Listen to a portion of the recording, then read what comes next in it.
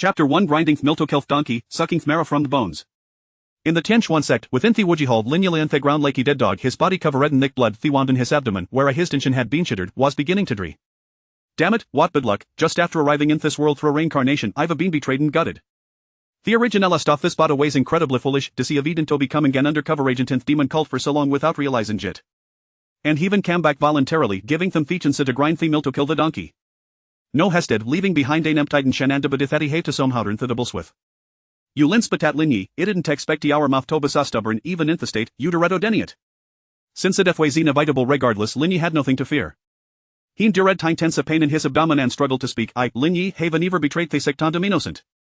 Seeing Linya denith the crime Shang Wanfu was momentarily taken aback. After all in her impression Linya had always been submissive following her orders without question and never complained in Javan when wronged. She didn't expect them to dare contradict her today. But she didn't care, just a little impatient, after spending Gavarodkadine's demon cult, you will learn it to bestaborn. Yulin stepped forward, smiling and bowing to Shang Wanfu, master, ivert that those who have practiced a demonicards will have a their 24th vertebral bone, near the danshan, stained black by the monarchy. Since he insists on denying jit, let's just dig out his spinal column-tosi. Up and hearing this, fielders present could not help but draw a breath of cold air.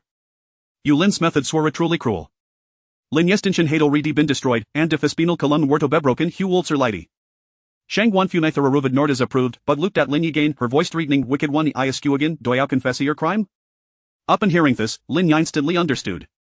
Shang Wanfu when Tedo kill him boot ways afraid of fearing a reputation for ingratitude. These women waste really treacherous and hypocritical. Linya sneered, don't you just want to eliminate Madoris the process of how you rosto power through? Today, namatur hamanitamijiask I am innocent. Seeing her dark disposed, Shang Wanfu's immensity endured her net into an uncontrollable area of pressure. This or a press down on Linya like a mountain, making it difficult for him to breathe. Shang Wanfu raised her hand, hesitated for a minute, and then slowly lowered it. Time shape changed, and she was no prominent figure in the righteouspathy, killing Simeone without evidence would tarnish her reputation. Sasha Luka de Tulin, why haven't you acted yet, what are you waiting for? Yes, disciple understands, Yulin said, a sinister smiley appearing on his lips. Hekik Lin overranch stepped heavily on his back, drawing Gaswort knife from his waist. The cold sharp-blooded set down Linya's spine from the neck to that 24th vertebra. Linyastragla desperately, Buthist and Shan being destroyed had already rendered inunible to cultivate. If a spine were broken even if he survived, he would be paralyzed for the rest of his life. Unfortunately he had no cultivation power on Danarisa stance was futile. Seeing Linya struggle, Yulin's face was quickly filled with a grotesque smile, enjoying the pleasure of controlling life and death and trampling on dignity. Linyi, you want to see, will our spine be black or white? As soon as the words fell, Linya felt Asher pain in his back. The short knife Silas lay cut through his back each inch deeper accompanied by Hishiar trenching pain. Blood flowed like a stream, staining his robes and dripping onto the cold ground. Seeing this scene, none of the elders present were moved. In their view, although Yulin's methods were cruel, they were renotex of against Linyi, the unrepentant demon cultivator. As for whether Linyi was Aidman cultivator or not, it didn't matter. As long as the elder deacon thought so, it must be true. The bone-chilling pain almost made Linyi faint. Beat has still gritted his teeth and endured, no tutoring a single word off begging, instead laughing furiously, ha, unable to distinguish right from wrong, bullying Thuik with strength. Is this the justice of Tianchuan sect? Is this the so-called righteouspathy? Then he looked at Shang Wanfu, his laughter gradually becoming manic. Shang Wanfu, you pretend to theli drove righteouspathy, beauty you perform such despicable deeds against our own disciple, in terms of malice and cruelty, event demon cultivator is nitas badasia. Disciple, doe derito by my disciple, Shang Wanfu suppressed a ranger, her voice filled with disdain and indifference. Just then, a crisp cricking sound suddenly echoed from Linya's back, as if something tough had suddenly broken under extreme pressure. The intense pain overwhelmed his senses like a tide. His vision spun, and he was almost going to faint. Without hesitation, Yulin reached out and grabbed Linya's vertebrundary varionis gaze, twisting his wrist violently. A bright red vertebra was torn out of his body. Without even bothering to kick, Yulin proudly held the spine up in the air and presented it to Shang Wanfu. Because in his view, this bone must black. In an instant Ali and the hull were drawn to the vertebra cover red in blood. However, to everyone's surprise, as the blood surrounding it faded, the vertebra revealed its original purity and whiteness. Seeing that the bonus not stinned block bade Monica but remained as white as jade, the hal erupted dinkas, and Thilders exchanged looks of disbelief. After spending Gavarodkadine's demon cult, his spine was still pristine and flawless. How firm a belief must on Evatochiva these? Yulin was 7 were startled, Heises witnessing in shock, white everty brain hishin seeming like a hot potato. Hesiden la let go, and white bone light leyland on the ground, emitting a clear sound. Yulin had thought that be digging out Linya's vertebrae heckled proviscult, thereby pleasing his master and consolidating his position. But now, these white vertebra was like a mirror reflecting theobliness on baseness officiart. Shang Wanfu's face darkened. White spine bonus like a loud slap, striking her hard in the face. She glanced at Lin Yi and then turned her gaze to Yulin. Seeing her master's furious expression, Yulin's mindraced and after a moment, he spoke, Master, I think I might have to go thrown. Shang Wanfu's expression eased a bit, if I make a third mistake, I won't forgive you. Master, don't worry, this time, it won't be wrong, Yulin said with a hint of demonic kiffin appearing on his fingertips. Shang Wanfu naturally saw Yulin's little trick, but she didn't care, she only wanted their salt. With Shang Wanfu's approval, Yulin approached Lin Yi with the bloodless horse knife. Just then, a system panel popped up in front of Lin Yi. Ding, detecting that the host is facing imminent death, the demon god system is activating. Ding, system activation successful, the host can collect negative emotions to exchange for techniques and perform demonic or deduction. If the target successfully develops a demonic obsession, an additional mysterious gift pack will be obtained. Current emotion value 1000 exchangeable. Ding, congratulations to the host for obtaining the beginner gift pack. Demon god's body, why the then a little flesh and blood remaining, the physical body can be rebuilt. Righteous path embodiment, the demonic arts absorbed cultivated by the host will automatically be converted into righteous key. Fragment of devouring heaven demon art, the supreme demonic technique created by the ancient demon emperor, capable of extracting the cultivation and diabodaya foders to enhance one's own strength. Upon collecting 10,000 origins, one can transform into a posterior chaise body. Is this a system? Seeing this a message pop uponi after another, Lin Yi was overjoyed. Almost instantly after the panel appeared. Chapter 2 is so theatrical, it would be a pity not to perform. Once Yulin regained his composure from the shock, a sinister smile crept across his face that he let out a cold, sharp laugh. Lin Yi, employing such insidious tactics, and yet you claim you are not a devil cultivator? Master, esteemed elders, you have all witnessed it. Lin Yi possesses forbidden arts, he is evidently a spy sent by the demonic sect for the safety of the Tianxian sect and the welfare of the world. I, Yulin, must rise to the occasion and execute this villain on the spot. The words he spoke could scarcely conceal his yearning for reputation and power. If he were to publicly slay Lin Yi today, his standing in the eyes of his master would surely ascend, and his position within the Tianxian sect would rise accordingly. He cast a scornful glance at Lin Yi, his tone dripping with disdain. Lin Yi, surrender to your demise out of respect for our past as brothers, I may allow you an intact corpse. Lin Yi let out a cold laugh, remarking, to be so revolting as to induce nausea, you might indeed be considered a talent. Ah, you wretched waste, daring to insult me, you court death. With that, Yulin's voice, filled with fury, surged as he lunged forward, blade aimed at Lin Yi's throat. In a flash, Lin Yi vanished, appearing like a specter behind Yulin. Startled, Yulin swiftly swung his blade backward, but Lin Yi had anticipated his move, effortlessly sidestepping while his right hand darted forth, fingers curling like claws, seizing Yulin's throat in an instant.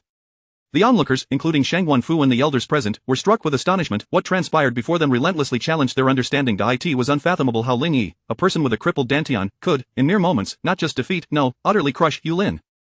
Was this truly within the realm of human capability? It was nothing short of a miracle. In that moment, Yulin's voice trembled with fear. And no, it's impossible. What kind of dark arts have you employed?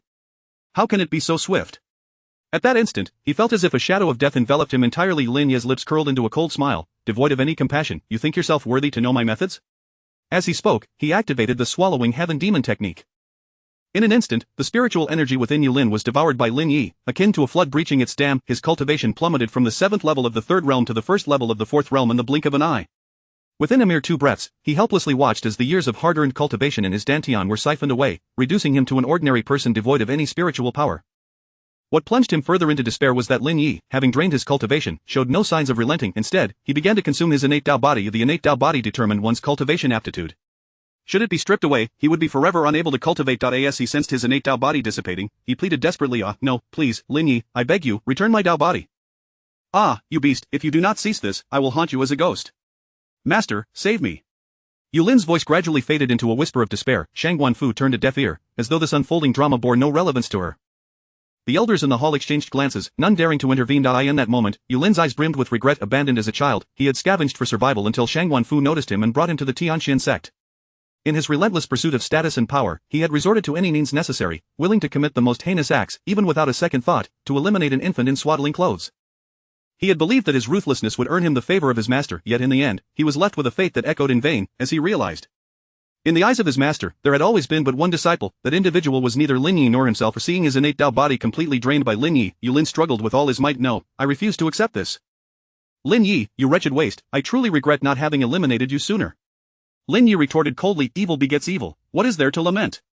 With that, he tightened his grip, and with a sharp crack, Yulin's neck snapped, his eyes wide open, filled with resentment and terror. In that moment, the entire hall fell into a profound silence. Witnesses gasped in shock. In mere moments, not only had Lin Yi drained Yulin's cultivation, but he had also stripped him of his innate Dao body. Such a horrifying display of power was unprecedented, something they had never even heard of, let alone witnessed. What left them even more astounded was Lin Yi's demeanor. Before the assembly of elders, he had shown no hesitation in severing Yulin's life.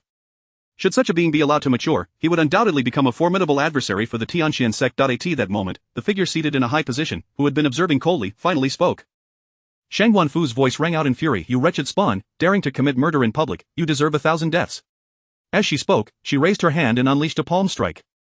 The force of her attack transformed into an invisible wave of energy, laden with murderous intent, tearing through the air towards Lin Yi. This strike was imbued with a lethal intent. Upon witnessing the wind of her palm, Lin Yi swiftly evaded. However, the disparity in their strengths was far too great. Even with his quick reflexes, he could not entirely escape the onslaught of this energy. His left forearm was shattered into a mist of blood, gushing forth and pooling on the ground. Lin Yi, having lost considerable blood, turned pale. He steadied himself and met Shang Wanfu's gaze, mocking her with a cold smile. What is it? Did you wait until now to act because my killing Yulin has given you a justifiable reason to eliminate me? Shang Wanfu, unaccustomed to having her motives exposed, felt rage surge within her. At that moment, Dong Dama boldly stepped forward. Elder, this devilish being, Lin Yi, has brazenly slain our Tianqian sect's talented disciple. I, Dong Dama, implore you to act for the sake of justice and eliminate this rogue. Xiaozhen dares to implore the elder to act for justice and eliminate this rogue. Fei Yuxia dares to implore the elder to act for justice and eliminate this rogue. In an instant, the hall echoed with resounding pleas for retribution, as if Lin Yi were a criminal of unspeakable atrocity. In response, Lin Yi merely chuckled coldly. Heh, you old dogs, such theatrics, why not take to the stage instead?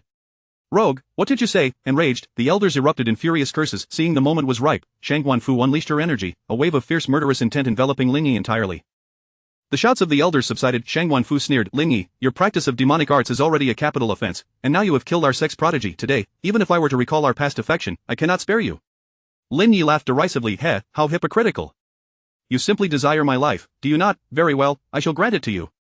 With that, he charged towards Shang Wanfu. Before the assembled crowd, everyone was taken aback, even Shang Wanfu, who couldn't fathom Lin Yi's intentions. It was only when he was upon her that she finally realized, alarmed, no, this demon intends to self-destruct. A cold sweat broke out among the onlookers as they hastily retreated. Lin Yi smirked. Regrettably, it is too late. Before his words could finish, his body began to compress at an astonishing speed, transforming into a grotesque sphere. Boom, with a deafening roar, Lin Yi's body erupted into a crimson mist. What followed was a powerful shockwave laced with shattered bones. This formidable force shattered every piece of furniture and decor within the hall. The entire structure trembled violently, on the verge of collapse. Though Shang Wanfu was a powerhouse of the ninth realm, the suddenness of the event left her no time to react, and she was hurled against the wall by the overwhelming force. During her flight, she was struck by a fragment of Lin Yi's bone, leaving her left arm bloodied. It was not only she, several lower realm cultivators were impaled by the flying debris, perishing instantly. The surviving elders bore significant injuries, their faces pale and shaken. They had never anticipated that Lin Yi, a mere 8th level of the 3rd realm, could unleash such terrifying power. Especially concerning were Lin Yi's bones, which possessed a peculiar hardness. Even Shang Wanfu's protective energy was easily pierced. Fortunately, he was now dead. Had he survived and grown stronger, they could scarcely imagine the monstrous threat he would pose. At that moment, Shang Wanfu surveyed the sanguine mist enveloping the air, yearning for revenge but finding herself powerless, consumed by impotent rage. Ah, wretched spawn, cursed be you! As a 9th realm powerhouse, being grievously injured by an 8th realm disciple would, if spread, become the greatest jest in the world. Such humiliation was far more unbearable than death itself. For with Lin Yi now deceased, she could only vent her frustration by destroying his possessions. She bellowed. Elder Dong, dispatch disciples immediately to the mountain and incinerate everything this wretch left behind. Not a single item shall remain, including the quarters he occupied. Meanwhile, at the foot of the mountain, in the small courtyard where Lin Yi had resided, a pool of still fresh blood began to levitate, voraciously absorbing the surrounding spiritual energy, coalescing into a hazy blood mist. This blood belonged to the original host, left behind when his dantian was forcibly extracted. Fortunately, the system was considerate. Upon acquiring the undying demon body, this drop of blood had also undergone evolution. As the blood mist descended, Lin Yi emerged from within, slowly materializing. He clenched his fists, gauging his physical state. Aside from a slight weakness, he felt no significant issues, and a smirk crept across his lips. The system does not deceive me. The demon god body is indeed formidable. Now that he had successfully revived, it was time for Shang Wanfu to pay the price. Without hesitation, Lin Yi retrieved the Chaos Yuan body from its hiding place within the house, guided by the memories of the original host. This artifact had the capacity to nourish spiritual veins, elevating the sect to a higher tier. It was a treasure that the sect leader had secretly instructed the original host to seek before his departure to the demonic sect, a condition for supporting Shang Wanfu. The original host had risked life and limb to procure it. He had intended to present it to Shang Wanfu immediately, but before he could even meet her, he was ambushed by Yulin, who extracted his dantian, leading to his untimely demise. Thus, this treasure had fallen into Lin Yi's hands. As Lin Yi prepared to stow away the Chaos Yuan body, he opened the system panel to check the progress of his emotional value. The previous tense situation had left him no time to monitor its fluctuations. Current emotional value, 199, 920, 000, non-redeemable. Damn it, so close. This accursed system is meticulous with its numbers. As Lin Yi grumbled internally, he spotted two familiar figures gradually descending into the courtyard. Chapter 3 of Blood Debts Must Be Repaid with Blood. The two individuals before Lin Yi were as familiar to him as the back of his hand. It was they who assisted Yulin in severing the original host's dantian, holding the original host's hands and feet down with unyielding strength. Meng Jin and Ji Hai were struck with profound terror upon seeing Lin Yi. Before arriving here, they had heard Elder Dong proclaim that Lin Yi had perished in a self-detonation. If Lin Yi were truly dead, then who was this person before them? Overwhelmed with shock, Ji Hai stammered, "Lin Yi, are you human or ghost? What's wrong, are you afraid?" Lin Yi responded, and without hesitation, opened his system panel. Two lines of clear prompts appeared. Meng Jin experiences intense fear, emotional value 72, double critical hit. Ji Hai experiences intense fear, emotional value 68, double critical hit. Upon glancing at the progress bar below, he noted that the emotional value had transformed into 21,392,000. Redeemable. Meng Jin forcefully suppressed the terror within, asserting, "Who said we are afraid? Even if you are still alive, what can you do? You escaped from Wuji Hall, surely you are at your limit. There are two of us, I refuse to believe you still possess the strength to contend with both of us simultaneously." With each word, Meng Jin grew more emboldened, as if he had suddenly discovered Lin Yi's weakness. Hearing this, Ji Hai also saw the logic in it and felt a surge of confidence. He squared his stance, his aura swelling with intensity. "A senior brother, Meng is right, if you haven't died, then we can kill you again. If we can return with your corpse, perhaps the Grand Elder will reward us handsomely." Upon exchanging glances, the two revealed cruel smiles. Lin Yi scoffed, "You think you can kill me, with just the two of you?" With that, his figure flickered and, in the next moment, he appeared before them like a specter. Both men were struck with dread, ready to retaliate, only to have Lin Yi simultaneously grip their faces with both hands. With a sudden forceful motion, he slammed their heads against the ground. In tandem, he activated the devouring demon ART. In an instant, their cultivation levels plummeted from the third realm to the second and first realms, while Lin Yi's own level began to rise, leaping from the 8th to the 9th level of the third realm. Years of accumulated cultivation dissipated in a heartbeat. Meng Jin and Ji Hai thrashed desperately, "Ah, demon, what have you done? My cultivation, restore my cultivation." Lin Yi paid them no heed. After draining their cultivation, he began to extract their Dao bodies. As they felt their fundamental Dao bodies being siphoned away, panic surged within them. While cultivation could be regained, losing their Dao bodies meant they would be rendered useless for the rest of their lives. Realizing this, they wept and pleaded, "My Dao body, no, please, spare us. Lin Yi, I truly regret it, I beg you, let me go." Such pleas did not invoke any sympathy from Lin Yi. Rather, they reminded him of the original host's plight when his dantian was excavated, just as tragic and hopeless, struggling desperately to beg for mercy to no avail. Meng Jin and Ji Hai, like Yulin, showed no compassion, only delight in their cruelty. That torment, though the soul had swapped bodies, remained vividly etched in memory. Blood debts must be repaid with blood. At this juncture, Lin Yi reflected for a moment before addressing the air. "Isn't that right, Shangguan Fu?" The words struck the hearts of the two like an icy dagger. Knowing their demise was inevitable, their pupils contracted, and a wave of desolation washed over them. They had taken many lives, both virtuous and vile, never once valuing human life. It was only when faced with death that they grasped the true preciousness of existence. Had they known this day would come, they should have exerted themselves more diligently in their cultivation. If only they had worked harder, perhaps it would be Lin Yi whose throat was being grasped at this moment. Unfortunately, it was all too late. Crack, with the sound of two necks snapping, Lin Yi ruthlessly twisted their heads and turned to leave the heavenly Shan sect. An hour later, in a small courtyard, Shangguan Fu gazed at the two lifeless corpses on the ground, her expression dark as thunder. Their manner of death mirrored that of Yulin, obviously the work of the same individual. She said nothing, immediately placing her hand atop the corpses' heads, employing the soul-searching technique to delve into their memories. Upon confirming Lin Yi's survival, her fury surged explosively, as if it could incinerate the entire courtyard. In that moment, Lin Yi's voice echoed from within their memories. "Of blood debts must be repaid with blood. Right, Shangguan Fu?" Upon hearing this, Shangguan Fu, already injured internally, felt blood surge violently within her, spitting out a mouthful of old blood. Lin Yi's provocation was a profound humiliation to her. Instantly, her aura surged, and with a fierce grip, she crushed the two corpses into powder. Through gritted teeth, she muttered, "Despicable, despicable, despicable." Dong Damao cautiously inquired, "Grand Elder, what shall we do next? Should I pursue him personally?" Shangguan Fu's gaze hardened as she coldly regarded Dong Damao. "Is such a thing even a question? Pursue him for me, no matter where he flees, he must be killed, and his body brought back. I shall personally tear him limb from limb. Furthermore, immediately issue the demon extermination order. Notify all major sects that any individual who brings this scourge's corpse will receive an additional reward of a chi-gathering pill, no, a breaking realm pill." Hearing this, Dong Damao and the others were taken aback. The issuance of the demon extermination order effectively declared to the world that Lin Yi was a demon to be hunted by all. Anyone who killed Lin Yi would have a single request fulfilled by the heavenly Shin sect. Conversely, anyone daring to harbor Lin Yi would be viewed as enemies of the heavenly Shin sect and exterminated alongside him. In that case, there would be no sanctuary left for Lin Yi in the world. Even more alarmingly, the demon extermination order could not be revoked or altered unless a sect was willing to stake their entire lives as collateral. In millennia, 32 demon extermination orders had been issued, and every single target had met their demise.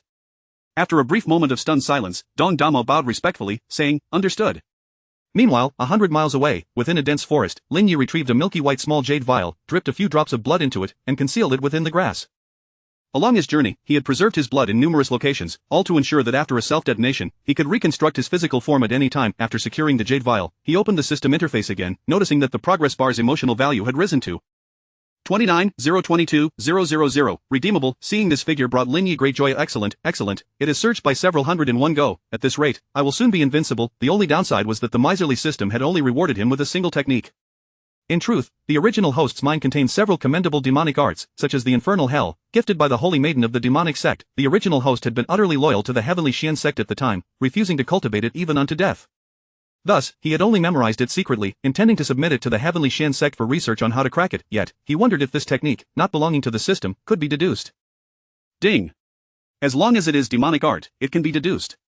Upon seeing this prompt, Lin Yi's heart soared with delight. Very well, immediately assist me in deducing the Infernal Hell. Deducing and analyzing the Infernal Hell from the host's mind. The Infernal Hell, a top-tier demonic technique, upon cultivation, allows the practitioner to condense a hellish space entirely under their control. Deduction commencing year 13. After years of arduous training day and night, you have preliminarily grasped the power of space, successfully reaching the entry level. Year 27. You have expanded a hellish space capable of containing a cat.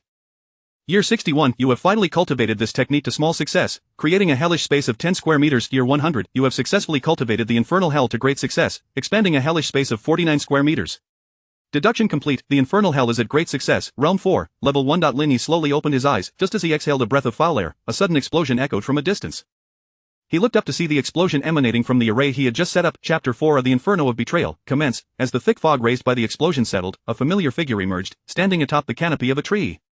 From a distance, Lin Yi instantly recognized the identity of the individual. Dong Damao, an outer sect elder of the Tianxian sect, not only the most loyal sycophant of Shangguan Fu but also one of the accomplices responsible for the original owner's demise. The echoes of his chilling request for execution still reverberated in Lin Yi's ears, refusing to dissipate. At this thought, Lin Yi could not help but smirk. He leaped onto the treetop and inquired with a smile, Elder Dong, were you searching for me?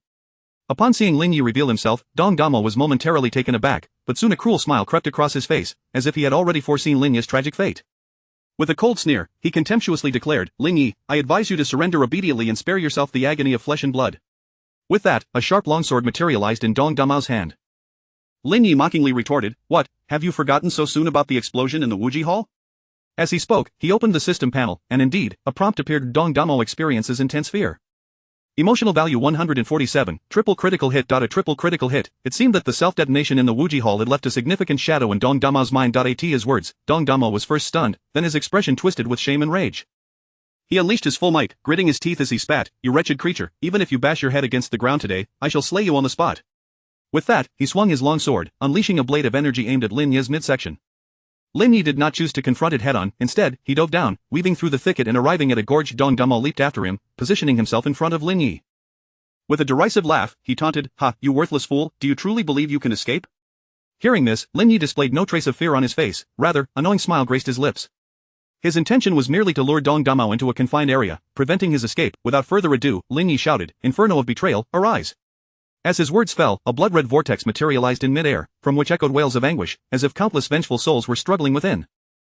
This sudden turn of events caused Dong Damo's countenance to shift dramatically. He felt a primal fear emanating from the depths of his soul, a profound reverence for the unknown power before him. Having lived for most of his life, he had never witnessed such a terrifying means. What sort of dark sorcery is this? Dong Damo trembled as he inquired. Lin Yi offered no reply, merely smiling slightly as chilling metallic clinks resonated from the blood-red vortex. Subsequently, dozens of stout iron chains emerged from the whirlpool. Dong Damo's expression turned to one of horror. Without a moment's hesitation, he hastily employed his agility to evade. However, the sheer number and speed of the chains were overwhelming. He held out for only a few breaths before his feet were ensnared, dragged back into the Inferno of Betrayal, bound to a torture rack, utterly immobilized. Observing that he had successfully captured Dong Damo, Lin Yi's thoughts shifted, and he followed into the Inferno. He gazed at Dong Damo, tightly bound by the chains, whose face now paled, eyes brimming with disbelief and terror. Ah, beast, where is this? What have you done to me? Dong Damo's voice quivered with fear as he attempted to struggle, but the chains tightened around him like living serpents, rendering him immobile. Lin Yi slowly approached Dong Damo and stated, the Inferno of Betrayal, a place where you shall experience all the suffering and regret the world has to offer. Here, you will face torments more dreadful than death itself, until your very spirit shatters. Upon hearing this, an unprecedented despair surged within Dong Damo. He had never anticipated such a fate for himself, nor did he expect that Lin Yi, whom he deemed worthless, could wield such celestial powers. Realizing he could not escape, Dong Damo began to plead for mercy. No. I was wrong, Lin Yi. Do you remember when I once treated you to a meal when you were but a child? In this moment, all of his dignity and pride evaporated. His mind raced, desperately seeking a lifeline. Having attempted to kill him countless times, Lin Yi would show him no mercy. With a deep sigh, Lin Yi remarked, "Is this truly the elder of the Tianxian sect? Not only easily defeated, but utterly lacking in spirit, how disappointing." With that, Lin Yi stepped before him, placing his hand upon Dong Damao's face. Just as he was about to activate the devouring demon technique, a prompt flashed before his eyes. Dong Damao experiences fear towards you, emotional value 177, triple critical hit. Lin Yi's hand froze mid-motion. No, what if the emotional value was based on the opponent's realm? Absorbing him now would be a waste. With this thought, he promptly retracted his hand. Seeing Lin Yi withdraw, Dong Damao could not help but feel a faint sense of relief that he had witnessed the tragic fates of Meng Zhang and Ji Hai. He had no desire to become a lifeless corpse. However, just as he exhaled a sigh of relief, the scene before him began to shift, revealing 18 forms of punishment. Each one, from the Red Lotus Hellfire to the 9 Nether Ice, pierced deeply into Dong Damao's soul. Lin Yi gently patted his shoulder, softly reassuring him, "Elder Dong, there is no need to fear. You will only need to endure each of these every hour." With that, he waved his hand, and the terrifying Red Lotus Hellfire surged toward Dong Damao. Dong Damao experienced pain from the Red Lotus Hellfire, emotional value 49. Dong Damao harbored hatred towards you, emotional value 49. Dong Damao experienced pain from the 9 Nether Ice, emotional value 49.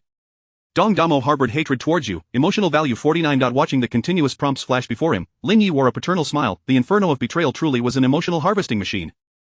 It was a pity that the efficiency was somewhat low. If given the chance, he would still need to capture a few more individuals to enhance productivity. With this in mind, Lin Yi glanced at the 9 vacant crucifixes. What lay empty there was no longer mere torture racks, but a ceaseless source of emotional value. It seemed imperative to bring Shangwan Fu into the fold soon. Lin Yi retracted his thoughts and focused once more on Dong Damao. According to the system's earlier introduction, if he could drive Dong Damao to lose his wits, he could obtain a grand reward. Lin Yi was indeed very curious and eager about this reward. But how long could Dong Damao endure? After enduring 3 successive waves of torment, Dong Damao's gaze began to dull, devoid of any hope for life. Had his powers not been sealed by the chains, he would have self-destructed long ago. Weakly, he pleaded, "Lin Yi, I beg you, grant me a swift end, just kill me." Lin Yi, upon hearing this, could not help but lament, "What a simple and unadorned wish, alas, I am truly unable to fulfill it." Upon hearing these words, despair deepened in Dong Damao's eyes, his body trembling from fear and pain. He realized he was ensnared in an unending nightmare, the architect of which was none other than Lin Yi, whom he had once trampled underfoot and dismissed as worthless. "Ah, Lin Yi, you damned devil!" Dong Damao screamed, his voice brimming with unending resentment and unwillingness. Lin Yi scoffed, "Ha, Elder Dong, when you tormented me back then, it was far more ruthless than this. I have merely employed the very methods you used against me. How have I become the devil? Rest assured, once this place can no longer accommodate the souls, I shall surely fulfill your humble request." Upon hearing this, Dong Damao felt a surge of blood rise in his chest and spat out a mouthful of blood. Fortunately, Lin Yi was quick enough to evade, otherwise, his clothes would have been soiled. He sighed, "Elder Dong, your emotions are currently too agitated. It is only natural to be unable to comprehend things. We shall converse again next time. Remember, you are an elder of the Tianxian sect, you must be strong." Aware that his life was beyond hope, Dong Damao laughed madly, "Ha, Lin Yi, your days of hopping about are numbered.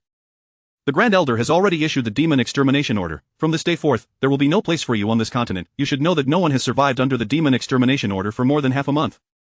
I shall see how long you can last. As for my affairs, you need not concern yourself." Lin Yi responded with a calm demeanor, and after speaking, he departed from the inferno of betrayal, heading towards the Yunu sect. Several hours later, before the gates of the Yunu sect, as soon as Lin Yi landed, countless figures flew in from the distance, slowly hovering before him. The leader among them was none other than Shangwan Fu, the Grand Elder of the Tianxian sect. Following her were several other elders from the Xiantian sect and high-ranking officials from various powerful factions in Xingzhou. Ostensibly, they were there to exterminate demons. In reality, they were there to witness the spectacle. Everyone was eager to see the individual who could breach Shangwan Fu's defenses and elicit the demon extermination order. Shangwan Fu, high above, gazed down at Lin Yi, her voice icy as she proclaimed, "Lin Yi, you have cultivated demonic arts and slaughtered your fellow disciples. Your crimes are unforgivable. In light of our master-disciple relationship, I am reluctant to kill you. You should take matters into your own hands." Chapter 5 possesses tremendous power, yet unfortunately fails to strike its target. Shangwan Fu feigned an air of righteous indignation, as if Lin Yi were indeed a nefarious villain. One must admit, her acting skills are quite commendable. Were it not for Lin Yi's awareness of her true nature, he might have been convinced he was the antagonist. His gaze, tinged with intrigue, swept over the crowd before finally resting upon Shangwan Fu. Since she relished her lofty position, he resolved to drag her into the mire today, exposing her selfishness and hypocrisy for all to see. With this thought in mind, Lin Yi smirked and remarked, "Elder Shangwan, if I recall correctly, I punctured your arm, did I not? Has the pain subsided so swiftly?" Upon these words, the venue fell into an eerie silence. A formidable 9th realm expert had been wounded by a mere 4th realm disciple. This was no laughing matter. It was an utter disgrace. Such a tale, if recounted in a tea house or tavern, would likely provoke an uproar. After a brief moment of astonishment, the crowd could not help but engage in hushed whispers. At that moment, their gazes toward Shangwan Fu shifted dramatically, feeling the scorn reflected in their eyes. Shangwan Fu clenched her fists, her nails digging deep into her flesh.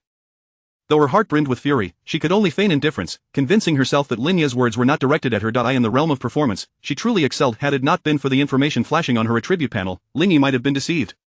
Shangguan Fu harbors profound rage towards you, emotional value 485, 5-fold critical hit. Lin Ye was taken aback by this critical multiplier. A 5-fold critical hit was unprecedented. It appeared that Shangguan Fu's ire had reached a boiling point, yet her status prevented her from unleashing it. After all, it would be most unbecoming for a 9th realm expert to have their defenses breached by a 4th realm disciple. Since she could not lower her pride, Lin Yi felt compelled to assist. He cleared his throat and continued to mock, Elder Shangguan, do take care not to lose your temper. Should you become enraged, they will know that I speak nothing but the truth. This would tarnish your grand and noble image. You would deceive your disciples for the sake of your stature, sending them undercover into the demonic sect, and when they return, you would dispose of them to erase all traces. After investing so much to build your reputation, how could you not cherish it? No sooner had he finished speaking than the system interface once again displayed a prompt. Shangguan Fu harbors a deep-seated hatred towards you, emotional value 485, 5-fold critical hit. This time, Shangguan Fu's body trembled with fury. Her breath came in rapid, labored gasps, her chest rising and falling like tumultuous waves in a storm, her eyes nearly ablaze with the desire to incinerate the surrounding air. You scoundrel, seeking your own demise. Shangguan Fu roared, her voice infused with murderous intent and rage. As her words echoed, she darted forward, akin to a bolt of lightning slicing through the night sky, launching a palm strike towards Lin Yi's chest, imbued with the power to obliterate all. Lin Yi, witnessing this, flashed a cunning glint in his eyes. He swiftly compressed all his internal energy into his dantian, adopting a posture as if he were about to self-destruct. Shangguan Fu, taken aback, instantly lost her momentum. She had no time to contemplate, retreating hastily as if cowed by Lin Yi's overwhelming presence. The force of her retracted attack surged back into her body, and after retreating several paces, she barely managed to steady herself, unable to suppress a mouthful of blood that surged forth. Her breaths were rapid, her pallid visage marked by profound terror. The onlookers, witnessing this scene, were filled with confusion and astonishment. Just moments ago, Shangguan Fu had the power to obliterate Lin Yi's chest with a single strike. Why had she suddenly withdrawn? They turned towards Wang Yanzhao, seeking an explanation. Wang Yanzhao spoke. Lin Yi swiftly compressed the energy within his dantian, feigning a self-detonation. Upon hearing this, a straightforward individual had an epiphany, exclaiming, so, Elder Shangguan has been played by Lin Yi? The moment these words left his lips, the crowd inwardly cursed. Although it was indeed the truth, one ought not to voice such a thing publicly. The opponent had done nothing yet was already retreating in fear, even suffering a backlash from her own attack, spitting blood in the process. Such an event would be humiliating for anyone, yet to vocalize it was to deliberately embarrass Shangguan Fu. Did he not fear her vindictiveness in the aftermath? Indeed, no sooner had the words been spoken than Shangguan Fu's gaze bore down upon him with venomous intent. Sensing this murderous aura, the man's expression froze in terror. Lin Yi, observing this, taunted with a smile, what is this, Elder Shangguan, are you now forbidding the truth from being spoken? At this moment, Shangguan Fu's rage reached its zenith. She longed to reduce Lin Yi to mere pulp. Her fury was fueled not only by Lin Yi's mockery and the crowd's derision but also by the genuine fear that had gripped her heart just moments ago. This fear, for her, was the utmost humiliation. It was a disgrace akin to having her face forcefully ground into excrement. In that instant, Shangguan Fu nearly lost her sanity, screaming hysterically, ah, beast, perish. As her voice faded, her 9th realm aura erupted in full force, akin to a volcano in eruption, causing the very air around her to tremble. Shangguan Fu suddenly raised her hand, and in that fleeting moment, an overwhelming surge of true energy coalesced in the air, transforming into a colossal hand that descended upon Lin Yi's head with a cataclysmic force. The spectators, witnessing this spectacle, were filled with trepidation. Shangguan Fu had unleashed her signature technique, the overcast palm, a clear testament to her fury. In the face of such an onslaught, not even a mere 4th realm cultivator like Lin Yi could hope to survive, let alone an 8th realm expert. Contemplating this, they sighed and shook their heads, lamenting the fate of such a bold young man. However, what they did not expect was that even in the face of such overwhelming might, Lin Yi's expression remained devoid of fear. Instead, a confident smile graced his lips, as if he had dismissed this apocalyptic assault entirely. He gazed at the enraged Shangguan Fu and quipped, I thought you were holding back something colossal, turns out it's merely a tempest in a teapot. Is that all? The power is indeed impressive, yet sadly, it cannot touch me. With these words, he focused his thoughts, causing his body to vanish without a trace before the astonished eyes of the crowd. The onlookers were left utterly dumbfounded, shocked beyond measure. Such an uncanny maneuver was beyond even the capabilities of a 10th realm expert. Shangguan Fu was equally stunned, frozen in place. Boom, with a resounding crash, the colossal hand struck the mountain gate of the Yuno sect directly. By the time Shangguan Fu realized the impending disaster, it was far too late. The ancient gates of the Yuno sect, which had stood for millennia, crumbled to dust beneath the weight of her fearsome strike. Witnessing this, the crowd collectively gasped in horror. To destroy a sect's mountain gate was tantamount to declaring war. Should the Yuno sect become enraged, Shangguan Fu would not be the only one to suffer. Even the onlookers would face dire consequences. Realizing this, they began to regret their decision to witness the spectacle. Yet, Shangguan Fu was oblivious to such concerns. Her sole desire was to see Lin Yi dead.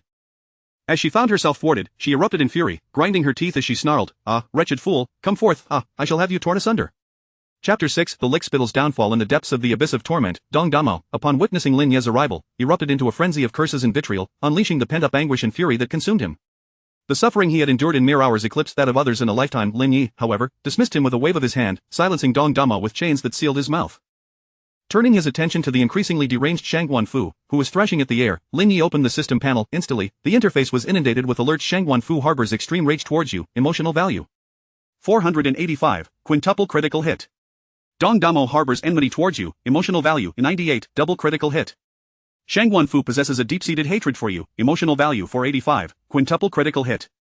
Xiaojin harbors animosity towards you. Emotional value 73, current emotional value 95, 274, 000 redeemable. As he observed the incessantly flickering notifications and the emotional value progress bar at the bottom of the panel, Lin Yi felt an overwhelming sense of exhilaration, nearly laughing aloud. At this rate, his ascension to the lofty status of a demonic deity seemed imminent. Cackling wickedly, he thought, prepare yourselves, prodigies of the ancient continent, for the baptism by this demon lord. Yet, scarcely had Lin Yi allowed a smile to grace his lips when a striking figure soared towards him from afar, extinguishing his mirth. It was Tao Yanran, the favored disciple of Shang Guanfu, and also the childhood companion of the original host, a peculiar individual who knew only how to take. The original host had devoted himself wholeheartedly to her, even amidst the treachery of the demon sect, striving to bestow upon her a wealth of cultivation resources. He had even relinquished his own innate Dao body for her sake. In return, he was met with nothing but indifference. Upon returning from his undercover mission within the demon sect, the original host's first thought was to seek her out. However, fearing that his identity would tarnish her reputation, she not only remained absent but also dispatched Yulin with a letter of severance, casting humiliation upon him. She allowed Yulin to bully the original host, stripping him of his heart and soul. It could be said that she fully embodied the spirit of the first sword of ascendance, which advocated for the ruthless elimination of one's beloved. In light of this, Lin Yi could only utter, the original host's demise was not mere chance. The lickspittle's downfall leaves him with naught. Tao Yanran alighted beside Shang Guanfu and gently urged, might I implore you, master, to temper your wrath, as the esteemed elder of Tianxian sect, your noble standing is too precious to sully by engaging with Lin Yi, that worthless scoundrel. Your anger merely serves to play into his hands. Upon hearing this, Shang Guanfu gradually subdued her ire, regaining a semblance of composure. Tao Yanran's words rang true. Given her status and position, it was indeed unbecoming to lose her poise in front of so many.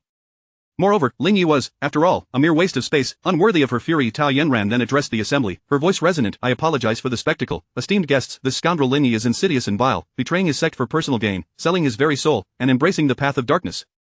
My master has always been a fierce opponent of evil. Furthermore, Lin Yi was once her disciple. She fears that if he is not swiftly dealt with, he may harm others and commit further atrocities detrimental to the righteous path, bringing unwarranted suffering to the world. Thus, in her moment of desperation, she fell into Lin Yi's trap. I beseech your understanding. She continued, moreover, I, Tao Yanran, vow on behalf of Tianxian sect that we shall not rest until we have brought Lin Yi, that demon of the dark path, to justice. No matter where he may flee, we shall pursue him relentlessly and rend him to pieces, eradicating this scourge from the righteous world. Tao Yanran's declaration was delivered with fervor, as though Lin Yi were already a universally acknowledged, irredeemable villain. Her performance, devoid of any sign of guilt, was compelling. The onlookers nodded in agreement, their perceptions of Lin Yi transformed by her words, leading them to view Shang Guanfu's earlier display of temper as entirely reasonable. After all, any individual would be incensed upon confronting a disciple who had succumbed to the dark path. Moreover, the demon of darkness was universally reviled, deserving of no sympathy. Thus, they voiced their support. We understand. Elder Shangguan's righteous fury towards evil is commendable. Indeed, Elder Shangguan's commitment to exterminating demons and safeguarding the righteous path serves as a model for us all. With Elder Shangguan's oversight, how could we fail to vanquish those increasingly rampant demons of the dark path?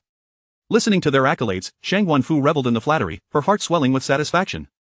She gazed at Tao Yanran with pride, akin to an artist admiring her finest masterpiece. Truly, her favored disciple was remarkable, gifted and astute in her dealings. With but a few words, she had preserved Shang Guanfu's image. With such cunning and skill, how could she not inherit her legacy? Perhaps she could even rise further to become the leader of Tianxian sect. In that eventuality, Shang Guanfu would wield unparalleled influence within Tianxian sect and throughout the entirety of Qingzhou. In stark contrast, Lin Yi, that worthless fool, had left her thoroughly disappointed. Once, she had harbored hopes for him, but alas, that rebellious disciple lacked the fortitude and ruthlessness necessary to navigate the world. Ultimately, he had failed to even preserve his own innate Dao body. Such a useless wretch was unworthy of being her disciple. He was relegated to merely serving as a pawn within the demon sect. As Tao Yanran maintained control over the atmosphere, a flicker of disdain crossed her eyes as she addressed the air. Lin Yi, do not think you can escape your fate. Your sins are grievous, and no matter where you hide, there shall be no sanctuary for you. In the depths of the abyss of torment, Lin Yi merely smiled at her words, a mere hint of amusement crossing his face. This woman radiated a profound yet transparent ignorance. If threats held any weight, would one need to toil endlessly in cultivation? As Lin Yi pondered this, a chilling voice pierced the air. Do you dare to ravage the gates of my Jade Maiden sect? Shang Guanfu, do you truly believe that I, Jiang Jifei, have grown too old to wield my blade? At the mention of her name, a tremor ran through the crowd. Jiang Jifei, the leader of Jade Maiden sect, was renowned throughout Qingzhou as a fearsome woman, notorious for her reckless disregard for consequences. Decades ago, she had nearly annihilated an entire sect single-handedly. To this day, disciples of that sect trembled at the mere mention of her name. Witnessing Jiang Jifei's accusatory demeanor, Shang Guanfu felt a flicker of trepidation. After all, she had indeed erred in this matter. Furthermore, although Jiang Jifei had sustained injuries years prior, she was far from being a spent force. Should a confrontation arise, Shang Guanfu had no illusions about her ability to prevail. However, emboldened by the backing of Tianqian sect, her resolve hardened. With a derisive laugh, Shang Guanfu retorted, "It is merely a small gate. If damaged, it can be rebuilt. Moreover, my actions were in pursuit of slaying a demon and eradicating a scourge for the righteous path. Why should you, Master Jiang, take such offense?" Jiang Jifei's laughter was cold and mocking. What a splendid excuse, but I wonder, if I were to pursue a traitor and destroy your gates, would you refrain from seeking retribution against me? In an instant, Shang Guanfu's expression darkened. Jiang Jifei, you dare. Jiang Jifei scoffed, when the same circumstance befell my Jade Maiden sect, you shamelessly urged me not to hold grudges. Yet now, in Tianqian sect, you are quick to anger. What gives you the right? Is it your inflated ego or your utter shamelessness? Chapter 7. I have never encountered such an audacious and shameless person. Shang Guanfu was momentarily at a loss for words by this remark. She did not believe she was in the wrong, rather, she was caught off guard and unsure of how to retort. In her perspective, Jiang Jifei was merely causing an unnecessary ruckus. After all, it was just a matter of repairing a mountain gate. What was the big deal? It wouldn't cost much anyway. As for Jiang Jifei's threats to destroy the Tianqian sect's mountain gate, that was something she could never tolerate. The mountain gate of the Tianqian sect represented the dignity of the sect itself. If Jiang Jifei truly succeeded in her endeavor, it would be akin to striking the very face of the Tianqian sect. How could the disciples of Tianqian sect hold their heads high before the world thereafter? If Jiang Jifei dared to go through with it, she would undoubtedly rally the entire sect to fight the Yuno sect to the bitter end. Tao Yanran, witnessing her master rendered speechless, clasped her hands and said, "Senior Jiang, please quell your anger. My master did not mean it that way. If there is anyone to blame, it is that Lin Yi, the devilish scoundrel. Had that fool not hidden away, my master would not have made the mistake of damaging your esteemed sect's mountain gate. Nevertheless, we are willing to contribute funds to assist in the reconstruction of your mountain gate. We only hope that you can discern between the righteous path and the demonic path, and without hesitation, eliminate Lin Yi upon encountering him." At the mention of Lin Yi, Tao Yanran spoke through gritted teeth. If he had remained in the demonic sect, providing her master with information and seeking cultivation resources for himself, everything would have been fine. Instead, he insisted on returning, making everyone uncomfortable. Had he not returned, junior brother Yulin would not have been killed, and her master would not have lost face. She would not have had to confront the madwoman Jiang Jifei here. All of this was Lin Yi's fault. In the depths of the abyss of torment, Lin Yi listened to Tao Yanran's high-handed rhetoric, filled with confusion. He simply could not comprehend how such a hypocritical and ruthless woman could lie bare before him, unworthy of even a glance. What was there to like about her? Lin Yi understood, yet his heart was profoundly shaken. Amidst his thoughts, a cool voice broke through his reverie. "TSK, Tao Yanran, it has been years since we last met, and I never imagined you to be as shameless as ever. Or is it that all of you from the Tianqian sect are this shameless?" The crowd turned towards the voice, revealing a graceful figure stepping out from behind Jiang Jifei. The speaker donned a flowing white gown, her long hair billowing in the wind, and her brow exuded an air of haughty elegance. Tao Yanran instantly recognized her identity as Zhuang Yueyao, the former saintess of the Yuno sect and disciple of Jiang Jifei. A mocking smile curled on Zhuang Yueya's lips as she addressed Tao Yanran. "Tao Yanran, do not presume that I am unaware of your true nature. If it were not for Lin Yi, would you be where you are today? Once you have used someone, you wish to dispose of them to conceal your own ugliness, yet you incessantly label Lin Yi as a demonic scoundrel. Even if he truly fell into the demonic path, he would be 1,000 times better than a thankless dog like you. I have never seen such a brazenly shameless individual." You. Tao Yanran was left speechless, her face shifting between shades of red and white. She stared at Zhuang Yueyao in bewilderment, utterly unable to fathom why Zhuang Yueyao, who had always had a grudge against Lin Yi, would stand up for him. Could it be that there was some illicit affair between them? As this thought crossed her mind, a flicker of barely perceptible resentment flashed in her eyes. Zhuang Yueyao chose to ignore her and instead turned her attention to Jiang Jifei, clasping her hands and smiling as she inquired, "Master, I am correct, am I not?" Jiang Jifei nodded with a smile, a glimmer of approval shining in her eyes as she regarded her disciple. However, she quickly regained her composure and, furrowing her brows, asked Zhuang Yueyao, "That fellow named Lin Yi, do you know him?" At this, Zhuang Yueyao's face flushed with embarrassment, and after stammering for a while, she could not articulate the reasons behind her feelings. It was a difficult matter to broach. Just then, Lin Yi's thoughts shifted, and he emerged from the abyss of torment. The crowd was filled with shock and confusion. They could not fathom why Lin Yi, who had clearly fled moments ago, would return. Did he not fear being slain by Shang Guanfu and Tao Yanran? Upon seeing Lin Yi reappear before her, Shang Guanfu's anger surged uncontrollably. Had it not been for Jiang Jifei's presence, she would have acted long ago. Tao Yanran's eyes burned with jealousy, akin to seeing a sworn enemy. Lin Yi cast a teasing glance at the two of them before swaggering over to Jiang Jifei, clasping his hands in greeting. "I am Lin Yi. It is an honor to meet you, Senior Jiang." Jiang Jifei smiled. "Well, you are certainly more courteous than some." Lin Yi replied, "Thank you for your kind words, Senior." Shang Guanfu, growing increasingly agitated, interjected, "Jiang Jifei, you must think this through. Lin Yi is a waste, a demonic cultivator. To harbor him is tantamount to declaring enmity against all righteous sects." Jiang Jifei let out a cold laugh. "Just because you label him a demonic cultivator, does that make it true? If anything, you resemble a demonic cultivator yourself. Is the Tianqian sect harboring you not an act of defiance against all righteous sects? Shang Wenfu, incensed, gritted her teeth. Zhang Jifei, are you truly willing to oppose all righteous sects? Zhang Jifei, uninterested in continuing the debate, raised a hand and lightly tapped Lin Ye's brow.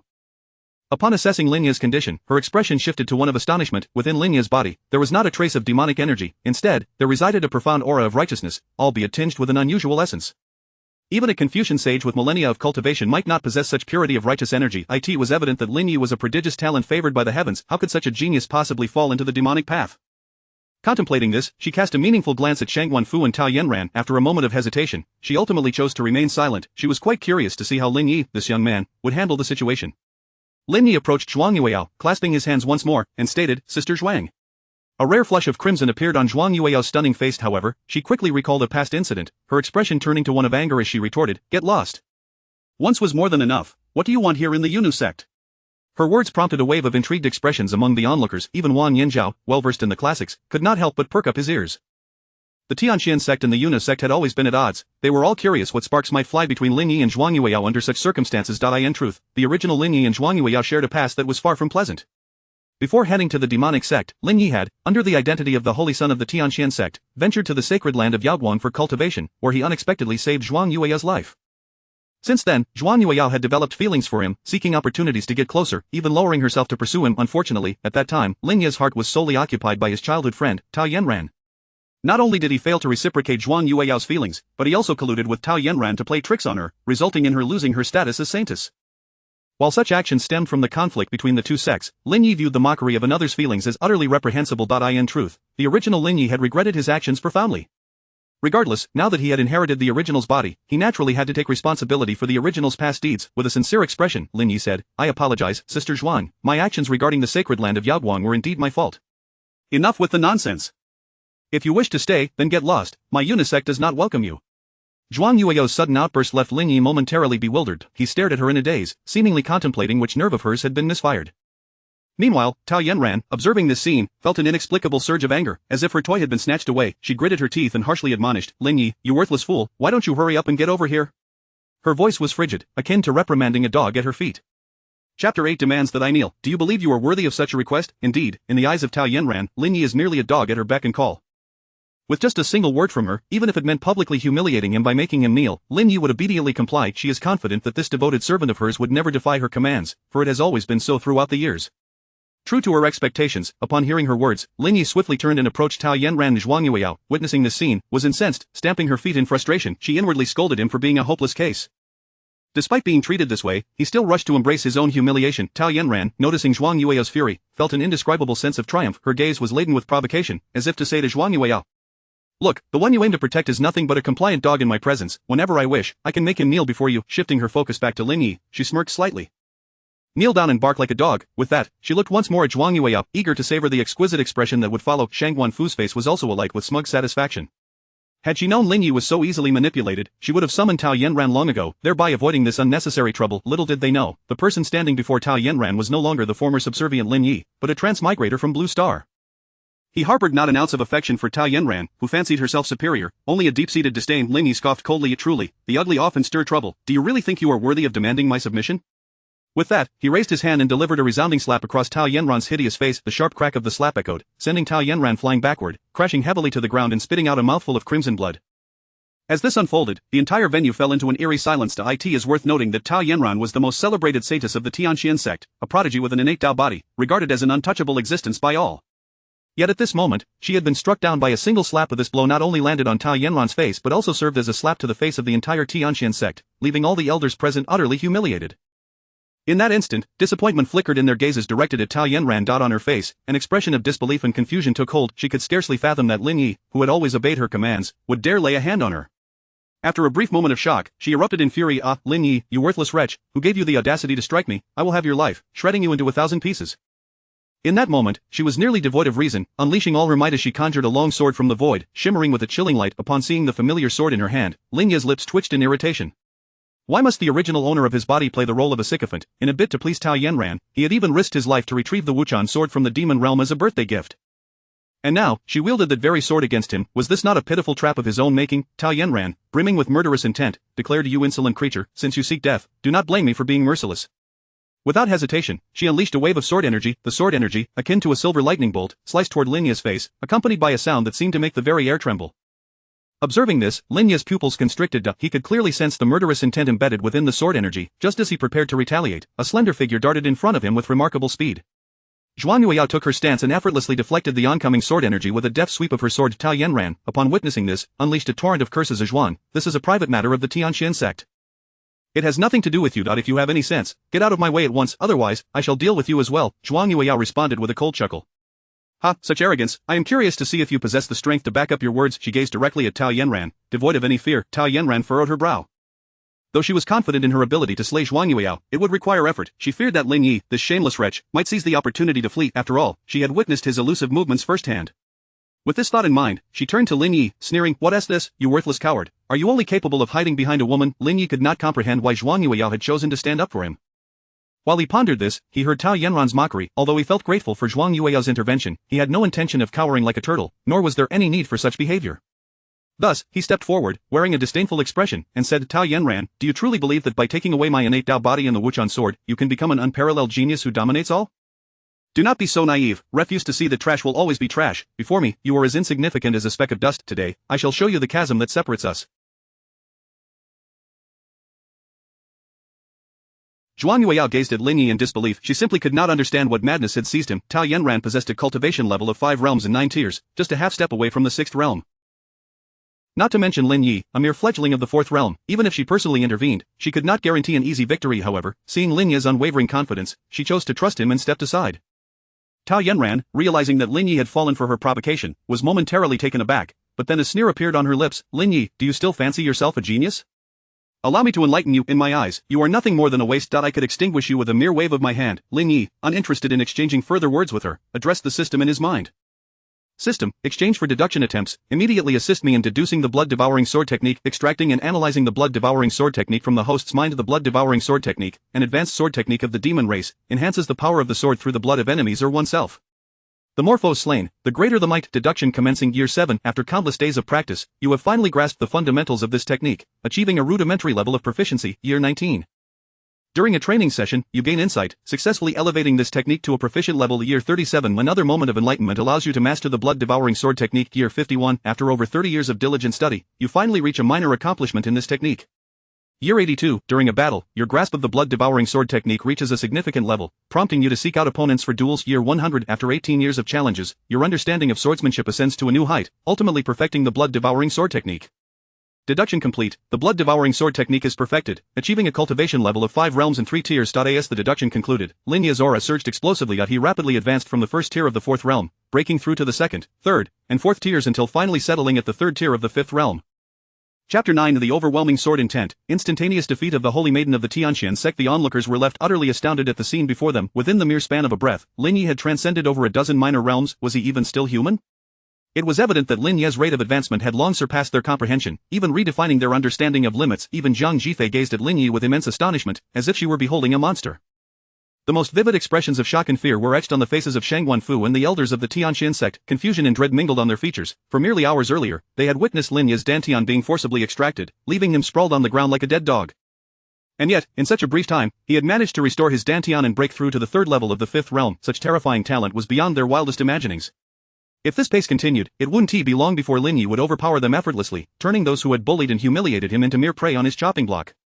Contemplating this, each of them gritted their teeth, filled with a fervent desire to eliminate this scourge known as Lin Yi. Tao Yanran, witnessing this spectacle, was equally incensed. In her view, Lin Yi's rapid breakthroughs were not a testament to his extraordinary gifts, but rather a result of possessing some hidden treasure.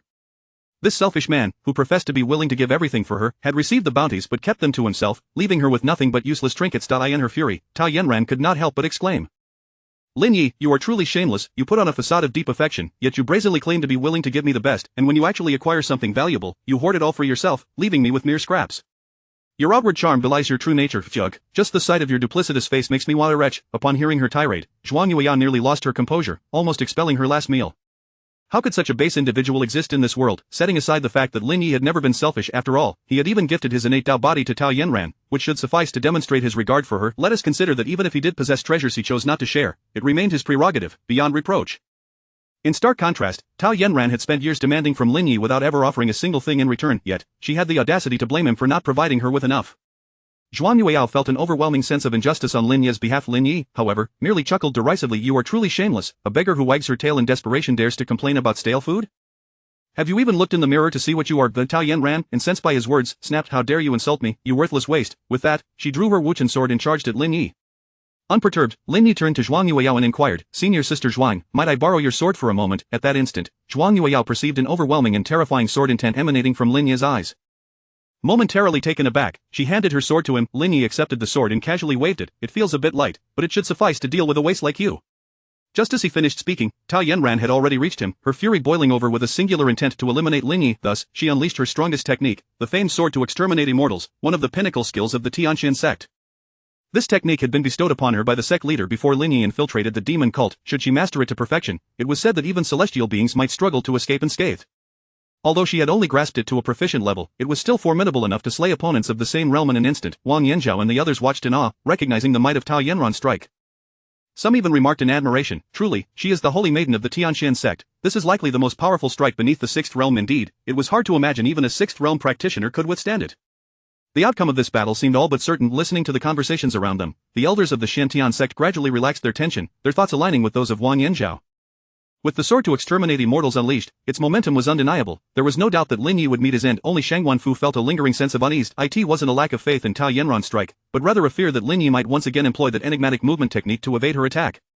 However, as she watched Tao Yanran advance towards Lin Yi, her apprehension subsided to in this situation. Even if Lin Yi wished to dodge, it was already too late. Today, he would pay the price for his arrogance. At this thought, Shang Wanfu even closed her eyes, savoring the anticipated joy of victory. As Zhuang Yueyao, witnessing such a terrifying assault, held her breath and clenched her delicate fists, her eyes inadvertently drifting toward Lin Yi.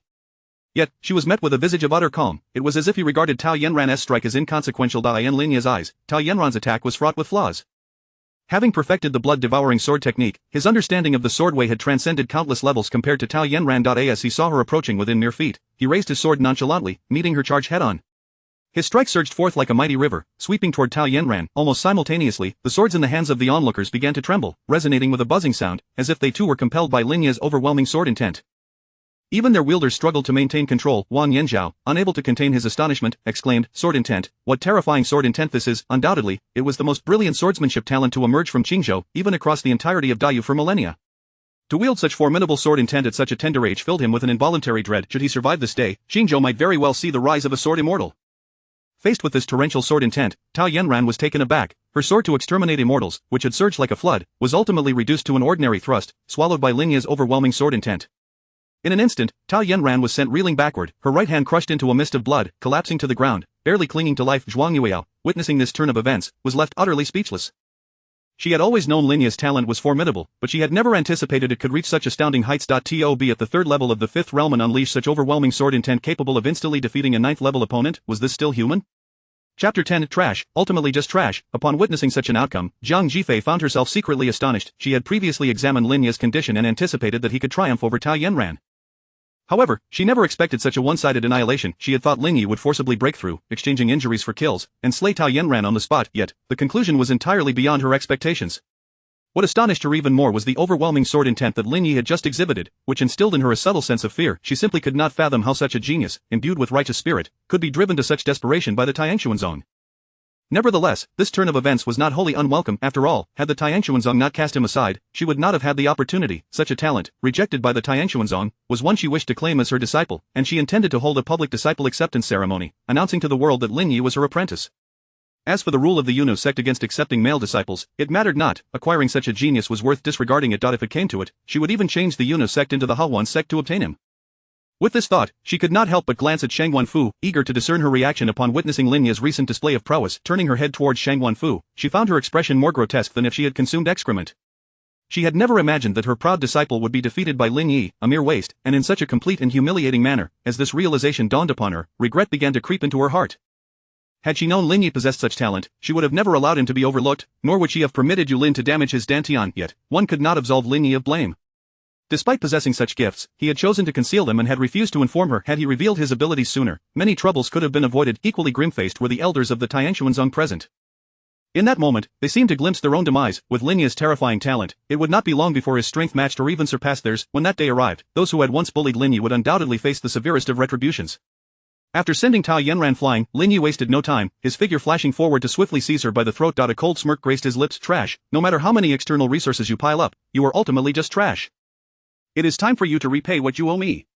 As his words fell, Lin Yi activated the swallowing heaven devil art, a powerful suction emanating from his palm, directed at Tao Yanran's dantian.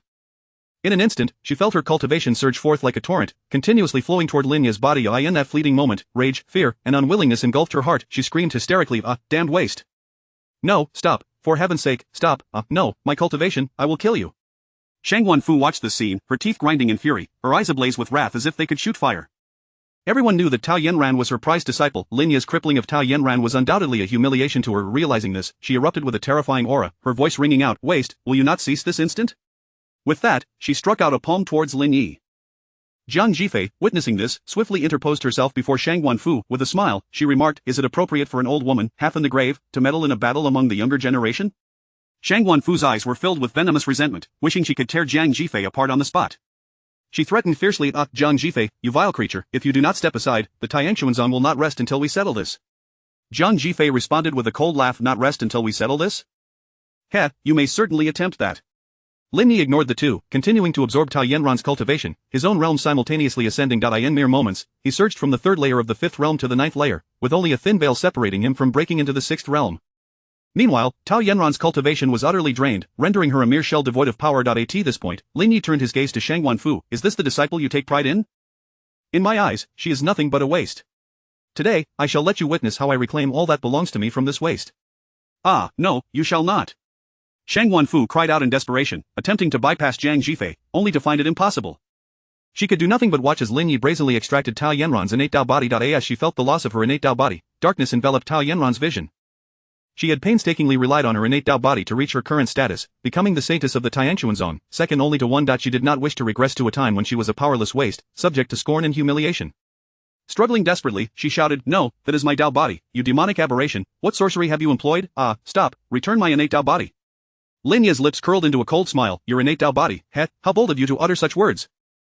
Were it not for me bestowing you your innate Dao body, would you possess your current standing? I have stated, everything you have taken from me, I shall reclaim double today. With that, he accelerated the speed of his absorption. In no time, he had completely retrieved Tao Yanran's innate Dao body. Just as he prepared to deliver a final blow with the Wuchuan sword, he was astonished to discover another constitution within Tao Yanran awakening rapidly. Without hesitation, Lin Yi readied himself to use the swallowing heaven devil art to consume it. Just then, the heavens shifted, the sun that had hung above vanished abruptly, replaced by a bright moon suspended in the sky. Wang Yinzhao exclaimed, could it be the legendary Taiyin sacred body? Upon hearing this, the crowd was awash with astonishment. It turned out this hidden constitution truly existed. It was said that those with the Taiyin sacred body were naturally attuned to the power of the Taiyin, allowing for rapid cultivation, enabling them to achieve the 14th realm, known as the Emperor realm, within a mere decade or so. Regrettably, this hidden constitution had a flaw. Once awakened, if one could not find the Yuanyang sacred body, survival beyond 20 years was exceedingly difficult. However, for Lin Yi, this posed no issue. With his devil body, he was virtually immortal. With this in mind, he immediately activated the swallowing heaven devil art, intent on devouring the Taiyin sacred body. Just as Tao Yanran had barely begun to revel in her awakening, she sensed Lin Yi consuming her constitution. She screamed in madness, my sacred body, stop. At that moment, a powerful aura suddenly descended, an invisible force sending Lin Yi flying back. He was propelled several dozen meters before finally stabilizing himself. Looking up, he beheld an elder clad in a blue robe, appearing beside Tao Yanran, staunching her bleeding. Let mercy prevail, let it end here. The elder's voice resounded like thunder, causing the ears of those present to ring painfully. The crowd quickly recognized the elder's identity, the supreme elder of the Tianquanzong, Yi Zhentian, one of the rare 10th realm powerhouses of Qingzhou. Everyone bowed respectfully, we greet Senior Yi. Upon seeing Yi Zhentian, Shang Wanfu's heart soared with joy. Master, this traitor Lin Yi has cultivated demonic arts, bloodthirsty by nature, slaughtering his fellow disciples. The Yuno sect aids in his tyranny. I implore you to take action and eradicate him, ridding the righteous path of this menace. Chapter 11 The celestial bell tolls, a great talent descends. Yi Zhentian nodded slightly, then turned to Lin Yi, coldly declaring, I shall strip you of your cultivation and confine you to solitary reflection for 30 years. Do you accept this punishment? This old man was merely wielding his age as a weapon, imposing a punishment without even inquiring into the circumstances. On what grounds? Because of the multitude of wrinkles adorning his face, reminiscent of a Shar-Pei. Lin Yi scoffed, a teacher is often reflected in their disciple. Now I understand why Shang Guanfu was so shameless, she must have learned it from you. The crowd gasped in astonishment at his words. Some of those who had been kneeling for a long time began to doubt Lin Yi's sanity. If he truly believed himself innocent, why not simply defend himself instead of resorting to insults? They were acutely aware that Yi Zhentian was a formidable being of the 10th realm. With a mere slap, he could obliterate anyone. In this world, power reigns supreme. Not if he deemed you guilty, it was wise to admit your faults and plead for mercy.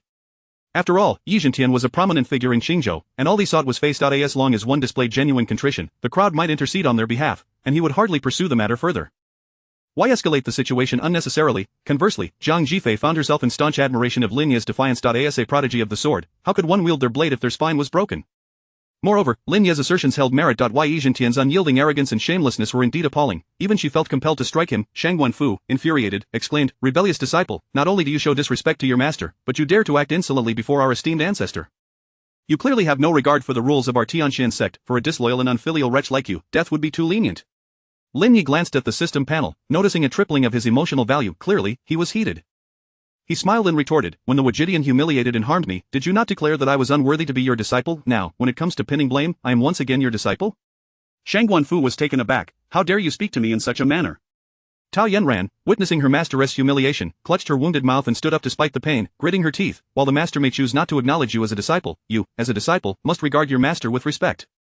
Her words struck a chord with Shang Guanfu, who echoed, "Indeed, as a disciple, one should recognize their rightful place. If you could do this, we would not be in such a predicament." Yi Zhentian suppressed his fury, his tone laced with a subtle threat. "I shall grant you one final opportunity. Confess your sins and return with me to the Tianxian sect. I will ensure the law enforcement hall treats you leniently. Afterwards, I shall restore your status as saint's son and help you find another master." Shang Guanfu felt a surge of discontent at his words and quickly advised, "This child is most rebellious. I implore you to reconsider, master." Yi Zhentian shot her a glare, his tone firm, "There is no need for further discussion, do as I say." With that, he turned back to Lin Yi, "What are you dawdling for? Come back with me." Yi Zhentian presented himself as if his commands were absolute, as if Lin Yi's thoughts were entirely inconsequential. Lin Yi found the situation laughable. This old man had remained silent when he was being humiliated, but now, upon discovering Lin Yi's talents, wished to summon him back to the Tianxian sect to continue serving them like a dog. Moreover, he maintained an air of superiority, as if granting a favor. Is there such a thing as a free lunch in this world? His words alone were enough to demonstrate Yi Zhentian's shamelessness, rivaling that of Shang Guanfu and Tao Yanran. "Return, are you jesting? Do you truly believe that Lin Yi would be your obedient hound at your beck and call? What right do you have to command me? If you remain oblivious to the situation, I shall declare before all present. From this day forth, I, Lin Yi, sever all ties with the Tianxian sect." Did you hear that clearly? At his pronouncement, the atmosphere plunged into a profound silence. What immense grievance must he have endured for Yi Zhentian to make such a significant concession, only to be met with defiance? Lin Yi was prepared to sever ties with the Tianxian sect, even at the risk of death. Yi Zhentian's fury ignited. Gritting his teeth, he repeated, "Good, good, good, what a splendid severance." As he spoke, an overwhelming aura erupted from him, akin to the oppressive weight of Mount Tai, rendering Lin Yi breathless. Zhang Jifei raised her hand, dispelling the pressure weighing upon Lin Yi. Her voice was icy as she addressed Yi Zhentian. "Yi Zhentian, this is the territory of my Unisect. It is not for your Tianxian sect to trample upon." With her master present, Shang Guanfu felt emboldened, sternly admonishing, "Zhang Jifei, do not forget that Lin Yi is a disciple of the Tianxian sect. Are you attempting to antagonize the entire sect by meddling in our internal affairs?" Before Zhang Jifei could respond, Lin Yi interjected, "Shang Guanfu, are you out of your mind? I have made it abundantly clear. Aside from our blood feud, I have no further ties to your Tianxian sect." Zhang Jifei turned to Shang Guanfu and inquired, "Did you hear that?" Shang Guanfu scoffed, "A disciple of the Tianxian sect cannot simply abandon his ties at will. Do you think our sect is some place you can come and go as you please? Moreover, even if he were not a disciple of the Tianxian sect, he would still be a demon cultivator deserving of death. Do you intend to shelter a demon cultivator within your Yunu sect?" Zhang Jifei, well aware that Lin Yi bore no demonic energy, calmly replied, "Just because you labeled him a demon cultivator does not make it so. Where is your evidence?" Shang Guanfu seethed with anger. "Zhang Jifei, why must you resort to such sophistry? Everyone here witnessed this brat's nefarious abilities. Not only can he siphon away another's cultivation, but he can also devour their Dao body. What else could it be if not demonic arts? If this does not prove him to be a demon cultivator, then no such being exists in the world." The onlookers nodded in agreement. Even Wang Yanzhao, who had previously admired Lin Yi, began to doubt the righteousness of Lin Yi's methods. Zhang Jifei remained silent, merely smiling at Lin Yi and asking, "What is your perspective on this matter?" To fabricate a charge, one need not fear the absence of a pretext. Lin Yi chuckled bitterly, reflecting, "For the sake of the Tianxian sect, I have infiltrated the demon cult for over a decade, living in constant fear of revealing a single flaw that could lead to my demise. After finally returning from the demon cult, I find myself ensnared by these hypocritical scoundrels. The irony is almost too much to bear." He glanced at Shang Guanfu and the others, lamenting, "I once offered my heart to the bright moon, yet the moon only illuminates the gutters." Boom! As these words left his lips, a resounding chime echoed from the heavens, reverberating throughout the entire Daiyu, shaking every inch of the land and every scholar's heart. The melodious toll of the bell resembled the clarion call of ancient deities awakening, jolting millions of scholars from their contemplations. They were initially taken aback and puzzled, but their expression soon shifted to joy and excitement. The only possibility for such a profound resonance between heaven and earth was that the one within the Bailu Mountains Emperor's pavilion had attained sainthood. The rise of Confucianism seemed inevitable. In the near future, Confucianism would no longer be subordinate to the path of kings. Scholars across the land could finally stand tall and proud. However, amidst this exhilarating atmosphere, within the Bailu Mountains Emperor's pavilion, a half-saint clad in scholarly robes, his hair and beard white, held a trembling hand upon his tome. Kong Xian gazed out the window, as if attempting to pierce through the clouds to behold the source of the bell. Sound. After a long moment, he sighed deeply and instructed his disciple, "Go investigate. I am eager to see with my own eyes which prodigious talent has managed to awaken the heavenly bell before me." Simultaneously, in the capital of Daiyu, at Xingqing Palace, the Empress Ji Rufu was in the midst of discussing urgent military matters regarding the northern frontier with her ministers when the chime disrupted her thoughts. Leaping to her feet, she exited the grand hall and gazed skyward. A terrifying imperial aura radiated from her as she commanded her ministers, "Immediately ascertain the identity of the source of this sound. Regardless of who they are, I shall employ them." Elsewhere in Shizhou, at the sacred land of Yaguang, a mysterious woman sat within a waterside pavilion, her fingertips lightly dancing upon the surface of the exquisite zither, chunlei, producing a melodious and enchanting tune. Upon hearing the bell toll, her fingers halted momentarily, and the music ceased abruptly. With a furrowed brow, she gazed at the sky, murmuring to herself, "The celestial bell tolls, surely, a great talent has emerged." Then, calculating with her fingers, she vanished from her spot, heading towards Qingzhou. Chapter 12 not only requires the gathering of disciples but also mandates the grand public ceremony of apprenticeship. Meanwhile, at the gates of the Yunnan sect, as the chimes resonated, an overwhelming aura of righteousness surged forth from all directions, converging above Lin Yi's head. The crowd, still reeling from the shock, could scarcely react as this torrent of righteousness descended upon Lin Yi, flooding into his being. His cultivation soared once more, shattering the confines of the fifth realm and stepping into the first level of the sixth realm. Wang Yanzhao gazed at this scene, utterly incredulous. First, Lin Yi had resonated the heavenly bell with his literary prowess, and now he had gained the approval of the Tao of Heaven, receiving the infusion of righteous energy. With such a prodigious talent, the revival of Confucianism and Taoism seemed within reach. Thus, irrespective of the circumstances, he was determined to bring Lin Yi back to Mount Bailu for his master to cultivate personally. With this thought, he stepped forward without hesitation, addressing Lin Yi, "Brother Lin, would you be willing to join our Confucian Tao? With just a nod, I can certainly persuade my teacher to take you as a disciple." Upon hearing this, Shangguan Fu seethed with anger. "What, are you, a mere scholar, now willing to protect this demon cultivator? Do not forget, he carries the demon extermination order from the Tianxian sect. To shield him is not only to oppose our Tianxian sect but also to stand against all righteous sects." Wang Yanzhao retorted with a cold laugh, "Oh, a demon cultivator, if he were truly a practitioner of the demonic arts, how could he possibly possess such astonishing talent? To gain the recognition of the Tao of Heaven and draw in righteous energy?" Shangguan Fu scoffed, "It is merely a case of a blind cat stumbling upon a dead mouse, a mere coincidence." Tao Yanran, enduring the pain coursing through her body, frantically slandered, "Indeed, I grew up alongside him and know best what he truly is, a worthless wretch. What does he know of poetry and prose? Perhaps he has employed some demonic methods to attract attention here." Lin Yi cast a glance at the two, lamenting, "Alas, although I strive for elegance, I am still bound by my limitations, and though I rise at dawn, I falter at dusk. You adorn me with fragrant ribbons, yet still, I am ensnared by thorns. Such is the nature of my heart, noble as it may be, even in the face of 9 deaths, I shall not repent. The spirits of resentment are vast, yet they remain oblivious to the hearts of the people. The ladies envy my elegant brows, slandering me as one given to debauchery." Boom! A resounding chime echoed throughout Daiyu. This time, it did not invoke a surge of righteous energy, for the righteous aura in the universe was finite and could not continuously bestow blessings upon an individual in quick succession. Nevertheless, this booming sound was sufficient to convey everything. The scholars present were profoundly shaken by the righteousness emanating from these lines of poetry. What elevated moral cultivation this displayed, especially the line, "Even in the face of 9 deaths, I shall not repent." Such noble qualities left the multitude of scholars bowing their heads in reverence. In that moment, Lin Yi appeared as a sage, rendering them unable to gaze directly upon him. Such a person could not possibly be a demon cultivator, nor would he deign to associate with those of the demonic path. Tao Yanran was left dumbfounded, feeling a burning shame on her face, even overshadowing the pain of her lost arm. Having known Lin Yi for many years, she had never realized he possessed such literary talent. Shangguan Fu, however, remained unconvinced, gritting her teeth and cursing, "He must have copied it. Where did this wretched creature plagiarize it from?"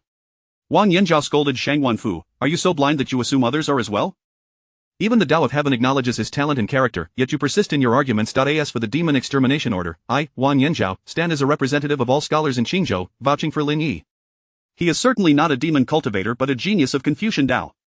The surrounding scholars, upon hearing this, began to rise in support. Shangguan Fu was left speechless. She had never anticipated that this collective of scholars would stand up to defend Lin Yi. Renowned for their unity, they maintained close ties with the court and wielded considerable influence. Provoking their ire would undoubtedly bring unnecessary trouble to the Tianxian sect. Moreover, Wang Yanzhao's teacher was none other than the esteemed figure from Mount Bailu, a person she could not afford to offend. Zhao Wuji, the head of the Tianquan sword sect, stepped forward and spoke, "Young friend Lin Yi, with your talent for swordsmanship, should you wish to join our Tianquan sword sect, we will provide you with the finest resources for cultivation." With the Tianquan sword sect's endorsement, the atmosphere grew lively. Representatives from various sects vied for Lin Yi's attention, eager to extend their olive branches. "Young friend Lin, in our Tianyin Valley, we cultivate the Dao through music. Your talent would harmonize perfectly with our teachings. Should you choose to join us, we shall provide you with the most exceptional musical texts, allowing your cultivation to advance by leaps and bounds. Young Master Lin, my Baihua Valley excels in alchemical arts. If you choose to join us, we shall furnish you with an abundance of spiritual herbs and elixirs to expedite your cultivation." Jiang Jifei interjected, "You need not squabble, Lin Yi is a disciple of my Yuno sect. Indeed, your Yuno sect cannot accept male disciples, so what right do you have to compete with us? From this day forth, that rule is abolished," Jiang Jifei declared loudly. "Lin Yi shall be my disciple, and I will publicly hold a ceremony to receive him. The rules set by our ancestors cannot simply be disregarded. Headmaster Jiang, I advise you to carefully reconsider this matter. We, the Yuno sect, do not require guidance from others in our affairs. From this day forth, Lin Yi is my disciple, and should you have any objections, feel free to challenge me. Such matters of apprenticeship require mutual consent. You may wish to accept him, but it also depends on his willingness. Brother Lin, consider joining us at Qingxian Mountain Nut if you are inclined. I can immediately relinquish my position as headmaster and invite the Grand Elder to personally guide your cultivation." Lin Yi clasped his hands in gratitude. "I appreciate your kind offers, but I wish to remain at the Yuno sect." After all, Jiang Jifei had just assisted him, and he owed her that much respect. Furthermore, the name Yuno sect alone was enticing enough. Jiang Jifei beamed with satisfaction, pleased that he was grateful and not ungrateful for her help. Observing this, the crowd ceased their discussions. Tao Yanran, witnessing the various sects clamoring for Lin Yi's favor, was consumed with rage and resentment. She clenched her teeth so tightly that her gums nearly bled. Lin Yi was merely a waste. Why should he be the center of attention wherever he went? Why was he the focal point of everyone's desire? Meanwhile, even after awakening the sacred body of the Taiyin, she remained unnoticed. Clearly, she was the true prodigy, deserving of admiration and envy. Cursed be Lin Yi, cursed be Jiang Jifei, cursed be Zhuang Yueyao. All who flatter Lin Yi should perish. Consumed by anger, she yearned to kill, yet felt utterly powerless, for she was now an utterly powerless waste. Shang Wanfu's expression was equally grim. She could not fathom how Lin Yi had accomplished this. First, he had overwhelmed her most favored disciple with that stunning sword strike, and now he had incited the infusion of righteous energy, drawing the attention of all major sections. The more fervently they clamored for him, the more her face burned with humiliation. Their voices struck her like slaps, making her cheeks sting with pain, mocking her for her ignorance. After all, the worthless one she had scorned had now become a treasure in everyone's eyes. As she pondered this, her hatred for Lin Yi deepened. It was all the fault of that damned wretch. A waste should behave like a waste, not flaunt his talents before so many. And as for Jiang Jifei, how shameless she was to come forth and claim what she had cast aside, feigning a desperate desire for talent while clearly yearning for companionship. Disgusted to the core, Shang Wanfu seethed with rage. She silently vowed that one day, she would slay all those who sought to win Lin Yi over, feeding their corpses to the dogs. Yi Zhentian couldn't help but furrow his brow that he had come today for Tao Yanran, having been instructed by the headmaster to secretly protect her before entering seclusion. Upon learning that Tao Yanran had arrived at the Yuno sect, he had come to assess the situation. Little did he expect to witness the earlier scene unfold. Thankfully, he had acted in time, otherwise, Tao Yanran's recently awakened sacred body of the Taiyin might have been lost. As for Lin Yi, his talent was indeed remarkable. Yi Zhentian had initially considered bringing him back to see if they could assuage his enmity toward the Tianxian sect and continue serving the sect. Unfortunately, Lin Yi's resentment ran deeper than he had anticipated. For someone with such exceptional talent, if he could not be utilized, he must be eliminated. Hence, he had tacitly allowed Shang Wanfu to label Lin Yi as a demon cultivator, thereby creating a pretext to execute him openly before all the major sections.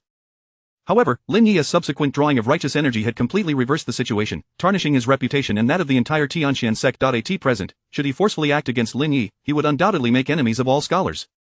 The Tianxian sect lacked the capital for such a confrontation. Moreover, his task was to safeguard Tao Yanran and protect the hope of the Tianxian sect's resurgence. Now that Tao Yanran had awakened the sacred body of the Taiyin, she could achieve the 14th realm in just 20 years and ascend to prominence in the ancient continent.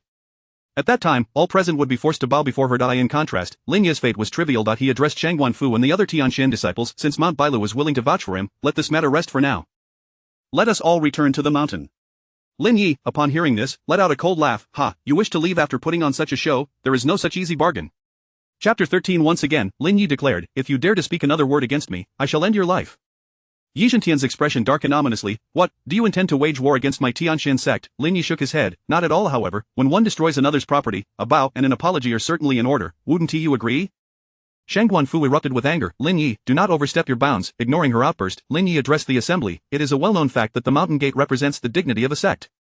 To vandalize the mountain gate is the gravest insult to our order. If we allow her to depart freely, how can the disciples of the Yuno sect hold their heads high in the future?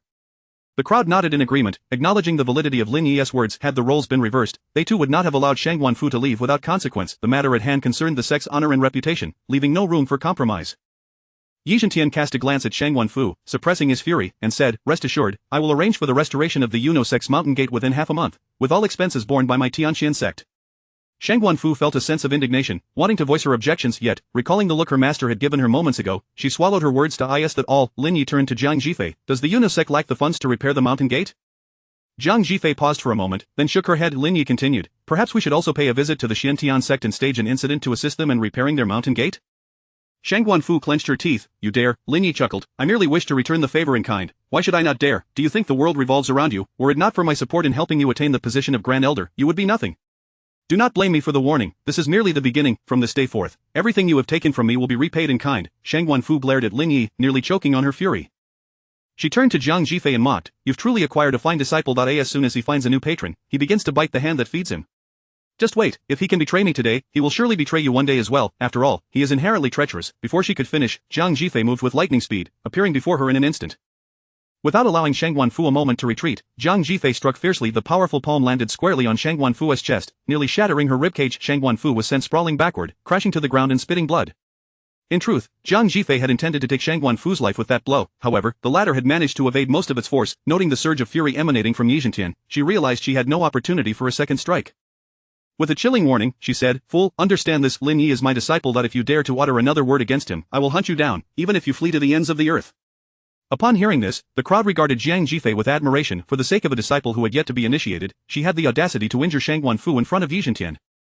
In terms of both courage and loyalty, she far surpassed Shang Wenfu, who had betrayed her own disciple. Lin Yi's departure from Tianqian sect to join Yuno sect had undoubtedly been the wisest choice.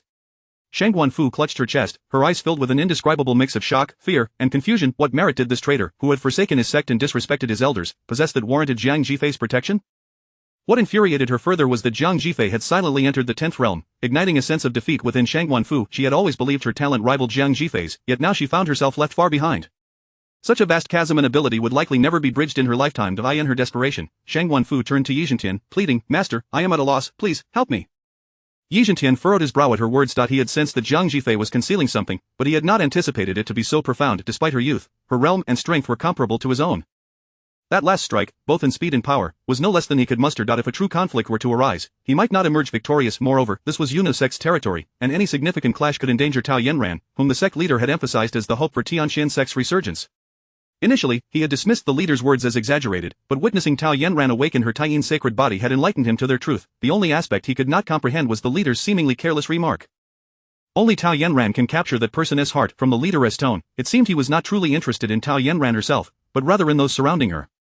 Yi Zhentian had examined Tao Yanran's relationships and found that the only individuals with whom she shared a profound bond were Lin Yi and Shang Wenfu. As for Shang Wenfu, her limited talent would never amount to anything significant.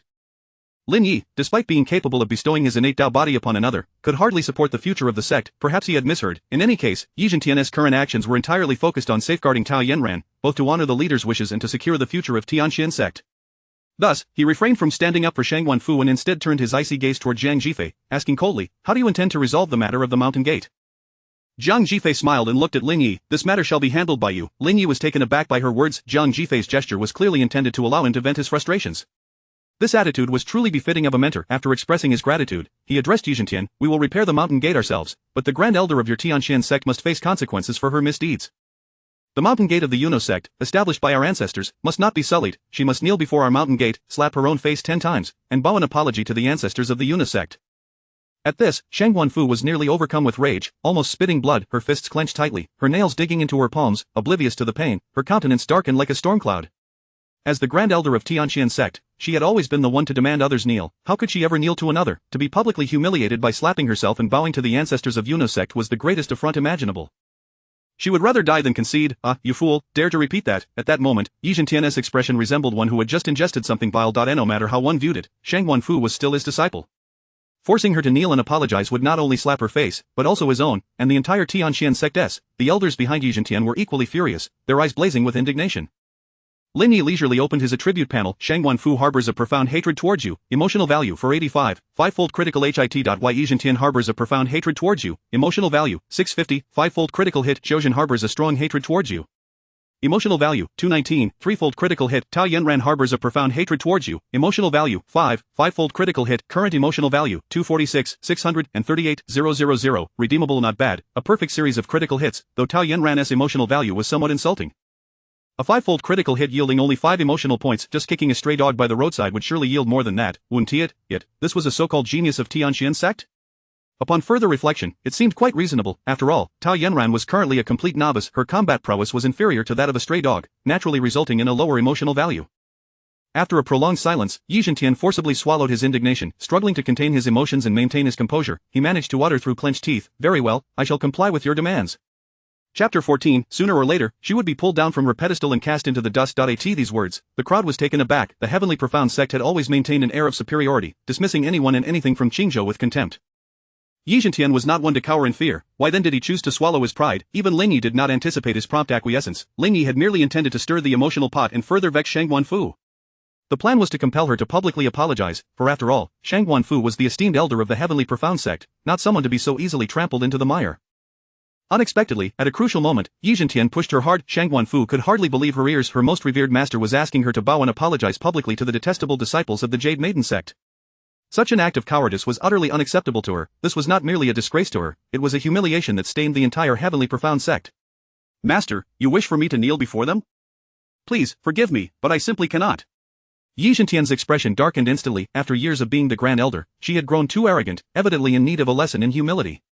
Without hesitation, Yi Zhentian struck her face with a resounding slap. Another sharp crack echoed as he continued to chastise her. After delivering 10 firm slaps, he coldly declared, "When did it become your place to instruct me on how to conduct myself? As long as I remain your master, if I command you to kneel, you shall kneel." Shang Guanfu covered her swollen face, her heart brimming with resentment and despair. She could not fathom how things had escalated to this point, even her master refusing to offer her support. In that moment, she felt like a loathed rat scurrying through the streets. "Shang Guanfu, do not make me utterly disappointed in you," Yi Zhentian warned, his tone thick with admonition and impatience. At his words, her face drained of color, her heart heavy with unexpressed grievances and sorrow. Yet, at this juncture, she had no choice but to bear the humiliation. Gritting her teeth, she slowly approached the gates of the Jade Maiden sect, each step feeling as though she were trampling on her own dignity.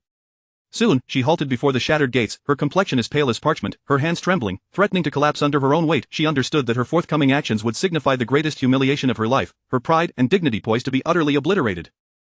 Gradually, she knelt down, her knees striking the cold ground with a dull thud. In that instant, her heart felt as though it too had shattered. Tears filled her eyes, yet she dared not let them fall. The surrounding crowd fell into a profound silence. All bore witness to the scene, their gazes imbued with sympathy, astonishment, and disdain. Shang Guanfu acutely felt their scrutinizing stares. She inhaled deeply, striving to steady her voice, but when she uttered, "I, Shang Guanfu, apologize to the ancestors of the Jade Maiden sect," her tone quivered uncontrollably. Each word sliced through her self-esteem like a sharp blade. Lin Yi stood aloof, watching the spectacle with an impassive expression, devoid of any sympathy, instead feeling an inexplicable sense of satisfaction. This was merely the beginning. The suffering he endured at Shang Guanfu's hands would be repaid tenfold. Sooner or later, he would pull her down from her lofty position, shatter her pride, and plunge her into the depths of disgrace. Jiang Jifei furrowed her brow slightly. Shang Guanfu's kneeling indeed brought her a sense of relief, yet what concerned her more was Yi Zhentian's unusual demeanor. The conflict between the Jade Maiden sect and the heavenly profound sect had spanned over a century. As the head of the Jade Maiden sect, Jiang Jifei was intimately familiar with the upper echelons of the heavenly profound sect. In her recollection, Yi Zhentian had never been one to shy away from confrontation. His willingness to endure this indignity surely signified ulterior motives. After a moment's contemplation, she turned her gaze to Tao Yanran, sheltered by Yi Zhentian, and the pieces fell into place. Earlier, Lin Ye's performance had been so dazzling that it eclipsed all else, causing everyone to forget Tao Yanran's awakening of the Taiyin sacred body. Should this physique be properly nurtured, within 2 decades, she could attain imperial status. By then, not only would the Jade Maiden sect but all of Qingzhou and perhaps even the entire Dayu dynasty would find themselves beneath her oppressive influence. Why Yi Zhentian's apparent retreat was, in truth, a strategic play for stability. After a moment's hesitation, Jiang Jifei glanced at Lin Yi and ultimately chose to spare Tao Yanran. Even if she had unexpectedly awakened the Taiyin sacred body, what of it?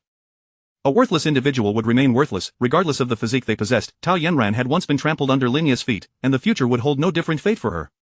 Her life was destined to serve as a stepping stone for Lin Ye's ascent. With that in mind, Jiang Jifei resolved to remain a mere spectator. Zhuang Yueyao, however, was devoid of such contemplations. Witnessing the scene, she felt an immense thrill. Shang Guanfu, who had always held herself in high regard, had orchestrated schemes against the Jade Maiden sect multiple times. Who could have imagined that she would find herself in such a predicament? It was truly a gratifying spectacle. Zhuang Yueyao turned to Lin Yi, finding him increasingly agreeable, or rather, she found herself growing increasingly fond of him. Wang Yanzhao and the others, though hesitant to express it, were secretly reveling in the moment. Lin Yi had gained the recognition of the heavenly Tao, signifying that all accusations against him had been unjust. The humiliation that Shang Guanfu had inflicted upon her disciple was well deserved. The atmosphere remained heavy with silence until Lin Yi leaned down, addressing Shang Guanfu, "Elder Shangguan, do unto others as you would have them do unto you. Should you dare to offend the Jade Maiden sect again, it will not merely be a matter of kneeling and apologizing." Shang Guanfu, hearing Lin Yi's words, turned her gaze toward him, her icy stare brimming with fury. Were it not for the fear of inciting her master's wrath and losing her position as Grand Elder, she would have relished the opportunity to eliminate Lin Yi on the spot. Yi Zhentian, observing the hatred etched on her face, worried about potential upheaval and urged, "What are you dawdling for? Hurry up and follow me." Shang Wanfu, at his command, shot Lin Yi a venomous glare but ultimately suppressed her indignation, rising to follow Yi Zhentian. Zhang Jifei chimed in with a smile, "Elder Shangguan, in half a month's time, I shall hold a grand ceremony to accept disciples, formally taking Lin Yi as my own. Do remember to bring a gift and arrive early to witness the event." Shang Wanfu paused momentarily, gritting her teeth but ultimately saying nothing. She then departed the Jade Maiden sect, accompanied by the equally resentful Tao Yanran, trailing behind Yi Zhentian. Chapter 15. His sister Shangguan, Lin Yi, returned, half an hour later, at the Heavenly Xian sect. In the Wajidian hall, Shang Wanfu cast a resentful glance at Yi Zhentian, voicing her lingering doubts. "Master, why did you?" The humiliation she had just endured weighed heavily on her heart, leaving her with a simmering resentment. Especially since her master, at a critical juncture, not only failed to support her but also seemed to conspire against her. Had it not been for this betrayal, she would never have suffered such a profound disgrace. The recent events had driven her to the brink of despair. Were it not for her reluctance to relinquish her position as the Grand Elder, she would have already confronted Zhang Jifei with all her might. Yi Zhentian emanated an overwhelming aura, his voice icy as he rebuked her. "What, are you blaming your master now?" He was profoundly dissatisfied with Shang Wanfu's performance that day, lacking in both strength and cunning. Her actions had brought shame upon him as well. Were it not for his regard for Tao Yanran, he would have already struck Shang Wanfu down without hesitation. Shang Wanfu felt an immense sense of injustice, on the verge of tears. She replied pitifully, "Disciple dares not."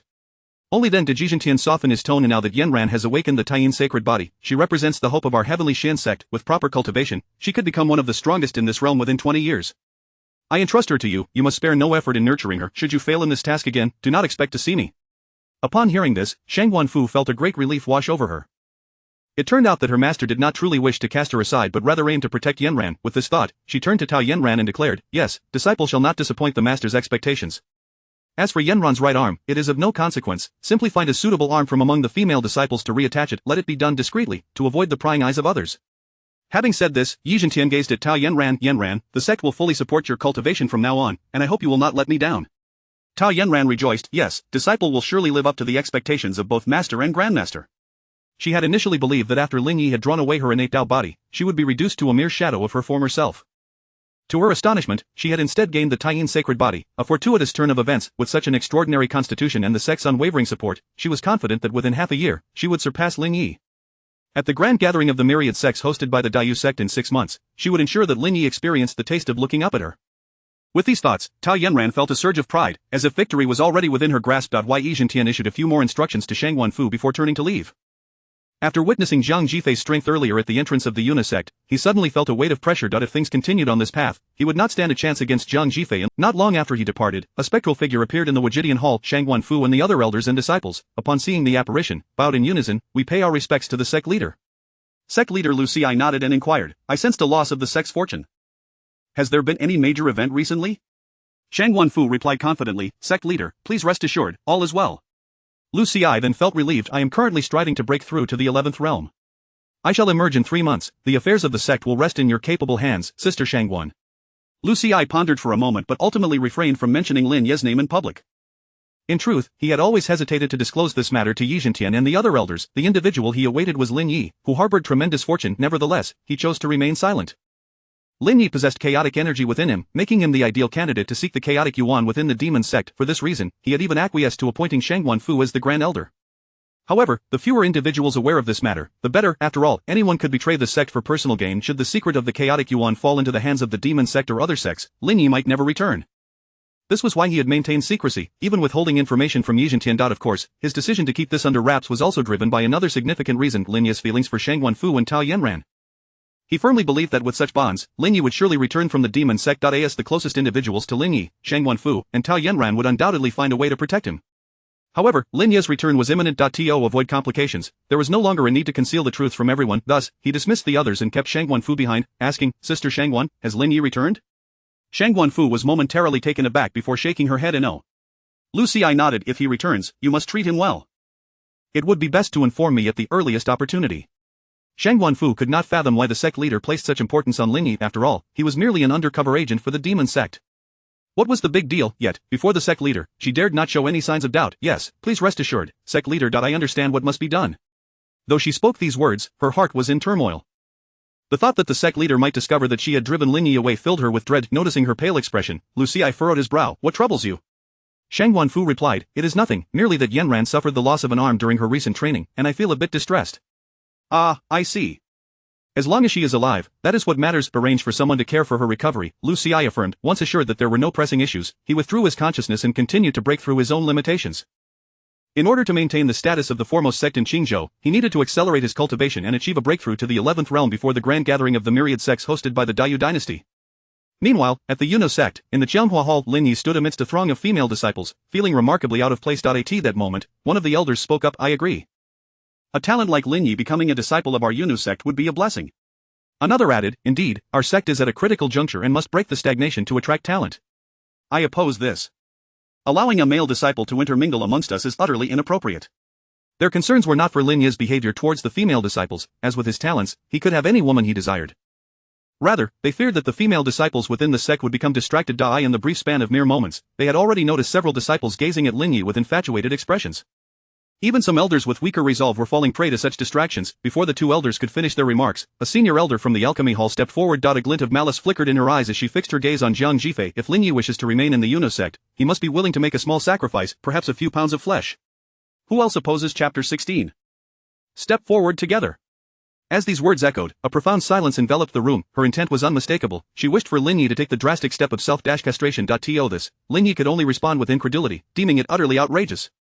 He had not anticipated such absurdity from the Jade Maiden sect. Such foolishness was astonishingly transparent. Allowing such a simpleton to continue existing in this world was a sheer waste of air. Just as Lin Yi prepared to act, Zhuang Yueyao interjected, "Elder Shui, do you not think this is excessive?" She could not bear to watch Lin Yi being subjected to such treatment, especially since he had once saved her life. Moreover, if Lin Yi were truly harmed, what would become of her happiness in the years to come? Hearing this, Shuemerong scoffed disdainfully, a smirk gracing her lips as she retorted, "The Jade Maiden sect's acceptance of him is already an immense opportunity. What right does he have to be choosy? Furthermore, this discarded waste from the Tianxian sect is but a demon cultivator." Before Shuemerong could finish her words, Lin Yi had already appeared before her in a flash. Without allowing her any time to react, he seized her throat and unleashed the swallowing heaven demon Arti in full view of the assembly. He drained her cultivation and Dao body, then mercilessly crushed her throat. Casually discarding her lifeless form, Lin Yi coldly remarked, "A man may be slain, but not humiliated. Remember this in your next life." The onlookers were struck with disbelief at this spectacle. Although Elder Shui was merely at the 9th level of the 6th realm, she was still considerably stronger than Lin Yi. Moreover, as an elder of the Jade Maiden sect, her cultivation methods were far from inferior, yet, she had been vanquished in an instant by Lin Yi. Even more astonishing was Lin Yi's speed, which had eluded the eyes of the elders at the 8th and 9th realms. This was utterly unbelievable. Before anyone could regain their composure, Luo Sujuan's expression darkened as she declared, "You have slain an elder of the Jade Maiden sect before even joining Jiang Jifei. Are you truly willing to accept him as your disciple?" Jiang Jifei, upon hearing this, coldly inquired, "Have you finished? If so, you may pack your belongings and leave." Luo Sujuan, bewildered, stammered, "What do you mean by that?" Jiang Jifei replied, "I mean, you have been expelled from the sect." As she spoke, a pressure of the 10th realm erupted forth. Luo Sujuan instantly felt herself enveloped by a terrifying aura. "No, you have no right to do this. I demand to see the master. I will have her strip you of your position." She struggled against the overwhelming pressure, but to no avail. She had always believed herself to be on equal footing with Jiang Jifei within the Jade Maiden sect, thinking that her status as the disciple of the Grand Elder afforded her superiority, while Jiang Jifei lacked a backing. Unbeknownst to her, Jiang Jifei had never regarded her with any esteem previously. Jiang Jifei had remained silent because she simply did not care. However, this time, Luo Sujuan dared to interfere with her acceptance of a disciple and sought to harm her student. Such insolence could not be tolerated. Thus, without uttering another word, Jiang Jifei raised her hand and forcefully expelled Luo Sujuan from the hall. Under the impact of this strike, Luo Sujuan sustained severe internal injuries. As the blood surged within her chest, she barely managed to stand before she could no longer suppress a mouthful of blood, which erupted forth. The onlookers gasped in horror at this scene, particularly those who had previously opposed Jiang Jifei, now drenched in cold sweat. Jiang Jifei surveyed the elders one by one and asked, "Is there anyone else who opposes? Step forward as well." At her words, the hall fell into an eerie silence. Lin Yi felt a newfound respect for Jiang Jifei. She was indeed quite reliable, albeit a touch soft-hearted. Had it been him, Luo Sujuan would have met her demise countless times over. Unfortunately, he currently lacked the strength to do so. Nevertheless, Lin Yi remained unperturbed. Those who had offended him would not escape unscathed. Seeing that no one dared to speak, Jiang Jifei continued, "Since no one opposes, this matter is settled. From this day forth, Lin Yi shall be my disciple, Jiang Jifei. Except for the bathing area and the private quarters of other disciples, every part of the sect is fully accessible to him, including the library." Although a few elders harbored dissatisfaction, they felt compelled to swallow the. Only then did Jiang Jifei turn to Zhuang Yueyao, instructing, "Yueyao, please take your junior brother and find him a clean courtyard to reside in." Zhuang Yueyao respectfully acknowledged her command and led Lin Yi out of the great hall. Before long, the two arrived at a secluded courtyard on the back mountain. Zhuang Yueyao gently pushed open the courtyard gate and introduced, "This is the courtyard where I used to live." It's quite tranquil, since it's empty, you may stay here for now. Lin Yi followed her inside. The courtyard was adorned with a plethora of exotic flowers and herbs, exuding delightful aromas, clearly tended with care. A winding path of bluestone led forward to an ancient and elegant wooden house. The interior was modest, containing only a table and chairs, along with a simple wooden bed, thickly covered with bedding. Lin Yi made himself comfortable, lying down without hesitation. Instantly, he was enveloped by the unique fragrance that belonged to Zhuang Yueyao. Zhuang Yueyao, on the other hand, appeared quite embarrassed. She had intended to explain that the bedding was hers and that she would later retrieve it and send another set for him. Yet, Lin Yi had audaciously sprawled across it. Just as she was at a loss for words, Lin Yi's hand had already reached beneath the pillow, extracting a book. Upon seeing the title, Lin Yi couldn't help but grimace. Observing this, Zhuang Yueyao dashed forward with lightning speed, snatching the illustrated book from Lin Yi's grasp. With a flushed face, she stammered, "This is the cultivation method I usually practice." Lin Yi nearly burst into laughter. What kind of cultivation method bore the title? The overbearing senior brother falls in love with me, he teased with a grin. Do the usually aloof female disciples of the Jade Maiden sect enjoy studying such methods? Lin Yi merely shook his head at the absurdity of it all. After all, such behavior was quite normal. Which young girl does not harbor romantic feelings? Just consider those beautiful women from his previous life, who often maintained an icy demeanor. How many had not deleted their browsing history? Moreover, the disciples of the Jade Maiden sect rarely encountered the opposite sex, leaving them to seek solace in such illustrated books. Regaining his focus, Lin Yi opened the system panel. He intended to check his total emotional value, only to be met with a barrage of notifications. Luo Sujuan harbors a deep-seated hatred towards you. Emotional value 455, 5-fold critical hit. Luo Sujuan feels extreme aversion towards you. Emotional value 455, 5-fold critical hit. Fan Shui feels extreme aversion towards you. Emotional value 290, 5-fold critical hit. Chen Huimin holds strong hatred towards you. Emotional value 252, 3-fold critical hit. Yan Yuhua harbors hatred towards you. Emotional value 158, double critical hit. Current emotional value 263, 868, 000, available for redemption. It seemed that some elders and disciples of the Jade Maiden sect held quite a strong opinion against him. In such a short span of time, he had accumulated over 2,000 emotional values. However, this was a good thing. If everyone were harmonious, it would be a waste of time without a means to gather emotional value. Quickly, Lin Yi's gaze settled on the last line. Upon seeing a staggering 26,000 emotional values, he nearly leaped from the bed in joy. With such an abundance, he could likely redeem 2 opportunities at once.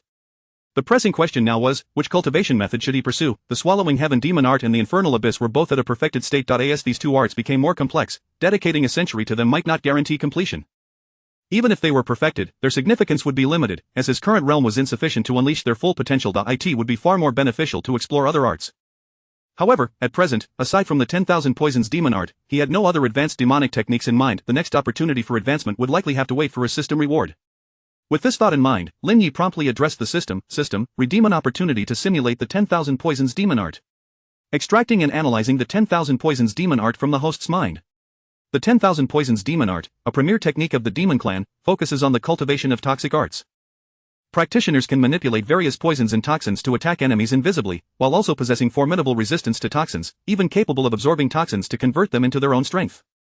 Simulation commencing. In the 8th year, you have initially grasped the properties of common poisonous herbs, reaching the entry level. In the 18th year, after years of diligent study, you have finally comprehended the properties of various poisons, attaining a proficient level. In the 36th year, you have tested the poisons on yourself, resulting in paralysis for decades. In the 97th year, you have finally expelled the toxins from your body, and your ability to create and neutralize poisons has directly advanced a tier, reaching minor completion. Simulation concluded. The 10,000 Poisons Demon art has reached minor completion, Realm 6, 5th level. Lin Yi had not anticipated the difficulty of the 10,000 Poisons Demon art. Gritting his teeth, he decided to spend an additional 16,000 emotional values to redeem another simulation opportunity. As the simulation concluded, the 10,000 Poisons Demon art reached perfection, Realm 6, 8th level. With the system's notification, Lin Yi felt an influx of knowledge surging from his mind.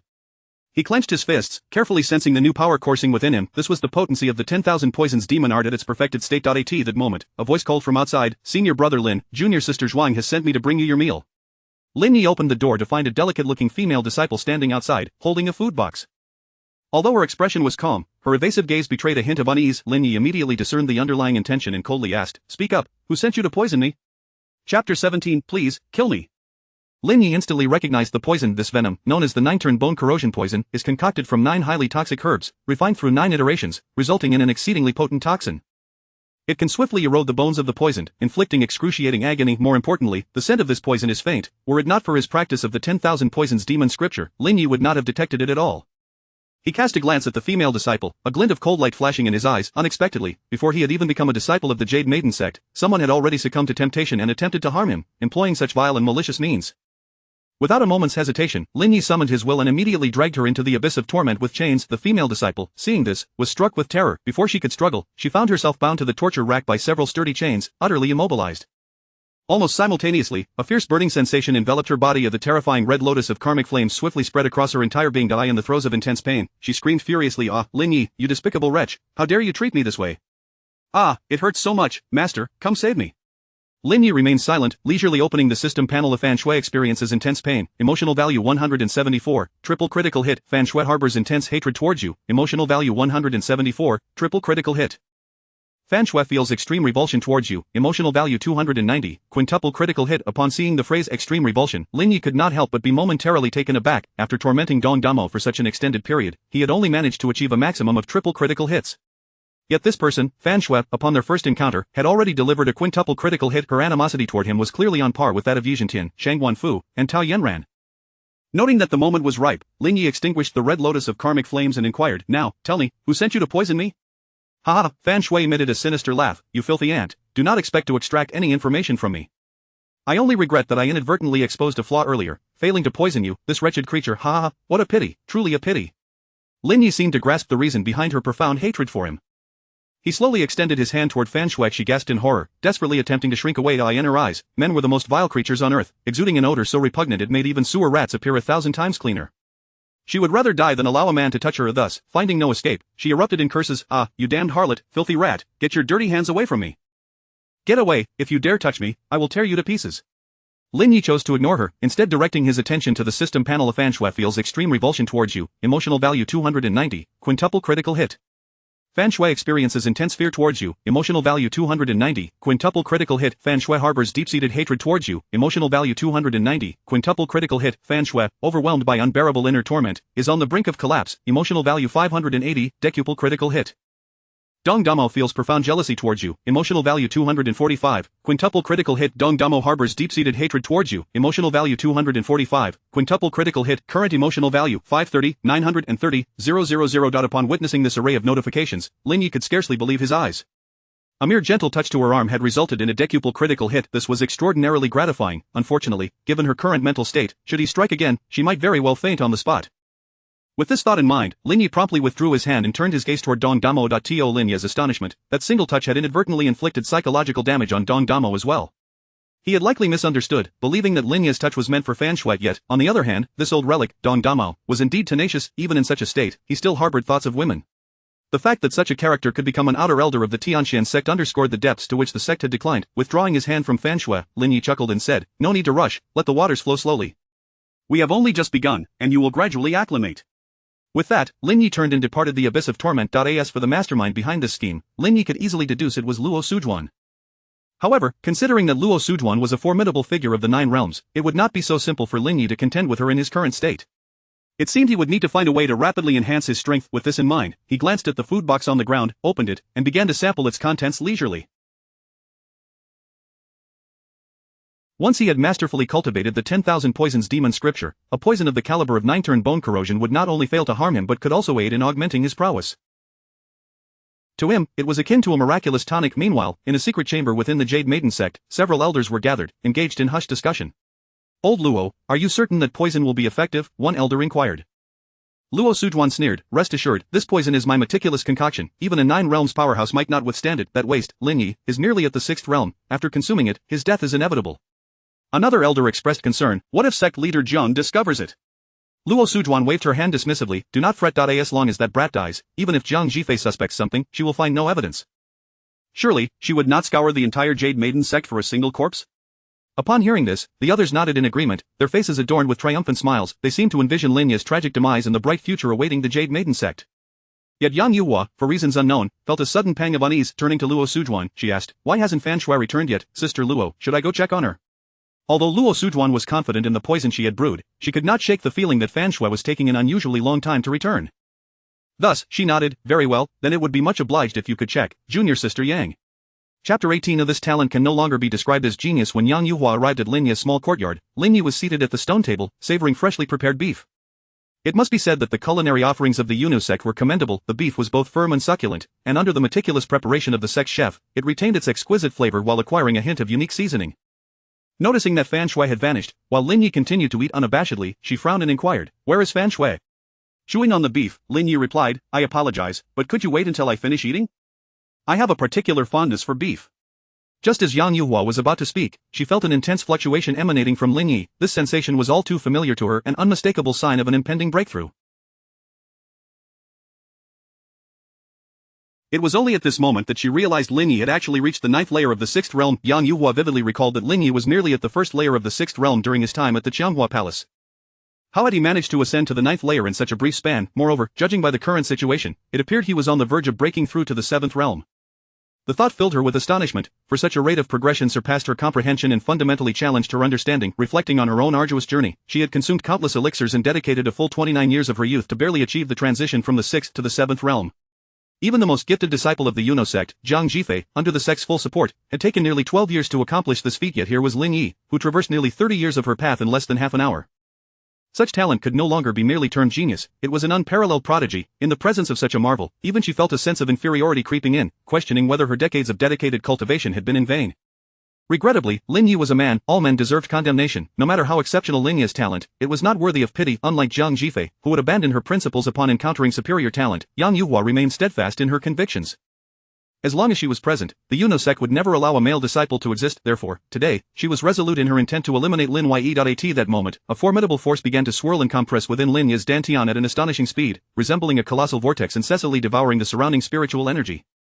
The air around him began to tremble, as waves of spiritual energy surged toward Lin Yi as if irresistibly drawn. With his eyes slightly closed, a look of enjoyment spread across his face. He could distinctly sense the surging power within him. Each breakthrough felt like the unlocking of a new realm, elevating both his strength and perception to unprecedented heights. Boom! Suddenly, a powerful aura erupted from Lin Yi's body. His garments billowed without wind, and his hair danced wildly. At that moment, the surrounding spiritual energy seemed ignited, forming a small whirlwind that circled around him. Yang Yuhua instinctively stepped back, realizing that even as a 7th layer 9th realm elder, she felt a sense of pressure from Lin Yi, who was merely on the brink of entering the 7th realm. Perhaps this was the aura of a true powerhouse, far beyond her reach. A complex mixture of emotions flickered in her eyes: shock, envy, and an almost imperceptible hint of fear. Lin Yi, too, was taken aback by the remarkable efficacy of the 9 turns bone corroding poison. In just one meal, it had facilitated his ascension by 2 realms. If only Russell Wan could send someone to deliver meals to him every day. Even if the 10,000 poisons magic scripture could not fully digest the toxins, he could achieve detoxification by reshaping his body. It was, in essence, foolproof. Rising to his feet, Lin Yi stretched his body gently, as if every muscle and bone were emitting a pleasurable sigh. He then turned to Yang Yuhua and asked, "What were you asking me earlier?" Yang Yuhua snapped back to reality, her tone frigid as she demanded, "Where have you taken Fan Shui?" As she spoke, a potent aura erupted from her, seemingly aiming to intimidate Lin Yi into submission. However, Lin Yi remained utterly calm. "Rest assured, she is currently in a very safe place. However, since she attempted to poison me, she must face some consequences. If you wish to see her, I can take you to her immediately." Upon hearing this, Yang Yuhua's face instantly transformed, disbelief etched across her features. She began to question whether Lin Yi had lost his sanity. After a prolonged silence, she glanced at the food on the table, astonished, and asked, "Knowing full well it's poison, you still ate?" "The 9 turns bone corroding poison is quite decent, though slightly undercooked," Lin Yi replied nonchalantly. You know how to concoct poisons?" Yang Yuhua stared at him as if he were a monster. In her heart, she desperately hoped he would shake his head in denial. After all, although senior sister Luo was not as powerful as Zhang Jifei, she was undoubtedly the foremost authority in poison making within the Yunus sect. The fact that Lin Yi not only showed no fear of the poisons crafted by senior sister Luo but also made casual evaluations indicated that his expertise in poison making far surpassed hers. Faced with such an opponent, even with an 8-realm advantage over Lin Yi, Yang Yuhua felt uncertain. Merely a superficial understanding, Lin Yi paused before adding, "At least the 9 turns bone corroding poison is too trivial to bring me down." At these words, a flicker of despair crossed Yang Yuhua's eyes. The 9 turns bone corroding poison was a top-tier toxin capable of incapacitating even those in the 9th realm, yet Lin Yi regarded it as child's play. What then, she wondered, could the poisons he possessed be like? Seeing the fear on her face, Lin Yi chuckled.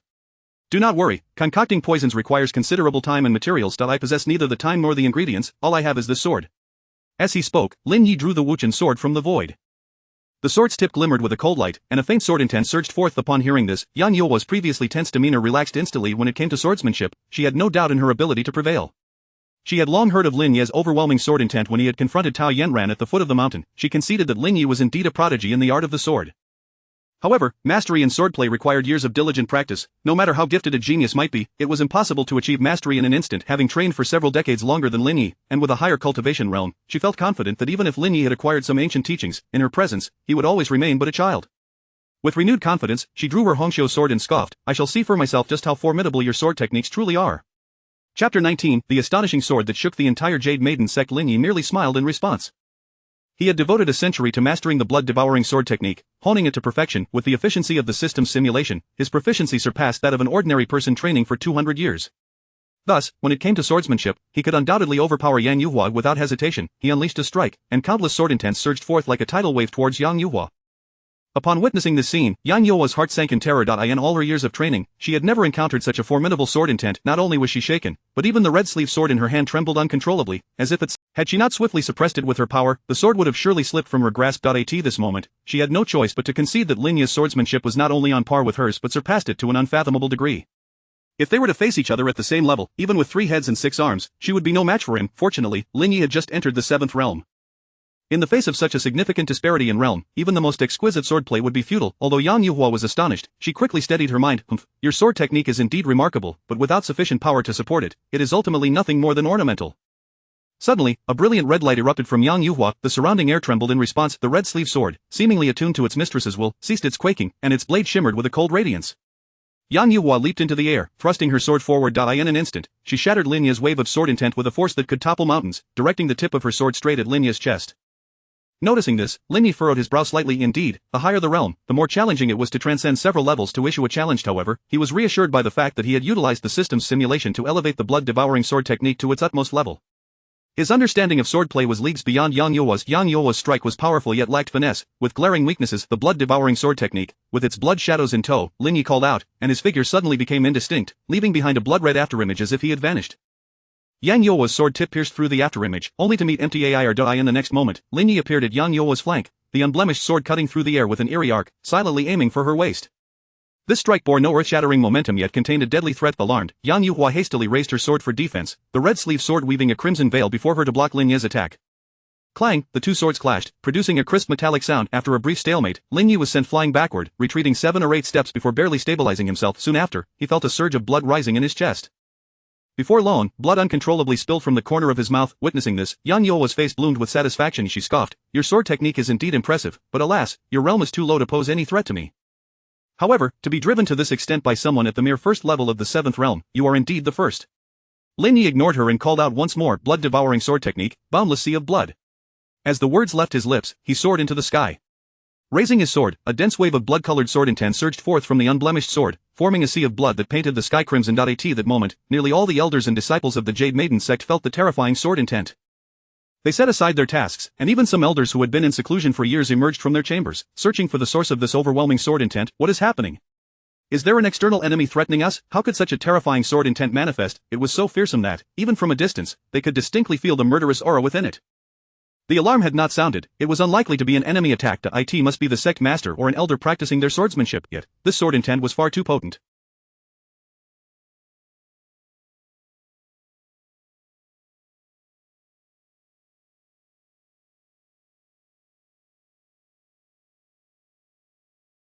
Could it be that someone among them has broken through to the 11th realm? As the discussion swirled, Zhang Jifei and the elder Su Ruyun, who was sequestered in the back mountains, simultaneously furrowed their brows.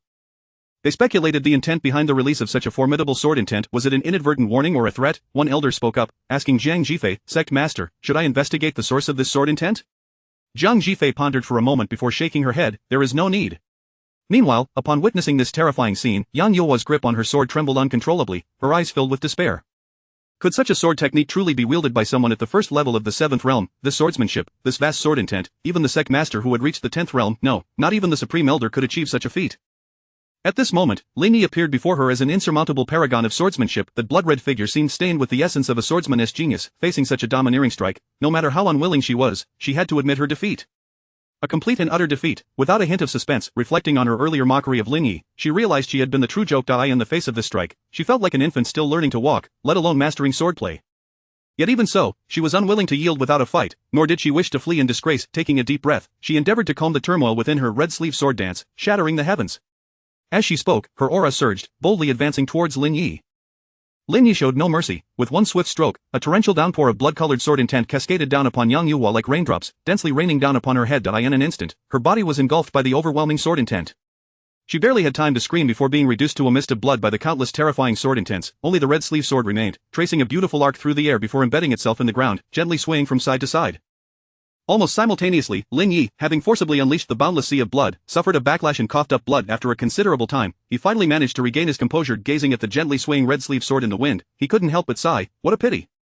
With Yang Yuhua's death, all her cultivation had been wasted. However, it was an unavoidable circumstance. Given Lin Yi's current strength, it was nearly impossible to trap Yang Yuhua with the endless purgatory. As for the devouring sky demon technique, it required physical contact to execute. Thus, he had no choice but to engage Yang Yuhua in a full-scale battle. Meanwhile, in the secret chamber, Luo Sujuan and others grew increasingly anxious as Yang Yuhua had yet to return. Chen Huiman, who had always been closest to Luo Sujuan, furrowed her brow and asked, Sister Luo, has Yang Shimi not returned? Is something amiss? Could that sword intent have originated from the sect master? Luo Sujuan wanted to reassure her that everything was fine, but even she found it hard to believe her own words. Such a terrifying sword intent made her heart tremble. Throughout the entire Jade Maiden sect, who but the sect master and the Supreme Elder could produce such a feat? Moreover, everyone in the sect knew that Yang Yuhua was under her protection. Who, besides sect master Jiang Jifei, possessed the strength to act against Yang Yuhua, who would dare, nevertheless, to maintain calm among the crowd? She shook her head. I don't know. Even if it were so, it matters not. After all, she won't be around much longer. Should I go take a look? Chen Huiman asked, worry etched on her face. Luo Sujuan considered it but feared that she too might not return, shaking her head, forget it. It's better to conserve our strength for now that we have a grand spectacle to perform soon. As for that waste, Lin Yi, you need not concern yourselves with him, I have my own methods to deal with him. Rest assured, within 3 days, he will meet a most unfortunate end. Chapter 20 Playing with goo in the presence of this demon lord is nothing short of self-humiliation. The following morning, as Lin Yi was preparing to venture out in search of an alchemical furnace and medicinal herbs, he noticed Zhuang Yueyao approaching him with a flushed complexion and a dazed expression.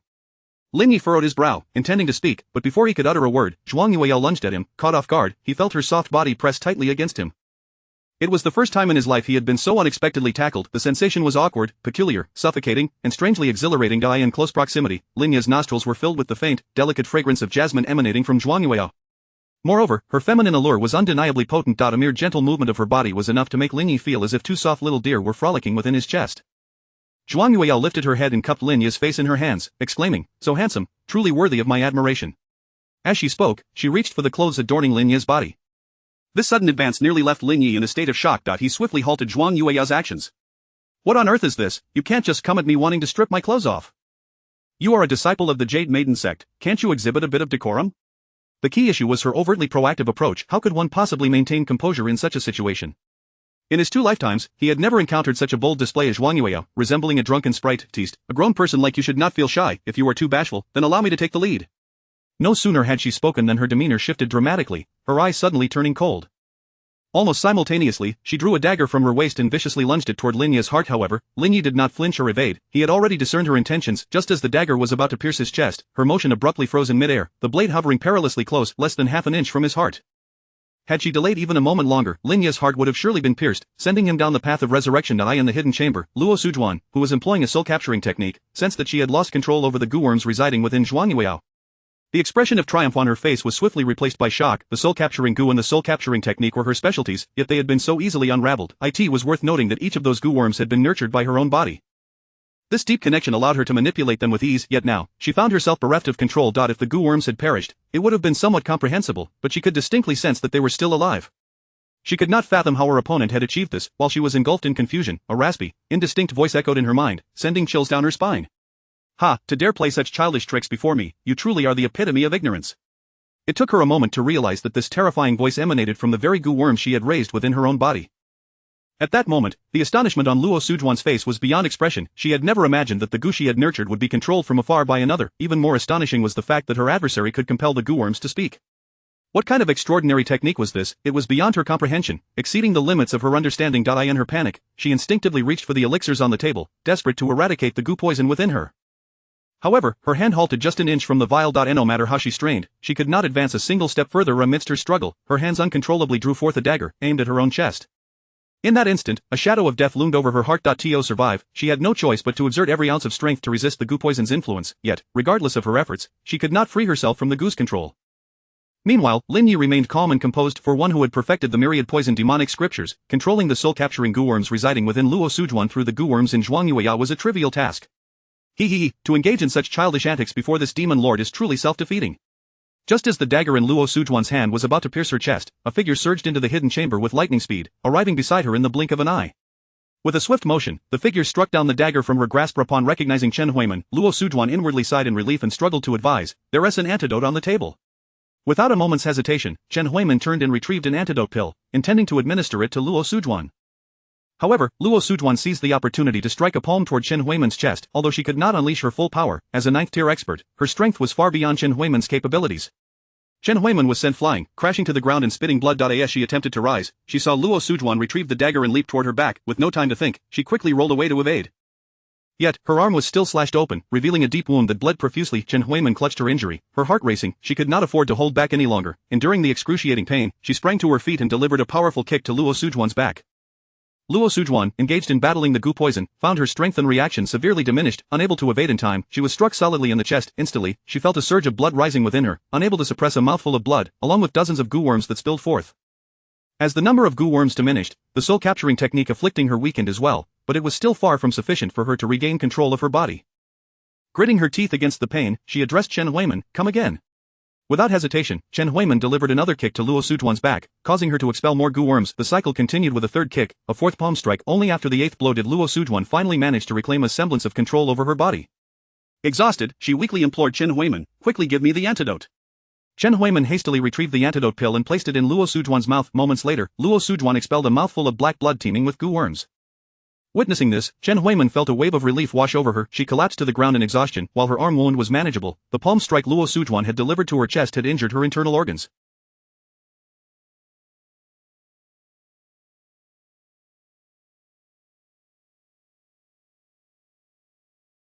It would take at least 3 to 5 years for her to fully heal. In contrast, the injuries Luo Sujuan sustained were far more severe, not only from the blow she had received but also from the damage inflicted by the soul-capturing goo. It could be said that her foundations had been severely compromised, leaving her unlikely to ever break through to the 10th tier. This was undoubtedly a significant blow to Luo Sujuan. After swallowing a focus-enhancing pill, Chen Huimin glanced at Luo Sujuan and offered her another pill. Luo Sujuan declined, shaking her head, "No need, I have my own." With that, she produced a vial and consumed a focus-enhancing pill. Chen Huimin paused momentarily but said nothing further. Soon after, Luo Sujuan managed to stabilize her injuries and inquired, "Sister, what exactly just transpired?" Taking a deep breath, Luo Sujuan recounted, "I intended to use the soul-capturing goo to kill Lin Yi, but unexpectedly, a goo master concealed beside him not only unraveled my soul-capturing goo but also reversed the control onto the goo worms I nurtured within myself." Chen Huimin's forehead glistened with sweat, momentarily at a loss for words.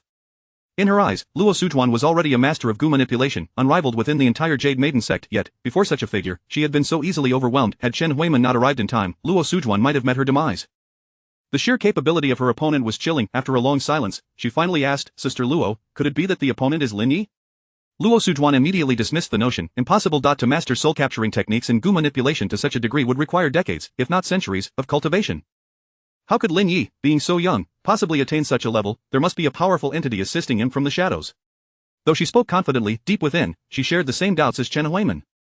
She simply could not accept, nor dare to believe, that her decades of dedication to the soul-capturing goo could be so easily dismantled by a mere youth. This would inevitably lead her to question the very purpose of her efforts.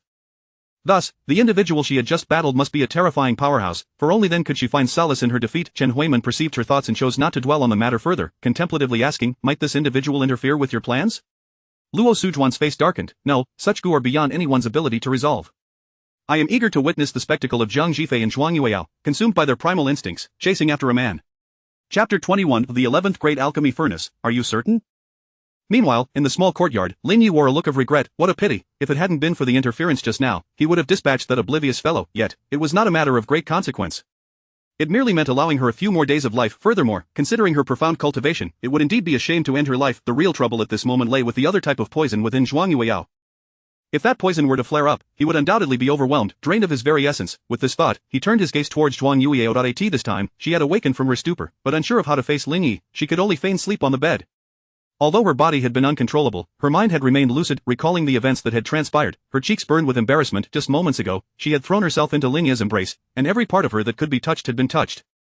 Even her feminine assets had nearly been deformed under his grasp. It was her first experience being touched by a man in such a manner, albeit through clothing. Yet, the overwhelming sensation of pressure was profoundly humiliating. What rendered her even more mortified was the fact that while nestled against Lin Yi's chest, listening to the rhythm of his heartbeat, she had inexplicably recalled the plot from her illustrated book. Deep down, she even harbored a desire for something to transpire between them. This feeling grew increasingly intense, akin to the heroines in the illustrated tales who, under the influence of aphrodisiacs, found themselves utterly unrestrained. Zhuang Yueyao was acutely aware that this was not the effect of the soul-capturing worm. Could it be that she, like the characters drawn in those tales, possessed an innate succubus constitution? No, that was utterly impossible. She had always maintained her virtue. There was no way she could be that kind of woman. If Lin Yi had not acted in time, she feared she might have. At this thought, Zhuan Yueyao's face flushed crimson, wishing she could vanish into the ground. Observing that she had regained consciousness, Lin Yi teased, "How much longer do you plan to pretend? If you don't get up soon, I might just lie down beside you." Zhuan Yueyao shot upright, exclaiming, "You scoundrel, how dare you?" Lin Yi chuckled, "What is there to be afraid of? What did you say earlier? Something about you undressing first or me undressing first. I had no time then, but now I do. So, who goes first?" Upon hearing this, Zhuan Yueyao felt heat wash over her entire body, her embarrassment making her toes curl in discomfort. Seizing a pillow, she hurled it at Lin Yi, shouting, "Pervert, go to hell." Noticing her reaction, Lin Yi ceased his teasing and spoke earnestly, "Do you remember how you fell victim to the poison?" Zhuan Yueyao paused slightly, then shook her head. After all, they were in the Jade Maiden sect, her own home, and it was impossible for her to remain on high alert at all times, thus, she couldn't piece together the details. Lin Yi nodded, "Regardless, you should exercise caution. The Jade Maiden sect may not remain tranquil for some time." Zhuan Yueyao understood Lin Yi's implications. Her master, disregarding the protests of others, insisted on taking Lin Yi as a disciple, which would undoubtedly incite considerable discontent. Those who had failed in their attempts would certainly try again. What worried her now was whether these reckless traitors might resort to using poison against her master. There is no need to worry. Such poison cannot harm someone at the 10th level, Lin Yi remarked. He contemplated for a moment but chose not to elaborate further. Although the soul-capturing worm was ineffective against Jiang Jifei, the other type of poison residing within Zhuang Yueyao was a different matter entirely. It was one of the 10 most potent poisons. When it flared up, it could instantly leave a person disoriented and besotted, with effects comparable to the antics depicted in Stephen Chow's films. The reason Zhuang Yueyao had acted so inexplicably earlier, leaving her feeling restless, was due to the influence of that poison. Fortunately, the poison within her had not fully manifested. With an alchemy furnace and sufficient herbs, Lin Yi could concoct an antidote to temporarily suppress the poison. Zhuang Yueyao looked at Lin Yi with curiosity. "You seem quite knowledgeable about these poisons, and you even managed to dispel the soul-capturing worm easily. Could it be that you also know how to concoct poisons and control these insects?" Lin Yi smiled as he replied, "I have a modicum of knowledge." Zhuang Yueyao was taken aback by this revelation. She had initially thought that Lin Yi's talents lay solely in his righteous aura and swordsmanship. She never imagined he would also possess skills in alchemy and poison-making. To have so many talents, was he even human? She was left in a daze for quite some time before recovering enough to ask, "So have you discovered who was behind all this?" Lin Yi opened his system panel, glancing at the message notifications. Russ, 455, 5-fold critical hit. Chen Huiman has developed a hatred towards you. Emotional value, 252, 3-fold critical hit. Current emotional value, 722730000. Confirming his suspicions, Lin Yi shook his head with a smile. "I don't know, but it's not something to be overly concerned about. Since they wish to kill me, they will inevitably meet their own demise. As for their identities in the matter of the poison within Zhuang Yueyao, I chose not to disclose it. There is no point in doing so, it would only burden her further. Moreover, Russell Wan has already been expelled from the sect, who knows where she is now. As for Chen Huiman, she is merely an attendant. To capture them all, I must allow them to believe victory is within their grasp and reveal themselves." Zhuang Yueyao looked at Lin Yi with a peculiar expression. "They intend to kill you, and you're not the least bit afraid?" Lin Yi laughed. "There are countless people who wish to kill me. What are they among them?" Zhuang Yueyao considered this and realized that the entire Tianshan sect had deemed Lin Yi their #1 enemy. What were a few rodents within the Jade Maiden sect in comparison? She decided to cease worrying about Lin Yi, saying, "Forget it, if you need anything, just let me know promptly." Lin Yi regarded her with a mischievous glint in his eyes. "Anything at all?" Zhuang Yueyao immediately covered her chest with both hands, scolding, "Pervert. Had I known, I wouldn't have allowed my master to take you as a disciple." Lin Yi cleared his throat and said earnestly, "Let us not misinterpret this. I'll be entering seclusion to refine some elixirs over the next few days, and I need some herbs, along with a furnace capable of withstanding the potency of 11th grade elixirs." Zhuang Yueyao gazed at Lin Yi as if he were a creature from another realm, doubting her own hearing. Confirming in astonishment, she asked, "An 11th grade alchemy furnace, are you certain?" Lin Yi nodded. "Indeed, while an 11th grade furnace is sufficient, a higher quality furnace would be even better." Zhuang Yueyao nodded in astonishment. "All right, I'll think of a way to help you." Days later, at Tianshan sect, in the Wujidian Hall. Shang Wenfu appeared somewhat anxious, inquiring, "What is the matter? Is this arm still unable to bond?" Tao Yanran nodded in disappointment. "I still cannot exert any strength." During this period, she had already swapped out a dozen arms. The corpses of the dismembered female disciples were nearly piling into a mountain, yet, she still had not found an arm that could match her body. Yi Zhentian sighed, "It must be the rejection from the Taiyin sacred body. It seems we need to have someone concoct the Tianin pill, administer it to the disciple, and then remove the arm from her." Shang Wenfu frowned. "The Tianin pill is a 10th grade poison pill. There is no one in the Tianshan sect capable of concocting it." Yi Zhentian sighed again. "Then we shall send someone to other sects to seek the necessary herbs." Shang Wenfu nodded, choosing not to say more. Yi Zhentian continued, "Tomorrow is the Jade Maiden sect's disciple recruitment ceremony. Remember to arrange for a few elders to investigate the situation." "Yes, rest assured, Master, I understand." Chapter 22, Is this sensation an aphrodisiac curse? The following day, at the Jade Maiden sect, within the Qianghua Hall, the atmosphere was solemn and dignified. Zhang Jifei, dressed formally, sat gracefully upon the sect leader's throne. Today marked the significant ceremony of her discipleship initiation. The Grand Hall was not only filled with elders of the Jade Maiden sect but also teemed with high-ranking officials from various sects who had come to witness the occasion. Even Wang Yanzhao, the leader of the Confucian scholars from Qingzhou, had arrived accompanied by several literati. Their presence here was not merely to pay respects to the Jade Maiden sect, but also to catch another glimpse of Lin Yi, a once-in-a-century prodigy. Additionally, they aimed to establish familiarity with him, for a talent like Lin Yi, capable of transcending realms with ease, was bound to achieve immeasurable greatness in the future. Cultivating a good relationship with him would undoubtedly benefit both themselves and their sections. As they pondered these thoughts, Lin Yi entered the hall. It soon became apparent to all present that Lin Yi's cultivation had ascended from the first level of the sixth realm to the fourth level of the seventh realm. In that moment, their faces reflected an indescribable astonishment. Such terrifying talent, should he devote himself to cultivation, could potentially lead him to the realm of emperors. A genius of this caliber must not be offended. Recognizing this, the crowd hastily approached Lin Yi, showering him with compliments. Just then, two familiar figures strode confidently into the hall, Zhou Jin and Fei Yuxia, elders of the inner sect from the Tianxin sect. Upon seeing only the two of them, Lin Yi felt a pang of disappointment. He had hoped to encounter Shang Wanfu or Yi Zhentian again today, eager to score some emotional points. To his surprise, at such a crucial moment, they had chosen to retreat like turtles. Upon recognizing the two, Zhang Jifei turned her gaze toward Lin Yi. He promptly had two low stools brought forth and placed them on either side of the entrance. With a smile, he remarked, "I apologize, I did not expect you both to actually come. I can only hastily provide you with a couple of chairs." The two, upon witnessing this, felt their teeth grind in anger, their nails digging deep into their palms.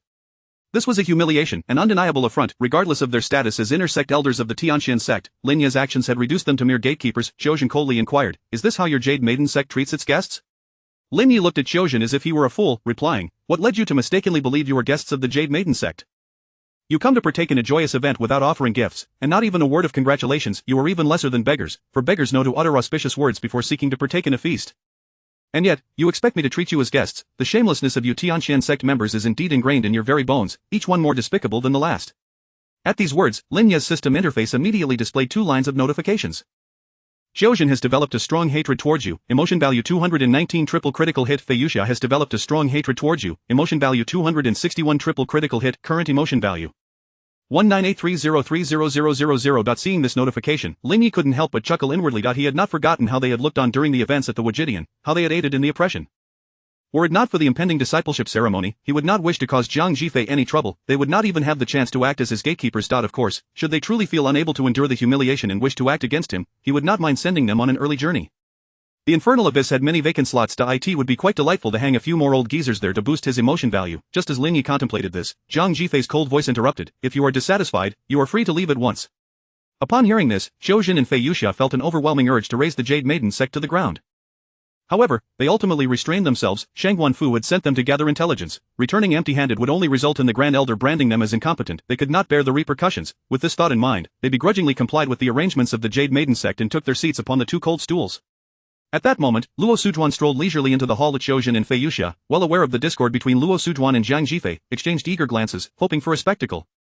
They wished for a confrontation that could lead to mutual destruction. Upon seeing Luo Sujuan, Zhang Jifei's brows furrowed slightly. Just half a month ago, she had publicly expelled Luo Sujuan from her tutelage in front of all the elders. It was unexpected that she would brazenly appear on such a significant day. This indicated that several elders must have been covertly supporting her. However, Zhang Jifei chose not to dwell on it. She gazed down at Luo Sujuan and declared, "You have been expelled and are unworthy to stand within the Qianghua Hall. Depart before I take action." Zhang Jifei's voice, though not loud, carried an undeniable authority. Luo Sujuan, unfazed, coldly laughed. "Zhang Jifei, do you still believe you are the exalted sect leader? You have violated the ancestral rules and are unfit to lead the Jade Maiden sect. Today, I will not only prevent you from making further mistakes that would bring shame upon the sect, but I will also publicly strip you of your position." At these words, the hall erupted in an uproar. No one had anticipated that Luo Sujuan would be so audacious as to openly provoke Zhang Jifei in such a setting. She even dared to declare her intent to strip Zhang Jifei, this madwoman, of her title. Was this not akin to lighting a fire in a restroom, courting disaster? Zhang Jifei regarded Luo Sujuan with interest. "If I am unfit to be the sect leader, then what makes you deserving?" Luo Sujuan snorted coldly and produced a token from her sleeve, raising it high. It was unmistakably the token of the Grand Elder, who had granted her permission to dethrone you and assume your position. "Zhang Jifei, if you possess any sense, relinquish the sect leader's token at once. Otherwise, do not blame me for being unkind." Zhang Jifei remained composed, having not the slightest regard for Luo Sujuan, whom she deemed a waste. Lin Yi had aptly stated that a waste would always remain a waste. Regardless of the treasures Luo Sujuan clutched, they could not alter her fundamental nature as a failure. Thus, she smiled lightly and said, "You think that wielding a broken token grants you the power to turn the tides? This calm demeanor incited Luo Sujuan's fury. Did Jiang Jifei truly believe her strength was far superior? Why should she be allowed to look down upon her, perpetually assuming an air of superiority? Gritting her teeth, she spat, "Wretched woman, I advise you to comply, or you shall face my wrath." As Luo Sujuan's words fell, Jiang Jifei suddenly felt an unusual wave of heat surging within her. Soon, her cheeks flushed, her body grew weak, and her legs involuntarily tightened. Poison? No, that wasn't right, this sensation. It was an aphrodisiac curse. Chapter 23, a manifestation of utter moral decay, renders one unworthy of the human condition. Jiang Jifei swiftly summoned the power within her dantian, striving to suppress the insidious poison coursing through her veins. Alas, her efforts proved fruitless. The aphrodisiac poison was unlike any ordinary toxin. This particular worm could awaken the deepest desires nestled within the human heart. Once ensnared, even the most formidable cultivator would find themselves ensconced in an uncontrollable frenzy, rendering the situation virtually hopeless. The only remedy lay in continuous proximity to men. What perplexed Jiang Jifei the most was how Russell Wan had managed to implant the worm within her own body. The aphrodisiac worms were exclusively female, incapable of propagating within a host. To reach a level where even a 10th-tier powerhouse could not maintain self-control required the consumption of a considerable number of these worms. It was inconceivable that she could have remained oblivious to such an occurrence. After regaining her composure, she furrowed her brow and directed her gaze towards Russell Wan. Observing the confusion and disbelief etched on Jiang Jifei's face, Russell Wan felt an overwhelming sense of gratification. The individual who had always looked down upon her had finally succumbed to her machinations. This feeling of reversal was akin to a long-awaited rain after a drought, profoundly satisfying. Zhuang Yueyao. Just as she intended to administer it to Jiang Jifei, Ling Yi interrupted her. He leaped before Zhuang Yueyao, snatching the concentration pill and bringing it to his nose to inhale deeply. Turning to Russell Wan, he remarked, "Ah, is this your method of poisoning?" With that, he crushed the pill between his fingers, releasing several tiny worms that writhed upon the ground. As an alchemist, to conceal poison within a healing elixir is truly shameless. Do you honestly believe you, a mere wretch, can aspire to become the leader of the Jade Maiden sect? Are you not afraid that the spirits of the past leaders will rise from their graves to drag you down?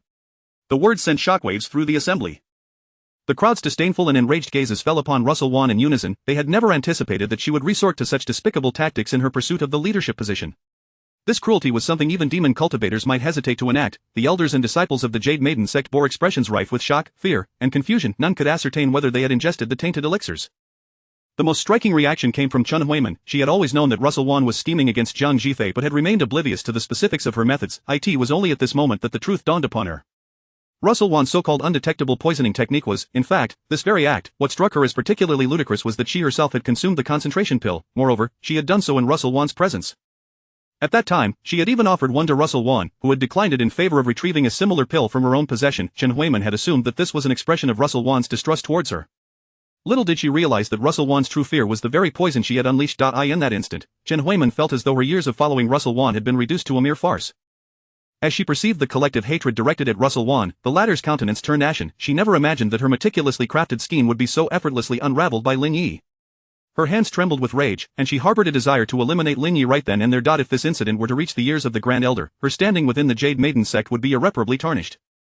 Consequently, she vehemently denied the allegations. On what grounds do you accuse me? I could just as easily claim that it was you. After all, our sect remained untroubled until your arrival.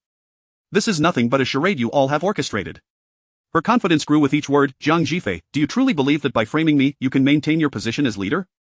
With the Grand Elder's token in play, your schemes will be futile. I advise you to relinquish your leadership gracefully. At least that would afford you some dignity. Rest assured, upon your resignation, I shall ensure you retain your status as an elder and enjoy a peaceful retirement. Zhuang Yueyao's face paled with fury, her entire being trembling in response. How could one be so utterly shameless? Even in such dire circumstances, Russell Wan showed no signs of remorse, instead attempting to turn the tables. Such a heartless creature was unworthy of the title of human. Yet, in that moment, Zhuang Yueyao found herself at a loss for words. Standing helplessly on the sidelines, Ling Yi let out a cold laugh. You seek evidence, do you? That can be easily arranged. Simply procure the elixirs held by the other elders and examine them for the poison.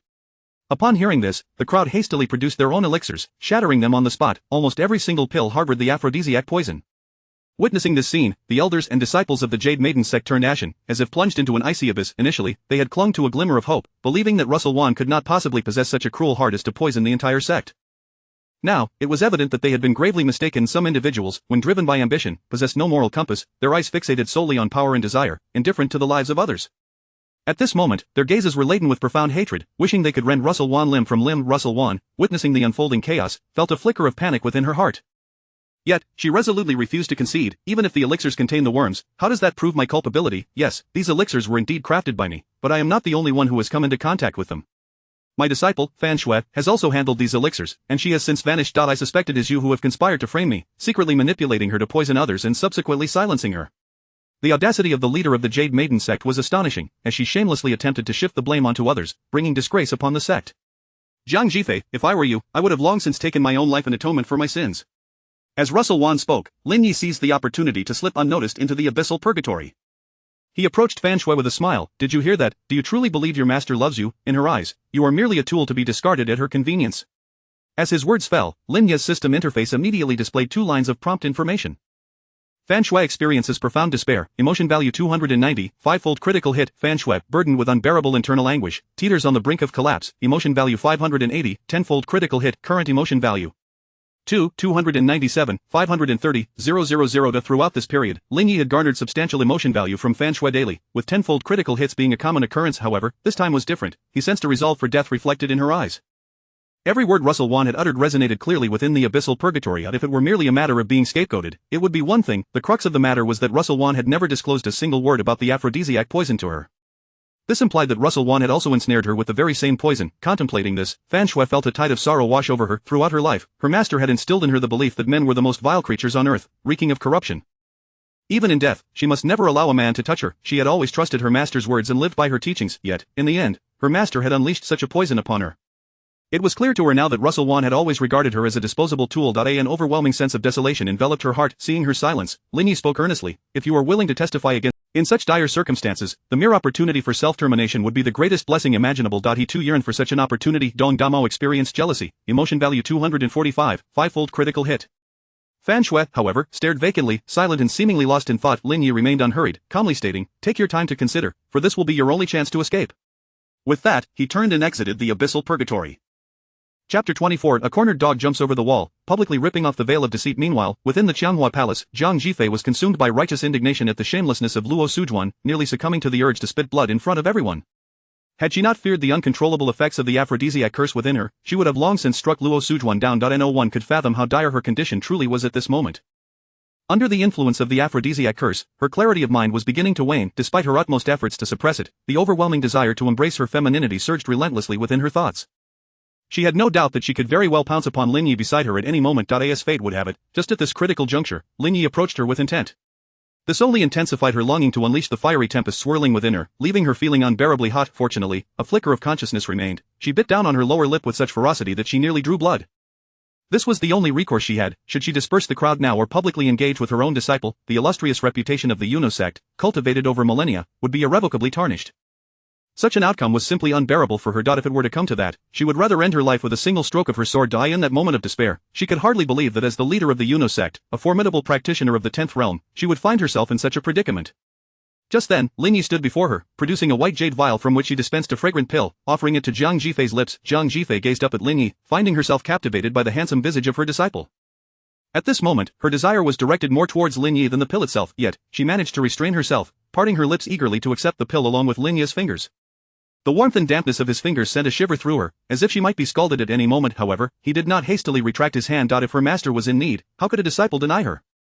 It is worth noting that while Lin Yi was aware that Jiang Jifei had been afflicted by the aphrodisiac curse, he remained oblivious to the gravity of her condition. Fortunately, Luo Sujuan's lack of skill had prevented her from truly activating the cursed insects.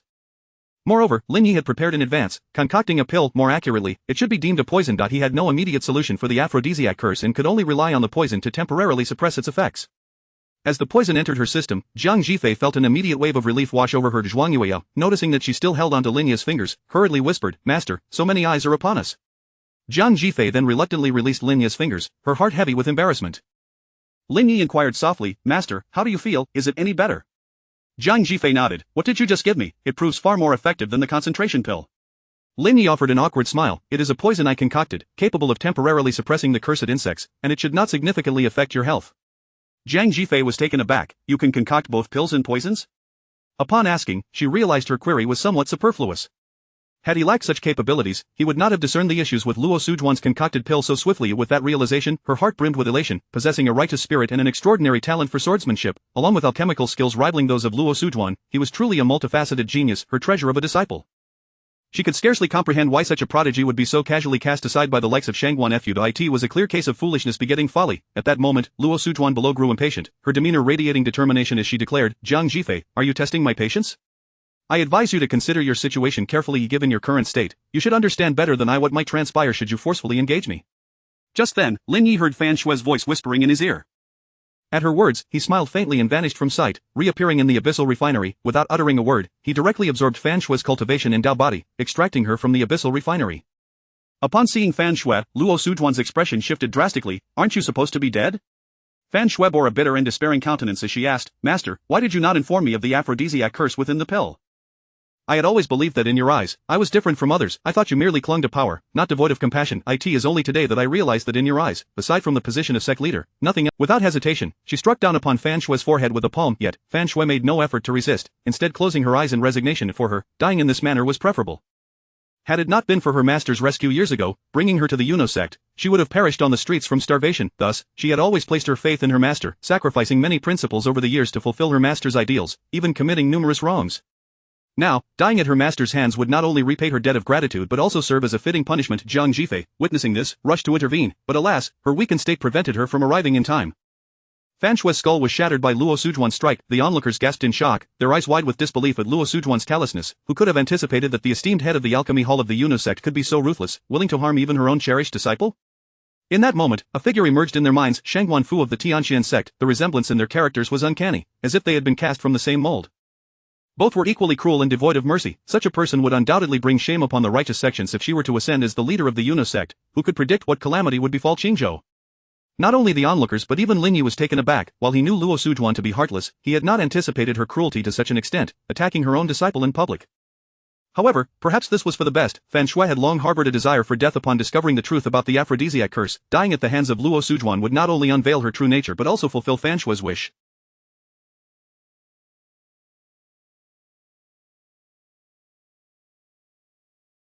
Chen Huiman, witnessing Fan Shui's tragic fate, was filled with a sense of shared grief. She had already harbored discontent regarding the aphrodisiac curse, and at that moment, she could no longer contain herself, stepping forward to declare, Luo Sujuan, I must have been blind to assist you.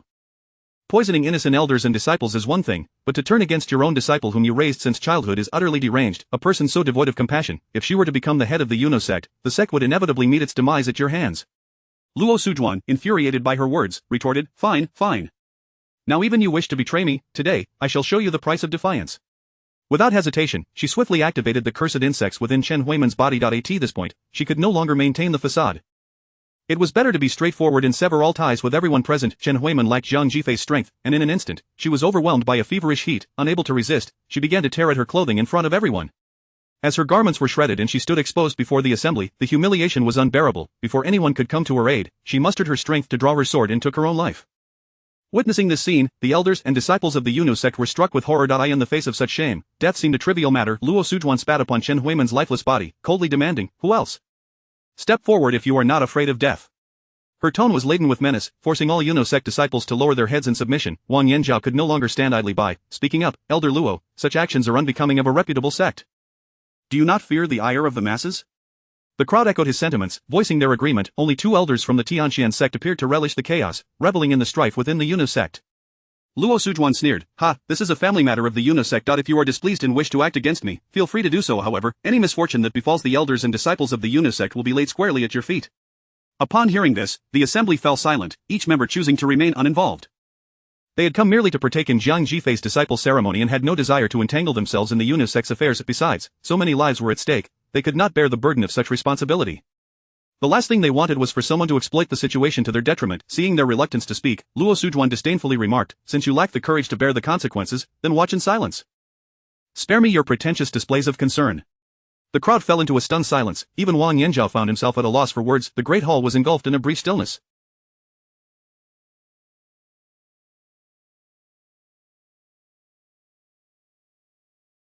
Luo Sujuan, noticing that no one dared interrupt her, turned her gaze back to Jiang Jifei and inquired, Will you descend on your own, or shall I cast you down? Chapter 25. What sin have the ancients committed to endure such humiliation? Russell Wan's tone brimmed with disdain. At this moment, she held complete dominion over the entire Qianghua Hall, and the position of sect leader was already within her grasp. As her voice faded, an elder promptly stepped forward in agreement. Sister Luo is absolutely correct. Since the Grand Elder has spoken, the position of sect leader rightfully belongs to Sister Luo. We implore the current leader to step aside and make way for her. Indeed, Sister Luo as the sect leader is the will of the people. Please, leader, relinquish your position. The head of the artifact refining hall, Su Yuzhen, urged, Leader, please step down and yield your position. The head of the law enforcement hall, Nan Gongxi, echoed, Leader, please step down and yield your position. The head of the formation hall, Lu Hanyan, added, "Leader, please step down and yield your position." In mere moments, over a dozen prominent elders had rallied to her side. The 5 halls of alchemy, artifact refinement, formation, law enforcement, and combat, with the exception of the combat hall leader, had all aligned behind Luo Sujuan, demonstrating a desire to engage in a fierce confrontation with Jiang Jifei. In the Grand Hall, fewer than a third of the attendees still supported Jiang Jifei. Witnessing this, a wave of desolation surged within Jiang Jifei's heart. Over the years, she had devoted herself tirelessly to the Yuno sect, pouring every ounce of her energy and thought into its well-being. She recalled how, after the previous leader perished in battle, it was her intervention that had saved the sect from annihilation, yet now, she was met with such treatment, which was truly disheartening. Even more ludicrous was the fact that after the sect had nurtured them for so many years, they now prioritized their own survival over the sect's interests, forsaking both justice and dignity. What kind of person was Luo Sujuan? She had poisoned her fellow disciples, ruthlessly eliminated rivals, and schemed for the leadership position. She was nothing but a hypocritical villain devoid of loyalty. If she were to ascend as the leader of the Yuno sect, what future could the sect possibly hope for? In stark contrast, Luo Sujuan was reveling in her triumph. Seeing so many supporters rallying behind her only swelled her pride. "You see, you wretched woman? This is the tide of public opinion. Now that everyone is calling for your resignation, why don't you hurry up and kneel before me?" Her voice dripped with deep-seated hatred, as if she intended to repay Jiang Jifei for decades of grievances in kind. Upon hearing the call for resignation from Luo Sujuan, Lin Yi could no longer contain himself. He scoffed, "Resign? Are you not afraid of tarnishing the very notion of virtue? If someone like you can be deemed virtuous, then the concept of sage will be reduced to mere semantics. After all, any sage who learns that their name shares a character with yours would feel sullied even if they were already laid to rest. They would surely rise from their graves to amend the record." The scholars present found great solace in Lin Yi's words. Indeed, if a person like Luo Sujuan can be considered virtuous, then the ancient sages would surely be unable to rest in peace. They rallied behind Lin Yi, their voices rising in unison. Precisely. If poisoning, usurping, and slaughtering fellow disciples is deemed virtuous, then it is the greatest insult to the very essence of virtue itself. What sin have the ancients committed to endure such humiliation? Indeed, to insult the sages is to insult all scholars. Luo Sujuan, unfazed, retorted, "What? Do you scholars wish to witness the effects of the aphrodisiac poison within them?" With a mischievous smile, she turned her gaze towards the disciples of the Yuno sect. "Do not blame me. It is this group of scholars who are simply restless and eager to witness the unfolding drama. Since that is the case, I shall graciously oblige their curiosity." As these words left her lips, the scholars, despite their indignation, could only fall silent. With so many elders and disciples of the Yuno sect under the influence of the aphrodisiac poison, if it were to take effect simultaneously, the resulting scene would be utterly disgraceful.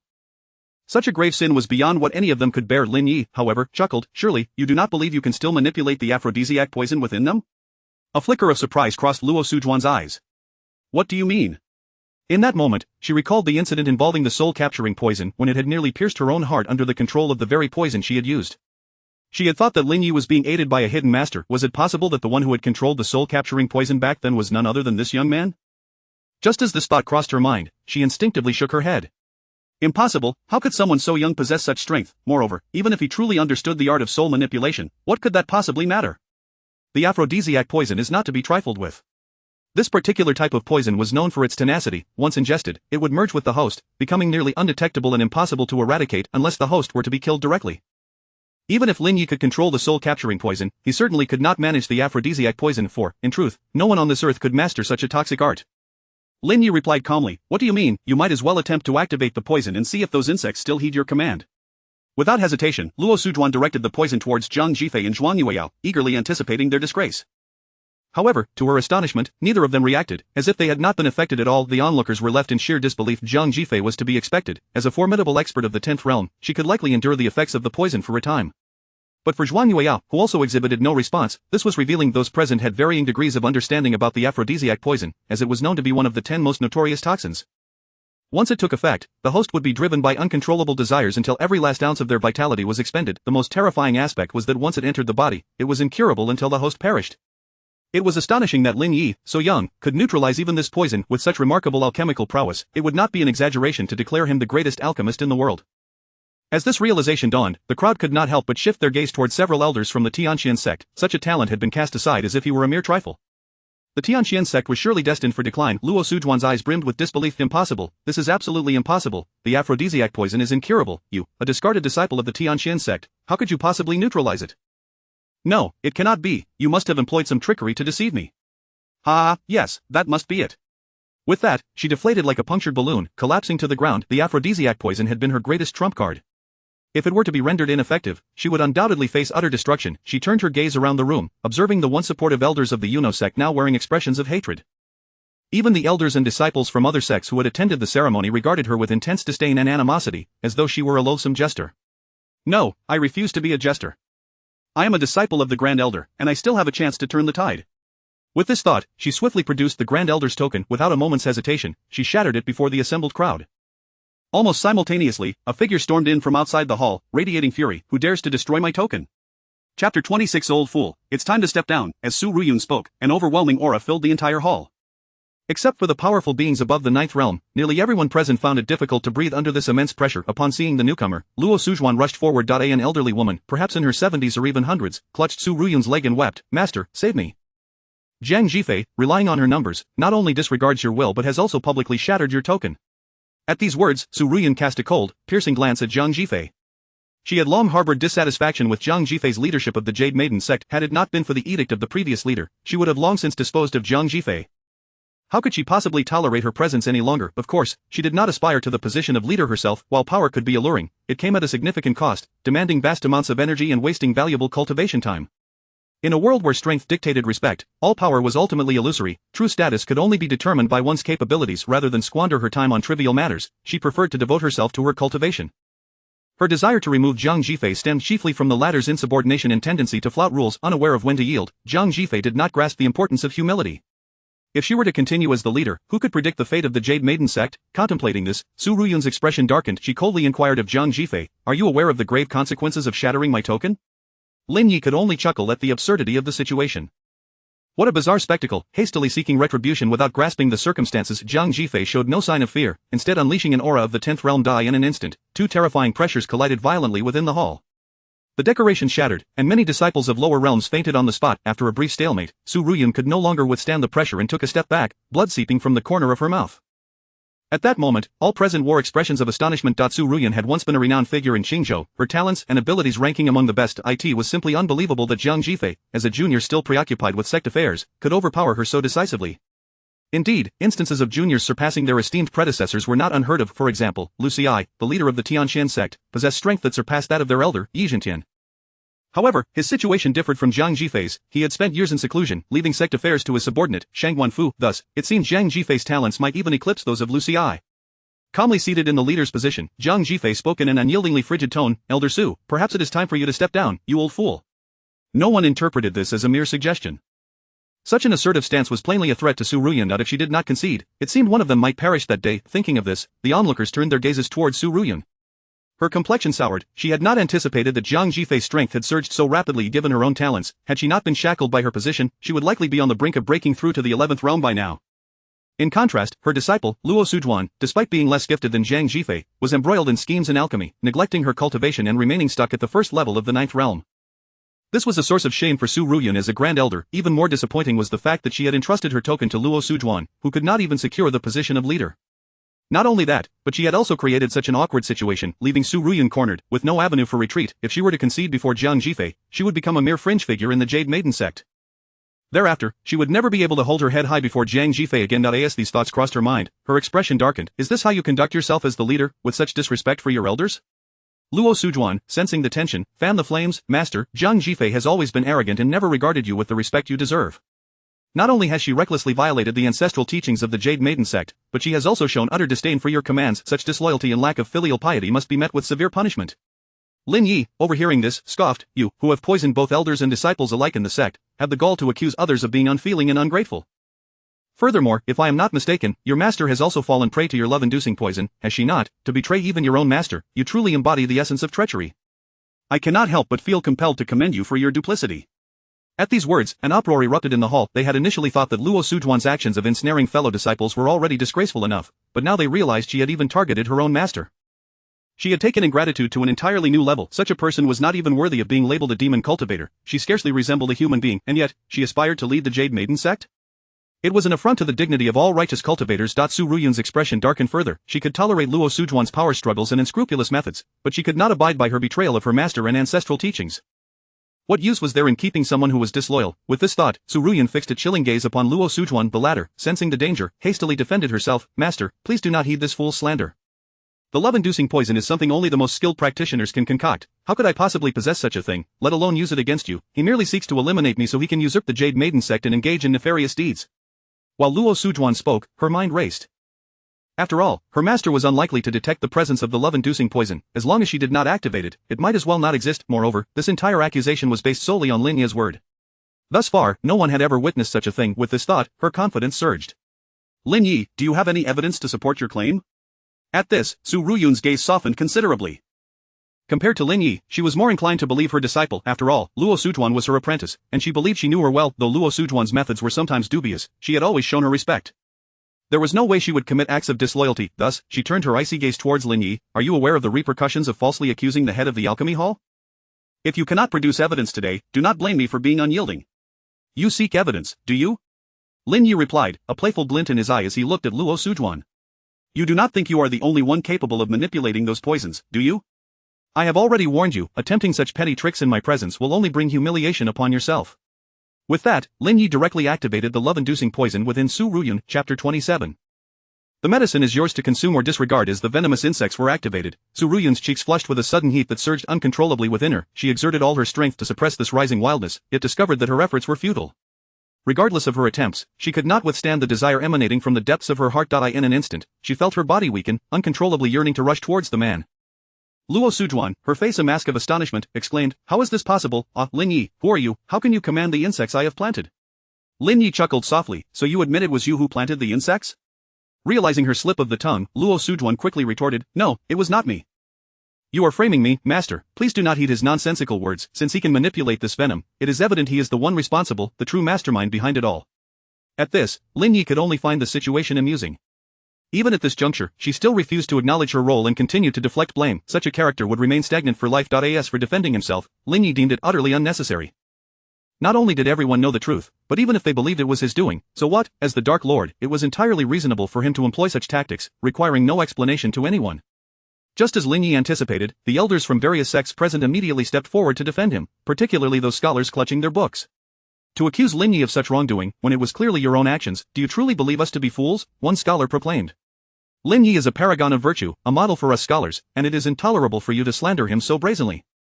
Indeed, to insult Lin Yi is to insult all of us scholars, echoed another, as the crowd lauded Lin Yi, elevating him to the status of a sage, to the point where he felt a touch of embarrassment. After all, he was a practitioner of dark arts, the most formidable dark lord in existence. Being praised thus by a group of scholars steeped in righteousness felt somewhat dissonant. Zhou and Fei Yuxia seethed in anger at these remarks, wishing they could tear Lin Yi apart on the spot. This assembly of scholars, it seemed, had all lost their senses. Lin Yi was merely a treacherous dark practitioner. What right did he have to be hailed as a paragon of virtue? Such a person deserved to be executed before everyone. Zhang Jifei, observing the distressed expressions of Su Ruyun, Luo Sujuan, and the elders of the Tianxian sect, felt an indescribable satisfaction. The more she regarded Lin Yi, the more she found herself enamored. Just half a stick of incense ago, she had suffered the torment of the aphrodisiac insects, nearly succumbing to the urge to throw herself at Lin Yi. Yet, in the blink of an eye, he had turned the tide of the situation. Such skill left her feeling inadequate. Now that Luo Sujuan had lost her backing, she was akin to a grasshopper after the autumn harvest. This farce was nearing its conclusion. Zhang Jifei coldly addressed Su Ruyun, Elder Su, I have advised you before, if you lack wisdom, it would be best to withdraw early. Su Ruyun, filled with resentment yet powerless, realized that if she were at her peak, she might have dared to contend with Zhang Jifei. She sensed that although Zhang Jifei had just overwhelmed her with pressure, it was a strained effort. If it came to a true confrontation, her chances might not be less than Zhang Jifei's. However, in her current state, she was utterly defenseless. Gazing at Lin Yi, Su Ruyun felt a tumult of emotions, never imagining her illustrious reputation would crumble at the hands of a neophyte disciple. With the situation having reached this point, what else could she do but accept defeat? With a bitter smile, she conceded, very well, I indeed am getting old and wish to no longer concern myself with these trivial matters. From this day forth, I shall enter seclusion. Matters of the sect need not trouble me any further. Upon hearing this, Luo Sujuan collapsed to the ground, as if plunged into an icy abyss. Defeated once more, in that moment, her heart was filled with disappointment towards Su Ruyun. As a supreme elder, to be threatened by a junior was utterly disgraceful. Such weakness rendered her unworthy of being a teacher. In truth, Luo Sujuan had attempted to regain control over the insects, yet failed. Those insects seemed as if they had been nurtured by Lin Yi, responding solely to his commands. At that moment, she wished nothing more than to see Lin Yi torn to shreds. The aphrodisiac insects were her greatest trump card, her means of controlling Su Ruyun, Zhang Jifei, and all the disciples of the Yuno sect. Yet, Lin Yi had effortlessly dismantled her plan. No, it was not merely dismantled, he had taken it from right under her nose. This cunning and skill not only left her profoundly shaken but also instilled in her a deep-seated fear. Before Lin Yi, she truly felt afraid, for her methods were utterly ineffective against him. She could not see through Lin Yi, oblivious to what terrifying techniques he might still possess. At that moment, she regarded him as one would a deity. This was the first time in her life she had experienced such a feeling. Even in the face of Zhang Jifei, Su Ruyun, or the esteemed figure from the radiant light sacred land, she had never felt such profound, instinctual fear. This fear would accompany her for the rest of her life, becoming her eternal nightmare. As the sect leader, Jiang Jifei was compelled to consider the sect's welfare. To kill Su Ruyan would undoubtedly severely weaken the Yuno sect and provide the Tianxian sect with an opportunity to exploit. Since she already possessed leverage over her, it would be wiser to let her go for the time being. Jiang Jifei turned to Lin Yi and said, "Very well, since the Supreme Elder has realized her folly, let us release her." Lin Yi was not particularly inclined to grant her freedom. Those who had made enemies with him should be eradicated completely. However, since Jiang Jifei had spoken, he felt obliged to grant her this concession. Moreover, as long as the insects within Su Ruyan remained under his control, dealing with her would be as effortless as a breeze. There was no need for haste. Thus, Lin Yi nodded, producing a pill and offering it to Su Ruyan. Luo Sujuan, being an alchemist, immediately sensed something amiss and warned, "Master, that is poison." Su Ruyan, about to consume it, froze at the words, casting a suspicious glance at Luo Sujuan. "What? Are you trying to deceive me?" Though she spoke thus, inwardly she was already convinced to a significant extent. After all, Luo Sujuan was her disciple, and even now, she could not believe that Luo Sujuan would harm her. In her view, this was merely a trap set by Jiang Jifei to use her power. As for the venom, she was certain it was Jiang Jifei's doing. However, the circumstances were beyond her control. Given the current situation, she had no choice but to accept defeat. Deep down, she understood that this concession would forever seal her fate. At this moment, Luo Sujuan hesitated. She wondered if this was a trap set by Lin Yi. After a lengthy pause, she finally spoke, "Master, I can assure you with my integrity that this pill is indeed poisonous. If you do not believe me, we can have it verified." Su Ruyun turned to the elders of the Baihua Valley, seeking the truth in their expressions. The elders of Baihua Valley regarded the pill with grave expressions. They had discerned early on that the pill in Su Ruyun's hand was indeed poison, albeit of a very weak potency. It would not be lethal even to an ordinary person, let alone a formidable expert like Su Ruyun. They could not fathom Lin Yi's intentions in providing such a poison to Su Ruyun. Was it merely to humiliate her? If that were the case, it seemed rather juvenile. In light of this situation, although they wished to defend Lin Yi, they found themselves at a loss for words. After all, they could not undermine their own reputations by declaring poison to be an antidote in front of so many people, yet, to speak the truth would leave Lin Yi in a precarious position. Just as they found themselves trapped in this dilemma, Lin Yi spoke up, "No need for verification, that is indeed poison. Do you think an ordinary pill could effectively suppress the effects of an aphrodisiac? This is a case of using poison to counteract poison. Do you understand? In any case, I have provided you with the medicine. The choice to consume this poison or to face public humiliation lies with you." Chapter 28. "Thank you, Master Lin. I have attained enlightenment." Su Ruyun hesitated for a moment, but ultimately chose to swallow the poison pill, for she was acutely aware that she had already fallen victim to the aphrodisiac worm. Lin Yi could easily eliminate her without the need for poison. Taking a step back, whether faced with the onset of the aphrodisiac worm or death, she would rather choose to perish. Indeed, after consuming the pill, the fiery sensation within her body dissipated instantaneously. Her tightly clenched legs ceased their slight trembling. It was evident that the worm inside her had been subdued by the medicinal properties of the pill. The elders of the Hundred Blossoms Valley, witnessing this scene, were filled with disbelief. They had never envisioned that the aphrodisiac worm, which had left countless alchemy masters utterly perplexed, could be restrained by Lin Yi. Such a level of alchemical prowess was truly beyond their comprehension. At this moment, they recalled Lin Yi's earlier statement about using poison to counteract poison. This phrase was nothing short of a profound truth in the realm of alchemy. Not only did Lin Yi's recent pill exemplify this principle, but it also applied to nearly all pills in existence. The purported efficacy of various herbs, when employed singularly on a normal individual, could just as well be perceived as a form of poison. It was merely a question of potency. It was precisely due to their toxic nature that they could cure ailments, enhance one's cultivation, and foster tranquility of the mind. Upon contemplating these notions, the elders of Hundred Blossoms Valley experienced a collective epiphany. Soon, one elder exclaimed excitedly, "Ha, what a brilliant insight on using poison to counteract poison. Thank you, Master Lin. I have achieved enlightenment. I have finally ascended to the rank of a 9th grade alchemist." "Me too. I have advanced to the 8th grade alchemist." "Ah, I too have broken through. After a century, I have finally entered the ranks of the 10th grade alchemists." After their successful breakthroughs, they all stood to express their gratitude to Lin Yi.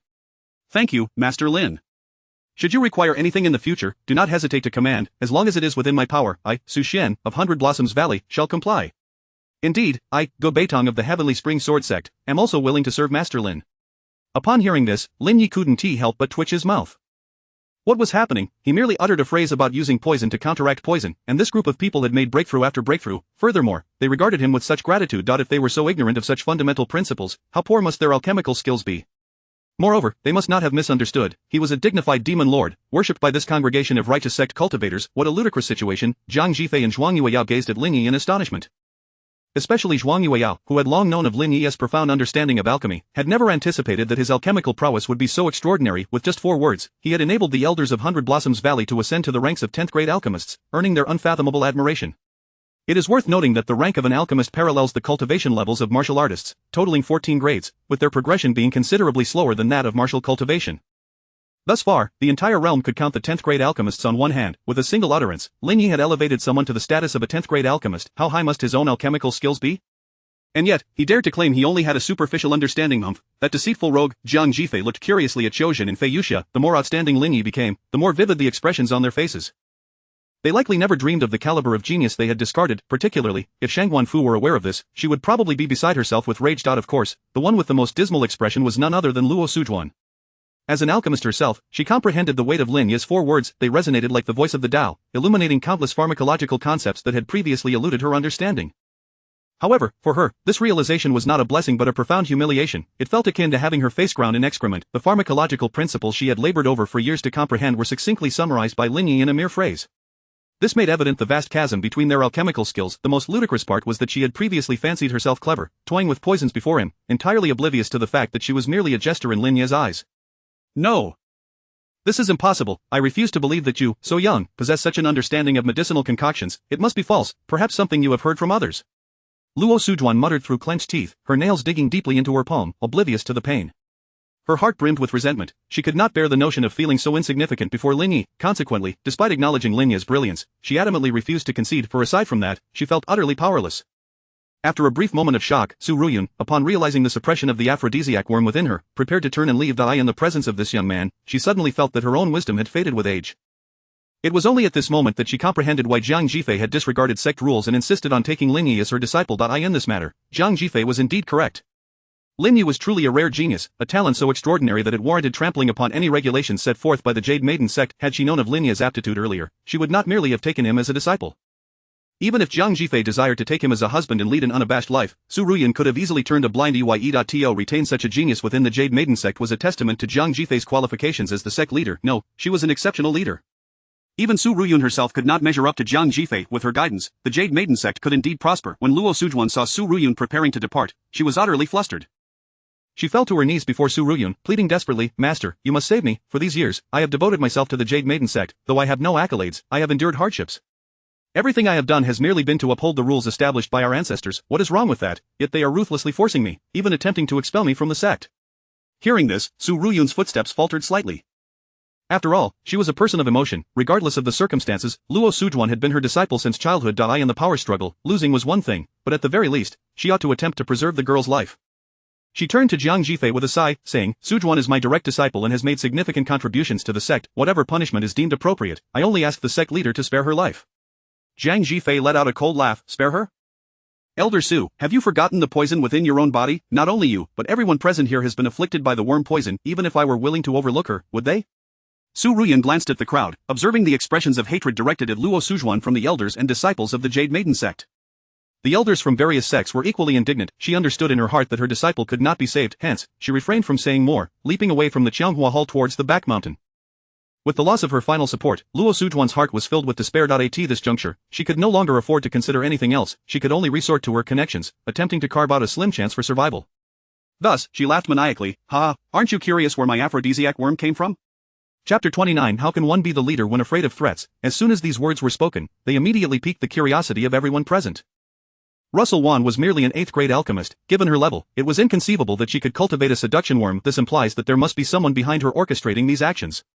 This individual not only possesses the ability to cultivate seduction worms but has also managed to turn Russell Wan into his pawn, indicating that his strength and status should not be underestimated. The elders and disciples of the Jade Maiden sect displayed expressions of concern. Even Jiang Jifei slightly furrowed her brows, observing the crowd fall into silence. Russell Wan erupted into triumphant laughter. "Ha, Jiang Jifei, you cannot possibly contend with me. If you wish to spare the Jade Maiden sect from annihilation, you must eliminate Lin Yi and relinquish the position of sect leader." Jiang Jifei exhibited no trace of fear upon her face. "Do you truly believe that a few words can intimidate me?" Upon finishing her statement, she rose to her feet. In an instant, an overwhelming pressure bore down upon Russell Wan, rendering her breathless. Witnessing this, the onlookers recoiled, fearful of getting splattered with blood. Russell Wan's face was a mask of terror. "Ah, you. Do not approach. I have the Holy Son of the Radiant Light Sacred Ground backing me. Should you dare to kill me, he will undoubtedly obliterate the entire Jade Maiden sect." Upon hearing the name of the Radiant Light Sacred Ground, the crowd collectively gasped. The Radiant Light Sacred Ground is the most powerful sect in the Dayu dynasty, always standing above the other sects, even employing a unique method for recruiting disciples. Unlike other sects that select disciples through examinations from the general populace, they choose new disciples directly from the prodigies of the various sections.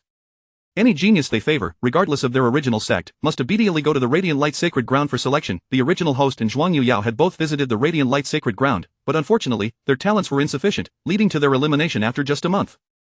This provided Lin Yi with a deeper understanding of that place. Within the Radiant Light Sacred Ground, there are a total of 10 holy sons and 10 holy maidens, each a paragon among prodigies, with the weakest possessing a cultivation level of 10, surpassing the leaders of the various sections.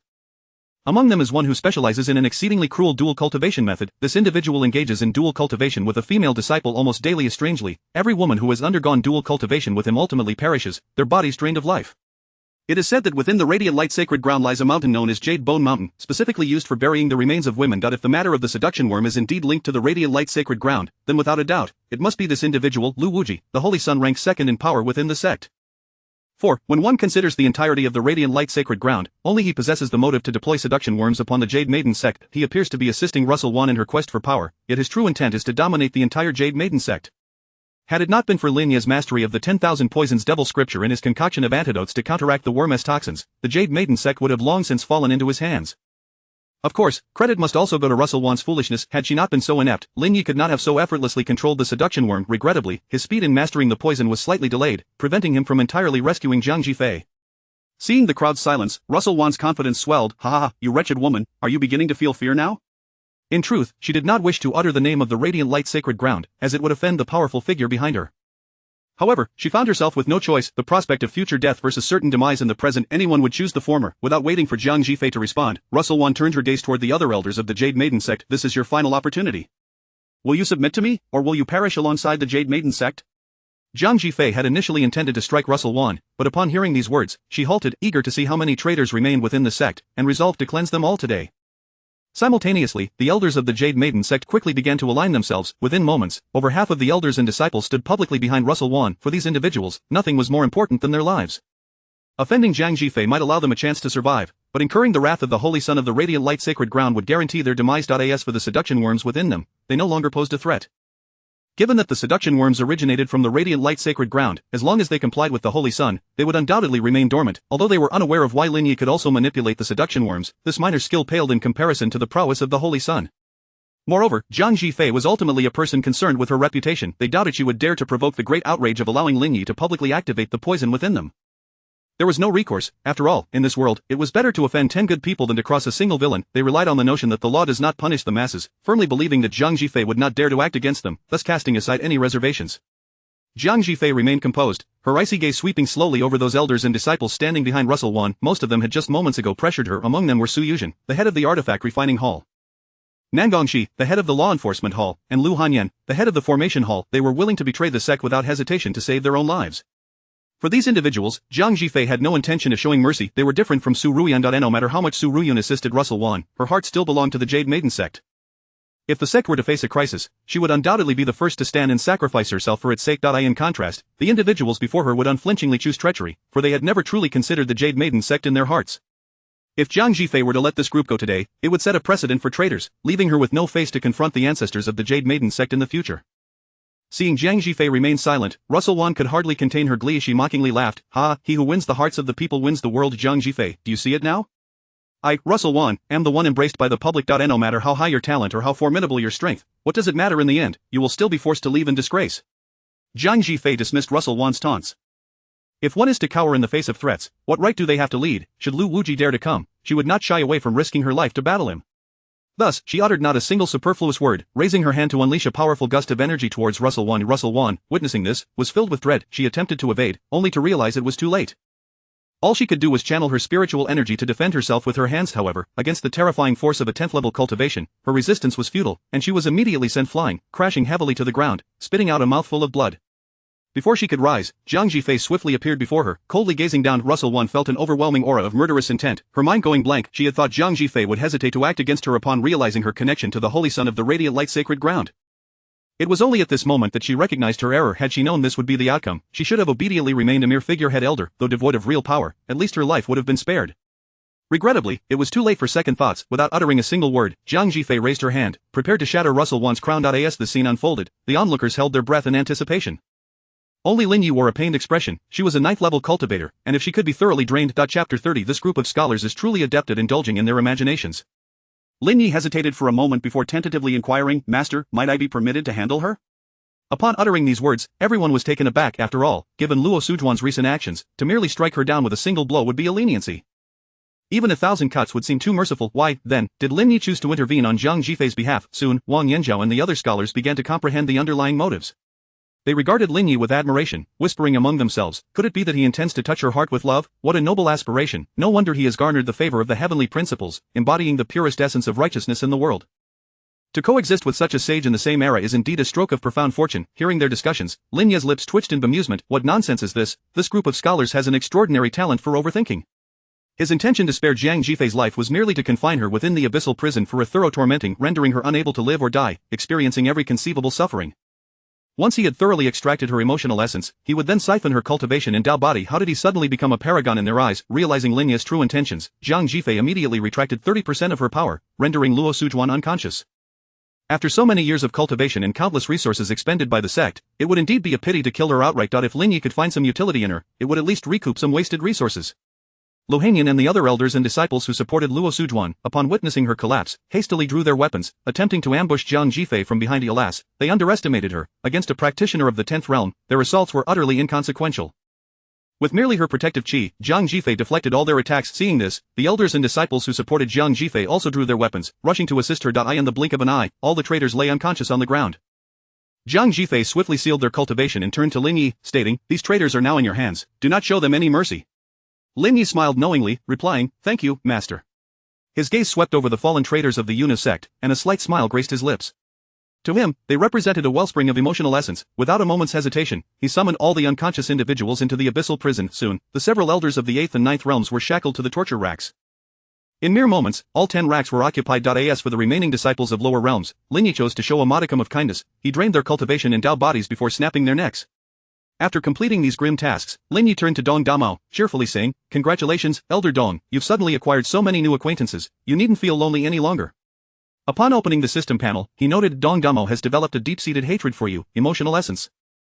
245, five-fold critical hit.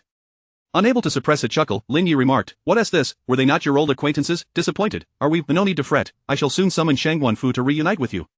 Glancing back at Luo Sujuan and the others, who would likely remain unconscious for a while, he could only shake his head in disappointment and leave the abyssal prison. Zhang Jifei, seeing him emerge, inquired with a smile, "How do you plan to deal with them?" Lin Yi replied with a grin, "Rest assured, master, I shall use love to enlighten them, helping them to become human once more." Upon hearing this, Zhang Jifei nearly burst into laughter.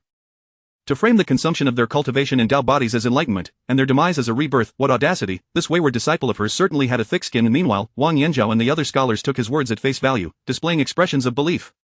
Indeed, Lin Yi seemed intent on using the words of a sage and the principles of the Dao to enlighten them. After all, a virtuous gentleman recognized by the heavenly principles would not resort to malicious means. With this thought, they felt a deep admiration swell within them, and some even shed tears of gratitude. Alas, he is truly benevolent. Soon, as the commotion instigated by Luo Sujuan subsided, the grand ceremony commenced in earnest.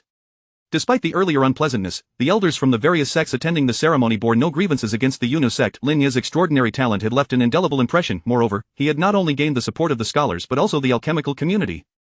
It could be said that he held a position of great prominence and influence throughout Qingzhou. To forge a friendship with him would be advantageous for any sect. Thus, after Lin Yi completed the formalities of the ceremony, they all stepped forward to extend their congratulations. Only Choujin and Fei Yuxia from the Tianxian sect ground their teeth in frustration, their expressions resembling someone who had tasted something foul. They had believed Lin Yi would surely perish at Luo Sujuan's hands, only to find their hopes dashed in vain. At this moment, Zhang Jifei felt a wave of relief wash over her. In recent years, the Yunus sect had suffered greatly following the unexpected death of the previous master. Its strength diminished considerably.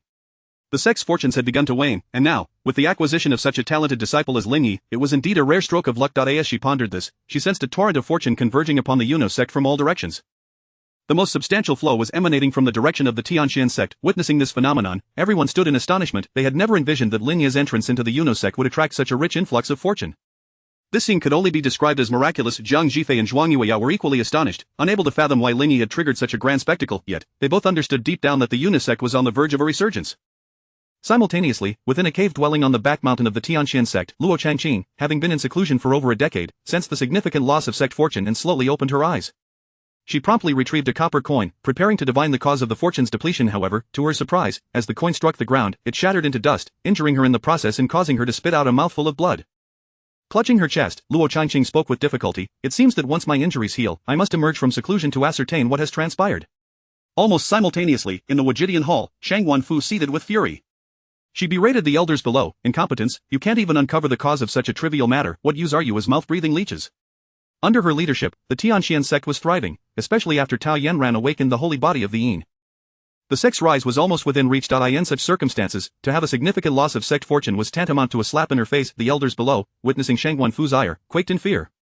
She continued her tirade. What are you all still doing here? Get to the bottom of this at once. If you fail to uncover the reason, you shall face my wrath. The elders hastily bowed in acknowledgement and exited the Wujidian hall. Chapter 31. If that is the case, the Jade Maiden sect shall be transformed into the Harmonious Union sect. Half an hour later, at the Jade Maiden sect, in the Qianghua hall. After bidding farewell to the elders of various sects, Zhang Jifei waved her hand, signaling the elders and disciples of the Jade Maiden sect to withdraw. Soon, only Lin Yi, Zhang Jifei, and Zhuang Yueyao remained in the grand hall. Zhang Jifei sensed the stirring aphrodisiac insect within her body and inquired, Aphrodisiac insect, do you possess a method to resolve this? Lin Yi, upon hearing this, appeared rather embarrassed. Well, it's not that there is completely no way, but, Zhang Jifei furrowed her brow and pressed, but what? Lin Yi replied, to resolve the aphrodisiac insect, it is imperative to first draw all the insects into my body. Zhuang Yueyao looked at Lin Yi in shock. Have you lost your mind? A man afflicted by the aphrodisiac insect could explode with the slightest provocation. I am immune to all poisons, Lin Yi explained. He had cultivated the 10,000 poisons demon scripture, and while he could not currently resolve the aphrodisiac insect within another's body, neutralizing the poison within his own was a trivial matter. Even if he could not manage it, he could resort to self-detonation and revival to eliminate these hidden toxins. After all, he had accumulated a considerable amount of his own blood essence during this time, allowing him to resurrect at will. Zhang Jifei fell into deep contemplation, fully aware of what Lin Yi meant by transferring the insects. As the leader of the Jade Maiden sect, this reality was particularly alarming. Moreover, at present, nearly all disciples of the Jade Maiden sect had been afflicted by the aphrodisiac insect. It would be impractical to ask Lin Yi to assist each one individually in resolving their poison. If that were the case, the Jade Maiden sect would inevitably be renamed the Harmonious Union sect. At this thought, Zhang Jifei couldn't help but twitch the corner of her mouth. Zhuang Yueyao, upon hearing Lin Yi's words, felt her heart race uncontrollably. What an extraordinary development, it was akin to a storyline from a picture book. No, that was incorrect. Even the most ludicrous tale she had encountered would not dare to depict such a scenario. For her, it was one thing, after all, as they were senior and junior disciples. Something occurring between them wouldn't be too scandalous. However, the crux of the matter lay with her master. If a disciple were to engage in such relations with their master, wouldn't that be tantamount to heresy? This was overwhelmingly stimulating. No, it was utterly blasphemous. Zhang Jifei, her face flushed with embarrassment, asked, is there truly no other way? Internally, she felt a sense of urgency. Her situation was unique compared to others. The insect within her had been provoked by Luo Sujuan and was particularly restless, merely subdued for the moment. Each time she made a move, she could distinctly feel those insects poised to breach her suppression and erode her consciousness. Solely relying on the pills Lin Yi provided would likely not sustain her for long, perhaps just a month or two at most. Usually, this would be manageable, but she feared an outbreak in public, where she would be unable to control herself. Once the aphrodisiac insect took effect, she would have no power to resist. Merely clenching her legs could not hold out for long. If given a choice, she would rather cater to Lin Yi than suffer public humiliation. After all, yielding to her own disciple wasn't such a significant loss. Lin Yi, aware of her pressing situation, shook his head with a wry smile. I haven't thought of any other methods for now. Please grant me a few more days. Although Zhang Jifei was undeniably a stunning beauty, stirring the pot was not Lin Yi's style. Zhang Jifei reluctantly nodded. It seems we have no other option. Zhuang Yueyao scrutinized Lin Yi for a moment, her cheeks flushed as she said, if no other solution presents itself, then you may experiment on me first. But do not misunderstand, I am doing this solely for the safety of my master. After a brief silence, Lin Yi retrieved the Chaos Yuan embryo from his storage space and presented it to Zhang Jifei. Zhang Jifei's face displayed indescribable shock. This is the Chaos Yuan embryo? Lin Yi nodded. Indeed, it is something I inadvertently acquired in the secret realm of the demon sect. I intended to present it to Shang Wanfu, but unfortunately, I was unable to deliver it before being pursued here. Thus, I wish to offer this to you, master, as a token of my apprenticeship. Zhang Jifei could not help but burst into laughter. Well done, truly, you are my devoted disciple, showing such heartfelt consideration. With this, the Jade Maiden sect shall undoubtedly rise within a century, potentially overshadowing the Tianqian sect. I wonder how Shang Wanfu will react upon learning of this? Zhuang Yueyao joined in her laughter. I suspect she will be so infuriated that she might collapse on the spot, spewing blood incessantly. However, that foolish woman deserves it. She is blind to the talents of Lin Yi and foolishly values that waste. Tao Yinjin, the Tianqian sect will inevitably fall under her incompetence. The only regret is that I cannot witness her fury firsthand. Lin Yi wholeheartedly agreed with Zhuang Yueyao's remarks, especially her criticism of Shang Wanfu's foolishness, which was indeed a profound truth. There was no one more foolish than Shang Wanfu in this world. Meanwhile, at the Tianqian sect, within the Wujidian hall, Shang Wanfu, upon hearing the news from Qiujin and Fei Yuxia regarding the apprenticeship ceremony at the Jade Maiden sect, was seething with rage. Lin Yi, that useless fool, was nothing more than a piece of trash she had discarded. How dare he receive the favor of the heavens? How could he allow so many alchemists to simultaneously break through? How could he siphon off the Tianxian sect's fortunes? At this thought, a flicker of regret ignited within her heart. However, this regret quickly transformed into an even more intense anger and hatred. In her eyes, everything was Lin Yi's fault. If it were not for Lin Yi discarding the innate Dao body, if he had not pretended to be a fool to deceive her, how could she have overlooked him? No, that was incorrect. That waste was likely plotting all along. He must have longed to leave the Tianxian sect and join the Jade Maiden sect. He must have had an affair with that hussy, Zhuangwei. To betray his master and sect for the sake of a woman, such a person deserves to die 1,000 deaths. The more Shang Guanfu contemplated, the more furious she became, wishing she could flay Lin Yi alive. If it were not for that waste's betrayal, she would not be troubled by the matter of the Tianyin pill. In recent days, she had dispatched several groups to seek assistance in refining the Tianyin pill. For this, she had expended vast amounts of spirit stones, even depleting decades of savings, all in hopes of acquiring more Tianyin pills. Fortunately, they all returned with good news. If all goes well, today she would successfully obtain the Tianyin pill and begin attempting to restore Tao Yanjin's right arm. With this thought, she temporarily suppressed her fury and coldly inquired of an outer sect elder, "Elder He, have you prepared a suitable arm?" Elder He clasped his hands in respect. "Rest assured, great elder, I have personally confirmed it. There are no issues." Upon hearing this, Shang Guanfu's mood noticeably brightened. Once she restored Tao Yanjin's severed arm, she would undoubtedly trample Lin Yi underfoot at the Wanzhong banquet. At that moment, Bai Guanwen, the elder who had gone to the 100 Flowers Valley in search of medicine, returned in disarray. He awkwardly bowed to Shang Guanfu. "Great elder, I am incompetent and was unable to bring back the Tianyin pill." Chapter 32. The world is filled with Lin Yi's shadow as the expression on Shang Guanfu's face darkened instantly, her eyes brimmed with fury and disappointment. Bai Guanwen had previously assured her that he had convinced Xie Yu, yet now he returned empty-handed, leaving her feeling humiliated and deceived. She glared coldly at Bai Guanwen and remarked, "What is this? Despite bringing so many spirit stones, you still failed to persuade Xie Yu to take action. It seems your tenure as an inner sect elder has reached its end." Upon hearing this, Bai Guanwen felt a sudden heaviness in his heart and hastily explained, No, please allow me to clarify, esteemed elder. Initially, I did manage to persuade Xie Yu. However, midway through the alchemical process, Xie Xin unexpectedly returned and, for reasons unknown, altered his stance. He claimed he needed to break through and had no time for alchemy, thus issuing an eviction order and sending me back.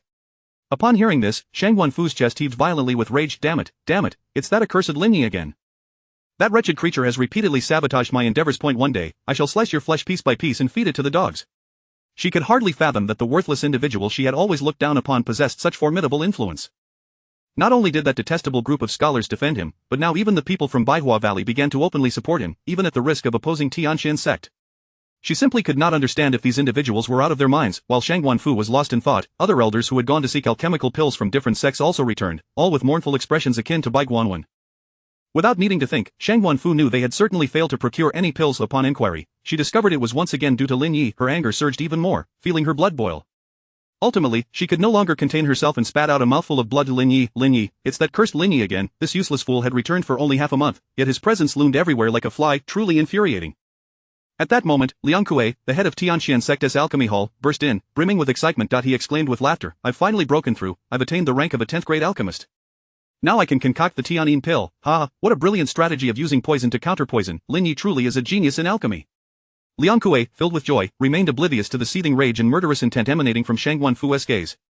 Upon hearing his praise for Lin Yi, Shang Guanfu felt a surge of malevolence rise within her. Without granting Liang Kuei any chance to react, she struck down upon his forehead with a palm, shattering it. The onlookers gasped in shock, never expecting Shang Guanfu to be so ruthless, even towards Liang Kuei, the head of the alchemy hall. However, none of them felt pity for Liang Kuei. After all, he was so engrossed in alchemy that he lacked any understanding of social nuances. At such a time, praising Lin Yi was tantamount to smearing excrement on the elder's face. Who could dare to publicly insult the elder and survive? After shattering Liang Kuei's forehead, Shang Guanfu suddenly realized that he had just announced his breakthrough to the rank of a 10th grade alchemist. A flicker of regret stirred within her. Had she exercised a modicum of restraint, it would not have come to this. The Tianxian sect had finally produced a 10th grade alchemist, only to have her hand end his life. Yet, on the other hand, she felt that this incident could hardly be blamed on her. If blame were to be assigned, it could only fall upon that worthless Lin Yi. If he hadn't humiliated her time and again, she would not have lost her composure to such an extent. However, with matters having reached this point, she could not bow her head in acknowledgement of her error. Thus, she coldly declared, "Liang Kuei has colluded with Lin Yi and betrayed the sect. He shall face justice. Someone, dispose of his corpse and feed it to the dogs." As her words echoed, the entire hall fell into a chilling silence.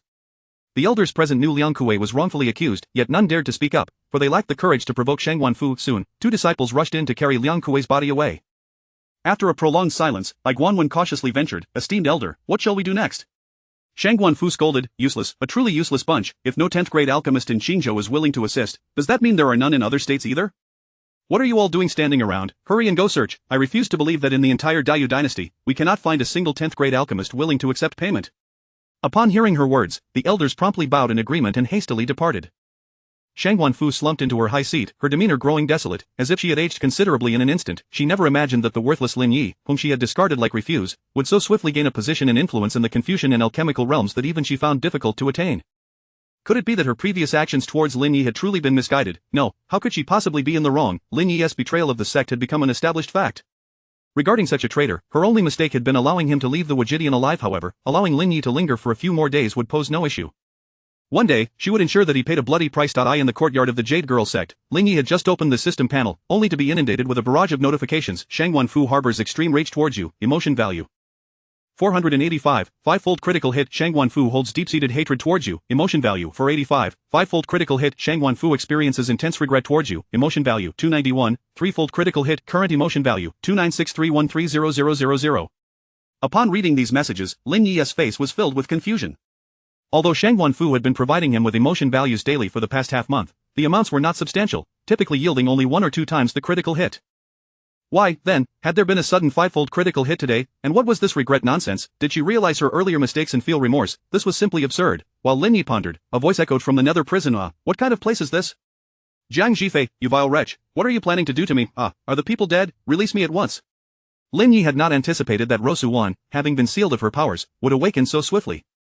A prisoner of the 9th realm was indeed extraordinary. Without hesitation, he concentrated his thoughts and arrived in the nether prison. Upon seeing Lin Yi, Rosuwan gritted her teeth in hatred and spat. Lin Yi, you discarded waste of Tianxian sect, what gives you the right to stand before me?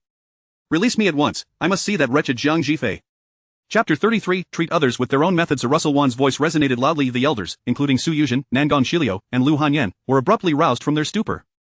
They looked around in confusion, desperately trying to comprehend their surroundings. Unfortunately, everything before them was utterly foreign, akin to a hellish nightmare. They struggled vigorously against the iron chains binding them, yet to their dismay, their efforts proved futile. Observing this, Lin Yi chuckled. Cease your struggles, this is the abyss of torment. Once you have entered, there is no possibility of leaving alive. Of course, being referred to as hell, life here will not be pleasant.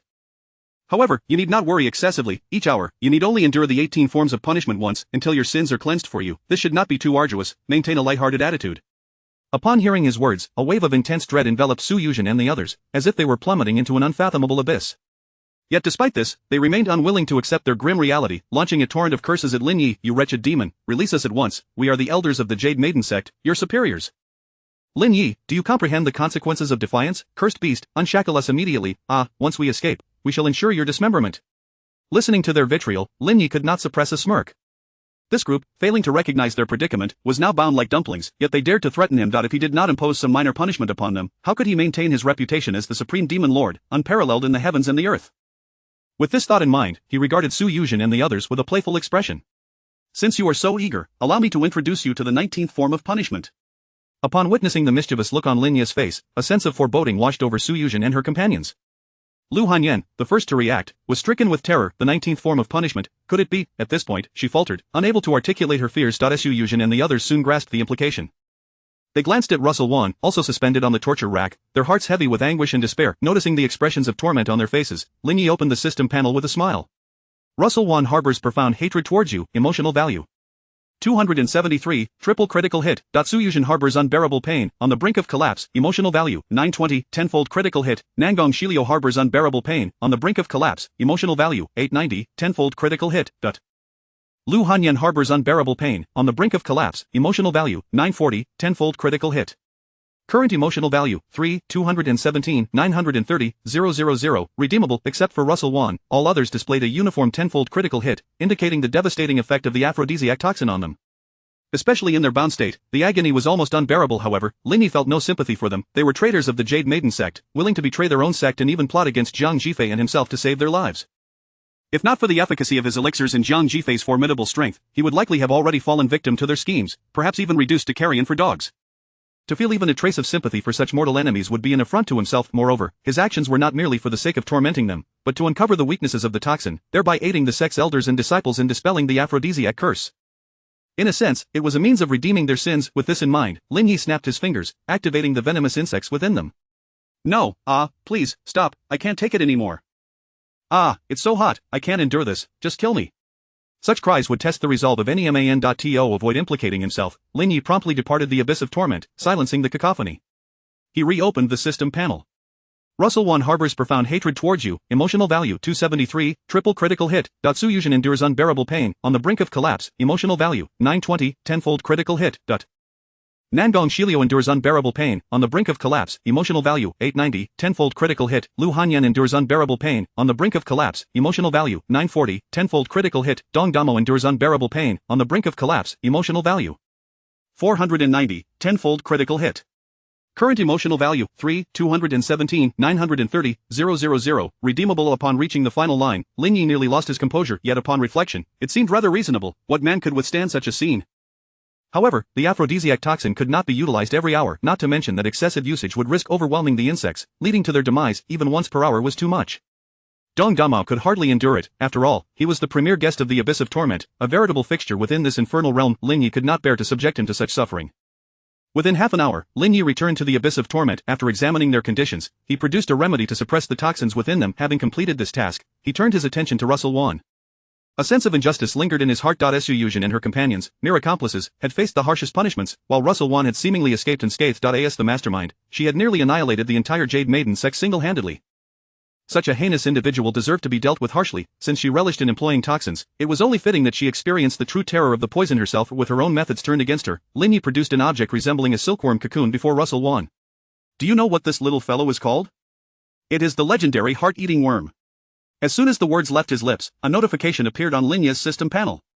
Russell Wan experiences deep-seated terror, on the brink of collapse, emotional value 910, tenfold critical hit. Russell Wan's expression shifted dramatically, her mind engulfed in profound fear. She was all too aware of the horrors of the heart-eating worm. In its presence, any soul-ensnaring or aphrodisiac toxin paled in comparison. Once this creature entered the body, it would begin to devour the heart, consuming a small portion each day until, after 81 days, the afflicted would succumb to agony. Even more terrifying was the fact that this toxin could only be resolved by the practitioner. Not even a being of the legendary Imperial realm could withstand it. Thus, the heart-eating worm was deemed the most formidable of all toxins. However, this dreadful entity had long been lost to time. Even the demonic sect could not uncover the means to nurture the heart-eating worm. Russell Wan was utterly perplexed. How could Lin Yi, a mere waste, have obtained such a formidable toxin? As Lin Yi toyed with the heart-eating worm in his palm, he remarked, "You conspired to harm the entire sect, even laying poison upon your own master and disciples. You must be devoid of a heart. I am curious to see if this heart-eating worm will prove effective against someone so heartless." With that, Lin Yi placed the heart-eating worm into Russell Wan's mouth. Chapter 34 Dong Damo enters the demon path, mysterious gift package received. The heart-eating goo is a product of Lin Yi's arduous efforts over the past period. He has long yearned to test whether this object is indeed as fearsome as the legends suggest. As for the question of whether his methods might be overly cruel, Lin Yi is utterly indifferent. In a world governed by the principle of the survival of the fittest, discussing morality in the face of villains is akin to self-destruction. Moreover, he is a demon lord, free to act as he wishes. What need is there for moral considerations? Not long after Russell Wan ingests the heart-eating goo, she experiences an overwhelming, piercing pain within her body. The agony is akin to her heart being simultaneously gnawed upon by countless ants. Soon, she emits a wretched wail. "Ah, Lin Yi, you vile beast, how dare you use goo against me? I will kill you, damn it, get this heart-eating goo off me immediately, otherwise, I swear, even as a ghost, I will not let you off the hook." Lin Yi remains unmoved by her threats. Did you not think your use of the heart-eating goo and aphrodisiac goo on others was cruel? I am merely employing the same tactics against you. As the saying goes, good begets good, and evil begets evil. How you treat others is how others will treat you. Is that not reasonable? Seeing her threats ineffective, Russell Wan begins to plead, her tone turning submissive. "Lin Yi, I realize my mistakes. I beg you, spare me. If you let me go, I will do anything you ask." Lin Yi disregards her entreaties and instead busies himself with the system panel. Russell Wan is overwhelmed by unbearable pain, nearing the brink of collapse, her emotional value soaring to 910 with a tenfold critical hit. Likewise, her overwhelming hatred and fear escalate her emotional value to 910 and 490, respectively. Current emotional value, 3, 448, 930, 000, redeemable upon observing the final line. Lin Yi furrows his brow, contemplating which cultivation technique to deduce next. The stock of demonic techniques in the original owner's mind has been exhausted, leaving only some inconsequential methods unworthy of dedicating a century to deducing. Thus, he is left with only two choices, the swallowing heaven demon technique and the infernal abyss. He remains indecisive about which technique to deduce first when a system notification suddenly appears. Ding! Congratulations, host, you have successfully led Dong Damo into the demon path and received a mysterious gift package. Would you like to open it immediately? Upon reading this message, he feels a jolt of excitement. He turns to Dong Damo, who is now enveloped in a thick layer of demonic energy, swirling around him like a living entity. Dong Damo's face contorts into a grotesque expression, his eyes gradually consumed by darkness, glimmering. Soon, his skin begins to crack, revealing veins as dark as ink that grow and expand beneath his skin like wild vines. Ah ah ah. Dong Damao emits a pained roar, his nails, now razor-sharp, scratching wildly at the chains binding him, as if trying to tear them apart. Witnessing this scene, Lin Yi is taken aback that he has not done anything to him, merely activated the aphrodisiac goo on Su Yuzhen and others and fed Russell Wan a heart-eating goo. And yet, this is the result. No wonder after so many years, he remains at the 9th layer of the 4th realm with such temperament. He is destined to go nowhere. Shang Guanfu truly is both wicked and foolish, allowing such a waste to be her confidant. Her standards are simply too low. Not wishing to squander more time, Lin Yi promptly exits the infernal abyss and addresses the system, open the mysterious gift package. Ding, congratulations, host, for opening the mysterious gift package. 1. The Netherworld Melody. This technique is one of the strongest spiritual techniques of the demon race. Upon cultivation, it enhances spiritual power and allows the practitioner to summon the dead or influence the minds of enemies with its somber and eerie melody. 2. The Netherworld Ghost Lute. A lute from the underworld, its tones can intimidate the spirit and manipulate life and death. Upon seeing this notification, a grin spreads across Lin Yi's face. Without a moment's hesitation, he directly redeems the deduction opportunities and begins to deduce the Netherworld Melody technique. Deduction begins. I in the 9th year, through relentless practice, you have successfully mastered various instruments and have begun to grasp the secrets of the Netherworld Melody. I in the 32nd year, you smoothly break through to proficiency, with the melody now containing subtle netherworld power.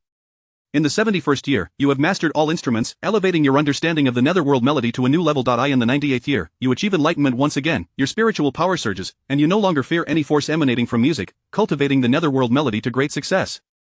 Every piece of music you produce now embodies netherworld power and can even influence cultivators 3 major realms above you. Deduction ends. The netherworld melody is perfected, reaching the 5th layer of the 7th realm.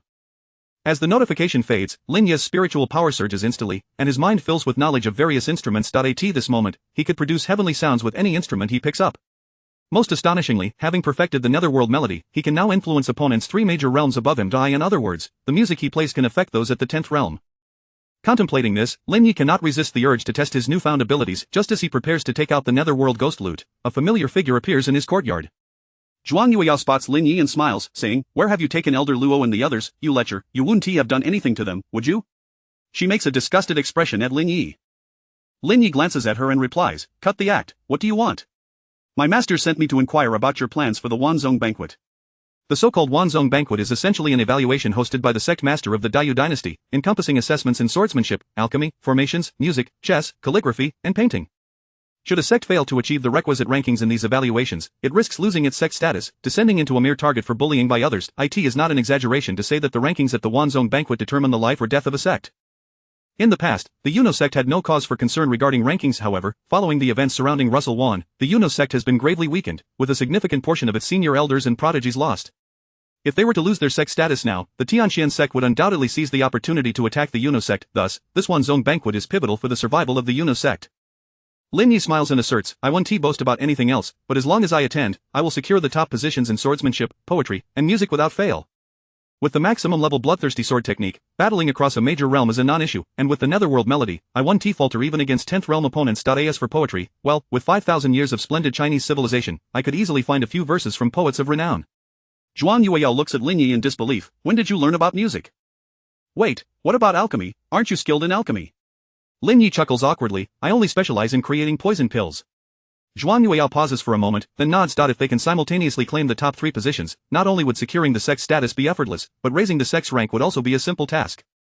Now, the only trouble lies with Lu Wuji of the Yaoguang Sacred Land. The mere thought of Lu Wuji sends a chill down Zhuang Yueyao's spine. In the past, at the Yaoguang Sacred Land, he secretly manipulated the geniuses of various sects to search for beautiful women for him. Zhuang Yueyao nearly fell victim to a familiar face, almost delivered to his bed. Fortunately, Lin Yi appeared in time to rescue her, otherwise, she would have long since become a mere skeleton on the Jade Bone Mountain of the Yaoguang Sacred Land. Now that the Yuno sect has become his enemy, it is only a matter of time before he comes looking for trouble. If he tries to utilize the aphrodisiac goo within her. As this thought crosses her mind, she glances at Lin Yi, whose handsome features present an appealing visage. Rather than let Lu Wuji benefit, she might as well take advantage of Lin Yi. Biting her crimson lip, her face flushes with embarrassment as she stammers, "Junior brother, could you help me dispel the goo poison first? I can't wait any longer. I'll use the method you mentioned." Chapter 35. Sacrificing myself to help my senior sister with detoxification. Upon hearing those words, Lin Yi nearly spewed a mouthful of blood. Was she not being too hasty, too direct? Just not long ago, he had assured her that he would explore other alternatives to assist her in detoxification. Little did he expect that she could not even wait that long. However, upon further reflection, Lin Yi could empathize with her feelings. The nature of accursed poison, unlike ordinary toxins, is akin to a ticking time bomb. As long as the remote control remains in someone else's hands, the victim of the curse remains a mere puppet on strings. No one enjoys being someone else's marionette. Zhuang Yueyao, Jiang Jifei, and all the elders and disciples of the Yuno sect feel the same way. They were unaware that he could dissolve the aphrodisiac curse. Were they to discover this, they would likely become gaunt, sporting dark circles under their eyes, and leaning against walls to walk. While Lin Yi pondered, Zhuang Yueyao spoke again. Let us consider it a plea from your senior sister. Faced with such a sincere request, Lin Yi found it difficult to refuse. Moreover, having just conducted a scientific experiment with Su Yuzhen and others, he felt a sense of eagerness. Thus, he directly extended his arms and lifted Zhuang Yueyao into a princess carry as he strode into the room. Since you are in such distress, I shall endure a bit of hardship to assist you. An hour later, Lin Yi sat cross-legged, beginning to channel the 10,000 poisons magic scripture to eradicate the aphrodisiac curse within himself. With a sudden cough, countless dead insects were expelled from his body along with blood. Observing the multitude of insect carcasses scattered on the ground, Zhuang Yueyao felt a chill run down her spine. She could hardly fathom that such a terrifying number of cursed insects had been parasitizing her all along. Had it not been for Lin Yi, she might never have discovered it. Noticing Lin Yi's complexion gradually softening, she ventured, "Are you alright? Does this mean the curse has been entirely resolved?" Lin Yi took a deep breath and replied, "It's nearly done. Even if a few remain, it matters not. These insects are all female and cannot reproduce, thus they pose no further threat." Zhuang Yueyao rose, adjusting her attire. Her face flushed as she expressed her gratitude. "Thank you, junior brother. Consider this a favor owed. Let us pretend this incident never transpired." Lin Yi immediately drew her into his embrace. "I have no desire to be indebted to anyone. Those who owe debts are often the ones in power, and collecting debts is quite troublesome. A favor owed should be repaid immediately. Helping you with your detoxification was merely the prelude. The main event follows. 2 hours later, in the Jianhua Hall, Zhuang Yueya's legs felt weak. Had she not consumed the elixir sent from the 100-Flower Valley, she would likely have been unable to stand. That Lin Yi, where does he draw such abundant energy from? The curse is already lifted, yet he continues to torment me. This is utterly excessive. If I ever catch him off guard, I shall make sure to teach this scoundrel a lesson." Jiang Jifei frowned at Zhuang Yueyao and inquired, "Yueyao, why did you take so long?" Was Zhuang Yueyao forced an awkward smile, stammering, "Oh, it's nothing. I just chatted a bit longer with my junior brother." Jiang Jifei thought little of it and advised, "Given the current turmoil within the sect, you should focus your thoughts on cultivation. After all, the Wanzhong banquet in 6 months will rely on you and Lin Yi." Zhuang Yueyao nodded, "Yes, master. I will strive to cultivate diligently." Only then did Jiang Jifei feel reassured and ask, "What did Lin Yi say? Do we have confidence for the upcoming Wanzhong banquet?" Zhuang Yueyao recounted Lin Yi's words, and upon hearing them, Jiang Jifei finally felt the heavy weight lift from her heart. She was well aware of Lin Yi's character and strength. Since he had expressed confidence, she believed the Wanzhong banquet would proceed smoothly. With that settled, she resolved to enter seclusion to enhance her own prowess. The son of the Shaking Light Sacred Land was not an adversary to be taken lightly. If she did not strive to break through to the 11th realm swiftly, the Yuno sect might struggle to maintain its standing. Of course, her eagerness to retreat was also driven by an important reason. To avoid encountering Lin Yi, for whenever she laid eyes on him, the cursed poison within her hinted at a potential resurgence. She could not pinpoint whether it was the insect's influence or her own, but it seemed prudent to keep her distance for the time being. With this in mind, she addressed Zhuang Yueyao, "In the coming period, I shall be entering seclusion to cultivate. If you encounter any issues in your practice, consult your junior brother. Do not hesitate to set aside your pride. In the path of cultivation, the strong serve as teachers, and you must learn from him." Zhuang Yueyao could not help but internally scoff at this. If she truly followed her master's advice and sought guidance from that rogue junior brother, she would certainly be bullied to death. Just recalling the things that scoundrel had done to her earlier filled her with embarrassment. Nonetheless, she replied, "Yes, master, rest assured. I know what to do." Jiang Jifei nodded in satisfaction. She held a considerable degree of trust in Zhuang Yueyao. The latter was steady and prudent, and aside from the incident at the Shaking Light Sacred Land where she was deceived in matters of the heart, she had never acted out of line. That incident had served as a fitting punishment, and as long as Zhuang Yueyao continued to cultivate diligently, the position of sect master would undoubtedly be passed on to her in the future. Of course, Jiang Jifei did not favor Zhuang Yueyao unduly. Lin Yi, being male, would not be entirely suitable to assume the role of sect master of the Yuna sect. Moreover, Lin Yi's future prospects were far broader than Zhuang Yueyao's. He might not even wish to take on the mantle of sect master. Just as Jiang Jifei was lost in thought, the head of the battle hall, Mu Wanqing, strode confidently into the hall. She stood tall and graceful, her movements swift as the wind, her demeanor exuding a compelling charisma. Her long hair was tied back, revealing piercing eyes that seemed capable of discerning the essence of one's soul. Clad in a battle robe that billowed with the breeze, she radiated courage and determination. As the head of the battle hall, Mu Wanqing was the most loyal among the elders. She shared a close bond with Jiang Jifei, their personalities bearing some resemblance. Thus, during the tumultuous events surrounding Luo Sujuan, regardless of how the situation evolved, she steadfastly stood by Jiang Jifei's side, unwavering even upon learning of her own affliction with the aphrodisiac curse. Just as she was about to greet Jiang Jifei, the latter waved her hand. "Mu junior sister, there is no need for such formality between us. I summoned you to ask you to act as the acting sect master. In the coming period, I need to enter seclusion and focus on breaking through to the 11th realm, so I must trouble you to manage the sect in my stead." Mu Wanqing was momentarily taken aback. "Senior sister, are you not placing me in a difficult position? I can fight, but managing the sect? I am hardly equipped for that." Jiang Jifei chuckled, "It matters not. Simply follow your heart. I have faith in you." At this point, Mu Wanqing had no choice but to nod resolutely. "Alright then, as long as nothing goes awry, I trust you. Hold me accountable."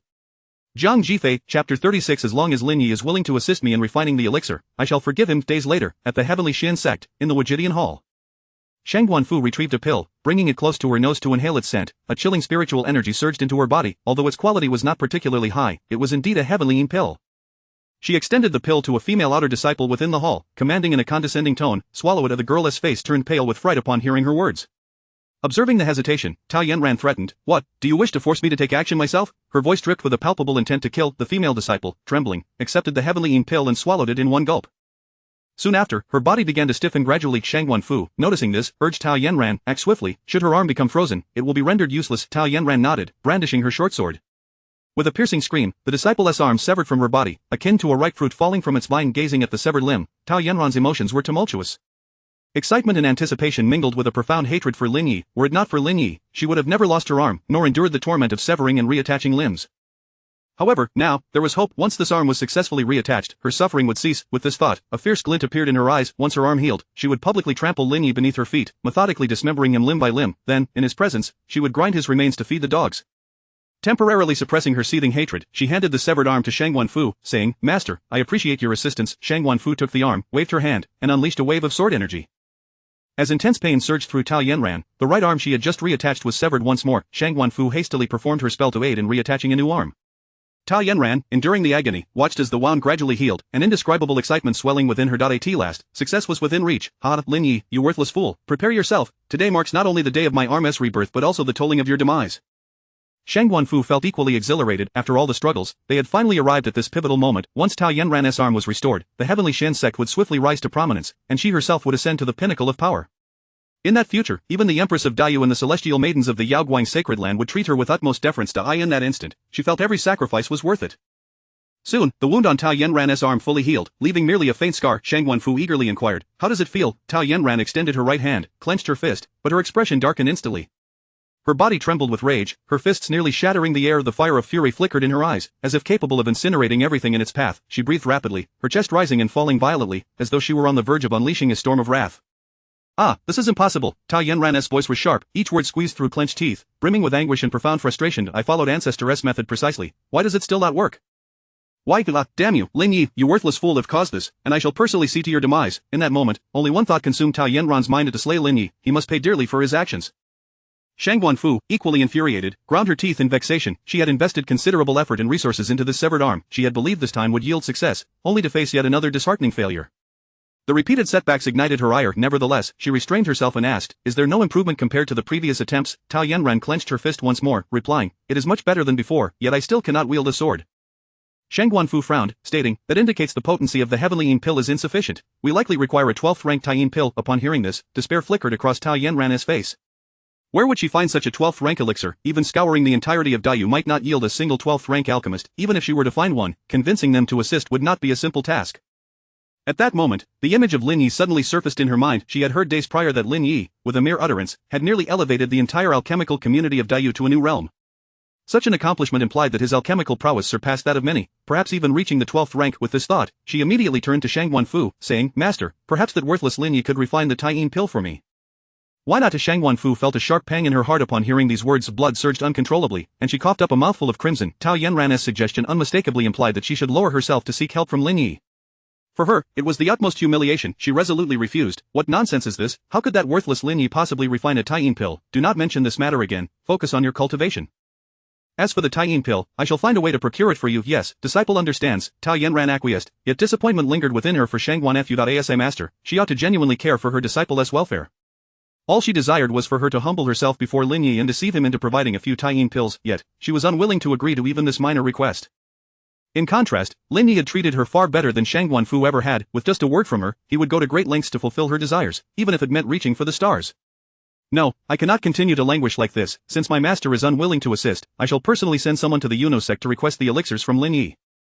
Determined, she departed the Wajidian hall, seeking out a loyal lackey. Tao Yanran addressed Ling Hushua with an air of superiority. "You shall immediately make a trip to the Yuno sect and inform that worthless Lin Yi that if he agrees to help me refine 10 Taiyin pills, I shall forgive him. Upon completion, I will reward you with a prized garment." Ling Hushua, elated by her words, hurried off towards the Yuno sect. Meanwhile, within the Wajidian hall, Shang Guanfu, unable to contain her simmering anger after Tao Yanran's departure, raised her hand and unleashed a potent surge of energy. Instantly, the unconscious female disciple lying on the ground was obliterated into a mist of blood. Through gritted teeth, she spat, "Useless wretch, incapable of even utilizing an arm, utterly worthless." The elders present exchanged uneasy glances at this spectacle, particularly He Xianli, as the deceased disciple had been brought in by him. Shang Guanfu cast a cold gaze towards He Xianli. He elder, I trust you are aware of how to deal with her family? I have no desire to hear a multitude of useless tongues wagging. He Xianli trembled. Rest assured, elder, I shall handle this matter thoroughly. Good. Additionally, continue seeking suitable arms for me during this period. Understood. However, Shang Guanfu's expression hardened. However what? He Xianli hesitated. Currently, there are several female disciples within the sect who have severed their right thumbs. Upon hearing this, a surge of fury welled within Shang Guanfu. These heartless ingrates, whom the sect had nurtured for so long, now merely asked them to make small sacrifices, yet they dared to rebel in such a manner. It was tantamount to courting death. Through gritted teeth, she commanded Qiuzhen, eliminate these ingrates and their families. Today, I shall ensure they understand the consequences of betraying the sect. Chapter 37. No one can awaken those who pretend to sleep upon the utterance of these words. A collective gasp echoed amongst the crowd, their bodies trembling ever so slightly. After all, it involved dozens of disciples, and countless lives, yet, Shang Guanfu appeared utterly unfazed, her heart as ruthless as the darkest of demons. In that moment, they found themselves sweating in trepidation for their own futures. Yes, great elder, I shall attend to it immediately, He Xianli declared, hastily departing from the Wujidian. No sooner had He Xianli left than Luo Changqing entered. The sight of her caused Shang Guanfu to furrow her brow slightly. Although Luo Changqing had been attentive to her before entering seclusion, her concern for Lin Yi was particularly pronounced. If she were to learn of Lin Yi's treachery, it would undoubtedly complicate matters for Shang Guanfu. Suppressing her inner discomfort, Shang Guanfu smiled and inquired, Sister Luo, what brings you out of seclusion so early? Luo Changqing, with urgency in her voice, asked, Junior sister, what has transpired? Why has the sect's fortune been steadily waning during this period? At this, Shang Guanfu's expression remained remarkably calm. With a smile, she replied, it is nothing of great concern, merely the death of a few inconsequential disciples. Recalling her own experience of being severely injured by the backlash of her divination a few days prior, Luo Changqing felt the situation was more complex than it appeared. After a moment's thought, she queried, is there a formidable individual or force seeking to undermine our Tianxian sect, or perhaps an elder has defected? In truth, she harbored greater suspicion towards the latter, for the waning fortunes of the sect did not seem indicative of a theft, but rather suggested a voluntary departure in pursuit of something or someone. Before Shang Guanfu could respond, Luo Changqing pressed on, by the way, where is your disciple Lin Yi? I have yet to see him. Shang Guanfu let out a cold laugh. That traitor, who practices demonic arts, has long been expelled from my tutelage. Upon hearing this news, Luo Changqing was nearly overwhelmed with rage, nearly spitting blood. With disbelief etched across her features, she exclaimed, what did you say? Lin Yi has been expelled from your tutelage? Junior sister, you must be mistaken. Have you forgotten that I previously informed you of his extraordinary fortune? Furthermore, Lin Yi's talent, comprehension, and character are among the best. How could he possibly practice demonic arts? At this, Shang Guanfu recalled that when Lin Yi first joined her under the guise of a disciple, Luo Changqing had indeed mentioned his great fortune. Initially, she had agreed, but upon learning that Lin Yi had lost his innate Dao body, her perspective had completely shifted. A worthless wretch who could not even retain his innate Dao body, how could he possibly possess great fortune? Even if he did, what of it? Yanran had awakened the saint body of the Taiyin, destined to become the strongest on the entire primordial ancient continent. In this lifetime, Lin Yi was fated to be trampled beneath her feet. As for the fortune he possessed, it would ultimately return to the Tianxian sect. Thus, she scoffed, sister, you overestimate that waste. Even if he dabbles in some unorthodox practices, he is of no consequence. Moreover, our sect is thriving. In less than 20 years, we shall emerge as the most powerful sect in Dayu country, indeed throughout the entire primordial ancient continent. What difference does it make if we lose a worthless disciple? Luo Changqing found this notion laughable. To think they could become the strongest sect in the primordial ancient continent within 20 years was nothing short of a grand jest. Seeing Luo Changqing's skepticism, Shang Guanfu confidently asserted, if you doubt my words, sister, you may publicly divine the sect's fortunes. She was utterly confident in her assertion. With the saint body of the Taiyin, the rise of the Tianxian sect would be unstoppable. Thus, this divination could yield no other outcome unless Luo Changqing made a mistake. Luo Changqing remained unconvinced by Shang Guanfu's claims. However, noticing her serious demeanor, she decided to take her words more seriously. She retrieved several copper coins and began to divine the fortunes of the sect. With a sudden sound, the coins clattered to the ground, and Luo Changqing could not suppress a mouthful of blood. Her complexion paled, and a flicker of terror flashed in her eyes. The sound of the coins hitting the ground reverberated through the silent hall, as if heralding an ominous omen. How is this possible? Luo Changqing's voice trembled, filled with shock and confusion. She looked again at the scattered coins, desperately seeking a glimmer of hope, yet each coin imparted the same cruel truth. The Tianxian sect was on the verge of catastrophe. Upon witnessing this outcome, Luo Changqing disregarded her injuries and inquired of Shang Guanfu, junior sister, where is Lin Yi now? I must find him personally, perhaps there is still a chance to salvage the situation. However, Shang Guanfu did not respond. Despite the dismal results of the divination, she did not believe it was connected to Lin Yi, for in her eyes, nothing could obstruct the rise of the Tianxian sect. It was either that Luo Changqing had miscalculated, or that Yanran's strength in 20 years would be so formidable that it rendered her divination erroneous. Sister, it is not uncommon for mortals to misinterpret heavenly secrets. Why persist in this folly? Lin Yi is merely a waste, incapable of stirring any significant waves. Besides, he has already fallen into the demonic path and is hardly worth your time. I advise you to return to your seclusion and continue your cultivation. In truth, Shang Wenfu harbored a simmering anger within her that worthless Lin Yi had now become a taboo in her heart. Luo Changqing's repeated mentions of his name were testing the limits of her patience. Furthermore, the idea of Luo Changqing attempting to retrieve Lin Yi was nothing short of an affront to her dignity. Were it not for her inferior strength compared to Luo Changqing, she would have acted long ago. Luo Changqing recognized that she could not extract any information regarding Lin Yi from Shang Wenfu, nor convince her of his significance to the Tianxian sect. After all, no one could awaken those who feign slumber. To ascertain Lin Yi's whereabouts, she would have to devise another plan. Thus, without uttering another word, she turned and left the Wujidian. Seeing her depart without so much as a farewell, Shang Wenfu was immediately consumed by a surge of anger, her eyes glinting ominously. Although Luo Changqing was her senior, she was now the grand elder of the Tianxian sect, an acting leader. Her position far surpassed that of Luo Changqing. For Luo Changqing to publicly disrespect her was the utmost humiliation. One day, she vowed, she would make Luo Changqing grovel at her feet, teaching her the true meaning of power. At the same time, she would ensure that Luo Changqing understood the consequences of offending her by insisting on searching for that worthless Lin Yi Dai in the Yuna sect. Zhenghua Palace, Ling Hushua awaited Lin Ye's arrival when a disciple of the Yuna sect entered, leading Lei Wanjun. Recognizing the significance of the newcomer, he promptly stepped aside. As Lei Wanjun entered the grand hall, he lifted his gaze to the figure of Mu Wanqing seated in the position of sect leader, his eyes brimming with fury. Although Mu Wanqing was merely an elder of the Yuno sect, and though she possessed a modicum of beauty, she was ultimately of lowly status, deserving only to be beneath him. Yet at this moment, Mu Wanqing occupied the leader's seat, looking down upon him with an air of superiority, which filled Lei Wanjun with profound humiliation. Through gritted teeth, he spat, "Wretch, do not forget your place. You are nothing but trash. Who do you think you are to put on airs before me? If you have any sense, hurry up and get down from there." Chapter 38, You worthless lot, do you intend to rebel?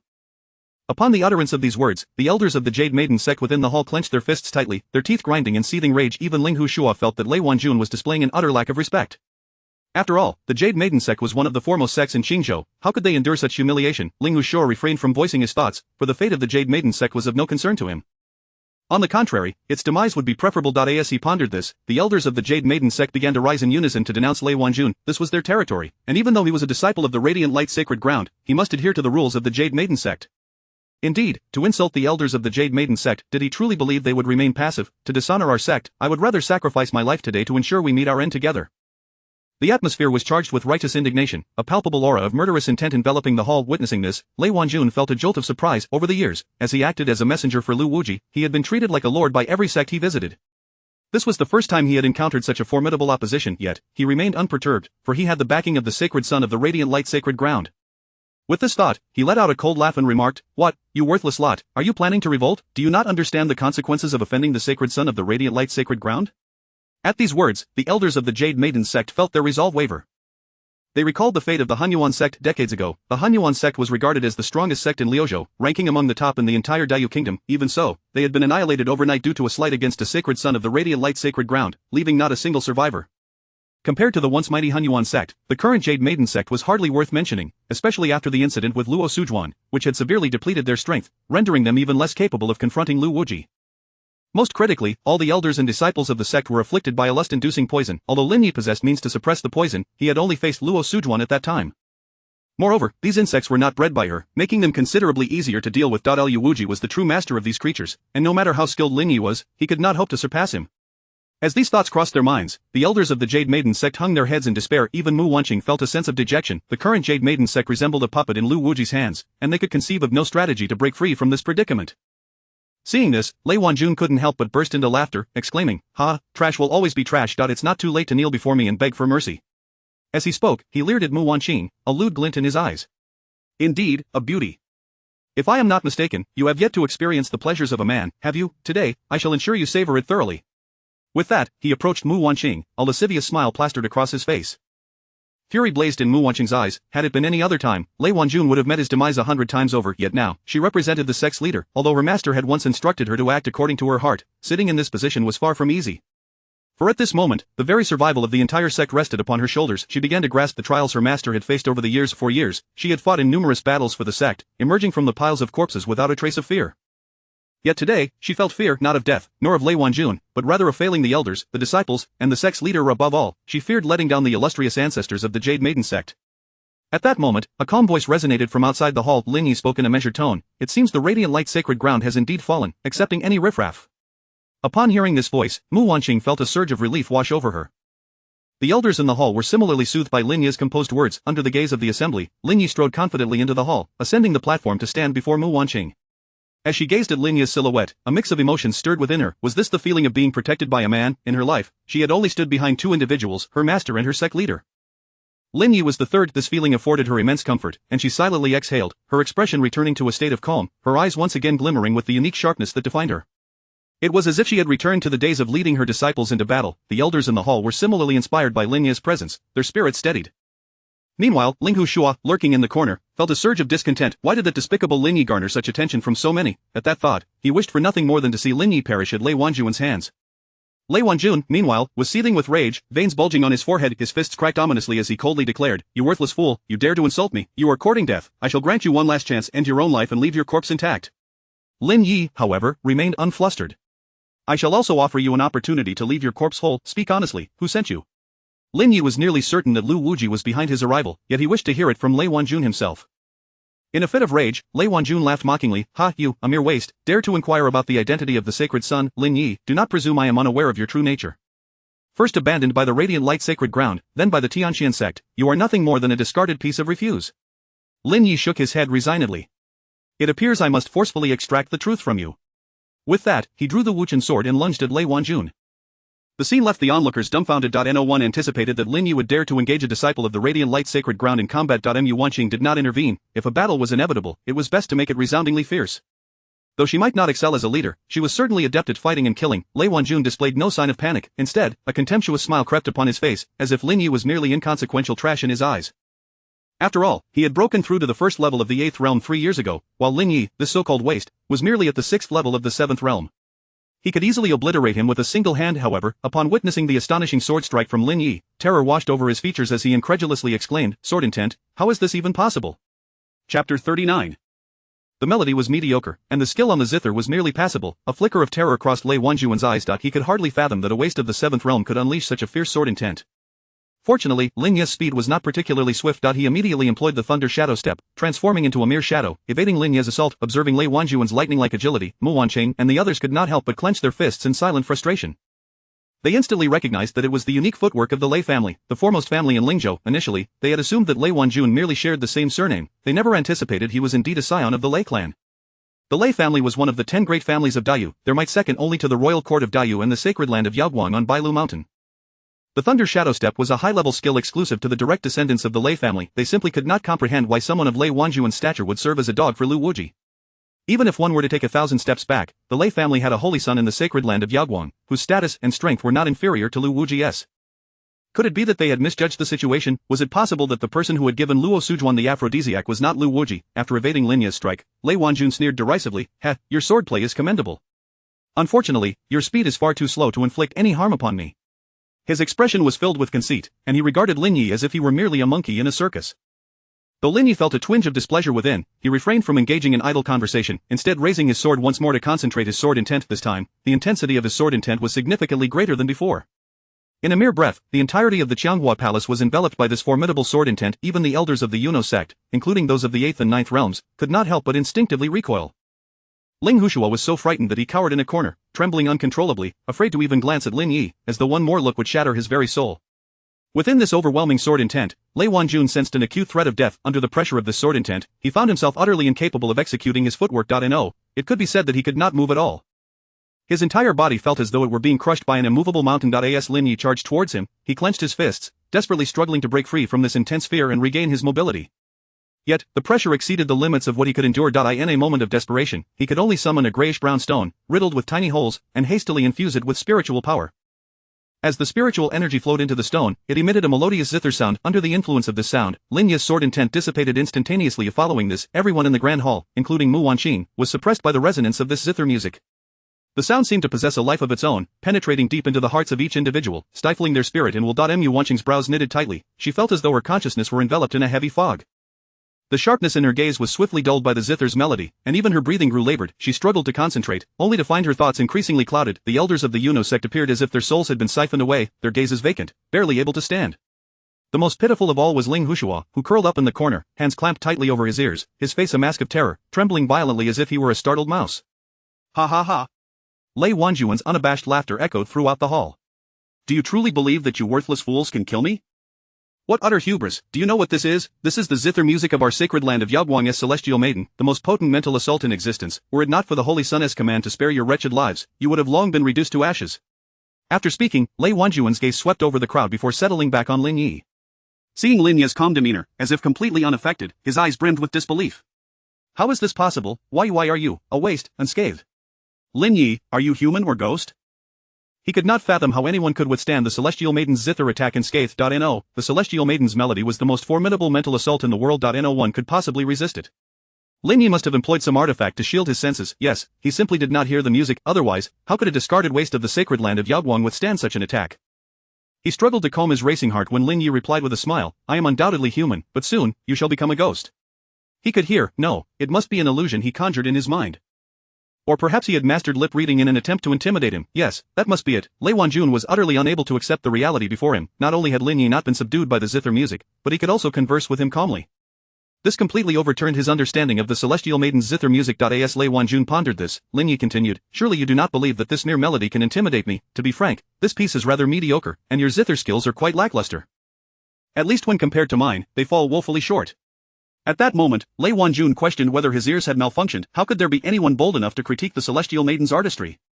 Mu Wanqing and the others were equally astonished throughout the entire Dayu dynasty, who did not recognize the Celestial Maiden as the preeminent figure in the art of the zither. Her skills were transcendent, having dominated the realm of zither for decades. Unparalleled in history, unmatched in the future, yet here was Lin Yi, brazenly declaring her melodies to be mediocre and her skills subpar. It was utterly inconceivable. They even began to suspect that Lin Yi had either lost his mind or was merely foolish. Yet Lin Yi's expression remained composed. They could not fathom what audacity he possessed to utter such words. They knew that if this reached the ears of the Celestial Maiden, Yi Qingxian, not only would Lin Yi be in peril, but the entire Yuna sect might be obliterated. Meanwhile, 100 miles away, in a private room of the Wutong Tavern in Qingzhou City, a breathtakingly beautiful woman, veiled, leisurely sipped her tea. She had originally come merely to enjoy the spectacle and to witness Lin Yi, the prodigious talent capable of ringing the heavenly bell. From the beginning, she had no intention of revealing herself. However, upon hearing those words, she could not help but furrow her brow slightly, displaying an unmistakable hint of displeasure. It had been 79 years. For a full 79 years, no one had dared to critique the composition she penned or the melody she played. She was intrigued to see what kind of piece this audacious young man could perform. With this thought, she immediately rose, transforming into a streak of white light as she made her way towards the Yuna sect. Almost simultaneously, a young woman residing in the two Zen temples in the northern part of the city and a middle-aged man temporarily staying at the Qing Mountain Academy sensed Yi Qingxuan's movement and promptly followed suit. Chapter 40. What a wretched fool, capable of slaying an eighth realm with a single stroke. In the Qianghua Palace of the Yuna sect, after a brief silence, Lin Yi slowly raised his dustless sword, its tip directed at Lei Wanjun. The intent of the sword coalesced once more, denser and sharper than before. In a calm tone, he proclaimed, Lei Wanjun, reveal any remaining techniques you possess, do not hold back. Before his words had fully escaped his lips, Lin Yi's figure abruptly vanished from sight. In the next instant, he materialized directly before Lei Wanjun. The dustless sword whistled through the air, its blade aimed unerringly at Lei Wanjun's arm. This strike was straightforward and unembellished, yet it harbored an immensely formidable sword intent. Lei Wanjun's pupils constricted in terror. He attempted to retract his arm, but it was already too late. With a sickening sound of flesh tearing, Lei Wanjun's entire right arm, along with the echo stone, fell to the ground. The sound emanating from the echo stone faded into silence as the spiritual energy was severed. The mental suppression imposed on Mu Wanqing and her companions dissipated entirely. Given the astonishing speed at which Lin Yi had unleashed his strike, it took a considerable moment for Lei Wanjun to register what had transpired. Clutching his wound, he collapsed to the ground, wailing in agony. Observing this scene, Mu Wanqing and her companions were engulfed in astonishment. Under the influence of the heavenly melody, how could one possibly overwhelm an eighth realm with mere seventh realm prowess? Was this truly a human being? No wonder the sect leader was willing to breach the sect's rules to take him as a disciple. With such talent, given time, he would undoubtedly ascend to the zenith of Dayu and the entire primordial continent. As long as he remained, the rise of the Yunu sect would be unstoppable. With these thoughts racing through their minds, they felt a surge of excitement. Meanwhile, Ling Hushua wore an expression of utter incredulity. Ever since Lin Yi lost his innate Dao body, he had been regarded as a worthless fool by the entire Tianqiu sect. After all, a person who could not even sustain their own Dao body was hardly anything but a failure. Until this moment, Ling Hushua had firmly held on to this belief, yet now, he found himself unable to reconcile this long-held conviction. A fool, indeed, what sort of fool could slay an eighth realm with a single stroke? What kind of fool could withstand a mental assault that even ninth realm powerhouses could not endure? What sort of fool could manifest a sword intent so potent that he himself would not dare to face it? If such a person were deemed a fool, then what of himself? Realizing this, Ling Hushua felt an overwhelming sense of irony. As Lei Wanjun clutched his injury and gazed at Lin Yi, his face was painted with sheer terror. Why you, don't come any closer. You cannot kill me. I am a disciple of the radiant light sacred ground, under the protection of the Holy Sun. If you take my life, the Holy Sun will ensure you suffer a fate worse than death. Spare me. I am of the esteemed Lei family of Lingzhou. As long as you spare my life, I can guarantee that the Lei family will fulfill any request of yours. Seeing Lin Yi approach him with the sword in hand, Lei Wanjun disregarded all pretense and began to plead for his life. Secrets and identity mattered little in the face of death. Lin Yi had no intention of killing him. Ever since Dong Dama succumbed to madness, he had ceased to generate emotional value. Currently, a slot had opened up in his infernal abyss. He initially intended to reserve this position for Ling Hushua, but now, Lei Wanjun had unwittingly presented himself with this in mind. Lin Yi saw no reason to remain courteous. He reached out, grasped Lei Wanjun, and transported him into the infernal abyss. At that moment, Dong Dama had experienced a tremendous surge in power, having reached the third layer of the seventh realm. Such a rate of advancement was nearly on par with Lin Yi himself. Were it not for the inability to generate emotional value, Lin Yi would have relished keeping him around, extracting his cultivation periodically. Upon seeing Lin Yi, Dong Dama revealed a sinister countenance. His eyes, shrouded in darkness from the demonic energy, radiated a chilling malice. He repeatedly hissed, "Ah, Lin Yi, I will kill you, I will kill you." His voice was hoarse and horrific, as though scalded by boiling water. Filled with dread at the sight of this ghastly figure, Lei Wanjun was seized by terror. Lin Yi discarded Lei Wanjun and strode purposefully toward Dong Dama. He placed his hand upon Dong Dama's chest and unhesitatingly activated the swallowing heaven demonic art, beginning to absorb his cultivation and Dao body. Despite Dong Dama's desperate resistance, it proved utterly futile. Witnessing this, Lei Wanjun perceived an opportunity. He immediately summoned his sword, lunging at Lin Yi's back as he absorbed Dong Dama's essence. Unbeknownst to him, everything within the infernal abyss lay under Lin Yi's dominion. Every movement was within Lin Yi's perception. Just as Lei Wanjun's sword was about to pierce Lin Yi's vulnerable back, both Lin Yi and Dong Dama vanished from his sight. In the next instant, a searing sensation enveloped him. In the blink of an eye, his entire body was consumed by the red lotus hellfire. Witnessing this, Luo Sujuan and the others wore grim expressions. They had overheard the conversation in the Qianghua Palace. They had initially believed Lei Wanjun's arrival would herald their salvation, only to find themselves confronted with such a dismal outcome. It was only at this moment that they comprehended Lin Yi's intentions in allowing them to hear the external voices, to first instill hope, only to plunge them into despair. Such cruelty was indeed shocking. No wonder Dong Dama had been driven to madness by his torment, yet even in the face of this revelation, despair surged uncontrollably within their hearts. At that moment, the red lotus hellfire engulfing Lei Wanjun vanished. Luo Sujuan seized the opportunity, shouting, "Young Master Lei, quickly sever the chains and join forces against Lin Yi." Only then did Lei Wanjun turn his gaze toward Luo Sujuan, bound upon the torture rack, her garments tattered. Over the years, he had been the one relaying orders from Lu Wuji, even personally bestowing the aphrodisiac insects upon Luo Sujuan. Thus, their relationship was one of such intimacy that they could share a bed. He had presumed Luo Sujuan to be imprisoned within the confines of the Yuno sect's dungeons, never anticipating she would be here instead. What a serendipitous turn of fate. Luo Sujuan and the other imprisoned elders of the Yuno sect were all formidable figures of the 8th and 9th realms. If only he could release her, surely they could escape this place without issue. With this in mind, he braced himself against the pain and approached Luo Sujuan, swinging his sword at the chains binding her. With a resounding clash, the sword met the chains, sending forth a shower of dazzling sparks. After a brief clash of powers, Lei Wanjun's sword was repelled by an overwhelming force, embedding itself in the blood pool behind him. His face was a mask of astonishment. How can this be? He wielded the thunderclap sword, a treasured weapon of the Lei family, renowned for its ability to slice through iron as if it were mere mud. The ancestors of the Lei family had used it to sever countless swords. How could such a razor-sharp blade fail to sever a mere iron chain? Could it be that these chains were also treasures? As he pondered this, the thunderclap sword sank into the blood pool, disappearing from sight. Panic surged within Lei Wanjun as he attempted to retrieve it, but found nothing. As his last hope vanished before his eyes, he was consumed by rage and despair. "Ah, my thunderclap sword, return my sword to me." Chapter 41. Did you come all this way just to amuse yourself at my expense? In that moment, the flicker of hope that had briefly ignited in Russell Wan's heart was once again extinguished. She had initially believed that these chains were not particularly strong, merely a hindrance brought about by her sealed cultivation, preventing her from breaking free. However, it now appeared that she had been overly optimistic.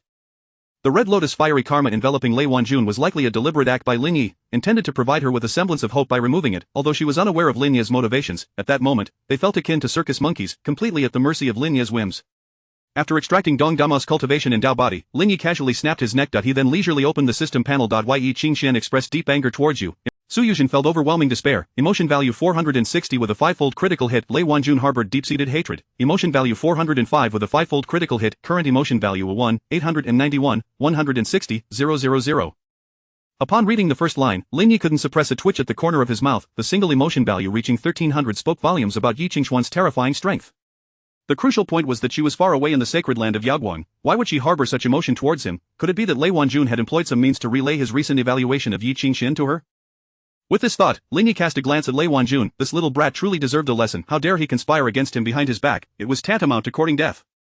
He must ensure that Lei Wanjun experiences the same fate as Dong Dama. With a mere thought, Lin Yi summoned multiple chains that swiftly ensnared Lei Wanjun, binding him firmly to the torture rack, rendering him immobile. In panic, he struggled and screamed, "Ah, Lin Yi, you madman, what do you intend to do? I am a disciple of the sacred land of Yaoguang, a direct descendant of the Lei family. If you dare to lay a hand on me, neither the sacred land of Yaoguang nor the Lei family will ever let you go." Upon hearing such feeble threats, Lin Yi found it utterly amusing. Would a dignified demon lord truly fear the sacred land of Yaoguang and the Lei family? Furthermore, if he were genuinely afraid of them, how could his right arm have been severed? Lin Yi paid no heed to Lei Wanjun. He gently raised his hand and drew the Lei Ming sword from the blood pool into his grasp. Seeing the Lei Ming sword fall into Lin Yi's possession, Lei Wanjun desperately struggled, shouting, Return the sword to me. The Lei Ming sword is a treasured artifact of the Lei family. If the elders of the Lei family find out that I have stolen it and it has fallen into your hands, not only I, but even my family will face dire consequences. Lin Yi waved the sword with a smile, saying, Indeed, it is a fine sword, I shall graciously accept it. With that, he snapped his fingers and departed the inferno of endless torment as if fleeing. Soon, Lei Wanjun was subjected to the most terrifying mental assault of his life. In that moment, he could see and hear everything, yet touch nothing. That he was even incapable of resolving the turmoil himself. The psychological torment he endured was utterly excruciating for a lecherous man like him. Behind the Qianghua Hall, Lin Yi glanced down at the system panel. Su Yuzhen experienced unbearable pain, on the brink of collapse, emotion value 920 with a tenfold critical hit. Nangong she felt intolerable anguish, nearing breakdown, emotion value 890 with a tenfold critical hit. Lu Hanyan suffered excruciating torment, close to collapse, emotion value 940 with a tenfold critical hit.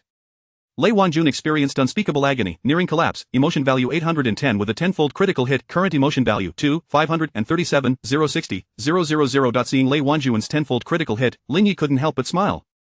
Indeed, under such a manipulation of human nature through mental attacks, no normal man could withstand it. Lin Yi closed the system panel and refocused his thoughts. He turned to the corner where Ling Hushua stood, smiling. I hear you have something to convey to me?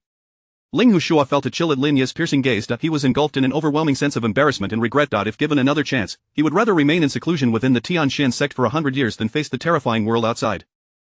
Seeing him hesitate to speak, Lin Yi coldly remarked, What, did you travel such a great distance just to amuse yourself at my expense? Ling Hushua felt a wave of cold wash over him and hurriedly explained, And no, it's not that. Senior Sister Tao sent me to convey a message. She said that if you are willing to help her refine 10 Taiyin pills, she will forgive you. Upon hearing this, Lin Yi understood that Tao Yanran intended to use the Taiyin pills to mend her severed arm. Truly, a disciple of Shangguan Fu, her methods were exceedingly ruthless. It should be noted that Taiyin pills are forbidden elixirs with potent toxicity. Consuming them would undoubtedly lead to corruption by yin energy. If one failed to take the antidote in time, they would suffer the torment of yin cold every night for the next 81 days, culminating in death. Tao Yanran was indeed willing to go to any lengths to restore her arm. However, this matter had little to do with Lin Yi. He was indifferent to Tao Yanran's actions. What truly irked him was her attitude. Who did she think she was, demanding that he refine Taiyin pills for her forgiveness? Did she truly believe that, simply by unexpectedly awakening the Taiyin sacred body, she could command respect before him? Ultimately, she was merely a power bank for him. Though she had temporarily regained a semblance of life with Yi Zhentian's assistance, it only afforded her a bit more time to cultivate. With such a lackluster character, how dare she put on airs before him, who had granted her such audacity? The elders of the Yuno sect, upon hearing these words, secretly cursed the Tianxian sect for their shamelessness. Initially, they had wronged Lin Yi, forcing him to escape the Tianxian sect at great peril, and now, in their time of trouble, they had the audacity to seek Lin Yi's assistance while maintaining a condescending demeanor. Such individuals had truly lost all sense of shame. Feeling the cold glares of the crowd, Ling Hushua trembled, wishing to find a crevice to hide in. Lin Yi looked at him with a smile. Do not be afraid. I will not kill you. However, it would be rather impolite to let you leave empty-handed after such a long journey. Saying this, Lin Yi placed his hand on Ling Hushua's shoulder. Before Ling Hushua could utter a word, Lin Yi activated the devouring heavenly demon art, draining him of all his cultivation and Dao body. Ling Hushua had yet to comprehend what was happening when his body began to wither. At that moment, he was filled with resentment and regret. He had sacrificed his cultivation and opportunity for advancement for a mere piece of clothing belonging to Tao Yanran. Without his Dao body, he would be relegated to a mere waste. No, perhaps he would not even qualify as a waste, he would simply be killed by the enemies within the Tianxian sect. With that thought, his heart plummeted. After completing this act, Lin Yi stuffed a pill into Ling Hushua's mouth and coldly instructed, Very well, please relay this message to Tao Yanran. If she desires the Taiyin pills, she should bring Shangguan Fu with her and kneel before the gates of the Yuno sect for 10 days and nights. Do not blame me for not warning you. Do not even think about fleeing. The pill I just gave you is the Tianxian sect's exclusive poison, the 7-day soul-severing pill. As a disciple of the Tianxian sect, you should know how terrifying this pill is. If you wish to live, you must return to the Tianxian sect within 7 days and seek the antidote from Shangguan Fu or Tao Yanran. With that, he gestured to 2 disciples of the Yuno sect, instructing them to dispose of Ling Hushua at the foot of the mountain. The 2 disciples promptly dragged Ling Hushua away. Just as his figure vanished, an immensely powerful and terrifying pressure descended from outside the hall. The onlookers turned their gazes towards the entrance, where a veiled woman slowly descended at the grand hall's threshold. Approaching Lin Yi, she spoke, her tone laced with a hint of coldness. Did you just say that my music is mediocre and my skills are lacking? Chapter 42. A peerless enigma with endless trump cards. As the woman spoke, a suffocating and immense pressure erupted forth. Had Lin Yi not previously practiced the infernal melody and possessed formidable mental fortitude, he would likely have collapsed at this moment. Yi Qingxian, seeing Lin Yi unaffected, felt a slight shock within her heart. The oppressive force she had unleashed was such that not only a mere 7th realm cultivator like him, but even an 11th realm expert might struggle to withstand it. Yet here stood Lin Yi, unwavering before her. Such powerful mental strength was indeed astonishing, even to Yi Qingxian. It was no wonder he could endure the resonance of her music. Lin Yi could not help but concede that the woman before him was undoubtedly the strongest he had ever encountered. Truly, she was the celestial maiden of the radiant light sacred land, and nonetheless, he had no intention of bowing his head to her. As the future demon sovereign, he could only bend but not break. She was merely a celestial maiden. Even if she were the embodiment of the Tao, she would not compel him to utter a word against his will. Moreover, with his demonic physique, affording him the gift of infinite rebirth, should she dare to lay a hand on him, it would not be long before she experienced the disgrace of humiliation. With this thought, Lin Yi felt no need for politeness. Calmly, he spoke, I was merely being courteous. In truth, the piece was quite lacking, and your skills mediocre. Upon hearing this, everyone was rendered speechless, including Xia Wuyan and the Grand Eunuch Situ Jing, who had followed in Yi Qingxuan's wake. Their faces displayed incredulity, as they questioned whether they had misheard. After a brief silence, expressions of sourness emerged on the faces of Mu Wanqing and the others of this brash youth, indeed, had spoken without discretion. Had they known he would be so indiscreet, they would have gagged him entirely, and not to mention that Yi Qingxuan's musical prowess was unparalleled. Even if she truly played poorly, he ought to have offered a few polite words instead of making such a declaration in public. Should she take offense and retaliate, the entire Jade Maiden sect might well be laid to waste. Yi Qingxuan's brows knitted slightly, her previously tranquil demeanor gradually replaced by ire. Xia Wuyan and Situ Jing, too, became vigilant. Lin Yi was a rare talent of the Confucian Tao. They would protect him with their lives, for safeguarding him meant preserving the hope of the Confucian Tao, and indeed the hope of the entire Daiyu. Lin Yi, undaunted, opened his system panel. Yi Qingxian harbors anger towards you, emotion value 2600, double critical hit. Upon reading this notification, Lin Yi could not help but silently give a thumbs up to Yi Qingxian. Truly, she was a top-tier powerhouse of the Daiyu kingdom. Even after making such a bold statement, it had only resulted in a double critical hit. Her mindset made it clear that extracting her emotional value would not be an easy task. However, upon further reflection, it was only natural given her status and realm. He was but an ant before her, easily extinguished. How could he possibly breach her defenses with mere words? Evidently, to garner high emotion values, he must seek her most vulnerable point. In truth, Lin Yi did not wish to instigate trouble, yet, as the emotional value required for exchanging and deducing increased exponentially, the contributions from Russell Wan and others were insufficient. Reluctantly, he found himself compelled to stir the pot. Yi Qingxian, momentarily suppressing her fury, replied, Is that so? Your words have piqued my curiosity. I would very much like to hear your piece. With that, she waved her hand gently, and the spring thunder zither appeared before Lin Yi. Witnessing this, the elders of the Jade Maiden sect wore expressions of concern. They had not heard that Lin Yi possessed any musical talents. Should he fail to deliver a satisfactory performance, the sect might find itself in dire straits. Xia Wuyan and Situ Jing, while vigilant, were also tinged with curiosity. Lin Yi not only exuded an aura of righteousness but also possessed a literary talent that eclipsed that of all scholars. Such a person could not possibly be a fool. His audacity in publicly critiquing Yi Qingxian indicated he had his reasons. They were eager to discover the source of Lin Yi's confidence. Lin Yi glanced at the spring thunder zither, smiling as he asked, Are you certain you wish to hear it? Are you not afraid that your heart will shatter? At this, the elders of the Jade Maiden sect nearly spat blood in disbelief. What moment was this? This audacious youth dared to provoke the opponent further. Was he intent on bringing doom upon them all? Yi Qingxian, taken aback by his words, felt the anger she had just quelled surge anew. She had already been exceedingly polite to Lin Yi, yet he continued to mock her. Should Lin Yi's performance fail to meet her expectations, she would undoubtedly strike him down on the spot.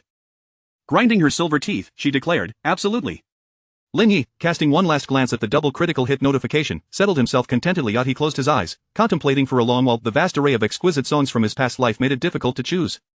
Any one of them would suffice to stir waves in this world. Thus, he found himself momentarily at a loss. After a moment's hesitation, he stood up again, sighed, and said, Very well, I shall use this instead. With that, he produced a flute. Looking toward Yi Qingxian, he smiled and inquired, I trust you do not mind if I switch to the flute? Yi Qingxian nodded slightly. That is acceptable. Though she excelled at the zither, her mastery of the flute was equally among the finest on the continent. If Lin Yi hoped to obfuscate his intentions, he was sorely mistaken. The elders of the Jade Maiden sect understood this well, and their expressions reflected their unease. They clearly believed Lin Yi was attempting to evade scrutiny. Lin Yi said no more, lifting the bamboo flute to his lips, inhaling deeply, and closing his eyes. The air around him seemed to still in silence. All eyes were fixed upon him, awaiting the melody that would soon emerge. Moments later, his fingers began to dance lightly over the flute holes, and a bold, free-spirited melody flowed from the instrument. At first, the notes were tranquil, like a serene sea, deep and far-reaching. As the melody progressed, it grew impassioned, akin to wild waves, unrestrained and majestic, embodying the spirit of a gallant wanderer. As the flute resonated throughout the great hall, an unprecedented wave of emotion surged within the hearts of all present. The openness and unrestrained nature conveyed by the melody transported them to an entirely new realm. Regardless of their understanding of musical theory, every note played by Lin Yi ignited their spirits, even stirring the heart of Yi Qingxian, the celestial maiden of the radiant light sacred land, as memories of a time fraught with swords and shadows flooded back to her. Xia Wuyan and Situ Jing exchanged incredulous glances, their eyes filled with disbelief. They had assumed Lin Yi was merely a gifted scholar of the Confucian Tao, yet they had not anticipated his profound musical talent. He had crafted a piece so stirring, it seemed nearly impossible to surpass. The elders of the Jade Maiden sect, once tense, were now overtaken by astonishment. As they listened to Linya's flute, their anxiety and trepidation transformed into a peculiar exhilaration. They finally realized how little they understood Lin Yi, the peerless enigma before them, who concealed within him countless trump cards capable of astonishing the world. Chapter 43. Shall we bestow upon her another melody? As the final notes of the bamboo flute reverberated and faded within the grand hall, all present remained entranced by the lingering resonance of its profound impact. After a considerable pause, Yi Qingxian finally opened her eyes, gazing at Lin Yi in disbelief. Having devoted the majority of her life to the study of musical theory and having composed countless widely celebrated pieces, she found herself unable to identify a single composition that could rival this one. In that moment, regardless of her reluctance, she had no choice but to concede her defeat. Following her, Xia Wuyan, Situ Jing, and the elders of the Jade Maiden sect within the hall also opened their eyes, staring at Lin Yi in astonishment. At that instant, the entire territory of the Great Yu Kingdom was enveloped by a gentle golden divine light. Soon after, a stirring melody resonated in the ears of all. The majestic sound of the flute transcended the boundaries of space, cleansing every inch of the Great Yu Kingdom's land. People ceased their labors, lifting their gazes skyward. Whether they were farmers toiling in the fields or scholars immersed in their studies, they were all deeply captivated by the sudden melody, feeling their souls stirred by an unprecedented shock, as if they had heard a call from antiquity that awakened the passion and fighting spirit buried within them. The warriors of the northern frontier, upon hearing the exhilarating flute, felt their morale soar. This melody became their battle horn, inspiring them to defend their homeland and repel foreign invaders. Practitioners from various sects were similarly moved by the sound of the flute. They perceived the openness and unconstrained spirit within the composition, as if they had found the inspiration to break through their cultivation bottlenecks. Those who had been stagnating for years in their training began to show subtle signs of potential breakthroughs under the influence of the flute's music. Empress Ji Rufu, upon hearing this grand melody, envisioned a vast and majestic realm. This was the realm of the common people, yet it belonged solely to her grandeur. She vowed that one day, she would put an end to the chaos of war and restore peace to the realm. In the northern depths of Qingzhou, within the 10,000 mountains, the formation that had shrouded the heavenly sound abyss for millennia began to dissipate gradually, unveiling its mysterious veil to the world. Within the Tianxian sect, Yi Zhentian, Shangguan Futao, and others, upon hearing this magnificent flute, found themselves conjuring the image of Lin Yi in their minds. Inexplicably and simultaneously, however, this image soon faded completely. They dared not, nor wished to believe that this melody originated from Lin Yi, the so-called waste they had abandoned, for if that were the case, they would become the greatest joke in the world, blind to the truth. Therefore, Lin Yi must, in every circumstance, remain a waste. In stark contrast, Luo Changqing held a completely different opinion. Upon first hearing the melody, she firmly believed it to be the work of Lin Yi. Although she had never heard of Lin Yi's expertise in music, the intuition of a diviner told her that this flute sound could only have come from him. For those chosen by the heavenly Tao, possessing great fortune, it was not surprising at all for them to achieve the seemingly impossible. Moreover, upon hearing the flute, she had immediately performed a divination, only to find that it aligned with her calculations regarding Lin Yi's location. Thinking of this, her determination to find Lin Yi only grew stronger. Regrettably, the sect was now under Shangguan Fu's influence. She had inquired of many, yet had been unable to ascertain Lin Yi's whereabouts from them. It was evident that Shangguan Fu had imposed a gag order. Consequently, her only recourse was to temporarily leave the Tianxian sect and seek information from other sections. With this thought in mind, she immediately departed from the Tianxian sect. At the foot of the Jade Maiden sect, Ling Hushua leaned on a branch, stumbling forward, while tumultuous waves surged within his heart. In the presence of the flute sound, he perceived his own ignorance and short-sightedness. Recognizing the foolishness and absurdity of his past, given a chance to start anew, he would never have engaged in such a futile endeavor at the Jade Maiden sect for an unattainable woman. Alas, time could not be reversed. Within the Qianghua hall of the Jade Maiden sect, after regaining their composure, every elder, including Mu Wanqing, was filled with exhilaration. At that moment, they were immensely grateful to Jiang Jifei. Were it not for her decisiveness and persistence, a talent as extraordinary as Lin Yi would likely have already joined another sect. Reflecting on this, they recalled Shangguan Fu, that self-righteous woman who was utterly foolish. A genius who might only emerge once in several million years had been driven away from the Tianxian sect by her. Indeed, she had even pursued him to the Jade Maiden sect with the intent to kill Lin Yi. Had they been in her position, they would not only have welcomed Lin Yi as their disciple but would have gladly offered him warmth as well. Upon closer inspection, Lin Yi was indeed quite handsome. At that moment, many elders and disciples felt an impulse to defy sect rules. After all, in the presence of such an outstanding man, the rules paled in comparison. As a scholar, Xia Wuyan felt a surge of pride. Lin Yi's performance today not only proved his worth but also vindicated scholars everywhere. Situ Jing, too, saw in Lin Yi the hope of the Great Yu Kingdom. As both recognized Lin Yi's value, their expressions grew vigilant, prepared to take action to protect him at any moment. Meanwhile, Yi Qingxian, having experienced the baptism of the flute sound twice, found herself at a loss for words to express her current feelings or to describe this piece. She looked at Lin Yi as though he were a mountain, an insurmountable peak in her life. She had initially thought of him as merely a scholar with a modest understanding of swordsmanship and alchemy, a rare talent in Confucianism and Taoism, yet now, she realized how profoundly mistaken she had been. Lin Yi seemed to be the favored child of the heavenly Tao, excelling in Confucianism, swordsmanship, alchemy, and music, each discipline mastered to an unfathomable degree. She could hardly comprehend how such a well-rounded genius could emerge in this world, as if there were nothing he could not master. After a long silence, Yi Qingxian finally asked Lin Yi calmly, "What is the name of this piece?" Lin Yi, with an air of nonchalance, replied, "A Laugh from the Vast Sea." Yi Qingxian nodded. Ah, what a splendid title. A laugh from the vast sea. I concede my defeat wholeheartedly. Lin Yi smiled. This is not a competition, there is no question of winning or losing. Lin Yi was somewhat taken aback by Yi Qingxuan's reaction. He had anticipated that after overwhelming her in the realm of music, she would be filled with disappointment or rage, yet her demeanor was unexpectedly calm, devoid of any negative emotions. Was it possible that a mere melody had not struck her deeply enough? Should he play another piece for her? As Lin Yi pondered this, he saw Yi Qingxian raise her hand and gently wave, producing a token imbued with spiritual energy before him. This was the Holy Masteress token, granting him the privilege to enter and exit the sacred land of Yaoguang. It will. If you have the time, you are always welcome to the sacred land of Yaoguang to discuss music together. Chapter 44. Should the gentleman agree to enter the court, all officials shall be at his disposal. Xia Wuyan and Situ Jing, witnessing this unfolding scenario, could not help but display expressions of disbelief. They never anticipated that Lin Yi could, in the realm of music, compel Yi Qingxian to yield so completely. Even more astonishing was the fact that Yi Qingxian would publicly hand over the saint's command to Lin Yi. It is essential to understand that the saint's command is tantamount to the transmission of the saint's legacy. Each saint possesses only one. Bestowing this item essentially designates Lin Yi as the next saint. However, this is not necessarily a favorable development. Should the disciples of the Yaoguang sacred land become aware of this, it would undoubtedly bring considerable turmoil to Lin Yi. After all, in the entirety of the Yaoguang sacred land, only one saint has ever received the saint's command, namely, Xiang Shichu, the foremost among the 18 saints and saintesses. His acquisition of the saint's command is well deserved, as he has single-handedly dominated the geniuses of the Yaoguang sacred land for decades. He can be regarded as the unparalleled prodigy of the past century. In comparison, Lin Yi pales significantly. Although he possesses righteous vigor that resonates with the heavens and earth, the fact remains that he is only at the 7th realm of power. Should the people of the Yaoguang sacred land learn of Lin Yi's circumstances, they would undoubtedly seek to seize the saint's command. At that point, Lin Yi would find himself in peril. They certainly would not intervene to protect Lin Yi, as matters among juniors are not their concern. Moreover, if they were required to defend against peers, it would render their protection of Lin Yi unnecessary. The elders, including Mu Wanqing, observed the situation with quiet relief, grateful not only to have evaded disaster but also to have gained the protection of Yi Qingxian. As long as she possesses the saint's command, they believed that Lu Wuji would think twice before daring to act against them. This moment could indeed be seen as a blessing in disguise. Meanwhile, Lin Yi stood there, utterly bewildered, even beginning to question whether his ears had deceived him. What was Yi Qingxian playing at? He had struck a blow to her pride, yet she showed no signs of anger. Instead, her gaze seemed to carry a hint of admiration. No, it was more akin to reverence. Could it be that his words had rendered her speechless? That seemed unlikely. If her mentality were truly that fragile, she would not have ascended to her current position. Furthermore, if her psychological defenses had genuinely crumbled, his system panel would have long since displayed a notification of emotional damage. How could there be no indication whatsoever? Convinced that no conspiracy lay beneath the surface, Lin Yi chose to dismiss further thoughts. Although this item might not prove particularly useful, one ought not to reject a gift freely given, lest they incur divine wrath. As for the anticipated retribution from the saints and saintesses of the Yaoguang sacred land, Lin Yi remained entirely unconcerned. Should they dare to approach, he would drain them dry and cast them into the abyss of torment for their labor, compelling them to earn emotional value for him.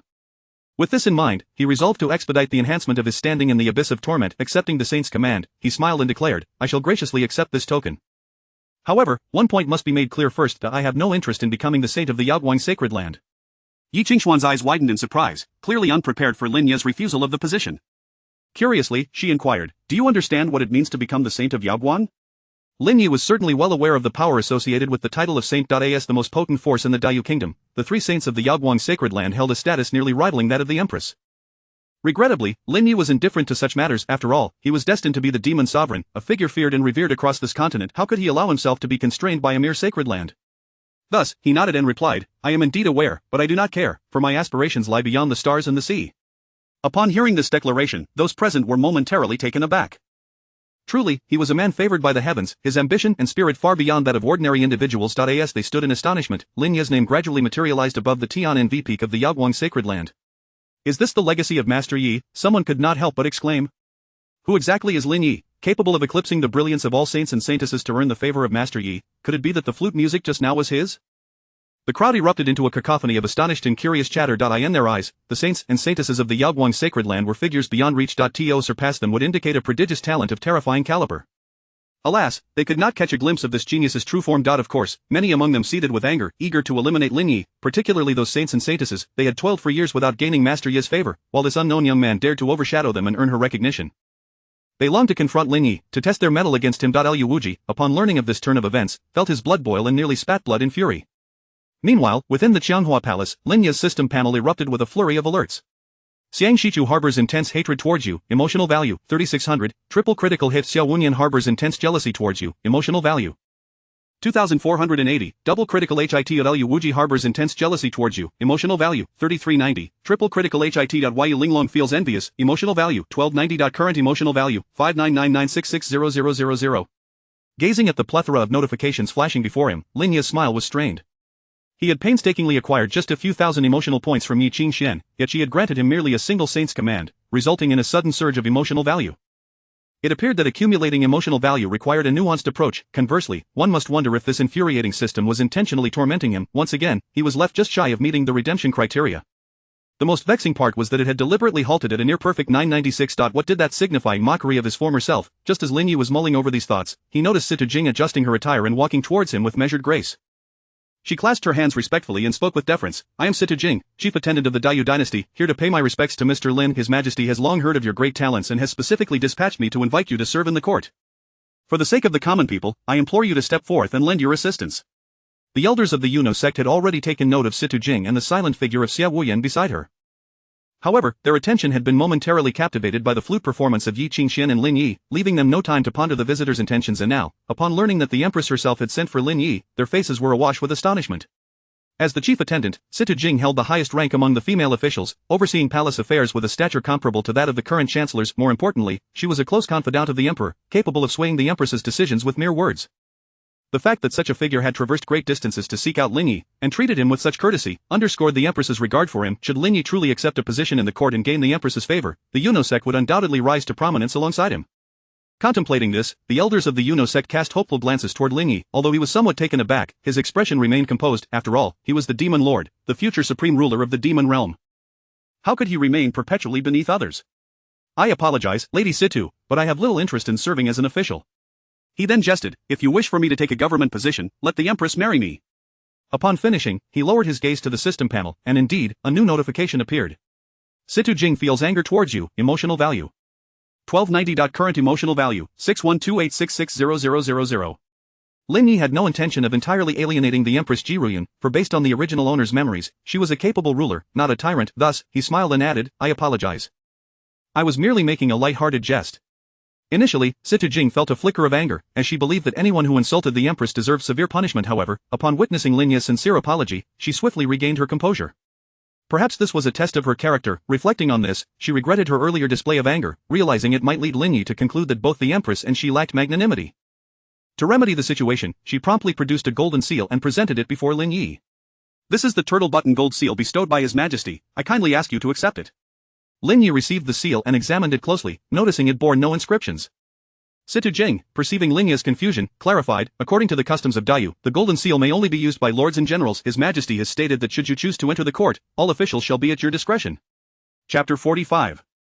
Unperturbed by honor or disgrace, truly a talent of Confucianism and Taoism. As these words were uttered, a wave of astonishment swept through the crowd. Even Xia Wuyan and Yi Qingxian displayed expressions of disbelief.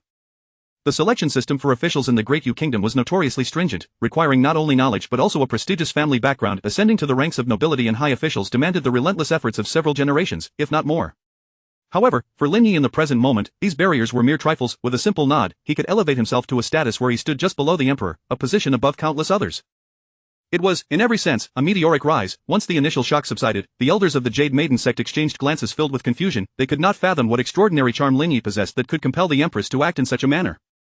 Was it possible that she had developed feelings for him? Beyond this notion, they struggled to conceive any other explanation. After all, each high-ranking position in the court was occupied by a person. To displace them and install this young man in their stead would undoubtedly provoke the ire of the prominent families. The empress would thus face immense pressure for making such a decision, a reality that Lin Yi was acutely aware of. Consequently, a hint of surprise flickered across his countenance, perhaps even a touch of astonishment. Regrettably, in a world where strength reigns supreme, the might of one's fist is the ultimate truth. He had no desire to become ensnared in the web of power, engaging in endless intrigues that would squander his precious time. He resolutely shook his head and stated, I am truly sorry, Lord Situ, but I harbor no interest in serving in the court. Upon hearing this, the attendees were collectively struck with incredulity. Situ Jing, momentarily taken aback, could hardly believe that Lin Yi could remain so composed in the face of such a potent lure of power. Calm and unruffled, he embodied the very essence of a Confucian and Taoist prodigy recognized by the heavens. A model for our generation. Indeed, after a brief silence, Situ Jing finally spoke. Very well, however, this seal is bestowed upon you by Her Majesty, and I implore you to accept it. As for the matter of serving as an official, I shall report to Her Majesty. In truth, you need not worry, the Empress is known for her magnanimity and would never impose upon anyone against their will. Lin Yi, not wishing to be overly polite, extended his hand to accept the turtle seal. The decree had already granted him an abundance of emotional value. If he were to publicly display this object, it would undoubtedly amplify his emotional worth immensely. With this thought in mind, a subtle smile graced his lips. Then I shall trouble you, Lord Situ, to extend my gratitude to Her Majesty. Situ Jing nodded slightly, feeling a twinge of anxiety. The turtle seal was not originally granted to Lin Yi but had previously been bestowed upon her by the Empress. Her actions today bore a semblance of preemptive decision-making. Should the Empress choose to inquire, the consequences could be dire, amounting to a grave offense. Fortunately, the Empress was not known for her penchant for beheading others. Furthermore, her intentions were not rooted in personal gain but rather a genuine desire to recruit Lin Yi for the benefit of the kingdom. Given the current state of the Great Yu Kingdom, beset by both internal and external strife, the need for a talent like Lin Yi was ever more pressing. Although her previous efforts to persuade him to serve in the court had not succeeded, she had at least made a favorable impression on him. Moreover, she was uncertain whether Lin Yi's refusal might be a test for both her and the Empress. After all, individuals of great intellect are seldom easily swayed, particularly someone as extraordinary as Lin Yi. To entice him out of seclusion would require persistent and earnest invitations, and perhaps even a personal visit from the Empress herself. As Situ Jing pondered these matters, a disciple from the Jade Maiden sect rushed in, breathless with excitement. Elder Mu, the array barrier of the celestial abyss has been activated by that flute sound just now. At this announcement, the hall fell into a profound silence. All eyes converged upon Lin Yi. The celestial abyss had remained one of the Great Yu Kingdom's most forbidden places for millennia, with no one ever having glimpsed its mysteries. The array barrier had been set by ancient powers, enduring for tens of thousands of years. Even a coalition of the kingdom's mightiest could not breach it. Yet now, it had been undone by a mere flute note from Lin Yi. This was utterly unfathomable. In that moment, everyone in the hall questioned whether they were ensnared in a dream, for the events unfolding before them had completely overturned their understanding of reality. The only phrase that could encapsulate the surreal nature of the situation was daydreaming. However, the disciples' rapid breathing served as a stark reminder that they were indeed witnessing a legend in the making, a historical moment, a miracle. From this moment forth, the name Lin Yi would be inscribed in the annals of history, becoming a monumental figure not only in the Great Yu Kingdom but across the entire ancient continent for tens of thousands, if not hundreds of thousands of years.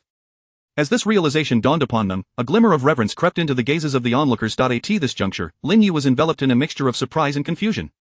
He had never anticipated that a casual melody he had plucked from memory could incite such a tremendous upheaval. It seemed prudent for him to exercise restraint in the future, otherwise, he might inadvertently transform from a demon lord into a leader of righteousness. Nonetheless, with the secret realm now unveiled, he felt compelled to explore it. If he could procure the treasures within before the eyes of all, it would undoubtedly catapult his emotional value to unprecedented heights. As news of the celestial abyss's barrier being lifted spread like wildfire across the ancient continent, it stirred tumultuous waves throughout the Great Yu Kingdom. Forces such as the Radiant Light Sacred Ground, White Deer Mountain, Medicine King Valley, Heavenly Profound Sect, and the 100 Flowers Valley all received this revelation. In the Heavenly Profound Sect's Wuji Hall, Shangguan Fu's countenance darkened, her fists clenched so tightly that her nails dug into her palms without her noticing. Though she harbored a suspicion that the flute sound originated from Lin Yi, she steadfastly refused to acknowledge it. After all, Lin Yi had been deemed a waste in her eyes, a traitor, and the refuse she had heartlessly discarded. Since she had labeled him as worthless, he must remain utterly devoid of merit, incapable of achieving such earth-shattering feats. Yet, despite her fervent attempts to convince herself, she could not mask the fury brewing within. Through gritted teeth, she cursed, "Damn it, which wretched fool has instigated such a momentous change?" In contrast, Yi Zhentian maintained a far calmer demeanor. His expression was somber as he commanded, "Immediately summon all elders and disciples, we must prepare to head to the celestial abyss. Such an opportunity must not fall into the hands of others." A glimmer of greed flickered in Tao Yanran's eyes as she eagerly exclaimed, "Master, I wish to accompany you." Simultaneously, at the Radiant Light Sacred Ground, Lu Wuji and the other holy sons and daughters were filled with excitement and anticipation. The opening of the Forbidden Grounds represented an unparalleled opportunity for them to enhance their strength, particularly for Lu Wuji. A glint of malevolence crossed his eyes as he abruptly seized the neck of the naked woman lying beside him, swiftly donned a robe, and exited his dwelling. To the subordinate who had come to report, he declared, "The opening of the celestial abyss is my prime opportunity for ascendance. Inform our people to prepare at once. We must seize the treasures within before anyone else." Within the royal palace of the Great Yu capital, the Empress set down her scroll in disbelief, gazing incredulously at the maid who had brought the news. "Is this truly the case? Do you know from whom the flute sound originated?" Seeing the maid's awkward expression, she promptly ordered, "Gather the sect heads and all officials of second rank or higher in the capital. They are to convene at Qingqing Palace to await my arrival. The opening of the celestial abyss may present an opportunity for the Great Yu Kingdom. If we can procure any artifacts from within, it might alleviate the pressure on our borders and allow me to address the troubles within the court." Chapter 46. The perfect inferno. For half an hour, countless cultivators surged towards the 10,000 great mountains in northern Qingzhou, eager to see some opportunities from the Tianlai abyss. On the narrow path leading to the Tianxian sect, Ling Hushua gazed upwards, observing wave after wave of cultivators hastening towards the 10,000 great mountains. Particularly, upon seeing the elders and disciples of the Tianxian sect soaring northward, a flicker of doubt arose in his heart. Just then, a haunting melody inexplicably surfaced in his mind. Even if he returned to the Tianxian sect now, his survival was far from guaranteed. Moreover, if he were destined to live his life as an incapable waste, he would rather embrace death.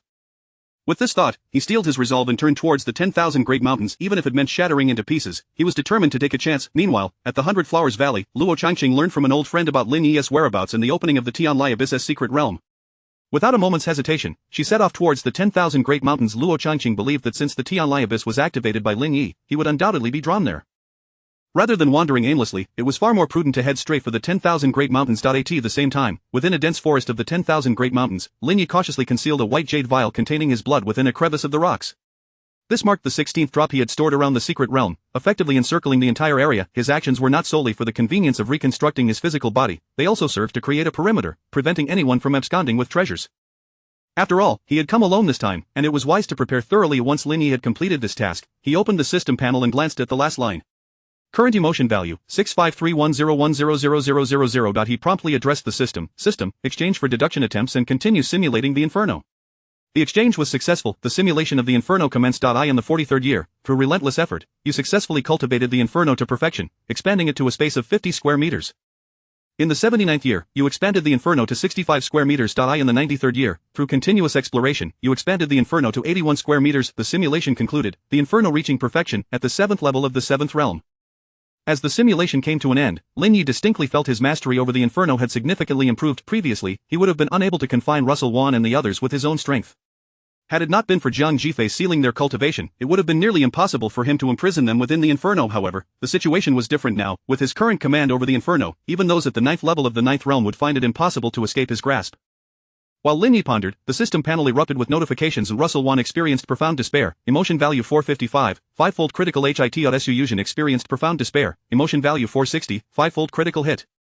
Lei Wanjun experienced intense despair, emotion value 243, 3-fold critical hit. Current emotion value 90901000000. Upon witnessing the despair of everyone within the inferno, Lin Yi couldn't help but be momentarily taken aback. However, he quickly deduced the cause. After the reinforcement of the inferno, they must have felt the last vestiges of hope slipping away. Without hesitation, he entered the inferno. Indeed, with his mastery of the inferno now perfected, it resembled an impenetrable fortress. Not only the 9th realm but even those of the 10th or 11th realms would find it impossible to escape from here. Lin Yi turned and, as he had anticipated, the number of hanging positions had increased to 15, and the chains were sturdier than before. Glancing at the vacant hanging positions, he felt a pang of regret, wishing he could immediately hang Yi Zhentian, Shang Wanfu, and Tao Yanran to harvest emotion values. Hearing a commotion, Lei Wanjun looked up and, upon seeing Lin Yi, began to struggle and curse vehemently. You beast! If you know what is good for you, let me out, otherwise, when the Lei family gets angry, you will pay dearly for it. Damn it, let me out. Listening to these curses, Russell Wan and the others felt a pang of nostalgia. They too had once reacted like that. Each encounter with Lin Yi had been met with curses and struggles, yet now, all that remained in their hearts was a profound sense of fear. As for resisting and cursing, they no longer had the spirit for it. They believed that it would not be long before Lei Wanjun would join them in relinquishing all hope, with only one thought remaining. A swift death. Lin Yi turned to Lei Wanjun and remarked, with so many beautiful ladies around, you actually wish to leave? Are you even a man? At this, Lei Wanjun nearly spat out a mouthful of blood.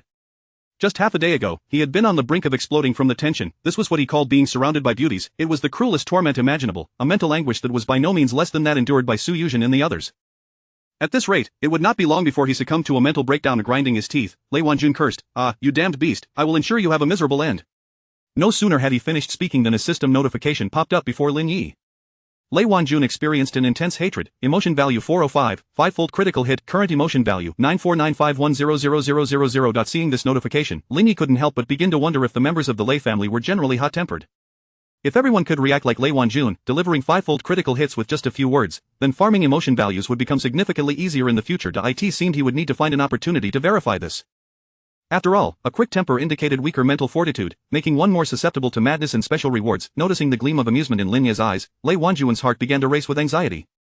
He was currently like a fish on a chopping block. If Lin Yi wished to eliminate him, it would be a simple task. Lei Wanjun developed a profound fear towards you, emotion value 405, 5-fold critical hit.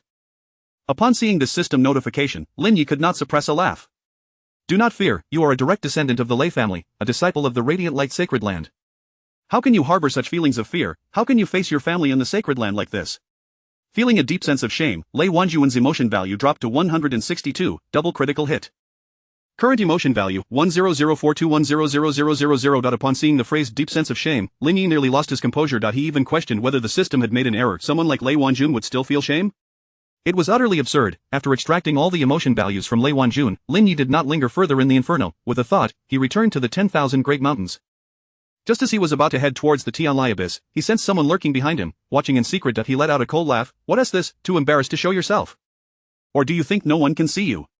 Chapter 47. She could not accept Lin Yi's sudden excellence concealed within the treetops. Yu Linglong was taken aback by the revelation. Her mastery of stealth was unparalleled, to the point where even Xiang Shichu could not detect her presence. To her astonishment, Lin Yi had managed to discern her whereabouts with such alacrity. This acute sense of perception left her utterly incredulous. Without hesitation, she leapt down from the branches, smiling as she spoke. Do not misunderstand. I harbor no ill intentions towards you. I merely find you rather intriguing, which is why I came to observe. Lin Yi harbored no suspicions, for he had never sensed any malice from her. Otherwise, she would not have remained alive to this moment. As Yu Linglong approached, she introduced herself. I am Xiao Shanshan, a wandering practitioner. May I inquire about your esteemed name, sir? Lin Yi was forthright in his response, Lin Yi. Upon hearing this name, Yu Linglong was momentarily startled. She had not anticipated that the individual before her was the one who had received the Saint's order from Master Yeit. Was a stroke of fortune, indeed, to stumble upon him without exerting any effort. She was curious to discern what extraordinary qualities Lin Yi possessed to earn such recognition from Master Yi. Noticing the shift in her expression, Lin Yi surmised that she was likely affiliated with the sacred land of Yaguang. After a brief moment of shock, Yu Linglong retrieved a wine flask and extended it towards Lin Yi, hoping to bridge the gap between them. Lin Yi accepted the flask, took a sip, and promptly spat it out, unable to restrain his disdain. What is this concoction? It tastes worse than horse urine. Yu Linglong, incensed by his critique, flushed with indignation. Seizing the flask back, she retorted, if you do not understand, refrain from making baseless accusations. This divine intoxication is the finest and strongest brew from the Xian Feng Tavern. Even with wealth, one might not acquire it. Lin Yi, unhurried, glanced at the system panel. Yu Linglong is incensed with you. Emotional value, 1290.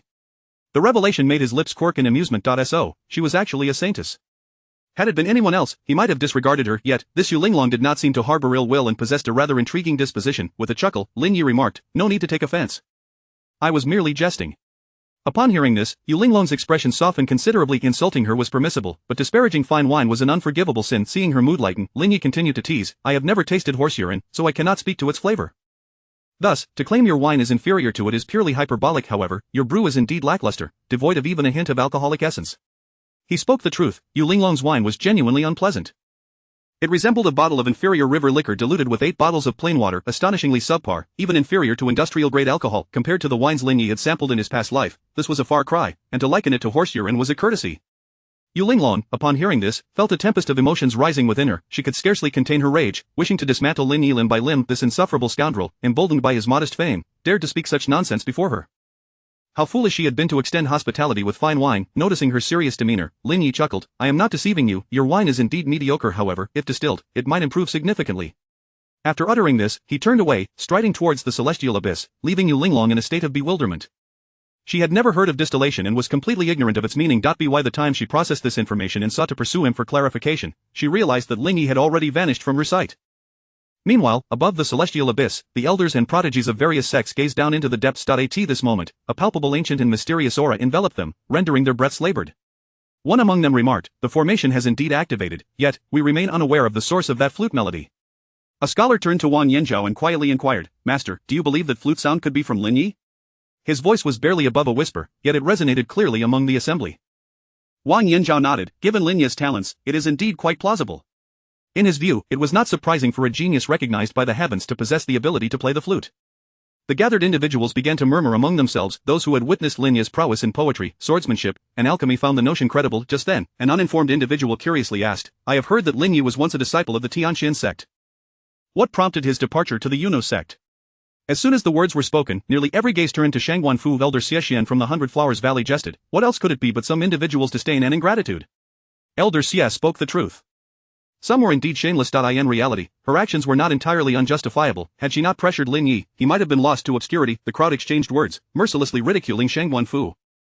Faced with the scorn and condemnation, Shangguanfu's complexion shifted from crimson to pale, then to a shade of green. The anger within her simmered like a volcano on the verge of eruption.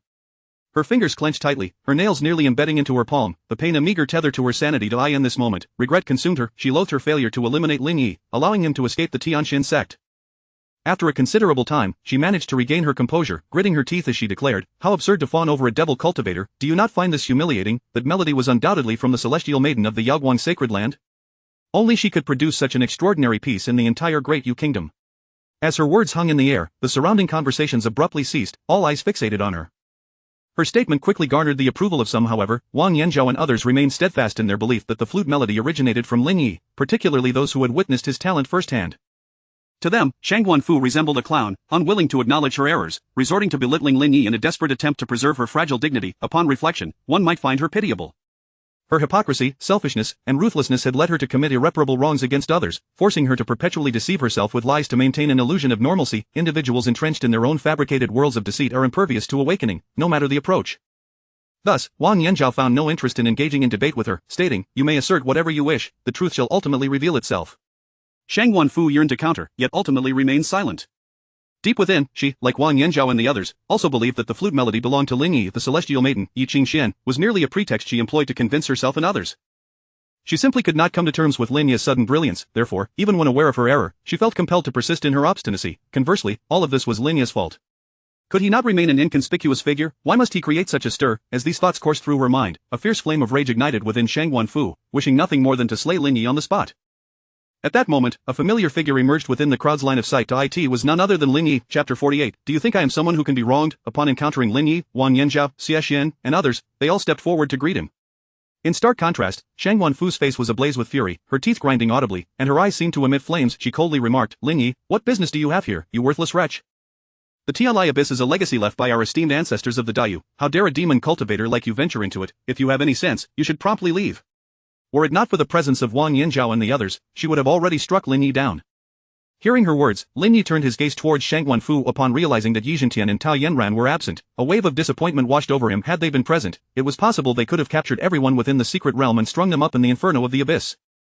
Nevertheless, several familiar faces had gathered around Shang Guanfu, such as Zhou Zhenfei, Yu Xia, and Yi Xianli. It was but a short while ago that they had vehemently demanded Shang Guanfu to execute him while he was in the Wujidian. The echoes of their pleas for his demise still resonated in his ears. Since they had arrived today, there was no way they would return alive. As Lin Yi pondered this, he noticed Shang Guanfu directing her gaze towards a middle-aged man clad in an official robe, his belly protruding. She coldly inquired, "As the governor of Qingzhou, should you not take action upon seeing a demon cultivator?" Upon hearing this, Shi Yanqing's expression darkened. Although he held the position of governor, matters concerning sect issues were typically handled by the sect itself.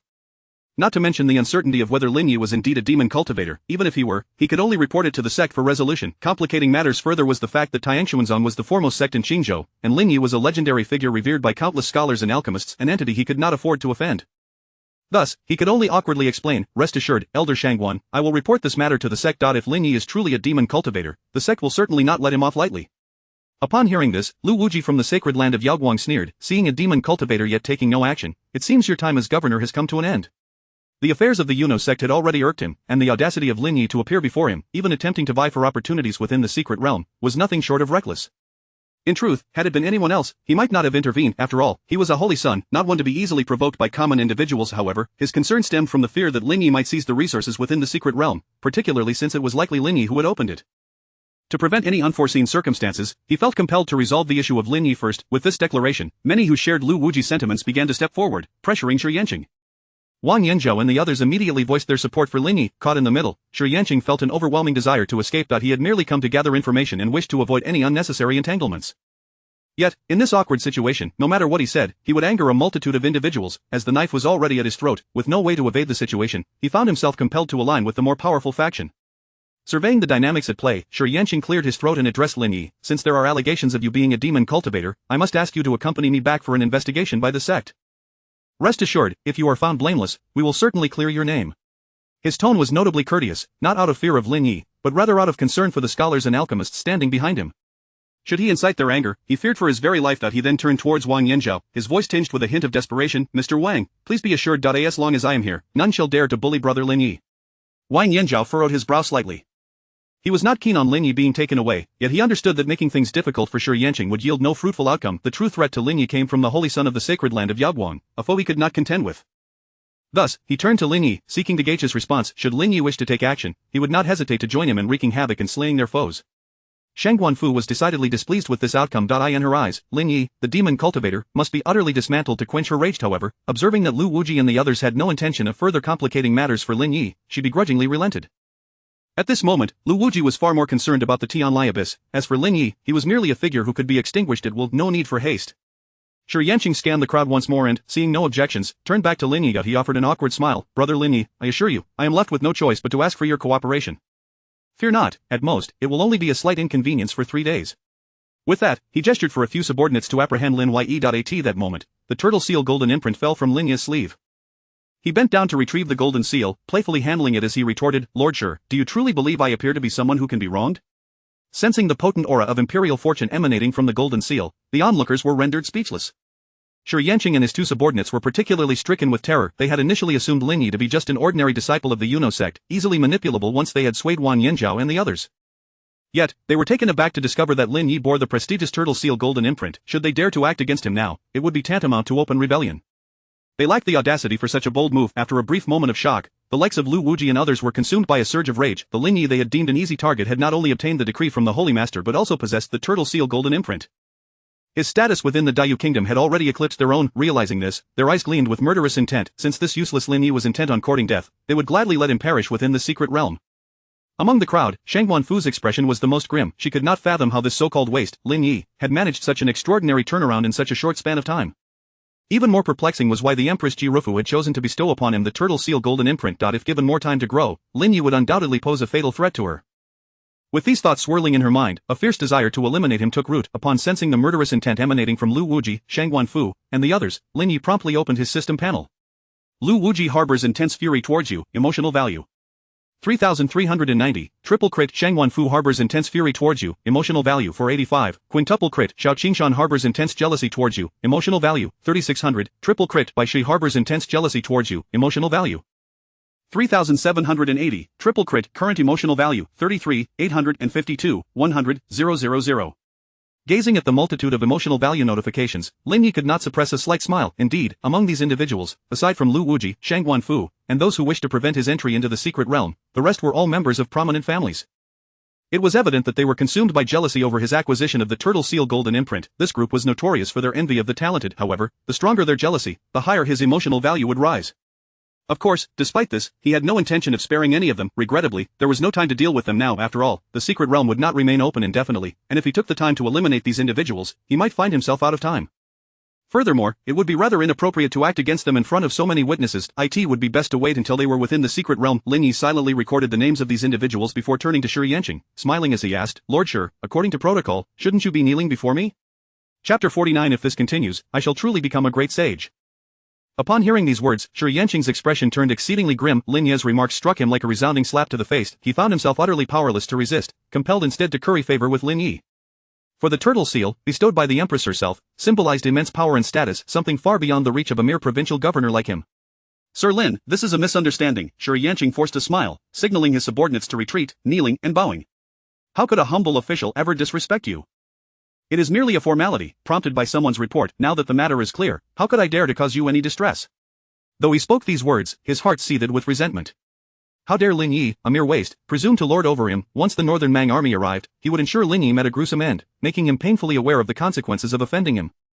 Yet for the moment, in service to the grand cause of Northern Mang, he had no choice but to swallow his pride. Should he confront Lin Yi now, it would not only offend the scholars of Dayu, but also the Empress herself. At that point, he would find himself utterly trapped. What if the Northern Mang army reached here and he had no proof of allegiance to present? All his efforts over the years would be in vain. Lin Yi paid him no heed, instead directing his gaze toward the system panel. Shi Yanqing harbors intense jealousy towards you, with an emotional value of 305, resulting in a 5-fold critical hit. Shi Yanqing has developed an irreconcilable hatred towards you, reaching its limit, with an emotional value of 610, resulting in a 10-fold critical hit. Current emotional value, 610, 210, 000. Gazing at the 10-fold critical hit of animosity, Lin Ye's countenance darkened instantly. What a cunning fox he was. Were it not for the system's notifications, he might have been deceived. Such a treacherous character had no place in his world. Lin Yi scrutinized the values. The 10-fold critical hit was only a little over 600. This kind of insignificant figure was unworthy even of a position in the upper echelons, only deserving to be drained dry by him. Without further ado, Lin Yi flashed forward, arriving before Shi Yanqing. Shi Yanqing was taken aback, unable to react before he felt a firm grip around his neck. The power within him rapidly dissipated at an alarming rate. Panic surged within him as he struggled desperately. You, what have you done to me, demon cultivator? My cultivation, my Dao body, return them to me, quickly, return my cultivation and Dao body. Before he could finish his pleading, Lin Yi had completely drained his cultivation and Dao body. His form shriveled up as a result. Without a hint of hesitation, Lin Yi snapped his neck. The onlookers were left in shock, their faces a tableau of disbelief. No one had anticipated that Lin Yi would dare to execute a provincial governor in front of so many witnesses. Even Wang Yanzhao and the others were at a loss, unable to comprehend Lin Ye's actions. They even began to suspect whether Lin Ye was indeed a demon cultivator, for his methods had not resembled those of a righteous person at all. Had they truly misjudged him? Seeing the expressions of the scholars darken, Shang Wanfu wore a smug smile, as if to say, "Look, you fools, I told you Lin Ye was a demon cultivator, yet you rushed to flatter him. Now, what do you have to say for yourselves?" She was about to mock them further when a secret edict from Northern Mang fell from Shi Yanqing's corpse. Upon seeing this token, the crowd's prior confusion and skepticism vanished in an instant. Their expressions shifted from doubt to admiration. Shi Yanqing had lingered in Qingzhou for over a decade, yet they had never suspected a thing. It took Lin Ye's discerning eye to unveil the truth. Realizing the implications of this revelation, they were filled with remorse towards Lin Ye. For that fleeting moment, they had genuinely believed him to be a cruel and bloodthirsty individual, thinking they had misjudged him. Little did they know, his actions were not for personal vengeance but for the greater good of Dao and its people. With such a profound sense of national loyalty, it was no wonder he garnered the recognition of the heavenly Dao and the favor of the Empress. It was a travesty that such a selfless individual had been subjected to their doubts. As for Lin Ye's treatment of Shi Yanqing, they felt no qualms. Any means used against a traitor were justifiable. Even if Lin Ye had publicly dismembered Shi Yanqing, they would have only felt vindicated. At this moment, Shang Wanfu seethed with resentment, grinding her teeth in frustration. She could not fathom how Lin Ye had managed to outshine her at every turn. What had once been a mere piece of refuse she discarded now repeatedly surpassed her expectations and stole the limelight in front of all. In that instant, fear took root in her heart. Fortunately, with her talent awakened, her strength had surged immensely, enough to crush Lin Ye. Otherwise, she might genuinely worry that the Tianxian sect would perish at his hands. Liu Wuji, on the other hand, revealed a glimmer of greed. Lin Ye's ability to drain Shi Yanqing's powers piqued his immense interest. Over the years, though he had absorbed the cultivation of numerous female disciples using the Yuan Yang sacred body and the heavenly demon Essene absorption technique, the limitations of this method were painfully evident. Not only was it exclusive to female cultivators, but its efficiency was also woefully inadequate, requiring a protracted period to fully drain an opponent. Moreover, due to his frequent use of this technique in recent years, his body had significantly deteriorated. Each attempt to siphon off power took less time and became increasingly sluggish. He sensed that within 2 decades, he would completely lose the ability to wield the Yin absorption technique. At that point, his cultivation would undoubtedly stagnate. This urgency drove him to seize control of the Jade Maiden sect, seeking to leverage its elders and disciples to enhance his own strength. He intended to exploit the Tian while he still had the capacity to do so. Once accomplished, he would undoubtedly become the master of the Radiant Light Sacred Land, the most formidable presence in all of Dao. However, now he discovered a technique even more potent than the heavenly demon Essene absorption technique. Not only was it efficient, but it also imposed no gender restrictions. Once he acquired this technique, he could drain the entirety of Radiant Light Sacred Land, nay, all of Dao. At that moment, he would be the sole sovereign of this ancient continent. Thus, he resolved that even if he had to forfeit the rewards of the secret realm today, he must capture Lin Ye and extract this technique from him. At this moment, Lin Ye could not help but feel speechless, his lips twitching involuntarily. He had merely eliminated an enemy, yet it had spiraled into such a debacle. If this continued, he, the Demon Lord, might very well be revered as a great sage. The illustrious demon sovereign, regarded as Saint Lin by countless scholars, was this fitting? With a resigned sigh, Lin Ye acknowledged the situation. He could no longer be bothered to argue with these people. If they wished to misunderstand, so be it. As for Liu Wuji and the others, he could not consume them all at once. To kill them would be a waste, better to wait until they entered the secret realm and play with them at leisure. After all, none would escape. Standing at the edge of the abyss, Lin Ye took a deep breath, then, before all eyes, he leaped into the chasm. The others, witnessing this, promptly followed suit, eager not to miss the opportunity. Chapter 50 of the trail vanished, as if evaporated from the mortal realm. Half an hour later, deep beneath the abyss, several thousand meters down, Shang Wanfu, accompanied by her followers, had searched tirelessly yet found not a single trace of Lin Ye. It was as if he had completely vanished from existence. In a fit of rage, she berated Qiujin and the others, exclaiming, "Useless, you are all a bunch of good-for-nothings. With so many of you, how could you allow that waste of space, Lin Ye, to escape? The sect invested countless resources into cultivating you, and yet, when we need your assistance, you are utterly incapable of providing any help. Truly a pathetic lot." The more she pondered, the angrier she became, recalling the humiliation she had suffered earlier. In a furious outburst, she vented her frustration upon the air, unleashing a barrage of strikes that sent dozens of streams of energy surging from her hands, nearly reducing the entire floating island to dust. "Ah! Lin Ye, I know you're hiding nearby. Show yourself, you wretched creature. If you have any guts, come out. If you do not reveal yourself immediately, I shall march to the Jade Maiden sect and annihilate your entire sect." Meanwhile, in the depths of the endless purgatory, Lin Ye found the insults and threats utterly amusing. What sort of people do you have under your command? Do you not possess even a modicum of self-awareness? You dare speak of destroying the Jade Maiden sect? Do you truly believe you are worthy? Were it not for the multitude of adversaries seeking to deal with him, and his desire to provoke their impotent rage to harvest more emotional energy before they met their demise, he would have already dealt with them all. Perhaps by now, he would have hung Shang Wanfu on the rack of punishment. However, Lin Ye remained unhurried. After all, prey must be handled with care, one by one. They needed to fully experience fear to yield greater emotional value. Thus, he resolved to wait until they had relaxed their guard before striking decisively to defeat them all. Earlier, he had already begun to identify his targets. Apart from Shang Wanfu and her companions, there were also Liu Wuji from the Radiant Light Sacred Ground and the father-son duo of Lei Qianshan and Lei Wanchun from the Lei family. He intended to spare none of them, particularly Lu Wuji. This individual seemed to possess the primordial young sacred body. As Lin Yi understood, the primordial young sacred body and the lunarine sacred body were a pair destined by heaven.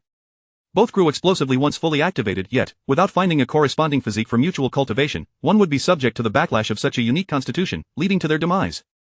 Tao Yanran had already awakened her lunarine sacred body. If Lin Yi could absorb the primordial young sacred body from Lu Wuji, it would be quite entertaining. At that moment, given Tao Yanran's character, she might even find herself kneeling before him in a desperate bid to preserve her life. Reflecting on this, Lin Yi found it rather ironic how much effort had the original owner expended for her. He had even bestowed upon her the innate Tao body, only for her to accomplish nothing in the end, not even holding hands properly. Tao Yanran had always insisted on saving the best for their wedding night, leaving the original owner utterly bewildered. It was only natural that the original owner, inexperienced in worldly matters, had fallen for her tricks. Having read numerous web novels in his past life, Lin Yi was acutely aware of Tao Yanran's intentions. She merely viewed the original owner as a tool for her own gain, seeking benefits without any intention of giving back. Once the original owner had lost her utility, she would unceremoniously discard her and seek solace in another's embrace, all while claiming that they were still pure, thereby enchanting her new target into willingly sacrificing everything for her. In essence, she was merely a mercenary in waiting, akin to those opportunistic women who consumed their boyfriend's resources, did nothing of substance, and plotted their ascent. Once they had secured their place, they would promptly kick their boyfriends to the curb. For such individuals, if the opportunity arose, Lin Yi was determined to teach her a lesson in despair. Outside the endless purgatory, after delivering several strikes, Shang Guanfu was left gasping for breath. Xiaoshan cautiously interjected, "Elder, our purpose here is to seize opportunities. That waste of space, Lin Yi, is hardly a concern. If we cannot locate him, it matters not. Once Yanran grows stronger, he will merely be an insignificant insect." The other elders chimed in agreement.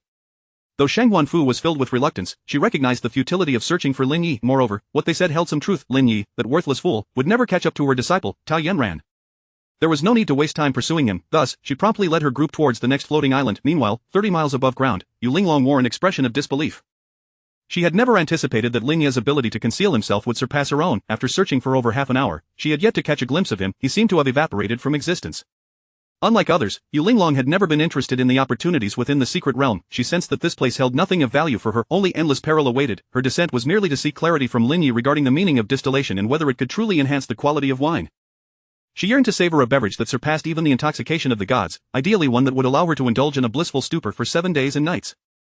The mere thought of it made her mouth water. As she expanded her consciousness to search meticulously and confirmed Lin Yi's absence, she continued her descent. To her, missing him was of little consequence.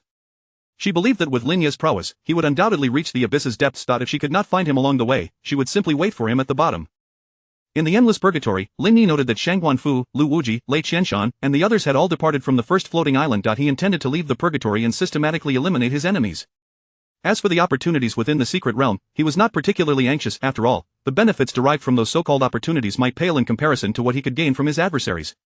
These individuals could provide not only emotional energy but also enhance his cultivation and Tao body. Such effects were something even elixirs might struggle to achieve. Before Lin Yi could exit the endless purgatory, a familiar figure slowly descended from above, standing just outside the purgatory. Upon recognizing the newcomer, Lin Yi couldn't help but furrow his brow slightly. Wasn't this Luo Changqing from the Tianxian sect? If the original owner's memory served her correctly, she had always disdained such cutthroat environments. Why had she come to such a place? Even more perplexing was her status as an elder of the Tianxian sect. Shouldn't she be accompanying Shang Guanfu, or was she here to assassinate her? That seemed unlikely, given her amiable nature and her historically positive relationship with Shang Guanfu. Moreover, she had been in seclusion for years, making any conflict with Shang Guanfu improbable, let alone a motive for her demise. Could it be that she had come in search of him? Chapter 51. Being associated with such a fool is nothing short of a disgrace. Lin Yi pondered for a moment, and this conjecture seemed the most reasonable. She had once aided the original master, and their relationship had always been relatively amicable. Back then, after the original master discovered his innate Tao body, he refused to abandon Tao Yanran, insisting on taking her along to seek a master and become a direct disciple together. As a result, the various elders shook their heads in disappointment. In a world where strength reigned supreme, one with mediocre talent could achieve a certain level through diligent cultivation. As long as one did not possess a completely useless constitution, there was value in nurturing them. Only the foolish held no worth whatsoever. A genius who merely chased after women's skirts, regardless of how high their talent, was destined not to go far, perhaps even perishing because of it in the end. This is the most brutal reality of the cultivation world. None of the elders were willing to waste 2 direct disciple slots on such an individual. Consequently, due to the original master's foolish actions, he fell to the status of an ordinary outer disciple, even becoming the laughingstock of the sect. Until Luo Changqing exited his seclusion and fortuitously encountered the original master. He did not hesitate to exchange a treasured item, persuading Shang Guanfu to accept both the original master and Tao Yanran. Upon seeing renewed hope, the original master felt immense gratitude towards Luo Changqing and unwavering loyalty towards Shang Guanfu. He even risked his life to infiltrate the demonic sect as an undercover agent, solely to help Shang Guanfu ascend to the position of Grand Elder. Although the original master was later killed by Shang Guanfu, this had nothing to do with Luo Changqing. His assistance to the original master stemmed from goodwill. The original master's demise was due to Shang Guanfu's malice and his own folly. Lin Yi could not blame her for this matter. Nevertheless, given the current awkward situation, it would be best for both parties to avoid meeting again. He let out a long sigh, retracting his gaze from Luo Changqing. After confirming that no one was around, Luo Changqing immediately pursued downward. To avoid embarrassment, Lin Yi lingered in the abyss of the infinite for half an hour before emerging, gazing down into the depths of the abyss.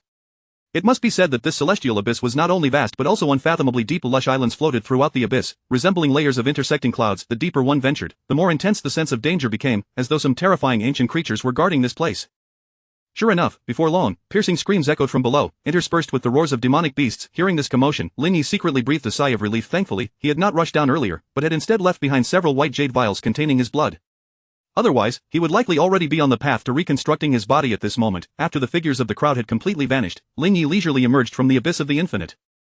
He first sensed the blood essence he had discarded. Indeed, thanks to the protection of the white jade vials, no bloody scent had emerged, and those vials had not been devoured by the demonic beasts.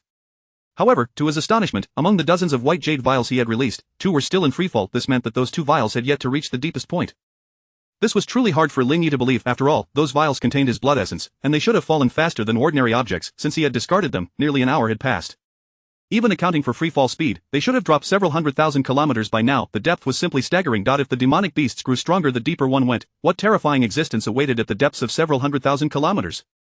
As Lin Yi pondered this, he suddenly sensed a murderous intent approaching from behind. He turned to look, and before him stood Lei Qianshan, the elder of the Lei family. It turned out that Lei Qianshan had not pursued Lin Yi downward upon his disappearance but had remained on this level, searching for Lin Yi's figure. He believed that Lin Yi's speed could not surpass that of the holy son of the Yaoguang Holy Land, and the only possibility was that he was hiding. With a smug expression, he said, "Lin Yi, did you not expect me to return? If you are wise, hand over the Wan Jun and the Thunder Sword, and I might spare your life." As he spoke, the power of the ninth realm erupted forth, enveloping the entire floating island with an overwhelming aura that sent the surrounding birds and beasts scattering in fear. However, Lin Yi remained utterly unfazed. Seeing this, a look of surprise crossed Lei Qianshan's face. Lin Yi, possessing merely the cultivation of the seventh realm, was somehow able to withstand the pressure of the ninth realm. This was utterly incomprehensible to him.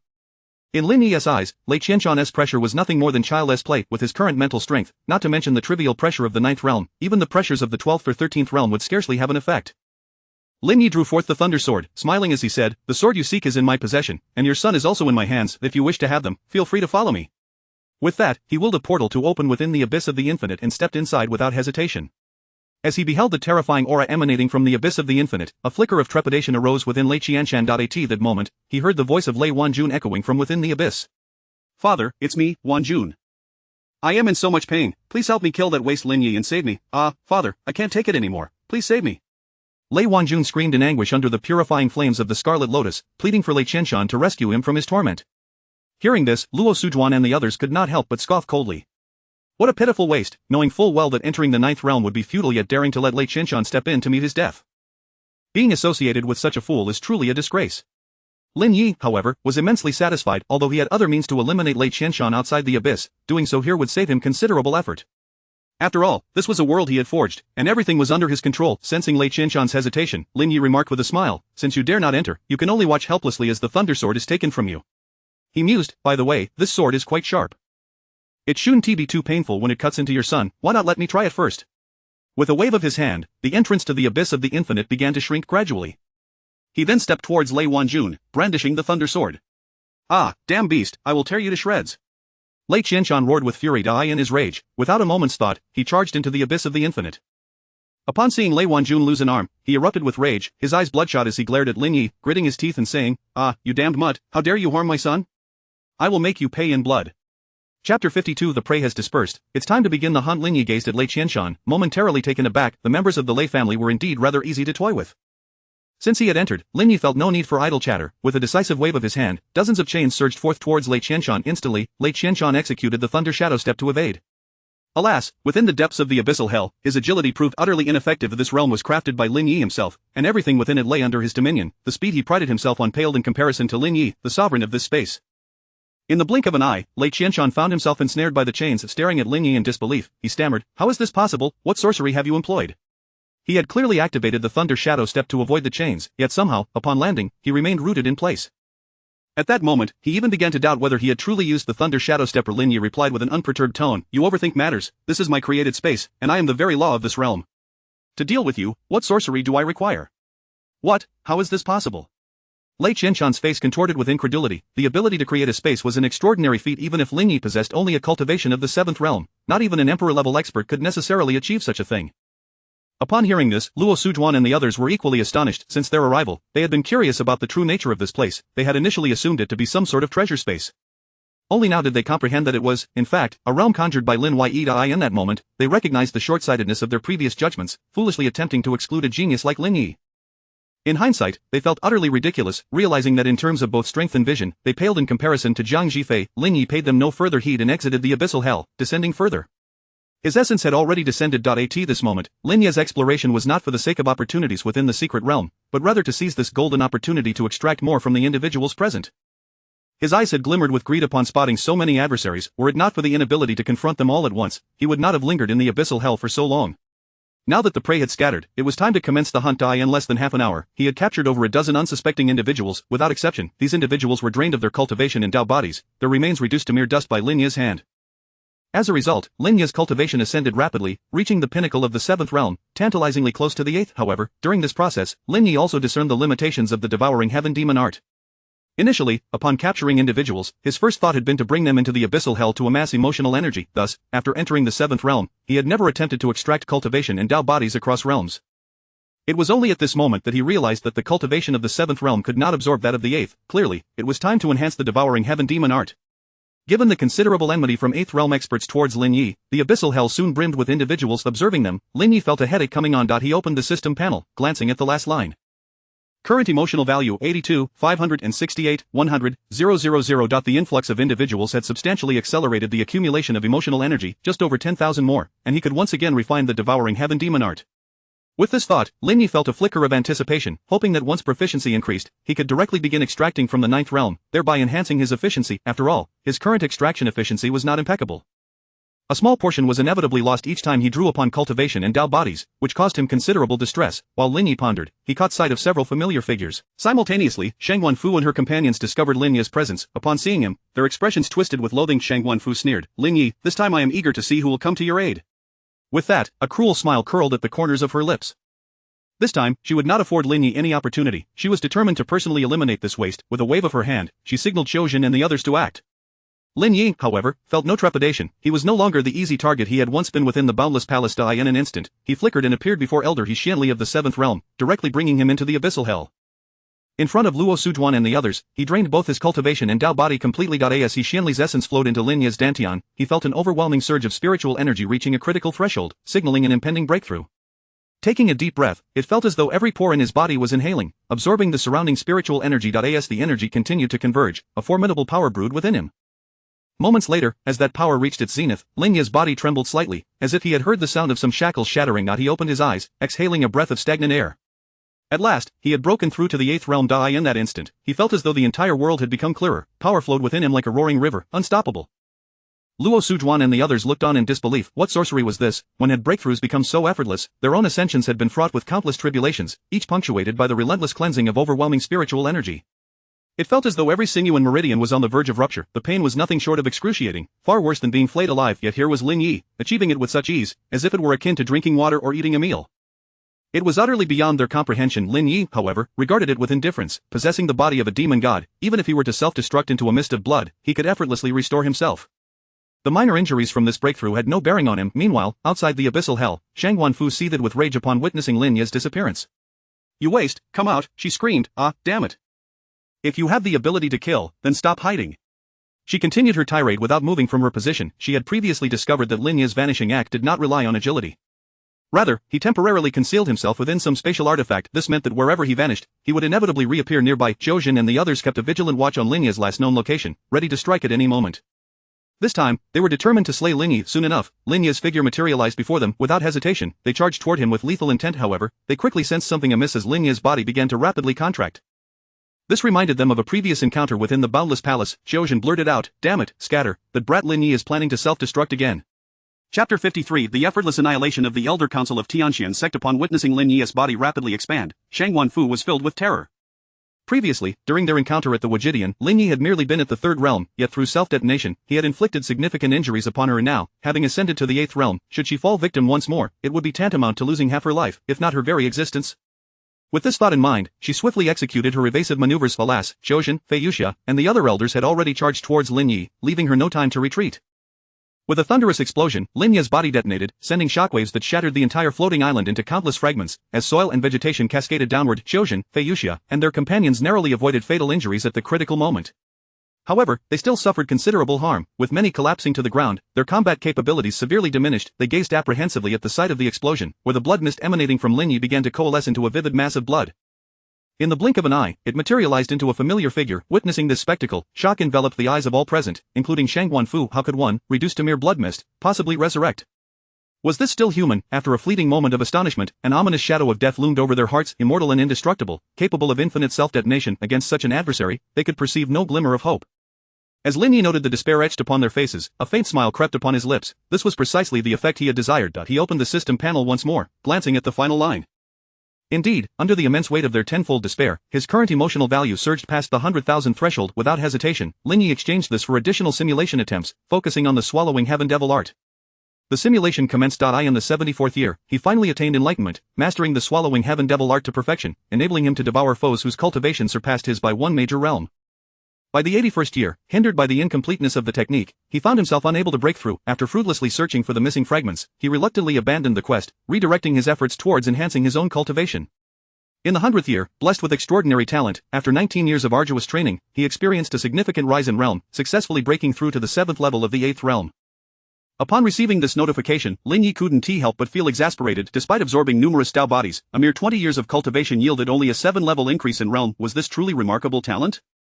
If memory served him correctly, Tao Yanran's Taiyin sacred body could ascend to the Emperor realm in just 20 years. However, this notification did contain some good news. He discovered that if the simulation of a martial art could no longer progress, it would convert into corresponding cultivation.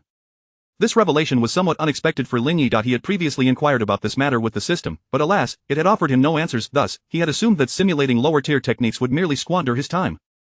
Yet, this was not a matter of great consequence. With his current prowess, there was no need to simulate lower-tier techniques. As for exchanging simulation time for cultivation, given his current speed of advancement, it would be far more beneficial to extract the last dregs from several enemies. With this thought, Lin Yi turned his gaze towards Fei Yuxia. Upon meeting Lin Yi's stare, Fei Yuxia's face was a mask of terror, wishing fervently to vanish into the earth itself. The sensation of being targeted by Lin Yi felt akin to being scrutinized by the king of hell. Without uttering a word, Lin Yi flashed before Fei Yuxia, seizing his throat with a firm grip. Fei Yuxia struggled in vain, realizing that the power within him was rapidly dissipating. In mere moments, the spiritual energy in his dantian was drained by Lin Yi. Terrified, he could only gasp out a plea for help to Shang Guanfu. Great Elder, save me. Shang Guanfu yearned to intervene but found her body frozen in place. No matter how hard she tried, she could not move, as if shackled by an overwhelming pressure. It was only when Fei Yuxia was thoroughly drained of his Tao body that she recognized she had not been subjected to any external force.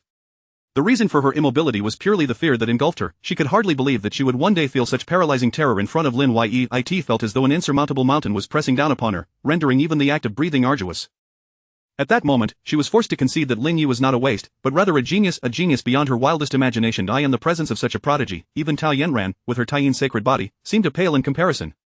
She once dared to entertain the thought of having Tao Yanran trample Lin Yi underfoot. How absurd that now seemed. While Shang Guanfu was lost in her thoughts, Lin Yi had already drained the remaining elders and disciples present, leaving only her and Xiuzhen. Without uttering a word, Lin Yi slowly approached Xiuzhen. A profound sense of impending doom enveloped Xiuzhen, yet he did not resist. He understood better than anyone that resistance was futile. Faced with an immortal monstrosity like Lin Yi, even the 10th or 11th realm would be of no consequence. As this realization struck him, a bitter smile emerged upon his lips.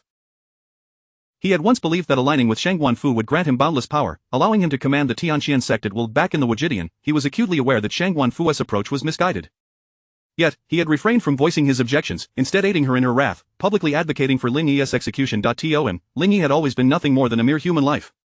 Later, when Shang Guanfu took lives to solidify her power, he recognized the error in her ways, yet he remained silent, as it was just a handful of lives and now, the tables had turned. He yearned to proclaim the immense value of human life, but in Lin Yi's eyes, he had ceased to be human long ago. This was perhaps the essence of karmic retribution. As these thoughts swirled in his mind, Lin Yi had already arrived before him, extending his right hand to grasp his throat. Xiuzhen offered no resistance, quietly closing his eyes, awaiting the arrival of death. Lin Yi had not anticipated Xiuzhen's compliance, and a flicker of surprise crossed his face. Nevertheless, he showed no mercy, invoking the swallowing heaven devil art to swiftly extract Xiuzhen's cultivation and Tao body.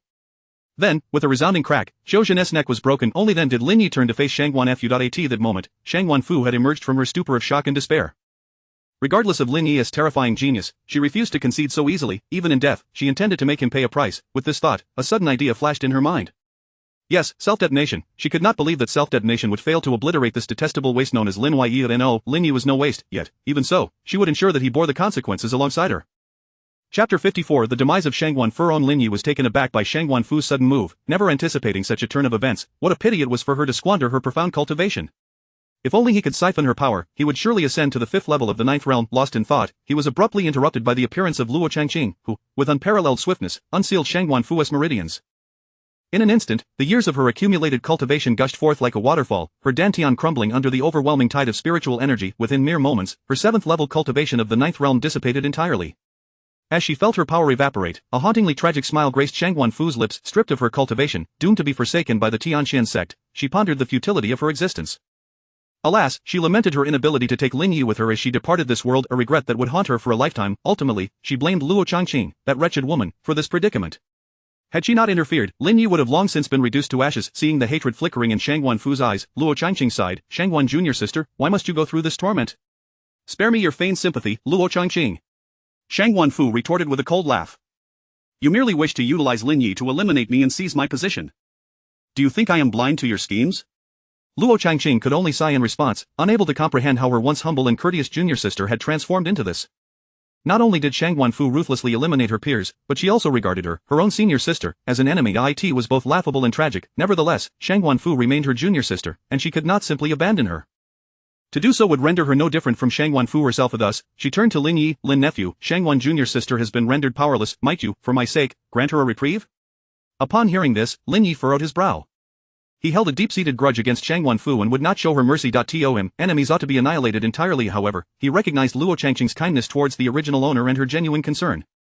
Had she not secluded herself for so long and shunned the intrigues of the sect, he might have been inclined to address her as master. After a moment's hesitation, Lin Yi replied, Elder Luo, perhaps you should propose a different condition.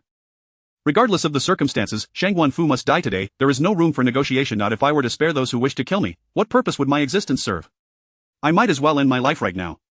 Luo Changqing felt a profound sense of helplessness. Once, they had been mentor and disciple, yet they had reached this impasse. She could only blame Shangguan Fu for her own downfall. Nonetheless, she felt compelled to protect her. Stepping in front of Shangguan Fu, she implored, we are all from the same family. Is this truly necessary? From the same family? Lin Yi scoffed at the irony. When I was subjected to the most excruciating torment in the Wujidian, did Shangguan Fu ever consider me family? Now that the tables have turned, you expect me to act out of nostalgia and repay kindness with virtue. How does one repay virtue? Luo Changqing's expression turned awkward, at a loss for words. She had already inquired about the events at Baihua Valley and was painfully aware of the injustices Lin Yi had endured, yet, despite Shangguan Fu's transgressions, it was the responsibility of the sect leader to deal with her. Moreover, if Lin Yi were to kill Shangguan Fu, there would be no turning back for him. Thus, she earnestly hoped to convince Lin Yi. However, it was regrettable that Shangguan Fu had committed far too many sins, leaving her without any ground to stand on. Since reason had failed, she resolved to incapacitate Lin Yi first. Once they returned to the Tianshan sect, she would seek out the sect leader to ensure Lin Yi received justice and a satisfactory resolution. With this thought in mind, she swiftly drew her longsword from the void, declaring, no matter the circumstances, she will always be my junior sister. As her elder sister, I cannot stand idly by as she is slain.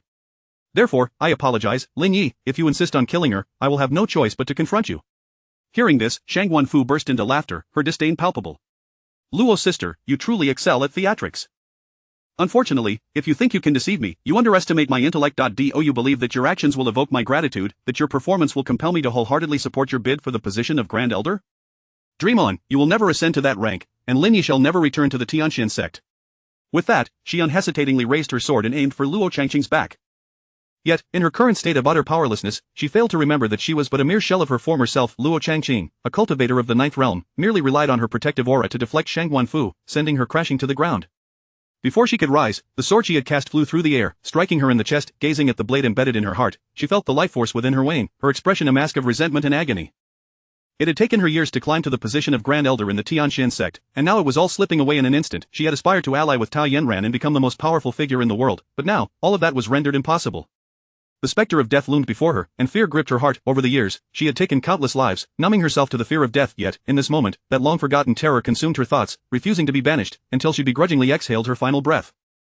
Luo Changqing, witnessing this, rushed forward to employ her healing techniques, striving to preserve whatever life remained in Shang Guanfu. Alas, the wound was too grave, and without any cultivation power, even the most divine beings would find it impossible to revive her. Left with no options, she withdrew the soul-locking disc and swiftly captured Shang Guanfu's lingering soul, sealing it within. Lin Yi made no move to seize the soul-locking disc, for what Luo Changqing had captured was merely a trace of a lingering soul, allowing Shang Guanfu to linger momentarily. Even the most exalted deities could not resurrect her, thus, Lin Yi saw no need to contest it. Moreover, keeping Shang Guanfu's residual soul would serve as a fitting spectacle for her to witness how he dealt with her beloved disciple, Tao Yanran. She would be forced to watch as those who had wronged him were systematically drained of their essence, all while she could do nothing but bear witness to the despair and regret. Of course, Lin Yi's decision to spare her life also stemmed from his desire for emotional value. He had recently discovered that the remnants of Shang Guanfu's soul could indeed provide him with emotional value, an astonishingly high amount at that. Just a single critical hit could yield an outrageous sum, making it an invaluable resource for accumulating emotional worth. Indeed, it was a most reasonable arrangement. Even in death, Shang Guanfu's soul would serve to repay her debts. Most importantly, Lin Yi had taken the opportunity to imprint the soul binding seal upon her lingering essence. Whenever he wished, he could ensure that Shang Guanfu's soul would be utterly obliterated. Unbeknownst to Luo Changqing, after completing her task, she rose and turned to Lin Yi, sighing. She awkwardly said, "Lin Yi, what transpired earlier was a grave oversight on the part of the Tianxian sect. Please return with me to the sect. Rest assured, I will ensure that the sect leader addresses your grievances regarding Shangguan Jr.'s sister." Lin Yi, with a cold laugh, replied, "Elder Luo, having just crawled out of the abyss of demons, do you think it fair to drag me back? Furthermore, I am now a disciple of the Yuno sect, and I have severed all ties with the Tianxian sect, thus, there is no question of returning. If you remain undeterred, I suggest you investigate what I endured during my time in the Tianxian sect. Upon learning the full story, if you possess even a modicum of self-respect, you would never dare speak of returning." With that, Lin Yi left Luo Changqing in a state of stunned silence as he made his way toward the abyss. Luo Changqing, though bewildered, could not grasp the meaning behind his words. Did she not understand that he had returned from being an undercover agent for the demonic sect, only to be disregarded and expelled by Shang Guanfu? In a fit of rage, he had slain a disciple of the Tianxian sect, prompting Shang Guanfu to unleash the demonic extermination order in retaliation. What other explanation could there be? No, she could not let this matter rest. Resolute, she took Shang Guanfu's lifeless body and departed from the Tianlai abyss, heading toward the Tianxian sect. Chapter 55. With all lives extinguished, what use is regret? An hour later, at the Wuji palace of the Tianxian sect, Tao Yanran gazed coldly at the lifeless body of Shang Guanfu, her expression devoid of any trace of sorrow. To her, the fate of her master had become inconsequential. With the awakening of her Taiyin sacred body, she had risen to a position of power within the Tianxian sect, rendering her former master unnecessary. On the contrary, Shang Guanfu's existence merely served to undermine her authority. After entrusting the body to Tao Yanran, Luo Changqing turned away from the Wuji palace, preparing to investigate the matter concerning Lin Yi. As for the final rites of Shang Guanfu, that responsibility fell to Tao Yanran. Being the direct disciple of Shang Guanfu, she would undoubtedly preserve her master's remains, if only for a minuscule chance of rebirth. Before long, the lingering soul of Shang Guanfu, confined within the soul-locking disc, regained consciousness. The disc merely provided a vessel for her remnants, imposing no restrictions on her movements. Thus, she could roam freely within a radius of several dozen miles. Asa Spectre, she remained invisible to all. Upon realizing she was within the Tianxian sect, she immediately drifted back to the Wuji palace. Even in death, she yearned to occupy the position of the sect leader. However, upon her arrival at the Wuji palace, she witnessed a scene that filled her with disbelief. Tao Yanran, upon learning of Shang Guanfu's demise in the Tianlai abyss, was consumed by fury. She had anticipated that Shang Guanfu would return from the abyss bearing great fortunes, yet, in this moment, all her hopes lay shattered. After Luo Changqing departed, she approached the lifeless body and kicked it fiercely, exclaiming, "Useless! You couldn't even handle Lin Yi. Truly, there is nothing to be expected from you. How dare you, a mere wretch, claim the title of my master? Useless, you flaunted your superiority before me with such arrogance. What are you worth? To die in the Tianlai abyss is merely a stroke of luck. Otherwise, when I ascend, the first to be eliminated shall be you, this worthless being." Witnessing this display, Shang Guanfu felt a profound ache within her soul. The once mighty figure, revered and formidable, was now mercilessly trampled and humiliated by her own disciple. In that moment, her spirit trembled, not from fear, but from a deep well of sorrow and rage. Tao Yanran, her most cherished disciple, was not only her pride beyond power but had also betrayed her. Shang Guanfu longed to weep, yet as a disembodied spirit, tears were beyond her reach. Instead, her heart brimmed with endless regret. She had erred, profoundly so, from the very beginning. She should not have forsaken emotions in pursuit of power. As this realization struck her, the image of Lin Yi surfaced in her mind. Had she not treated him so callously, he might now be weeping over her corpse, desperately seeking vengeance on her behalf. It was only at this moment that she recognized the injustice and cruelty of her treatment towards Lin Yi. Only now did she truly comprehend the depths of his despair and suffering when she abandoned him. That sense of helplessness and anguish far surpassed the physical torment of having her dantian severed or her spine extracted. Contemplating these thoughts, an indescribable remorse enveloped her. Yet, alas, it was all too late. She had already perished. What use was regret now? Wandering the Wuji palace, Shang Guanfu's lingering soul was engulfed by an unprecedented sense of loneliness and despair. She understood that this was her just retribution. She had once cast aside Lin Yi, only to be cast aside in turn by her own disciple. This was the cycle of cause and effect. Unaware of Shang Guanfu's spectral presence, Tao Yan ran, after exhausting herself from kicking, spat on the corpse and remarked, "The person is already dead. I truly do not understand why Luo Changqing brought your body back." Taking a breath, she raised her voice, summoning 2 disciples. Coldly, she instructed, "You two, swiftly dispose of this filthy corpse at the foot of the mountain to feed the dogs." The 2 disciples glanced at Shang Guanfu's body, their faces filled with confusion and disbelief. After all, Shang Guanfu was the esteemed master of their senior sister and a high elder of the Tianxian sect, having perished in the exploration of the Tianlai abyss. At the very least, she deserved a dignified burial, or at least a proper resting place. Yet, their senior sister commanded them to cast her aside for the dogs. They even began to doubt whether they had misheard. Seeing the 2 remain frozen in place, Tao Yanran's pent-up anger erupted. "You 2 useless fools, what are you standing there for? Did you not hear me? I commanded you to throw her body to the wild dogs." Upon hearing her words, the 2 disciples dared not hesitate any longer and immediately dragged Shang Guanfu's corpse down the mountain. Shang Guanfu hesitated for a moment but ultimately followed. She desperately wished to protect her own body, as it was the only testament to her existence, yet she found herself powerless to do so. For now, she was merely a remnant spirit. Even if she sought out Luo Changqing, she would be unable to see her own body or hear her own voice, unless the sect leader employed the yin-yang reversal technique to temporarily fortify her spirit. She was without recourse. Sadly, she could not access the place where the sect leader was in seclusion. Before long, her body was carried by the 2 disciples to the foot of the mountain, discarded among dozens of skeletal remains that had lost their right arms. Gazing upon the smooth, severed bones of those corpses, Shang Guanfu felt a bitter irony. These individuals were disciples of the Tianxian sect whom she had ordered to be slain for their arms, and now her own body was to share their fate, abandoned here to feed the wild dogs. As she pondered this, the well-fed wild dogs, raised by the Tianxian sect, caught the scent of her body without hesitation. They began to tear into it. These wild dogs, her corpse was no different from those she had previously discarded. Shang Guanfu watched helplessly as the dogs ravaged her remains. An overwhelming sense of powerlessness surged within her. She longed to scream, to intervene, for what was being torn apart was not merely her body, but the remnants of her very soul. Yet her voice could not penetrate the cold reality surrounding her. Once, she had believed herself to hold supreme power, capable of controlling all, yet now, she could not even protect her own body.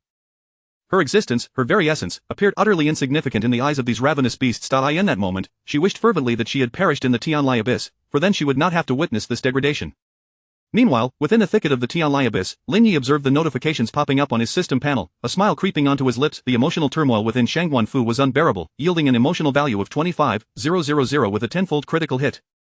The anguish she felt was insurmountable, producing another emotional value of 25,000 with a 10-fold critical hit. Guilt welled up within her, manifesting as yet another 25,000 with a 10-fold critical hit.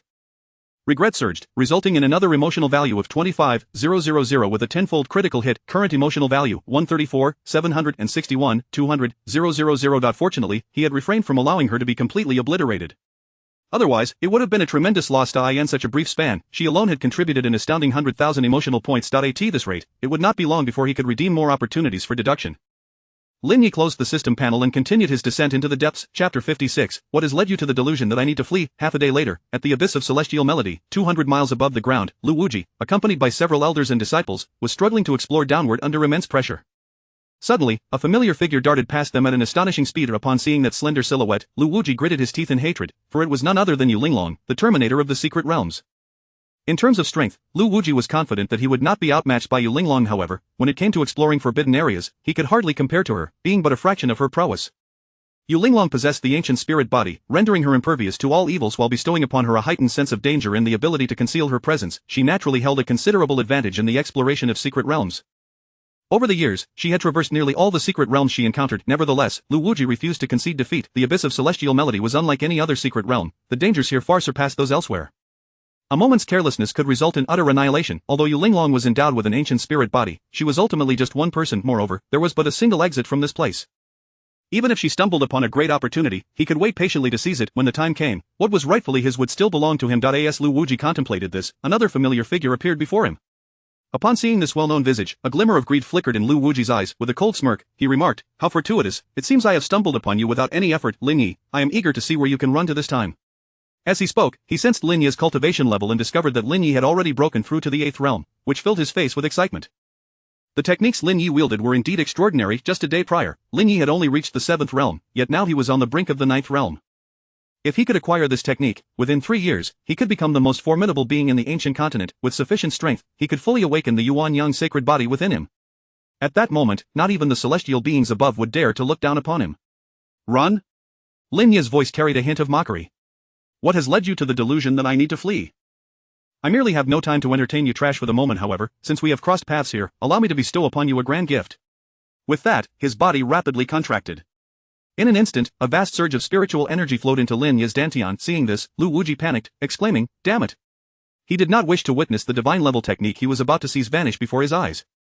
Thus, without the slightest hesitation, he dashed toward Lin Yi. He was determined to prevent Lin Yi from self-destructing. As for whether or not this might harm him should he fail, he bore no concern. After all, he was a formidable 11th realm expert. Even the most powerful self-detonation from an 8th realm cultivator could not possibly injure him in the slightest. Lu Wuji moved with lightning speed, reaching Lin Yi in the blink of an eye. Unfortunately, Lin Yi had anticipated this maneuver. Although the energy accumulated in his dantian barely reached 80%, at such a close range, injuring Lu Wuji would be a mere trifle. In truth, with his current strength, it would not be impossible for him to eliminate Lu Wuji. However, he sensed someone rapidly approaching the depths of the abyss and did not wish to waste time on Lu Wuji, risking that others might snatch away the treasures he sought. Thus, he gave a cold laugh and said, "Keep this gift for now, I have matters to attend to, so I shall take my leave." With that, Lin Yi resolutely self-destructed. A deafening explosion echoed as his body erupted into a mist of blood. Simultaneously, the demonic bones within him splattered forth like sharp arrows, aimed at Lu Wuji and the numerous elders and disciples of the radiant light sacred land behind him. Despite Lu Wuji's rapid evasion upon sensing danger, the fragments flew with such speed that, in the rush of time, he sustained several wounds. Fortunately, he managed to dodge in time to avoid any critical damage. However, his subordinates were not as fortunate, particularly the disciples at the 8th and 9th realms. They had thought that, given the distance, their protective barriers would easily withstand the flying debris. Little did they expect that the shards would pierce through their defenses instantaneously, resulting in severe injuries and even fatalities. Their combat strength was instantly halved. Witnessing the state of his injured subordinates, Lu Wuji's fury surged within him. He had initially intended to extract the technique capable of absorbing cultivation and Dao from Lin Yi's mouth, but now, with Lin Yi's demise, the technique had vanished. He and his subordinates had also sustained injuries to varying degrees, which would undoubtedly impact their competition for the opportunities within the secret realm. It was a case of losing both the lady and the soldiers. As this realization dawned upon him, Lu Wuji's anger flared, yet he found no outlet for it, gritting his teeth and cursing the air. "Damn it! This scoundrel truly deserves to die." Booming sounds erupted as Lu Wuji vented his wrath, and the ground beneath him began to tremble. Their attention was suddenly drawn to a colossal shadow slowly rising from the abyss's darkness. The oppressive aura felt tangible, suffocating every individual present. The shadow gradually became clearer, revealing a gigantic beast. Its eyes blazed like two burning fireballs, and its body was covered with scales as hard as iron. Each of its breaths created a tempest, distorting the air around it. One elder, well-versed in lore, exclaimed in astonishment, "Is that the legendary underworld rift dragon?" The elders' faces turned pale upon hearing this. This was the grand gift Lin Yi had spoken of. As Lu Wuji beheld the behemoth before him, his hatred for Lin Yi blazed like a raging inferno. Were it not for Lin Yi's self-detonation, how could such a beast have been summoned? The underworld rift dragon was far beyond his capacity to confront. Such a creature could only be dealt with by someone of Yi Qingshan's caliber, otherwise, there was no chance of victory. Having grasped this reality, Lu Wuji turned without hesitation and fled. The elders and disciples of the radiant light sacred land who had followed him were filled with despair. They too wished to escape, but it was too late, for the massive form of the underworld rift dragon had already arrived before them. All they could do was scream in terror and agony. Meanwhile, at the bottom of the abyss of celestial melody, a sound of cracking echoed as a white jade vial shattered, and a drop of essence blood swiftly flowed from the vial, suspended in midair. This drop of blood voraciously absorbed the surrounding spiritual energy, transforming into a swirling mist of crimson. Soon, a handsome figure emerged from the blood mist. Lin Yi clenched his fists, confirming that his body was unharmed before surveying his surroundings. Indeed, he had arrived at the bottom of the abyss. As he pondered this, he noticed an elderly man in white robes sitting by the lake, fishing. To be able to fish in such a desolate place was hardly the mark of an ordinary individual. Lin Yi approached and clasped his hands, saying, "I am Lin Yi, the junior. It is an honor to meet you, esteemed elder. May I inquire as to your name?" The elder sighed, replying, "Names hold no significance for me. I have long forgotten mine."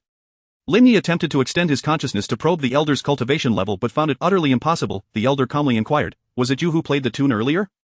Chapter 57. Fishing for an eel that has lived for thousands of years. Lin Yi paused momentarily, realizing that the individual before him had indeed come in response to his flute playing. Since the other party did not hastily resort to violence against him and even spoke in such a calm tone, it was likely that he sought something from Lin Yi. Given that it was evident they were already aware of his presence, any attempt at concealment was futile. It is merely a trifling skill, Lin Yi remarked. "I beg your pardon for any amusement I may have caused." As he spoke, his gaze drifted toward the surface of the water. The lake lay still, as smooth as a mirror, devoid of any ripples, and entirely absent of fish or shrimp. He found himself perplexed. What exactly was the other party attempting to fish for? The elder seemed to perceive his bewilderment. His expression suddenly deepened, as if he had pierced the boundaries of time and space. After a long pause, he calmly replied, "I am fishing for an eel that has lived for thousands of years." The statement only added to Lin Yi's confusion. Who could say if this individual had lingered in this place for far too long, causing his mind to falter? Or perhaps, this ancient creature simply enjoyed playing the riddle master. While Lin Yi pondered these thoughts, the elder inquired, "Young friend Lin, since you are idly waiting, might you indulge an old man with a tune?" Upon hearing this, Lin Yi promptly grasped the situation. It was no wonder the array of the celestial abyss had suddenly activated. It was, after all, this old man's intention to draw him here. His motives surely extended beyond a mere desire to listen to music. If he truly wished to hear a simple melody, he would not have gone to such lengths to deceive Lin Yi into coming. This elder was undoubtedly setting a trap for him. Lin Yi was not one to leap into pitfalls uninvited. Moreover, he was a lord of demonic divinity, not an artist skilled in melodies. If he were to play upon request, what dignity would remain for him? Clearing his throat, Lin Yi replied, "The piece you wish to hear must surely be extraordinary. I fear I am unable to oblige." His modesty was met with a gentle interruption from the elder. "There is no need for anxiety, play as you please." After a moment's hesitation, Lin Yi finally retrieved his flute, intending to play a simple tune about two tigers frolicking to pass the time. Yet, he was interrupted once more by the elder's words, "Do you not possess a ghostly lute? Why not try it instead?" At this, Lin Yi felt a slight shock. The fact that the elder could perceive the items within his storage space indicated that his abilities were far from ordinary. This old man would likely not be easily deceived. After a moment's deliberation, Lin Yi fetched the ghostly lute and asked, "What melody does the elder wish to hear?" The elder replied, "At the bottom of this lake lies an eel that I have attempted to fish for over thousands of years, yet it refuses to emerge. I wonder if you possess the means to evoke its latent murderous intent, compelling it to take the bait." Lin Yi recalled the pieces he had heard in his previous life that carried an air of murderous intent. Ultimately, he chose the classical masterpiece Guangling San. This melody, having survived the test of millennia, was undoubtedly the finest choice. He positioned the ghostly lute upon his lap and began to meditate with closed eyes. This was not merely a song, it was a tale, a narrative of Nie Zhang's assassination of King Han. His fingers began to dance upon the strings, and the music flowed forth gently, initially calm and profound, as if recounting Nie Zhang's tragic resolve. As time elapsed, the melody intensified, akin to the drums of war urging soldiers to press onward. A palpable aura of bloodlust seemed to manifest, conjuring images of countless warriors clashing on the battlefield, the glint of blades, and the stench of blood in the air. In an instant, the entire realm of the Great Yu was enveloped in a soft golden light. All those touched by this divine radiance could hear the resonant strains of the lute. The mournful music transcended the boundaries of space, cleansing every inch of the Great Yu's land. Within the sacred ground of the shaking light, Yi Qingxian paused her own playing, listening intently to the music resonating in her ears. She was overwhelmed with unexpressed emotions. The ability to produce such a deeply moving melody surpassed her own skill 100-fold. She glanced at the Chunlei lute on the table and could not help but sigh. "To follow me has been a hardship for you." In the northern borders of the Great Yu, atop Zhelang Mountain, the envoy Geng Xiai surveyed the mere 300 remnants of his army. His resolve wavered, yet the haunting strains of the lute resonated like war drums within the hearts of every soldier, rekindling their fighting spirit and courage. As the music soared, Geng Xiai felt an unprecedented surge of power coursing through him. He drew his sword, pointing it toward the heavens and cried, "Warriors, heed my command. The Great Yu shall only have soldiers who die in battle, not cowards who surrender. Today, even if it costs every last one of us, we shall defend Zhelang Mountain." In unison, the soldiers roared, "Long live the Great Yu! Long live the Great Yu! Long live the Great Yu!" They tightened their grips on their weapons, unleashing a thunderous battle cry as they charged forth like tigers descending from the mountains, launching their final assault against the enemy. Within the Great Yu Palace, Ji Ruffing was entirely preoccupied with matters beyond music. She had just received word that upon learning of the Celestial Abyss's activation, the northern Mang had hastily initiated an attack. The eastern Qi and western Ning states, too, had sprung forth to seize the opportunity. The borders of the Great Yu were engulfed in chaos, teetering on the brink of disarray. If a solution did not present itself soon, the millennia-old legacy of the Great Yu might meet its demise. Meanwhile, within the Celestial Abyss, under the influence of the music, the tranquil surface of the lake began to ripple. As the melody grew more fervent, a colossal dragon serpent slowly approached the water's surface. The elder, witnessing this, bore an expression of relief. After sitting here for tens of thousands of years, he would finally confront this abominable creature. Just then, the music reached its zenith. The dragon serpent in the lake let out a thunderous roar, then surged towards the lake's surface with blinding speed. With a resounding crash, the water splintered, and the very earth beneath trembled violently. Lin Yi gazed at the dragon serpent, its body entwined with demonic energy, feeling a jolt of surprise. He had never anticipated that the eel the elder sought would be of such magnitude. This creature's power was likely on par with that of an emperor. Maintaining composure in the presence of such a colossal being, could it be that this elder was an emperor-level powerhouse? Though doubts lingered in Lin Yi's mind, his hands did not falter. The elder rose, transforming his fishing rod into a gleaming silver spear, drifting toward the lake's center. Boom! Another violent collision reverberated, and the terrifying abyss quaked once more, as if it might collapse at any moment. Accompanying this was a chilling roar that sent shivers down the spines of those within the secret realm. The cultivators within the abyss halted in their tracks, speculating who could withstand such immense spiritual pressure to reach the depths of the chasm so swiftly. Lu Wuji, hearing the music that filled the air, could not help but envision a figure in his mind. Could it be that Lin Yi, that worthless fool, had not perished? A sinister smile crept across his lips at this thought. At the same time, Yu Linglong could hardly believe her eyes. Even with her ancient sacred body, she could not descend such distances in one go. How had Lin Yi managed it? After a brief hesitation, they both quickened their pace. They had risked life and limb to arrive here and were not about to leave empty-handed. Even if it meant fighting to the death, they would claim their share. As the seventh thunderous sound echoed, the barrier sealing the lake's surface shattered at last. A gargantuan dragon serpent erupted from the water, sending a spray of water into the air. It soared upward, transforming into a dark-robed figure standing before the elder, who brandished a spear. The figure in black robes laughed uproariously. "Ha, Feng Zimu, since you were so eager to seek death, then I shall grant your wish." Chapter 58 was quite remarkable, with a rather exquisite appearance. Upon hearing the name, Lin Yi's face displayed a flicker of surprise. He was all too familiar with the name Feng Zimu. Tens of thousands of years ago, he was the heir to the Feng family's sword tomb and a rare genius in swordsmanship. Before reaching 20, he had already overwhelmed all sword masters. However, for reasons unknown, he suddenly severed ties with the Feng family, abandoned the sword tomb, and took up the gun instead. The head of the Feng family was infuriated and dispatched numerous experts to hunt down Feng Zimu. Yet, instead of being killed, he earned the illustrious title of the Gun Immortal. Later, wielding the silver moon gun, he nearly extinguished the entire demonic sect, leaving them in lingering fear to this day. After that battle, he vanished without a trace, and no one had seen him since. Lin Yi had thought he had long perished, only to discover that he was very much alive and standing right before him. Feng Zimu gazed at the figure clad in black and declared, "Heikong, today I shall slay you, this abominable creature." As he spoke, a flicker of hatred glimmered in his eyes. Heikong let out a cold laugh. "Humph, for the sake of a woman, you stand against your family, confining yourself for tens of thousands of years. Feng Zimu, you truly lack ambition and vision. However, I must admit, your woman is quite alluring, more so than anyone I've encountered." Upon hearing their exchange, Lin Yi couldn't help but twitch the corner of his mouth. What explosive news! No wonder Feng Zimu had been mercilessly slaying demons. It turned out his woman had been devoured by the demonic serpent. Feng Zimu's fury intensified at Heikong's words. Despite the passage of tens of thousands of years, the fire of his rage had never waned. Hatred is hatred. It does not diminish with the passage of time. He wasted no words and thrust his gun toward Heikong. The silver moon gun sliced through the air like a silver lightning bolt, producing a sound that pierced the void, aimed directly at Heikong's vital points. Heikong sensed the murderous intent and power contained in the gun's tip. His body suddenly became indistinct, transforming into a dense black mist, attempting to evade Feng Zimu's assault. Yet, Feng Zimu's marksmanship had reached an extraordinary level. A slight tremor of his gun tip conjured countless gun shadows in the air, firmly locking onto the black mist. A furious roar erupted from within the mist, his form solidified once more, his hands morphing into sharp claws, clashing directly with Feng Zimu's silver moon gun. Each collision of gun and claw produced a deafening roar, causing the surrounding air to tremble. Feng Zimu's marksmanship was like a relentless storm, unyielding and continuous. Heikong's claw techniques were akin to a thunderous might, each strike imbued with devastating force. Lin Yi stood to the side, secretly astonished. This terrifying battle was beyond his capability to intervene. Of course, he had no intention of getting involved, as this was a personal vendetta that had little to do with him. As for exterminating demons, Lin Yi had no interest, for he himself was a demon, and indeed, the most powerful demon lord in existence. He certainly could not slay himself. Furthermore, given Feng Zimu's intense animosity towards demon cultivators, who could predict whether he would turn on Lin Yi after achieving victory?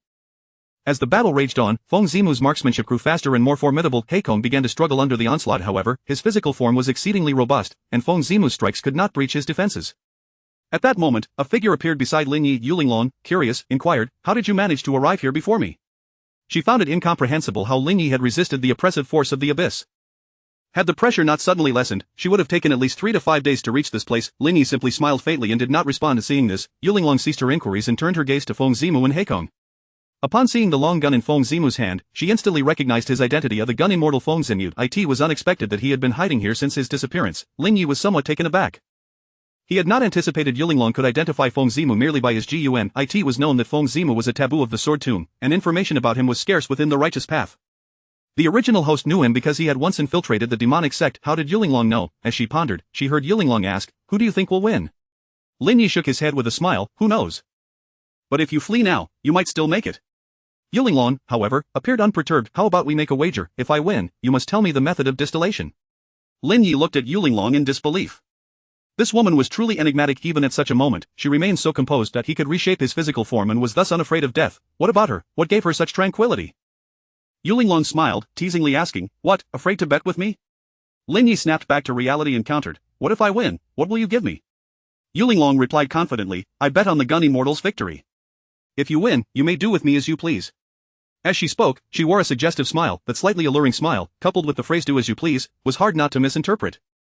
Lin Yi was fully aware that she was trying to play tricks on him. From the perspective of their confrontation, as well as the larger picture, Feng Zimu clearly held the advantage. Once the members of various sects arrived, they would undoubtedly choose to stand with Feng Zimu against Heikong. She could naturally side with Feng Zimu, while he, due to his stance, would be unable to aid Heikong. At that point, faced with such a multitude, even the mightiest would struggle to prevail. However, Lin Yi was unperturbed. High risk, high reward. With this thought, he couldn't help but scrutinize Yulinglong closely. Indeed, she was quite exquisite. Moreover, the wager was of little consequence to him. He had no plans to open a tavern and sell liquor. Revealing the method of distillation to Yulinglong was inconsequential. Thus, he smiled and said, "Very well." No sooner had the words left his mouth than Lu Wuji appeared in the sky, casting a glance at Feng Zimu and Heikong before fixing his gaze upon Lin Yi. As expected, this lad had not perished. Even after self-detonating, he had managed to survive. Lin Yi indeed held many secrets. However, those secrets would soon belong to him. With this thought in mind, a glimmer of greed surfaced in his gaze. Heaven rewards the diligent. It was finally his time to rise. Without hesitation, Lu Wuji advanced towards Lin Yi, determined that this time, he would not let Lin Yi escape. Chapter 59 of the Holy Sun, merely a useless wretch consumed by impotent rage. Upon perceiving the malevolent glint in Lu Wuji's eyes, Yu Linglong promptly positioned herself in front of Lin Yi. Although Lin Yi had managed to arrive here ahead of her, he was, after all, merely at the 8th realm, while Lu Wuji was a formidable opponent at the 11th realm. Seeing this, Lu Wuji coldly remarked, "Yu Linglong, I advise you not to meddle in affairs that do not concern you, otherwise, do not blame me for being ungracious." With that, he unleashed the oppressive aura of the 11th realm, intending to intimidate Lin Yi and drive Yu Linglong away. Yet, to his astonishment, both Lin Yi and Yu Linglong remained remarkably composed. While Yu Linglong's demeanor was understandable, given her status as the holy maiden of the radiant light sacred land, what could Lin Yi, an 8th realm nobody, possibly be? The fact that he could withstand his pressure filled Lu Wuji with a profound sense of humiliation. If he could not even subdue a mere 8th realm wretch, what significance did his years of arduous cultivation hold? These thoughts ignited a furious blaze upon his visage. Lin Yi, unfazed, opened his system panel to inspect the notifications. Lu Wuji harbors intense anger towards you, emotional value, 5650, 5-fold critical hit. Lu Wuji harbors intense hatred towards you, emotional value, 5650, 5-fold critical hit, current emotional value, 1883202000000. Noticing that his emotional value was nearing its limit, Lin Yi felt a sense of urgency creeping in. He had no techniques to deduce at present. He either needed to acquire a high-level demonic technique promptly or devise a means to lead someone into madness in order to reap system rewards. As Lin Yi contemplated, Yu Linglong's icy voice interrupted, "You wish to threaten me?" With that, she emitted an aura even more potent than Lu Wuji's, causing him to struggle for breath. How is this possible? When did you break through to the 12th realm? Lu Wuji stared at Yu Linglong in shock, his face awash with confusion and dread. He could not fathom how Yu Linglong had become so powerful. He had ranked above her in the radiant light sacred land, even contemplating draining her power on multiple occasions, yet now, he was confronted with the fact that her realm surpassed his by more than a mere tier.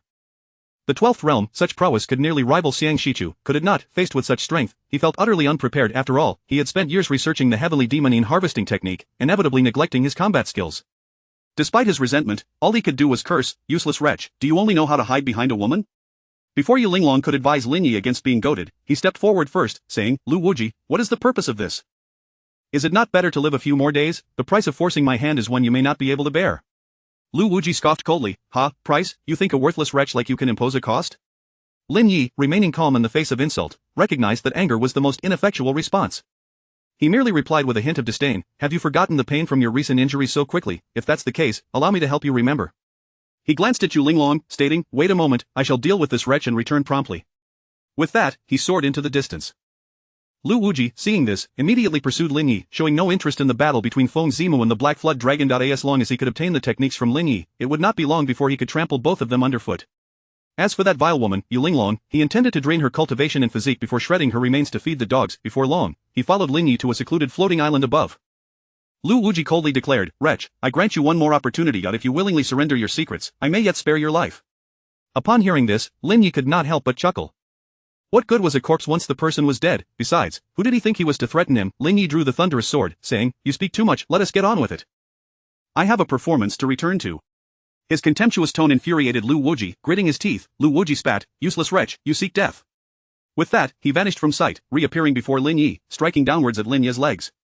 Just as his sword was about to strike Lin Yi, the latter's figure and presence vanished in an instant, as if he had been erased from existence. Lu Wuji, realizing he had struck air, felt a surge of humiliation.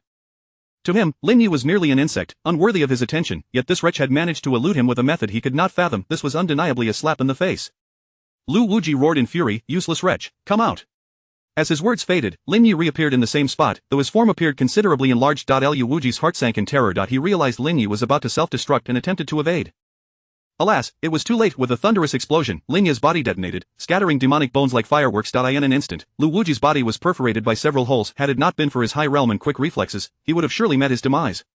Meanwhile, in the abyss of infinite torment, Lin Yi emerged slowly from the blood mist under the watchful gaze of Rosu Wan and a dozen other onlookers, their hearts brimmed with astonishment. What manner of adversary had they offended in the past, capable of self-detonation yet resurrecting from a single drop of blood? Should this cycle of self-detonation continue, even an emperor-level being would likely falter. As they pondered, Lin Yi's body swelled once more. He intended to use his own form to inflict grave injury upon Lu Wuji before thoroughly dealing with him. Unfortunately, given his current realm, even the blood-devouring sword technique would prove futile against Lu Wuji, as their cultivation levels were simply too disparate. Seeing Lin Yi self-destruct again, Lu Wuji prepared to rise and distance himself from the site of Lin Yi's prior explosion. Unfortunately, he was a bit too slow. As he rose, Lin Yi reappeared before him once more. With another explosive sound, a multitude of hard white bones erupted, sending him crashing to the ground. "Ah, damn you, you wretched creature!" Lu Wuji's furious cries echoed through the vast chasm. He raged, frantically assaulting the blood mist, attempting to inflict damage upon Linyi with such futile efforts. In that moment, his gaze was filled with rage and disbelief. He could not comprehend why, despite his overwhelming strength compared to Linyi, he was perpetually unable to land a hit. At that instant, Linyi reappeared before him once more, a mocking smile gracing his features. What holy son, to me, you are nothing more than a useless wretch consumed by impotent rage. Chapter 60. Confess honestly, what is your relationship with the ancient demon emperor? Linyi was not one to indulge in idle chatter, yet this occasion was different. This time, he felt compelled to thoroughly humiliate and toy with Lu Wuji. His intentions extended beyond mere assassination. He aimed to extract Lu Wuji's inner demons. As a practitioner of demonic cultivation, Linyi had long discerned the latent potential for corruption within Lu Wuji. An aura reminiscent of demonic cultivation clung to him, and following the unsealing of the black serpent, a thick miasma of demonic energy pervaded the abyss under his influence. This miasma possessed the inherent ability to disturb one's mental state. Thus, Linyi merely needed to incessantly provoke Lu Wuji to facilitate his rapid absorption of the abyss's demonic energy. Under Linyi's taunts, Lu Wuji's demeanor grew increasingly volatile. After an indeterminate number of self-destructive outbursts, Lu Wuji's eyes began to take on a deep crimson hue, while the malevolent energy coiling around him intensified. Sensing the opportune moment, Linyi produced the ghostly melodic zither and began to play the haunting melody. As the music resonated, Lu Wuji succumbed completely to madness, his body enveloped in a thick shroud of malevolent energy. Simultaneously, within the depths of the infernal purgatory, Russell Wan and others experienced a tremendous upheaval in their mental states. Once shrouded in despair, they abruptly erupted into fury, desperately clawing at their chains. At this juncture, confusion and disorientation clouded Lu Wuji's gaze. Driven by the melody, the demonic miasma surged into his being with reckless abandon. His form soon underwent a grotesque transformation, his skin turning crimson, eyes flashing with a sinister light, and revealing sharp, fang-like teeth at the corners of his mouth. He exuded an aura that instilled a profound sense of dread. In no time, his body began to swell under the influence of the miasma, as if on the verge of bursting. His skin split apart, exposing blood-red muscle beneath the eye. In that moment, the power within him reached its zenith, yet, rather than displaying any sign of agony, Lu Wuji erupted into unrestrained laughter. Ha ha, Linyi, do you truly believe this will defeat me? I have transcended the limits of humanity. I am a demon, an omnipotent demon. His voice grew deep and hoarse, eyes brimming with madness and bloodlust. In response, Linyi could only deem Lu Wuji woefully simplistic. Even in demonic transformation, he would remain a mere pawn. The truly formidable demons regarded demonic energy as a tool, never allowing themselves to be ensnared by such forces. At that moment, a system notification sprang to life before Linyi's eyes. Ding! Congratulations, host, you have successfully led Lu Wuji to demonic corruption. You have received a mysterious gift package. Would you like to open it immediately? Upon reading this, Linyi's heart soared with joy. Wasting no time, he instructed the system, please open the mysterious gift package at once. Ding, congratulations, host, you have opened the mysterious gift package. 1. Soul separation technique. A top-tier demonic art. Upon cultivation, it allows for the temporary expulsion of an opponent's soul from their body, leaving a mark that compels them to obey. Upon achieving perfection, it can permanently separate their soul from their corporeal form. 2. 10,000 Soul Banner. An object of utmost malevolence and darkness, the wielder can refine, nurture, and control souls with this artifact. Upon successfully refining 10,000 souls, even the souls of celestial beings can be imprisoned, becoming the servant spirits of the wielder. Elated by the revelation, Linyi could hardly contain his excitement. This was indeed a rare treasure. Setting aside the fact that the emotional value provided by souls far surpassed that of the living, possessing this artifact meant he could carry with him an army of 100,000 spectral soldiers, capable of sweeping across the entire ancient continent with ease. Even more thrilling, the system had graciously provided the soul separation technique, perfectly complementing the 10,000 Soul Banner. By employing the soul separation technique on a target, he could then effortlessly collect their soul within the banner. In a surge of exhilaration, Linyi immediately retrieved the 10,000 Soul Banner, examining it closely. It appeared devoid of any souls. Clearly, to activate its potential, he would need to orchestrate a significant event. While pondering this, he noticed the spirit of Dong Dama drifting within the infernal purgatory. He promptly activated the 10,000 Soul Banner, capturing Dong Dama's spirit within. Watching this spectacle, Lei Qianshan's eyes widened in astonishment. Is that the legendary Emperor's banner? Linyi was somewhat taken aback by this remark. What he held was undoubtedly the 10,000 Soul Banner. How could it be mistaken for the Emperor's banner? The two artifacts were entirely distinct. The Emperor's banner served as a sacred object for communing with deities during rituals, capable of suppressing malevolent forces, while the 10,000 Soul Banner was a mysterious artifact designed for summoning or controlling the deceased, undoubtedly a sinister tool. Though they bore superficial similarities, their emanations were profoundly different. Any reasonable individual would recognize the distinction. Linyi did not believe that Lei Qianshan was simply ignorant. It was more likely that the system had altered its aura, concealing the malevolence radiating from the 10,000 Soul Banner. Truly, the system displayed remarkable consideration. This development meant he need not conceal its presence, allowing him to utilize it openly to quell vengeful spirits. After thoroughly inspecting the 10,000 Soul Banner, Linyi turned his attention to his current emotional value. Indeed, bolstered by the efforts of Shang Wanfu and Lu Wuji, his emotional value progress bar was once again filled to capacity. Without hesitation, he exchanged the necessary points to deduce the soul separation technique. The soul separation technique, an unparalleled demonic art crafted by the ancient demon emperor, temporarily detaches a person's soul from their body while branding it, compelling obedience. The deduction commenced. Year 9. After relentless training day and night, you have finally grasped the fundamentals of the soul separation technique. Year 37, during a battle, you experience an epiphany, elevating this technique to the proficiency level. Year 70, through diligent practice, you seamlessly advance this technique to a minor completion level. Year 96, once more, you break through, successfully refining this technique to a major completion level. As the notifications concluded, Lin Yi felt a surge of satisfaction. The soul separation technique, akin to the devouring demonic art, was crafted by the ancient demon emperor, so the level of difficulty was readily apparent. Achieving major completion in merely a century was a remarkable feat. However, one curiosity lingered in Lin Yi's mind. System, the earlier ghostly melody, I failed to pay attention to it. Surely it was also created by that ancient demon emperor? Ding, ghostly melody. A creation of the ancient demon emperor, this technique ranks among the most formidable soul arts of the demon clan. Upon cultivation, it enhances soul power and utilizes a deep, eerie melody to summon the deceased or influence the minds of foes. Indeed, Lin Yi chuckled. Come now, confess honestly, what clandestine connection do you share with the ancient demon emperor? Otherwise, how could all the techniques you provide be linked to him? System, I am aware you can hear me, do not remain silent, this is quite impolite, you know? Chapter 61, is this the emperor's banner? Lin Yi, you worthless fool, come out if you dare. Lu Wuji, feeling an uncontrollable rage as Lin Yi remained hidden, could find no outlet for his fury. Within the depths of the abyss, Lin Yi merely smiled indifferently upon hearing his words. Although Lu Wuji had significantly enhanced his power after succumbing to darkness, Lin Yi had also broken through to the ninth realm. Moreover, he now wielded the banner of 10,000 souls, greatly surpassing Lu Wuji's strength. Without hesitation, Lin Yi emerged from the abyss, the banner of 10,000 souls hoisted aloft, standing face to face with Lu Wuji. Lu Wuji's gaze fell upon the banner in Lin Yi's eyes, a flicker of trepidation crossing his features. In astonishment, he exclaimed, "What, is this the emperor's banner?" Lin Yi paused momentarily, then realized that the emperor's banner not only suppressed vengeful spirits but also held the same effect against demonic cultivators. He taunted lightly, "Are you beginning to feel fear now?" Regaining his composure, Lu Wuji replied, "So what if it is the emperor's banner? With your pitiful skills, how could you possibly unleash its true power? I advise you to surrender any secrets you possess." Lin Yi, incensed, retorted, "Do you truly think you are worthy of that? Ah, you seek death." Lu Wuji bellowed, his voice echoing like thunder. He launched himself at Lin Yi, his body hurtling forth like a meteor, his sword slicing through the air, aimed directly at Lin Yi's heart.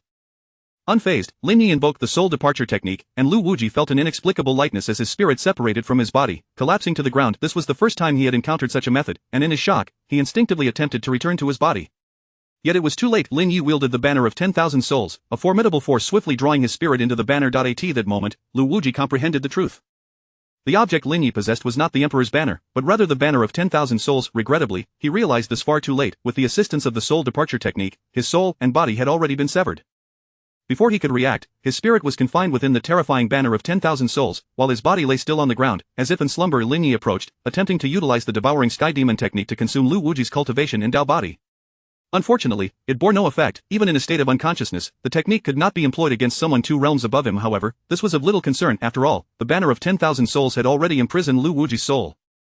His cultivation endowed body would inevitably belong to Lin Yi, and there was no need to rush. Consequently, he placed Lu Wuji's body into the abyss. Desperate to avoid becoming a puppet devoid of memories, Lu Wuji cursed vehemently, thrashing in a futile attempt to break free from his bindings. Alas, his soul was ensnared by the banner of 10,000 souls, rendering him powerless to resist. Soon, his memories began to blur. Ignoring Lu Wuji's plight, Lin Yi swallowed a healing pill and sat cross-legged to recuperate. The battle had drained him significantly, especially after repeatedly self-destructing and reviving 7 or 8 times. The loss of blood aside, the agony of self-detonation had left him tormented. It must be acknowledged that the disparity in realms was indeed difficult to overcome. Despite possessing numerous peak-level techniques, Lin Yi found himself unable to contend directly with Lu Wuji, resorting to self-destruction merely to inflict damage. Had Lu Wuji not misidentified the banner of 10,000 souls, granting Lin Yi an opportunity, he might have had to engage in protracted combat with him. After a brief period of recuperation, Lin Yi exited the abyss, heading towards the depths of the chasm. Yulinglong gazed at him in astonishment. "Have you returned so soon to seek my aid?" Lin Yi shook his head. "No, I've come to observe." Suddenly, Yulinglong sensed a change in Lin Yi's aura. In disbelief, she inquired, "Wait, have you broken through to the 9th realm?" When Yulinglong first encountered Lin Yi, he had only been at the 7th realm, and now, within less than 2 days, he had ascended to the 1st level of the 9th realm. Such a rate of advancement was beyond her comprehension. Lin Yi nodded. "It's merely the 9th realm, there is nothing to make a fuss about." Yulinglong retorted, "Merely the 9th realm, do you have any idea how many years people squandered to attain such a breakthrough? If those words were to spread, you would surely face dire consequences." To this, Lin Yi merely smiled. Should anyone truly seek their demise, he would not mind adding a few more vengeful spirits to the banner of 10,000 souls. As Lin Yi contemplated, he suddenly sensed a gaze fixated upon him. He turned to see a seemingly ordinary woman in her 20s, her expression filled with sorrowful longing. Upon closer inspection, he discerned that a faint aura of demonic energy coiled around her. Could she be a spy from a demonic sect? No, given that he was also now a demonic cultivator, it would be more fitting to consider her as one of his fellow practitioners. When the woman noticed Lin Ye's gaze upon her, she averted her eyes. Lin Ye reflected for a moment, confirming he did not recognize her, and seeing no hostility in her eyes, he chose to disregard her. Instead, he turned his attention back to the ongoing battle between Feng Zimu and the Black Flood Dragon. The confrontation was far from over. In fact, it seemed only to be beginning. Concerned that prolonged combat would lead to his own exhaustion, Feng Zimu initiated the manifestation of his Dharma form, instantly transforming into a colossal figure towering above. His silver moon spear also grew to an immense size. His eyes radiated determination and resolve, each strike akin to the force of thunder, targeting the Black Flood Dragon's vital points. In response, the Black Flood Dragon shifted into its dragon form. Its scales shimmered with a metallic sheen in the dim light, and its enormous eyes glinted with ferocity and cunning. Soon, the two forces collided. The clash between two emperors unleashed terrifying shockwaves, reverberating through the ground, causing tremors that injured many of the lower-ranked elders and disciples. Some of the more timid individuals fled the chasm, for they had come seeking opportunities, not risking their lives. The remaining elders and disciples struggled to maintain their composure, bracing themselves for evasive maneuvers. After all, the scale of this battle was beyond their capability to intervene. At Bailu Mountain, within the Imperial Sun Pavilion, a subtle tremor emanated from the direction of Qingzhou. The previously tranquil surface of the tea and the cups on the table rippled with delicate disturbances. Initially, these ripples were mere subtle fluctuations, akin to a gentle breeze caressing the surface of a lake, expanding outward in concentric circles. Kong Xian raised his head to gaze toward Qingzhou, his brow furrowing slightly as he sensed the power of the Dharma form. Reluctantly, he realized that he must lead his mountain retreat. With a sigh, his figure vanished in an instant. Simultaneously, the three great sovereigns of the Radiant Light Sacred Land, the master of the Medicine King Valley, and a figure deep within the Imperial Palace also disappeared. Shortly thereafter, countless figures converged toward Qingzhou, drawn by the unfolding events. Chapter 62. Does he truly fear not death? In less than half an hour, the group arrived at the entrance of the abyss. As they sensed the thick demonic energy emanating from below and the echoes of battle, almost everyone furrowed their brows, for the monsters lurking beneath, even their combined strength might not suffice to contend with them. Yi Qingxian turned to Kong Xian and inquired, "Sir, with your extensive knowledge and experience, how do you propose we handle this situation?" Kong Xian sighed, "This kind of battle is beyond our intervention.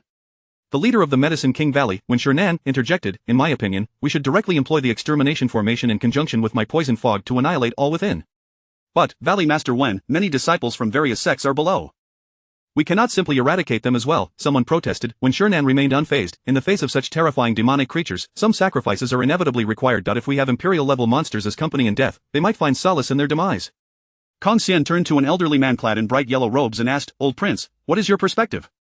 Ji Tongjiang hesitated for a moment before replying, "What Valley Master One suggests is indeed a viable option." Yi Qingxian was momentarily taken aback, a sense of helplessness enveloping her heart. Deep down, she understood that sealing the celestial abyss was the best course of action. However, with thousands of cultivators trapped inside, sealing them away would be a tremendous loss for Dayu. Yet, the monsters below had already reached imperial strength. If left unchecked, once they escaped, it would not only spell disaster for Dayu but potentially for the entire ancient continent. Nevertheless, she felt that such a course of action was excessively cruel. The thought of slaughtering so many weighed heavily upon her conscience. Kong Xian sighed, "Let us first employ the dragon confinement formation to seal the entrance. As long as it remains intact, there is still room for negotiation." Upon hearing this, the group nodded in agreement. The dragon confinement formation was certainly a more tempered approach than the extermination formation. At the very least, they would not have to personally slay the elders and disciples trapped within the abyss, alleviating their psychological burdens. Furthermore, the dragon confinement formation was relatively simple. Anyone with a basic understanding of formations could set it up. This formation relied on the suppression of power, meaning the stronger the person setting it up, the greater its efficacy. With their combined strength, they could maintain the dragon confinement formation for at least a century, if not several hundred years, securing a century of peace for Dayu. As for what would transpire after that century, none could predict. Perhaps an imperial force capable of vanquishing the Black Dragon would emerge. Seeing the silence among the crowd, Ji Tongjiang spoke up, "Since there are no objections, let us commence." With that, they swiftly dispersed to position themselves and began to collaboratively set up the dragon confinement formation. At the bottom of the abyss, the Black Dragon sensed the formation being established above. Having been trapped at the lake's bottom for millennia, he was weary of confinement and wished to evade the celestial abyss for another 10,000 years. Consequently, he attempted to bypass Feng Zimu and escape the abyss. Unfortunately, Feng Zimu had anticipated this move. After millennia of preparation in the secret realm. As the Black Dragon ascended, he felt a formidable pressure accompanied by a piercing intent descending from above. The elders and disciples at the abyss's bottom clutched their heads, as if their skulls were about to explode under such overwhelming force. Lin Yi, however, remained remarkably composed. His mental fortitude far surpassed that of ordinary individuals. Even the pressure of Imperial might had little effect on him. He gazed upward, where a massive spear, obscuring the sky, lunged toward the Black Dragon's forehead. The Black Dragon, left with no choice, raised its claws in defense. Alas, due to the suddenness of the assault, it failed to effectively shield itself. In a brief clash, its colossal form was propelled like an arrow toward the water's surface, creating a tremendous splash. Simultaneously, the pressure that had burdened the observers dissipated. The onlooking elders and disciples, having witnessed the spectacle, felt an overwhelming sense of dread and hastily retreated. Only Lin Yi and a few others, including Yu Linglong, managed to maintain their composure. Yu Linglong smiled at Lin Yi. At this rate, I am about to win, you better not try to weasel out. Lin Yi shook his head. Not necessarily, although the black dragon has just been struck down, it has not sustained significant injuries. Its demonic energy remains unabated, you see. The most troublesome aspect of dragons is their tough skin and resilient flesh. Even if Feng Zimu technically dominates the black dragon in skill, slaying it will not be so easily accomplished. This is an innate advantage that cannot be compensated for through later efforts. In contrast, while Feng Zimu appears to be in good condition, his breathing has started to quicken. He can hold out for at most 1 or 2 hours. After that, the black dragon will undoubtedly exploit its physical advantage to completely wear down Feng Zimu. Curiously, Yu Linglong gazed at Lin Yi. What exactly is your stance? Are you not aware that if the black dragon wins, we are all doomed here? Lin Yi chuckled. Thus, you still have time to escape. Yu Linglong was momentarily taken aback. She simply could not comprehend why Lin Yi remained so calm in such dire circumstances. Did he truly not fear death? Lin Yi then looked up at the woman who had been covertly observing him earlier. Indeed, she was once again stealing glances in his direction, seemingly perturbed by his interaction with Yu Linglong. Could she possibly be someone connected to Yu Linglong? While Lin Yi pondered this, the black dragon surged from the depths once more, furiously charging at Feng Zimu. Feng Zimu understood that he could no longer delay. He unleashed his full might, the silver moon spear radiating terrifying power as it tore through space towards the black dragon. The black dragon perceived the shift in Feng Zimu's aura and a flicker of alarm crossed its eyes, quickly overshadowed by fury. It unleashed an earth-shattering roar, summoning the surrounding demonic energy to coalesce into a dark barrier. Undeterred, Feng Zimu pressed forward, the spear tip making contact with the black barrier. The two cataclysmic forces clashed violently, sending shockwaves rippling outward in all directions. The floating islands within the abyss, resembling clouds, began to plummet. The entire celestial abyss resembled an apocalyptic scene. The brilliance of the silver moon spear intensified, ultimately exploding with blinding light, piercing through the barrier to collide violently with the massive dragon claw. After a brief exchange, the black dragon was once again driven into the depths. Feng Zimu gazed at the splashing water, waving his spear with a heart full of resignation. It seemed that relying solely on the silver moon spear would not suffice to slay the black dragon. Sighing, he sheathed the silver moon spear and raised his right hand to the sky, calling out, "Sword, come!" As his voice fell, a sword flew from the distance, landing perfectly in his grasp. Yu Linglong exclaimed in shock, "Is that the Lihua sword?" Chapter 63 You little rascal, truly a calculating one as Feng Zimu relinquished his firearm in favor of a sword. The battle escalated in intensity, resulting in countless casualties as the sword's aura claimed lives in an instant. The remaining elders, witnessing the dire situation, hastily retreated towards the abyssal exit. In this familiar chaos, the once vibrant secret realm was now left with only Feng Zimu, the Black Serpent, Lin Yi, and Yu Linglong. Lin Yi turned to Yu Linglong and asked, "Are you not leaving?" With a smile, Yu Linglong replied, "Have you forgotten our wager? If I were to depart, what if you were to renege on our agreement?" Upon hearing this, Lin Yi could only manage a resigned smile. He did not wish for Yu Linglong to remain, for certain secrets were not meant for the eyes of others. However, since she was determined to stay, he felt powerless to change her mind. Redirecting his thoughts, Lin Yi focused on Feng Zimu. He had already devised a plan. Regardless of who fell in the ensuing confrontation, they would become a formidable warrior within his sole banner. Gripping the Lihua sword, Feng Zimu's aura surged once more, the blade radiating a scorching brilliance, as if the very air was igniting in response. The black serpent sensed an unprecedented threat, a flicker of fear flashing in its eyes, soon replaced by rage and madness. It roared furiously, its terrifying voice echoing through the abyss. Ignoring the serpent's outburst, Feng Zimu elegantly swung his Lihua sword, unleashing a searing wave of sword energy aimed straight at the black serpent. The sword energy tore through space, emitting a piercing shriek as it passed. In response, the black serpent let out a furious roar, unleashing a surge of dark energy in a desperate attempt to withstand Feng Zimu's onslaught. Yet, the might of the Lihua sword was overwhelmingly powerful. The sword energy sliced through the serpent's dark energy barrier as if it were mere tofu, striking its massive form directly. The black serpent, caught unawares, was struck by the sword energy. Its body ruptured as black blood gushed forth, staining the surrounding waters a deep in agony. The serpent contorted its body, struggling to escape, but Feng Zimu's sword energy had already ensnared it completely. With unwavering determination, Feng Zimu channeled his strength into the Lihua sword, an overwhelming force threatening to consume the entire secret realm in flames. This strike was imperative. He must eradicate the black serpent, for failure would mean his own demise. Just as the sword energy was about to obliterate the serpent, it unleashed a deafening roar, igniting a powerful force from within its pain-racked body. A dark barrier formed, successfully deflecting the sword energy. Compounding the danger, the hidden injuries Feng Zimu had sustained eons ago flared up at this critical moment. In an instant, the black serpent transformed into a streak of darkness, lunging towards Feng Zimu and delivering a devastating blow to his chest. Feng Zimu let out a muffled groan, his body hurtling backward like a kite with severed strings, crashing heavily to the ground. The black serpent, equally drained, plunged into the water.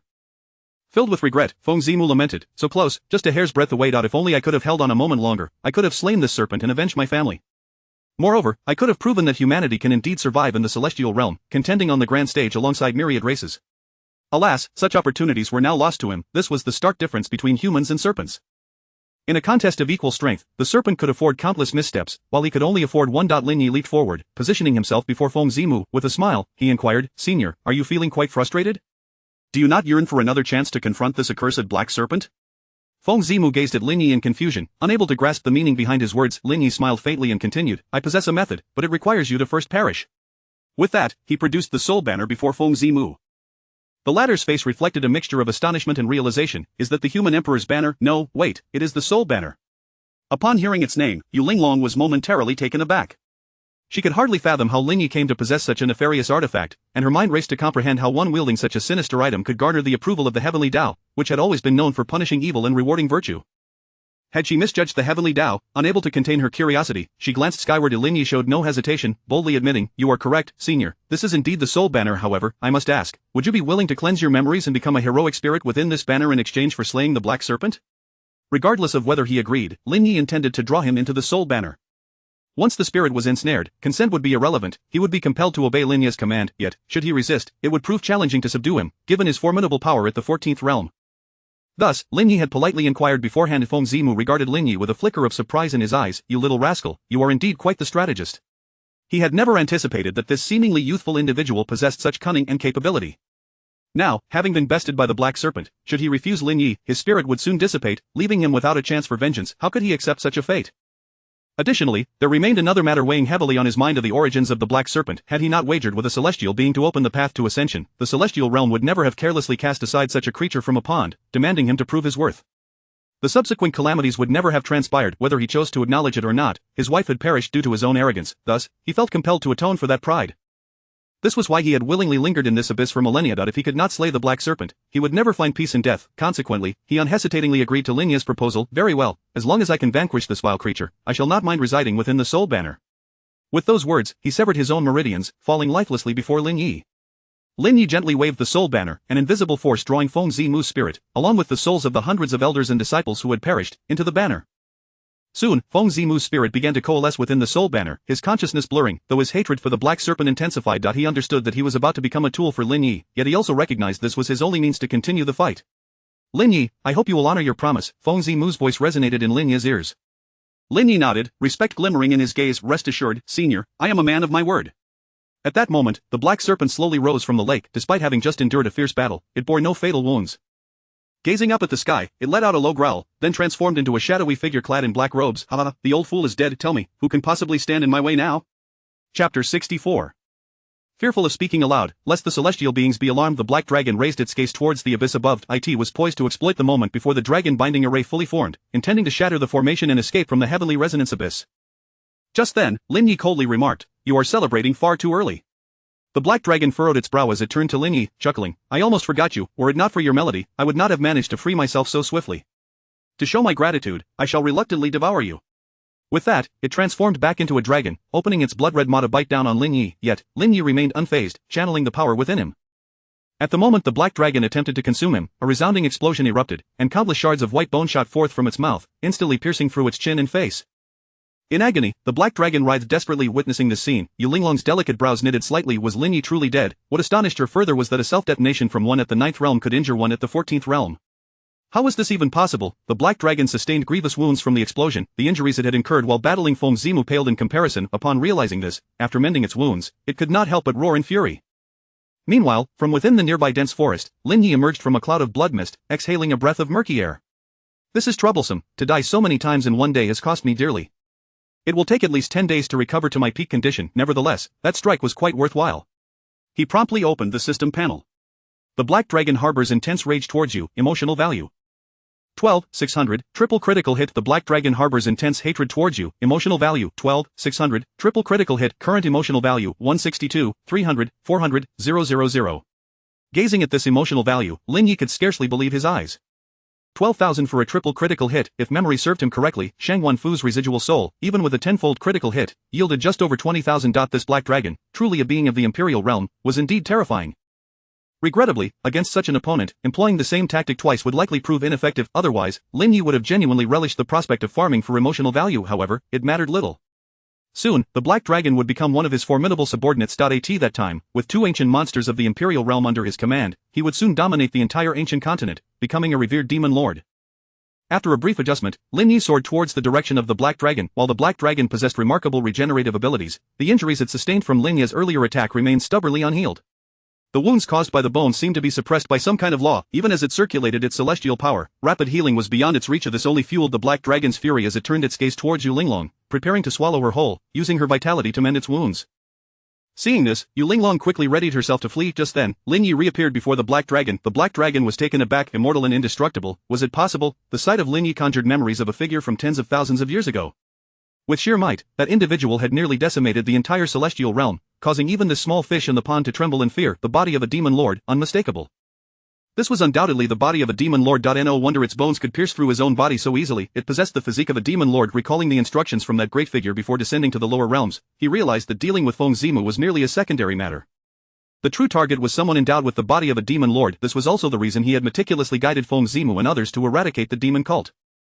To his astonishment, Lin Yi had voluntarily appeared before him. It was truly a case of finding the elusive without effort. This youth had yet to reach his full potential. Not only could he kill Lin Yi, but he might also seize the body of a demon lord for himself. With this thought, a glint of greed flickered in his eyes. After all, that was the body of a demon lord, the most domineering and insurmountable physique in the world. If he could obtain this body, he would truly rise to prominence, no longer a mere puppet under the control of that great figure in the upper realm. After a moment of contemplation, the black dragon decisively activated its divine light body protection technique. This celestial method, while ineffective against ordinary evil paths, could easily suppress the body of a demon lord. This was also the source of its confidence in confronting the body of a demon lord here. Lin Yi soon sensed a constraining force. This pressure bore down upon his very soul. Even with his formidable spirit, it proved somewhat difficult to withstand. Observing this, the black dragon's expression brightened indeed. Under the divine light body protection technique, the yet-to-mature body of a demon lord was merely a lamb awaiting slaughter. He believed that it would not be long before Lin Yi's soul was consumed, leaving behind a body that he could manipulate. He laughed heartily. The black dragon, shall finally rise and become the sovereign of the heavens and the earth. No sooner had he spoken than the sky darkened ominously, as if countless bolts of lightning were gathering above. An invisible pressure enveloped the entire territory of the great Yu nation. Sensing this force, the black dragon's smile froze on his face. He understood all too well that this pressure was a warning. Should he dare to claim the body of a demon lord for himself, the celestial beings above would swiftly reduce him to ashes. Though the beings of the upper realm could not see those of this world due to the concealment of the heavenly Tao, he did not belong here. Every thought and action of his was clearly observed by the great figures above. They had previously ignored him simply because he was too insignificant, too minuscule to attract their attention. Immediately, he suppressed his ambitions. Almost simultaneously, the skies began to clear once more. Lin Yi, feeling the weight of this pressure, was also somewhat astonished. In that fleeting moment, he felt as if his very soul was trembling, as if he could perish at any moment. Were it not for the sudden change in the weather, he would have sought refuge in the depths of the abyss. Seeing the black dragon lost in thought, Lin Yi did not hesitate. He swiftly produced the Wandering Soul's banner. With a gentle flick, Feng Zimu's figure manifested before the black dragon and Yu Linglong. Upon witnessing this scene, the black dragon felt an overwhelming pressure descend upon him. Having already slain Feng Zimu once, he was utterly incapable of contending against the bloodthirsty Feng Zimu again. However, with the celestial beings watching him, he couldn't afford to let Lin Yi escape. The consequences would be far graver. Thus, even facing Feng Zimu once more, he had to brace himself and confront the challenge. Feng Zimu had long lost consciousness, reduced entirely to Lin Yi's tool. Hence, there were no words wasted. He simply raised the Liwa sword, crackling with black flames, and charged straight towards the black dragon. Chapter 65. Slaying the black serpent. Another fierce general added to the banner of souls. Feng Zimu's figure darted like a bolt of lightning, piercing through the dim abyss, fueled by the flames of vengeance. Empowered by the banner of souls, his strikes were even more ferocious than in his former life. A flicker of alarm crossed the black serpent's eyes, quickly supplanted by a fierce malevolence. It unleashed a thunderous roar, summoning the surrounding demonic energy like a tempest, coalescing into a dark barrier in an attempt to thwart Feng Zimu's assault. However, the Liwa sword in Feng Zimu's grasp seemed to possess a life of its own. The blade burned with an inky flame, each swing radiating an aura of annihilation. As the tip of the sword clashed with the black barrier, a sharp screech echoed, sparks erupting in all directions. Before long, the barrier, akin to fragile parchment, was rent asunder by the Liwa sword. Witnessing this, the black serpent hastily retreated. At the same time, it opened its maw, unleashing a black beam that shot towards Feng Zimu like a cannonball. Feng Zimu sidestepped with a slight shift, effortlessly evading it, and as he pivoted the sword's tip, a surge of sword energy, resembling a meteor in the night, cleaved through the darkness, striking the black serpent's abdomen. The black serpent emitted a pained howl, its belly torn by the sword energy, dark blood splattering forth. Observing this scene, Yu Linglong held her breath in rapt attention. The Feng Zimu before her had transcended the 14th realm, surpassing the mightiest beings in the continent's history. It was astonishing that the Banner of Souls could grant him such an immense enhancement, yet Lin Yi understood all too well, this battle represented Feng Zimu's strongest effort in his lifetime, an unparalleled feat. For this moment was irreplaceable. Although his consciousness was waning, a surge of anger and indignation simmered within him. This was the true essence of his newfound strength. Once that fire in his heart extinguished, he would never regain today's prowess. Alas, there was no other choice to subdue the black serpent. Feng Zimu had to engage. The black serpent furiously thrashed its colossal head, the surrounding demonic energy roiling like agitated waves. Its body swelled amidst the surging miasma. In an instant, an intangible pressure permeated the entire celestial abyss. Feng Zimu remained impassive, his form steadfast as a boulder beneath the weight of the demonic force. He swung his sword once more, the sword energy sweeping towards the black serpent like a tempest. The black serpent let out a deafening roar, its form contorting in a desperate attempt to shield itself with its hardened scales. Yet this time, the sword energy penetrated its defenses, burrowing deep into its flesh. The black serpent's body began to fracture under the onslaught of the sword energy, scales shedding like autumn leaves, revealing profound despair in its eyes.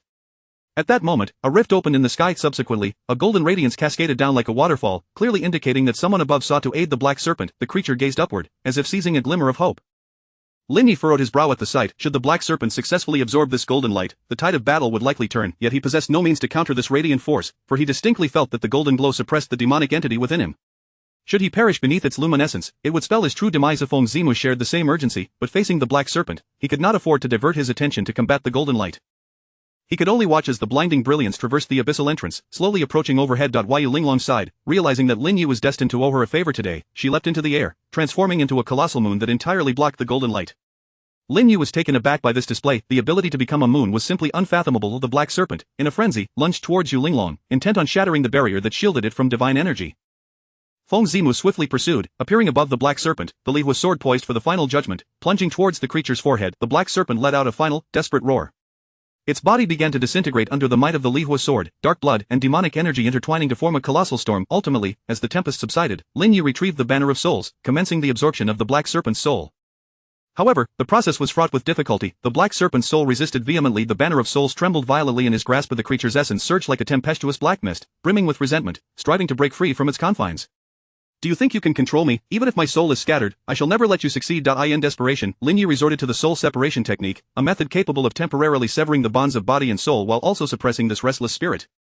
Yet the black serpent's soul was far more formidable than he had anticipated. Even employing the soul separation technique could not entirely subdue it, it merely weakened its resistance for a brief moment. Alas, Lin Yi's own strength was limited. Soon, blood oozed from the corners of his mouth as his spirit faced intense turmoil. Were it not for the fortitude gained from cultivating the song of the underworld, he would have long since become a lifeless corpse. Yet even so, he was unable to fully subjugate the black serpent's essence and confine it within the Banner of Souls. Just as he found himself in dire straits, a gentle light descended from above. Bathed in moonlight, Lin Yi felt a surge of power, alleviating the pressure on his spirit. He immediately intensified his efforts, causing the Banner of Souls to whirl with greater velocity, emanating a chilling and terrifying aura. Under this overwhelming force, the black serpent's soul was gradually drawn into the banner. It struggled fiercely, but to no avail. Realizing the futility of its plight, the black serpent howled in madness, "No, cursed wretch! One day, I shall slay you." Hearing such threats, Lin Yi remained unfazed. Having already absorbed the creature into his Banner of Souls, it was nothing short of a dream for it to think of vengeance. As the black serpent's essence was completely ensnared, Feng Zimu's soul transformed into a beam of light. Returning to the Banner of Souls, Lin Yi observed this spectacle, a flicker of satisfaction glimmering in his eyes. Two formidable generals were now under his command. This journey could be deemed worthwhile. Of course, he would not allow himself to become complacent, for this was merely the commencement of his conquest over the ancient continent. Yu Linglong also reverted to her original form, landing beside Lin Yi. Her garments lay in tatters, her back scorched by the golden light, the formerly smooth skin now marred and blackened. Weakly, she admonished, "Remember, you owe me a favor." Although Lin Yi was perplexed by her motivations for aiding him, he acknowledged her kindness and nodded. "Rest assured, I, Lin Yi, am one to repay debts of enmity and gratitude alike." Upon hearing this, Yu Linglong closed her eyes and collapsed to the ground. Chapter 66 has arrived, yet you wish to depart. Such a luxury is not easily afforded. Meanwhile, at the entrance of the abyss, Kong Xian and his companions sensed the sudden vanishing of the demonic aura, their hearts brimming with confusion. When Shernan inquired, could it be that they perished together? Kong Xian shook his head, uncertain. It seemed there was a second surge of demonic energy just moments ago, but it dissipated swiftly. What shall we do next? Let us proceed. Perhaps the adversary merely concealed their aura to compel us to retreat. With that, the group joined forces to seal off the entrance to the abyss. Just as the portal was on the verge of closure, a figure leaped in without hesitation. This individual was none other than Linghu Shua. After expending considerable time to arrive here, how could he bear to watch the opportunity slip away? Half a day later, at the abyss's depths, Yu Linglong gradually awakened from her stupor. The pain on her back had lessened significantly, yet the wounds remained unhealed. This was the consequence of celestial energy, a mark that would likely accompany her for a lifetime. However, it was not entirely without merit. Though the scar was unsightly, it had also taken away some of the burdens she least wished to confront. Not too much of a loss, perhaps. As Lin Yi roasted meat, he pointed to the corpses of several demon beasts nearby and chuckled. "During your unconsciousness, I saved you more than once. I suppose we are even now?" Yu Linglong retrieved clothing from her storage space and changed before Lin Yi, without any modesty, as if he were not human at all. Of this nearly caused Lin Yi to char the meat. After donning her attire, she sat beside Lin Yi and snatched the roasted meat from his hands, declaring, "That was your duty. Had it not been for you, I would not have lain here for so long. This meat is quite delectable. Do give me more." As she spoke, she produced a wine flask and took a swig. Lin Yi, accustomed to seeing drunkards, had never encountered a female one before. After swallowing the wine and meat, Yu Linglong asked, "Can you now divulge the method of distillation?" Lin Yi countered, "Is this considered a repayment of favors?" "Certainly not," Yu Linglong replied, shaking her head. "Feng Zimu slayed the Black Flood Dragon. You lost the bet, therefore, this is merely settling a gambling debt." Lin Yi shook his head in response, "I was the one who killed the Black Flood Dragon, you were the one who lost. I am still awaiting your repayment of the wager, just admit it, was it not Feng Zimu who struck down the Black Flood Dragon with his flame sword, was he not my heroic spirit?" Yu Linglong scoffed, "What a lack of sportsmanship." Lin Yi jested, "How about we declare it a draw? You take the distillation method, and I shall take you?" Yu Linglong shot him a glance, "You wishful thinker." After a moment's thought, she stood and proposed, "Shall we wager again, same stakes, but this time, we bet on whether you can secure the 5 liters at the Wanzhong banquet." "I wager you can." Lin Yi laughed, "If I intentionally let you win, wouldn't you lose?" "As you wish. If you can concede, why can't I?" With that, Yu Linglong soared towards the abyss's summit. Lin Yi felt a stir of curiosity regarding her intended means of escape from the abyss, which was now ensnared by the dragon-binding formation, yet, judging by her demeanor, she must have devised a way out. As for himself, he could leave whenever he wished, whether through self-detonation or by summoning Feng Zimu and the Black Flood Dragon simultaneously. However, he did not rush to exit, he had a herb to gather. During his recent self-detonation, he had discovered the demonic flame flower. With this item, he could enhance the potion that suppressed the lust-inducing curse, allowing Zhang Jifei to endure a while longer. After all, ever since she fell victim to the curse, her gaze toward him was undeniably intense. If he did not act quickly to save her, even if she managed to hold on, he might not be able to resist the urge to overpower her. After all, Zhang Jifei was unparalleled in both temperament and beauty, exuding an aura of authority that compelled one to conquer. Lin Yi could not help but feel envious of those noble protagonists from his previous life who successfully seduced their mentors. He leaped into the air, and just as he ascended, he spotted a familiar figure plummeting downward, plunging straight into the lake with a splash. Lin Yi ignored this, landing directly beside the demonic flame flower. Linghu Shua soon emerged from the lake, his gaze landing on a shattered bone. Sensing the demonic energy within, a glimmer of greed flickered in his eyes. Demonic bones, these were undoubtedly remnants left by a powerful member of the demon clan. He immediately sat down to absorb its energy. Indeed, he felt a slight restoration of his cultivation. Although it was but a fraction, it represented a glimmer of hope for him. He began searching for more bones, eager to absorb their strength, convinced that one day he would fully restore his cultivation, even surpassing Lin Yi and becoming the mightiest being on this continent. With this thought, he glanced up at Lin Yi, who paid him no mind. To Lin Yi, he was merely a worthless individual, not worthy of his attention. After gathering the herbs, Lin Yi unhesitatingly chose self-detonation. With a resounding explosion, countless fragments of bone scattered, one of which landed at Linghu Shua's feet. Linghu Shua examined the fragment in his hand and then surveyed the bones on the ground. While they could not be said to be identical, they were undoubtedly from the same person. Linghu Shua stood frozen in place, having thought it a treasure, only to realize it was merely Lin Ye's remains. Relying on the absorption of Lin Ye's residual power, no matter how desperately he tried, he could never hope to surpass Lin Yi. Unfortunately, he found himself with no other options. At the Yunus sect, within the small courtyard, Lin Yi exhaled a breath of foul air, slowly emerging from the blood mist. He had lost count of how many times he had been reborn in the past 2 days, his vital essence nearly drained. Sighing, he resolved to recuperate properly as he awaited the arrival of the Wanzhong banquet. Just as he contemplated this, he sensed a figure rushing toward him from behind. Before he could turn, Zhuang Yueyao had already embraced him. Though the lust-inducing curse within her had been dispelled, the poison in her heart had only intensified. During his time at the Yunus sect, she had endured relentless torment. 80 times, she could scarcely stand. Yet, Lin Yi had barely been gone for 2 days, and she felt a profound emptiness. After their shared experience, the narrative of her illustrated book held no allure for her. Her sole motivation for perusing it now was to learn from Lin Yi. Lin Yi found himself helpless, still recovering when Zhuang Yueyao came seeking emotional connection. Was she trying to take his life? Seeing Lin Yi's mouth twitch, she indignantly remarked, "What expression is that? If you are unwilling, shall I take my leave?" Lin Yi scooped her up, laughing, "You think you can just leave after coming here? Such a luxury is not readily granted." Chapter 67 is truly unbearable. Not long after, Zhang Jifei learned of Lin Ye's return, yet found herself unable to locate Zhuang Yueyao, compelling her to venture out of seclusion personally. Upon reaching the threshold, she was met with the sound of Zhuang Yueyao's pleas for mercy, an excruciatingly distressing sound. Ever since she took Lin Yi as her disciple, it seemed her primary apprentice had become utterly inept, neglecting his cultivation to dwell on trivial matters. With such behavior, could he ever hope to inherit the leadership of the Yunus sect? The mere thought caused Zhang Jifei considerable distress. Lin Yi, possessing acute perceptive abilities, was already aware that Zhang Jifei was eavesdropping in the courtyard. However, some matters, once set in motion, are exceedingly difficult to halt. In a certain sense, Zhang Jifei's presence only heightened his excitement. After a considerable time had passed, during which Zhang Jifei's legs grew increasingly numb, Lin Yi finally emerged from the room, supporting Zhuang Yueyao. Upon seeing Zhang Jifei, Zhuang Yueyao's face flushed crimson. Zhang Jifei, equally embarrassed, initially contemplated leaving to avert the awkwardness, yet, having listened so intently, coupled with the influence of the poison within her, her legs were rendered powerless, resulting in the present predicament. With no other recourse, she cleared her throat and said, "Cough, Yueyao, you ought to concentrate on your cultivation rather than indulge in such frivolous thoughts." She then turned her gaze to Lin Yi, adding, "And you, in broad daylight, do you not fear being overheard?" Lin Yi replied with a smile, "If they hear, they hear. It is mutual consent, after all, and not something shameful. Zhang Jifei nearly succumbed to frustration at his words. Did this rebellious disciple truly regard this place as the Hahuan sect? Once Zhuang Yueyao regained her composure, she hurriedly explained, "No, master, junior brother was merely expelling the poison from within me. With the Wanzhong banquet approaching, I do not wish to be burdened by the seduction curse, so please do not misunderstand." Zhang Jifei sighed, "Very well, I shan't concern myself with the trivialities between you two." Zhuang Yueyao bowed gratefully, "Thank you, master." Zhang Jifei nodded and inquired of Lin Yi, "Have you made any gains from this excursion to the Tianlai Abyss?" Lin Yi produced a magical flame flower, stating, "With this, I should be able to concoct a superior elixir to suppress the poison. At the very least, it can alleviate some of your suffering." Zhang Jifei nodded in approval, "Excellent. Is it possible to refine the elixir before the Wanzhong banquet?" Lin Yi confidently replied, "It won't take long. 3 days will suffice." For him, as long as there were herbs and an alchemical furnace, creating a few poison elixirs was rather simple. Zhang Jifei sighed, "Has no one informed you that the Wanzhong banquet has been moved up to 3 days hence?" Lin Yi, taken aback, asked, "Why the haste?" Zhang Jifei explained, "Is it not because you opened the Tianlai Abyss, drawing the attention of various dynasties? Currently, the pressure on the court's borders is immense, they likely wish for support from the major sections." Lin Yi nodded, "It seems the empress can no longer sit idly by." Zhang Jifei chuckled, "Indeed, the court has already sent someone to urge you to return to the capital." At this, she cast a sidelong glance at Zhuang Yueyao, teasing, "You have become quite the catch. Even the empress cannot forget you." Lin Yi smiled awkwardly, "The empress is no match for my master." Zhang Jifei paused, momentarily taken aback, her thoughts drifting. Lin Yi then composed himself, "Since the Wanzhong banquet is moved up, I must hasten my alchemical work.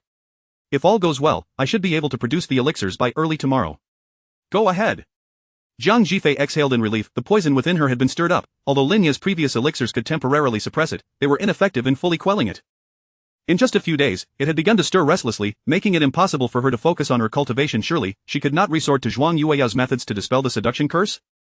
If that were the case, what kind of master would she be? Furthermore, merely hearing Zhuang Yueyao's earlier cries and pleas had made her heart race with anxiety. As a master, how could she plead for her disciple's mercy? After some contemplation, Zhuang Yueyao suggested, "Master, why don't we leave? Let us not disturb junior brother's alchemical work." Zhang Jifei shook her head, "You go ahead, my legs are numb, I shall sit for a while longer." It was not that she did not wish to leave, but rather that she was unable to. Should her disciple see any evidence on the stone bench, her reputation would be irreparably tarnished. Zhuang Yueyao, hearing this, looked on in confusion. How could her master, a powerful figure at the 10th realm, be afflicted with numbness? She sat beside Zhang Jifei and inquired, "Master, is there something ailing you?" Zhang Jifei scolded, "You are becoming increasingly impertinent." Zhuang Yueyao, embarrassed, replied, "Master, I have just expelled the poison, I am truly too weak to stand." Zhang Jifei sighed and refrained from further comment. Regardless, she had taken this disciple under her wing, and she must bear the burden. After a prolonged silence, Zhuang Yueyao stammered, "Master, actually." Zhang Jifei shot her a glance, "Actually what?"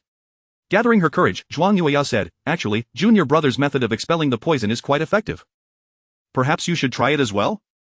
Zhang Jifei felt an intense urge to kick her. Why bring up such matters? If she had devoted half as much attention to her cultivation, she would not have only just broken through to the first layer of the 6th realm. However, given the circumstances, she chose to remain silent. As for the Yuno sect's ancestral prohibition against relationships with male cultivators, it seemed that had been broken once more. After all, this was not the first time she had disregarded such a tradition. Her only concern was, "Yueyao, your junior brother is not a stagnant pond, in the future, he may have others by his side." Zhuang Yueyao smiled, "Do not worry, master, I am aware of this." Though she spoke confidently, a twinge of discomfort lingered in her heart. After all, she had resolved that Lin Yi was the only man for her in this lifetime. Zhang Jifei nodded, choosing not to elaborate further. Having never interacted with men, let alone being an expert in matters of the heart, she found herself at a loss for words. Meanwhile, at Tianxian sect, in the Wujidian, Tao Yanran frowned after receiving her disciple's report, asking, "Is what you say true? Lin Yi is indeed trapped within the Tianlai Abyss?" The disciple bowed, "I would stake my life on it." "It is absolutely true." Tao Yanran laughed heartily, "Lin Yi, so this is your fate." Just as she finished speaking, another disciple rushed in to report, "Sister Tao, Lin Yi has returned to the Yuno sect." Tao Yanran's smile instantly froze on her face. She coldly glared at the disciple who had just reported, "Did you do it yourself, or shall I take care of it personally?" The disciple trembled at her words. Without uttering another word, Tao Yanran swiftly approached the trembling disciple and shattered his skull with a single strike. Blood and brains splattered everywhere. On the other side, Luo Changqing, after conducting thorough investigations, had also unraveled the full story behind Lin Yi's expulsion. After a moment's hesitation, she made her way to the secluded cave of the sect leader. The remnant soul of Sheng Wanfu followed her closely. Chapter 68. Lu Xi exits the retreat. The Heavenly Shin sect in turmoil within the Master's cave of the Heavenly Shin sect. Upon hearing the report from Luo Changqing, Lu Xi felt a surge of blood rush to his head, and he spat out a mouthful of fresh blood. He could hardly fathom that during his years of seclusion, Shang Guanfu had orchestrated such a multitude of events. She had driven away Lin Yi, resulting in the sect's decline in fortune and even endangering the very existence of the sect. The more he contemplated, the angrier he became, and another spurt of blood erupted from his lips. After a considerable time, he managed to regain his composure and inquired of Luo Changqing, "Where is junior sister Shangguan now? How could she have brought such disgrace upon our once noble sect? When she descends to the underworld, how shall she face the ancestors of the heavenly Xian sect?" Had he known it would come to this, he would never have consented to support Lin Yi in elevating her to the position of Grand Elder. "Go, summon her at once." Unbeknownst to Lu Xi, at that moment, the remnants of Shang Guanfu's soul stood beside Luo Changqing. She had merely wished to observe how Luo Changqing would take advantage of the situation to slander her before the master. Instead, she was met with a barrage of reproaches that struck her heart like a hammer. The realization that it was Lin Yi who had requested the master to appoint her as Grand Elder caused her immense pain. She had always believed her ascendance was solely due to her own prowess. Although she had indeed utilized the intelligence Lin Yi had relayed from the demonic sect to establish her reputation, she considered those merely secondary tactics. It was only today that she recognized the truth. She had become a laughingstock. Her delusion that she could ascend to the position of Grand Elder through her own capabilities, elevated above all others in the sect, had led her to dismiss the contributions of those around her. Yet, it turned out that her position was merely the result of a transaction between Lin Yi and the master. It was at that moment that Shang Guanfu grasped the veracity of Lin Yi's previous assertions. Without his aid, she was nothing. How could she still have the audacity to accuse Lin Yi of ingratitude? The truly ungrateful one was herself. Regrettably, what use was there in lamenting now? Luo Changqing sighed and said, "Junior sister Shangguan is already dead, only a wisp of her residual soul remains, which I have retained within the soul locking plate. At this juncture, only our master possesses the ability to assist her." Lu Xi understood she referred to the yin-yang reversal technique, a method indeed capable of fortifying the soul, allowing her to appear before others in a spectral form for a brief period. However, the consumption of energy for such a technique was enormous. With the grand assembly of 10,000 sects approaching, utilizing the yin-yang reversal technique now would complicate matters for the assembly ahead. Thus, Lu Xi felt a twinge of hesitation. Luo Changqing continued, "Master, regardless of the circumstances, Shangguan is still our junior sister. We ought to inquire whether she has any unfulfilled wishes. Furthermore, she acted out of momentary folly. As her elder siblings, how can we hold her mistakes against her?" Upon hearing this, Shang Guanfu felt an overwhelming sense of shame. She had always thought that Luo Changqing's relentless focus on Lin Yi was an attempt to trouble her. Yet, she never anticipated that the person who cared most for her after her demise would be Luo Changqing. In stark contrast, Yi Zhentian and Tao Yanran had only displayed disdain and resentment upon learning of her death. Not to mention the group of elders who were typically sycophantic. As she contemplated this, Shang Guanfu found the situation laughable. Whether it was Luo Changqing or Lin Yi, those who had genuinely cared for her had been pushed away, while she had surrounded herself with individuals who were indifferent to her plight. Who could she blame for this? Only herself for her foolishness. Just as Shang Guanfu was lost in thought, Lu Xi shook his head and declared, "With the sect in peril, we shall postpone this discussion until after the Grand Assembly." Luo Changqing nodded in agreement, choosing not to pursue the matter further. In the current predicament, mishandling the situation could very well lead to the obliteration of the heavenly Xian sect. After all, Lin Yi's influence was overwhelmingly formidable. The White Deer Mountain, the Shining Sacred Land, the Great Yu Dynasty, and the entire alchemy realm. One could say that should Lin Yi raise his hand in command, the heavenly Xian sect would be utterly defenseless. Thus, this grand assembly of 10,000 sects was a matter of life and death for the heavenly Xian sect. Lu Xi was consumed with regret, lamenting that he had not emerged from seclusion sooner, that he had failed to keep a watchful eye on Shang Guanfu. Had it not been for her expelling Lin Yi, the heavenly Xian sect could have advanced further, asserting dominance in Qingzhou. Yet now, they could only struggle to survive. Seeing the troubled expression on Lu Xi's face, Shang Guanfu understood the gravity of the sect's troubles. As the principal instigator, she felt an inevitable pang of guilt. She yearned to offer her apologies, but Lu Xi and Luo Changqing were simply unable to hear her. Luo Changqing recalled the matter of Shang Guanfu's discarded body and could not help but sigh. She asked, "What shall be done about Tao Yanran? I observe her nature to be impetuous, cruel, and devoid of compassion. If not corrected promptly, not only would she struggle to achieve greatness, but she may also risk succumbing to darkness." Lu Xi recognized that Luo Changqing typically refrained from speaking ill of others. The fact that she had made such an assessment indicated the extent of Tao Yanran's current overreach. Alas, at this critical juncture, they could not afford any disturbances. Though Tao Yanran's character was lacking, she was undoubtedly talented, and they could not act in haste. Furthermore, she had just sustained an injury and needed time to recuperate. There was simply no bandwidth to address these troublesome matters. Consequently, Lu Xi could only exhale deeply and say, "Let it be. Now is not the time to provoke further discord. We shall address everything after the Grand Assembly." Upon hearing this, Luo Changqing refrained from further discussion, rising to take her leave. Just as she reached the entrance of the cave, Lu Xi called out, "Junior sister Luo, I know you cherish tranquility, but with the impending calamity facing our sect, you may not have the luxury of remaining withdrawn. You must accompany me to the Grand Assembly." After a moment of hesitation, Luo Changqing ultimately nodded, "Very well, I understand." On the following morning, at the Qianghua Hall of the Yuno sect, Lin Yi produced a vial of elixir and presented it to Jiang Zhifei. "Master, I have successfully refined the elixir you requested. This potion, known as the Demon Yuan Pill, can temporarily suppress the goo poison within you. Its efficacy far surpasses the elixirs I previously provided." Upon hearing this, the eyes of the onlookers brimmed with envy. They too bore goo poison within their bodies, yet none had received such a remedy. Observing their reactions, Lin Yi addressed them, rest assured, with Lu Wuji now deceased, no one can trigger the goo poison within you. As long as I am here, the goo poison will not manifest. The crowd sighed in relief. After swallowing a demon yuan pill, Zhang Jifei inquired of Lin Yi, what preparations have been made for our journey to the capital for the Grand Assembly? Lin Yi smiled, I have no preparations to make. I am ready to depart at any moment. Zhang Jifei nodded, then you should set off promptly, the Empress has sent someone to urge us. Chapter 69, Speak another word, and I shall slay you. The following day at noon, in the bustling capital city, at the New Feng Tavern. The air was filled with lively chatter and the intoxicating aroma of wine. This establishment stood as the most vibrant venue in the capital, not only attracting visitors from all corners but also serving as a favored haunt for scholars and poets to engage in verse. Lin Yi raised his gaze to the grand gilded signboard and strode inside. In truth, he held no interest in the wines of this world. His sole motivation for entering was the tavern's familiar name, which he had once heard from Yu Linglong. Wishing to sample the craftsmanship of this realm, he stepped in. As Lin Yi entered the main hall, he noticed a group of elegantly dressed noble youths pointing and whispering about him, seemingly discussing his identity and origins. He paid them no mind and addressed a waiter, it is rather noisy here, could you please arrange for a private room? Upon hearing this, the crowd regarded him as if he were a fool. The waiter quickly clarified, dear guest, you may not be aware, but our private rooms are reserved exclusively for extraordinary talents and scions of noble families. As he spoke, he scrutinized Lin Yi, noting his lack of scholarly attire and demeanor. With an awkward yet polite smile, he suggested, perhaps you might be more comfortable in the main hall? Lin Yi glanced at the group of affluent young men. He found their company intolerable. In his previous life, a bustling eatery was filled with drinkers boasting loudly, and the number of patrons or their noise level mattered little. However, in this pretentious place, where foolishness masqueraded as nobility, dining alongside them made him feel nauseous. Thus, he inquired with a smile, what must one do to access a private room? The waiter pointed to the central wall, stating, do you see that? If you can inscribe a verse upon the wall that is recognized by all, not only will you gain entry to the private room upstairs, but you shall also receive a complimentary bottle of our divine wine. The mention of the divine wine caused the eyes of those present to gleam with excitement. It was renowned as the finest wine in the world, a single sip capable of lingering in one's memory for a lifetime. Upon hearing this stipulation, Lin Yi couldn't help but think the tavern's owner was rather unhinged. Wasn't a tavern meant for profit, why engage in poetry? It was as if they fancied themselves a brothel. As he pondered this, a young noble approached him. Who does this country bumpkin think he is? We, the scions of distinguished families, have toiled for decades and have never set foot in a private room, and you, with what right do you believe you can enter? In terms of wealth and talent, what do you possess that could compare to us?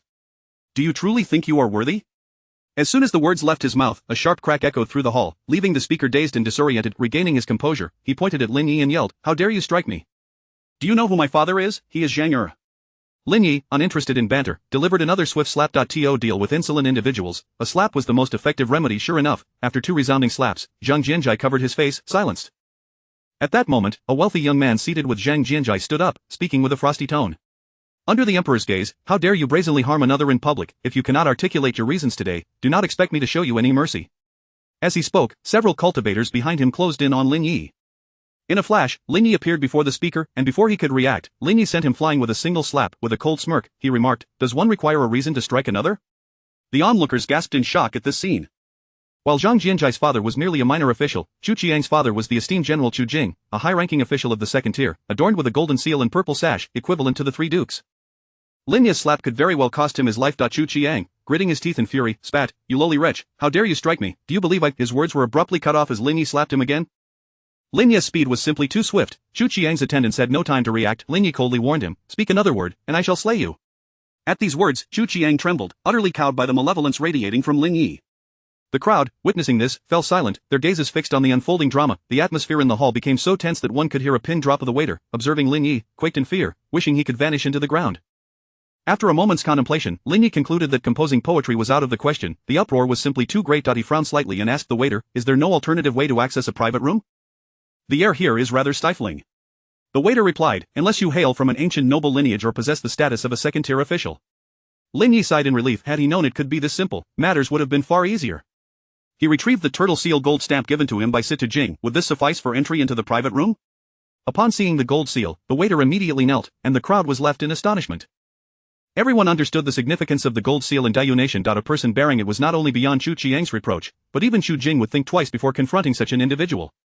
However, such eminent figures typically remained reclusive, rarely appearing in public, and would never openly brandish their gold seals. Moreover, those possessing such seals were invariably highly talented. They could not fathom why this distinguished person would choose to present a gold seal rather than compose poetry. Were they merely seeking fame while fearing exposure? Lin Yi gazed at the kneeling waiter and inquired, now, may I proceed to the private room? The waiter, trembling, replied, of course, certainly. Lin Yi tucked the gold seal away and casually remarked, "Please prepare a fine spread for me. I have no need for that watered-down divine wine." The mention of such wine incited a wave of indignation among the crowd, particularly those learned individuals. Divine wine was considered the finest in existence, and for many, the ultimate dream was to savor its exquisite flavor. To hear such a magnificent wine referred to as watered down was not merely an insult to the New Feng Tavern but an affront to scholars everywhere, yet, due to Lin Yi's formidable presence, they felt powerless to speak out and thus sought out a sage to mediate. Moments later, in the Grand Palace of Dayu, Situ Jing hurried to the Yangshin Hall. Kneeling before Ji Ruffing, she respectfully reported, "Your Majesty, Mr. Lin has arrived in the capital and is currently at the New Feng Tavern. It is said that upon his arrival, he struck the son of General Chu and has offended numerous scholars. Do you wish to summon him to the palace for an audience?" Upon hearing this, Ji Ruffing abruptly rose, calling out to a nearby maid, "Quickly, assist me in changing my attire. I must leave the palace at once." Chapter 70 of the Grandmaster of the New Feng Tavern. Before long, within the New Feng Tavern, in an independent courtyard named Bamboo Breeze Studio, Lin Yi surveyed his surroundings. Surrounded by verdant bamboo, the leaves swayed gently in the breeze, producing a soft rustling sound. The stone table and stone stools in the courtyard were arranged in an aesthetically pleasing manner, embodying both natural beauty and the elegance of a scholarly retreat. This setting, rather than being merely a room, resembled a serene garden. Most importantly, it was remarkably quiet. Despite being situated in a bustling marketplace, not a whisper of commotion could be heard. Lin Yi was quite pleased with this ambience and settled down in the pavilion within the courtyard. He instructed the waiter, "Please expedite the service." The waiter dared not utter a word, retreating cautiously after relaying the message to the kitchen, hastily seeking out the manager. Lin Yi held the turtle seal golden stamp in his hand. Should the service falter, it would not only jeopardize him but might also implicate the manager. After a brief interval, dozens of scholars, led by Li Hongru, arrived at the main hall of the New Feng Tavern. Coincidentally, the waiter returned with the manager from outside. Ji Liangchen clasped his hands in greeting towards Li Hongru, saying, "I was unaware of your esteemed presence. Mr. Li Da, I beg your pardon for my inadequate welcome." He exhibited utmost courtesy before Li Hongru, for the latter was a renowned scholar from Bailu Mountain, recognized throughout Dayu for his unparalleled talents in poetry and wine. Even the highest-ranking officials had to regard him with respect. Moreover, the reputation of the tavern's famous drink, Divine Immortal's Drunkenness, was largely attributed to Li Hongru. It was because of him that it had become the finest wine in the realm. Out of both respect and propriety, Gu Liangchen dared not show any semblance of negligence towards Li Hongru. Li Hongru returned the gesture, saying, "I am unworthy of such regard. It has been several months. How have you fared, Manager Gu?" Gu Liangchen gestured for Li Hongru to proceed, indicating that he should enter first. After a brief exchange of pleasantries, Li Hongru walked into the establishment. Although Gu Liangchen had already surmised the purpose of the visit, he still inquired, "May I ask if Mr. has come to partake in the wine, or?" Li Hongru replied, "Certainly, I am here to discuss the matter of fine wine and horse urine." At these words, Gu Liangchen's heart leapt with joy. Lin Yi's previous remarks had not only embarrassed the New Feng Tavern but had also served to humiliate Li Hongru indirectly. Li Hongru's comment was clearly laced with sarcasm. The analogy of fine wine and horse urine was not lost on Gu Liangchen. Upon learning of this, he felt immense displeasure towards Lin Yi, wishing nothing more than to have him beaten to death, yet, due to Lin Yi's high status and power, he dared not offend him. Since Li Hongru wished to take the lead in this confrontation, Gu Liangchen was more than willing to support him. Thus, he promptly led Li Hongru and the others towards Bamboo Breeze Studio. Upon seeing the large group, Lin Yi couldn't help but furrow his brow. He turned to the waiter, "Is it customary for you to bring such uncouth individuals into the elegant chambers of the tavern?" The waiter stood silently by, not daring to utter a word.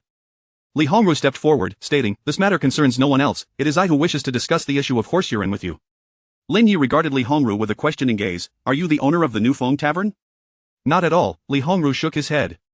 "I merely cannot tolerate your defilement of fine wine, which is why I have come to seek your insights." Lin Yi remained unfazed. "You are not the proprietor of the tavern. What business is it of yours?" No sooner had he spoken than one of the scholars stepped forward, pointing an accusing finger at Lin Yi, exclaiming, "Impudent, this gentleman is none other than Mr. Li Hongru of Bailu Mountain, a contemporary sage of poetry and wine. Even the highest officials must show him deference. Who do you think you are? Not only do you fail to rise to greet him, but you dare to speak to Mr. Li in such a presumptuous manner. Do you know that the esteemed name of Divine Immortal's Drunkenness was conceived by him? Its renown stems from Mr. Li's verse, in Divine Immortal's Drunkenness, I wander, forgetting the sorrows of the world. How dare you claim this matter bears no relation to him?" Lin Yi let out a cold laugh, turning to Li Hongru and asking, "Do you believe that just because you find something agreeable, everyone else must echo your sentiments? Does that not strike you as rather tyrannical? A gentleman harmonizes while maintaining his individuality, while a petty person conforms without true accord. Do you consider your imposition of your beliefs onto others to be the mark of a gentleman or a petty person? You deem it fine wine, I insisted is horse urine, is that not permissible?" Upon hearing this, Li Hongru and the assembled scholars were rendered speechless. They could not conceive of any rebuttal. Particularly, the phrase, "a gentleman harmonizes while maintaining his individuality, while a petty person conforms without true accord," could indeed be deemed a profound truth. Suddenly, a resounding chime echoed across the heavens, reverberating throughout Dayu. Li Hongru and the others stared in astonishment at the figure before them, their expressions betraying their shock. Just a single utterance had summoned the heavenly bell. Who exactly was this individual? Before long, Li Hongru and the others began to ponder Lin Ye's earlier statement, hoping to glean some wisdom from it. After all, a phrase acknowledged by the heavens must surely be laden with significance. If they could comprehend even a fraction of it, they might ascend to the ranks of great scholars or perhaps even grasp profound truths. As Gu Liangchen came to his senses, a wave of anxiety washed over him. If that heavenly bell truly bore a connection to the individual standing before him, the reputation of divine immortal's drunkenness was destined to plummet, for in the eyes of scholars, one who could summon the heavenly bell was akin to a sage. If a sage were to declare that divine immortal's drunkenness was mere horse urine, would it not be so? At that point, not only would divine immortal's drunkenness become unsellable, but the business of the new Feng Tavern would also suffer greatly. He was deep in thought on how to remedy this quandary when a waiter hurried over, whispering, "Manager, the Grandmaster has arrived, just next door in the Meishi Pavilion." At these words, Gu Liangchen trembled, his knees weakening. He stammered in disbelief, What did you say, the Grandmaster has personally come?" The waiter nodded affirmatively, "Indeed, I saw it with my own eyes, I would recognize him anywhere." Gu Liangchen's face paled in terror as he stealthily withdrew from the crowd. As he made his way to Meishi Pavilion, he instructed, "Immediately notify everyone to be on high alert throughout the tavern, especially in Meishi Pavilion, not a single fly should be allowed entry.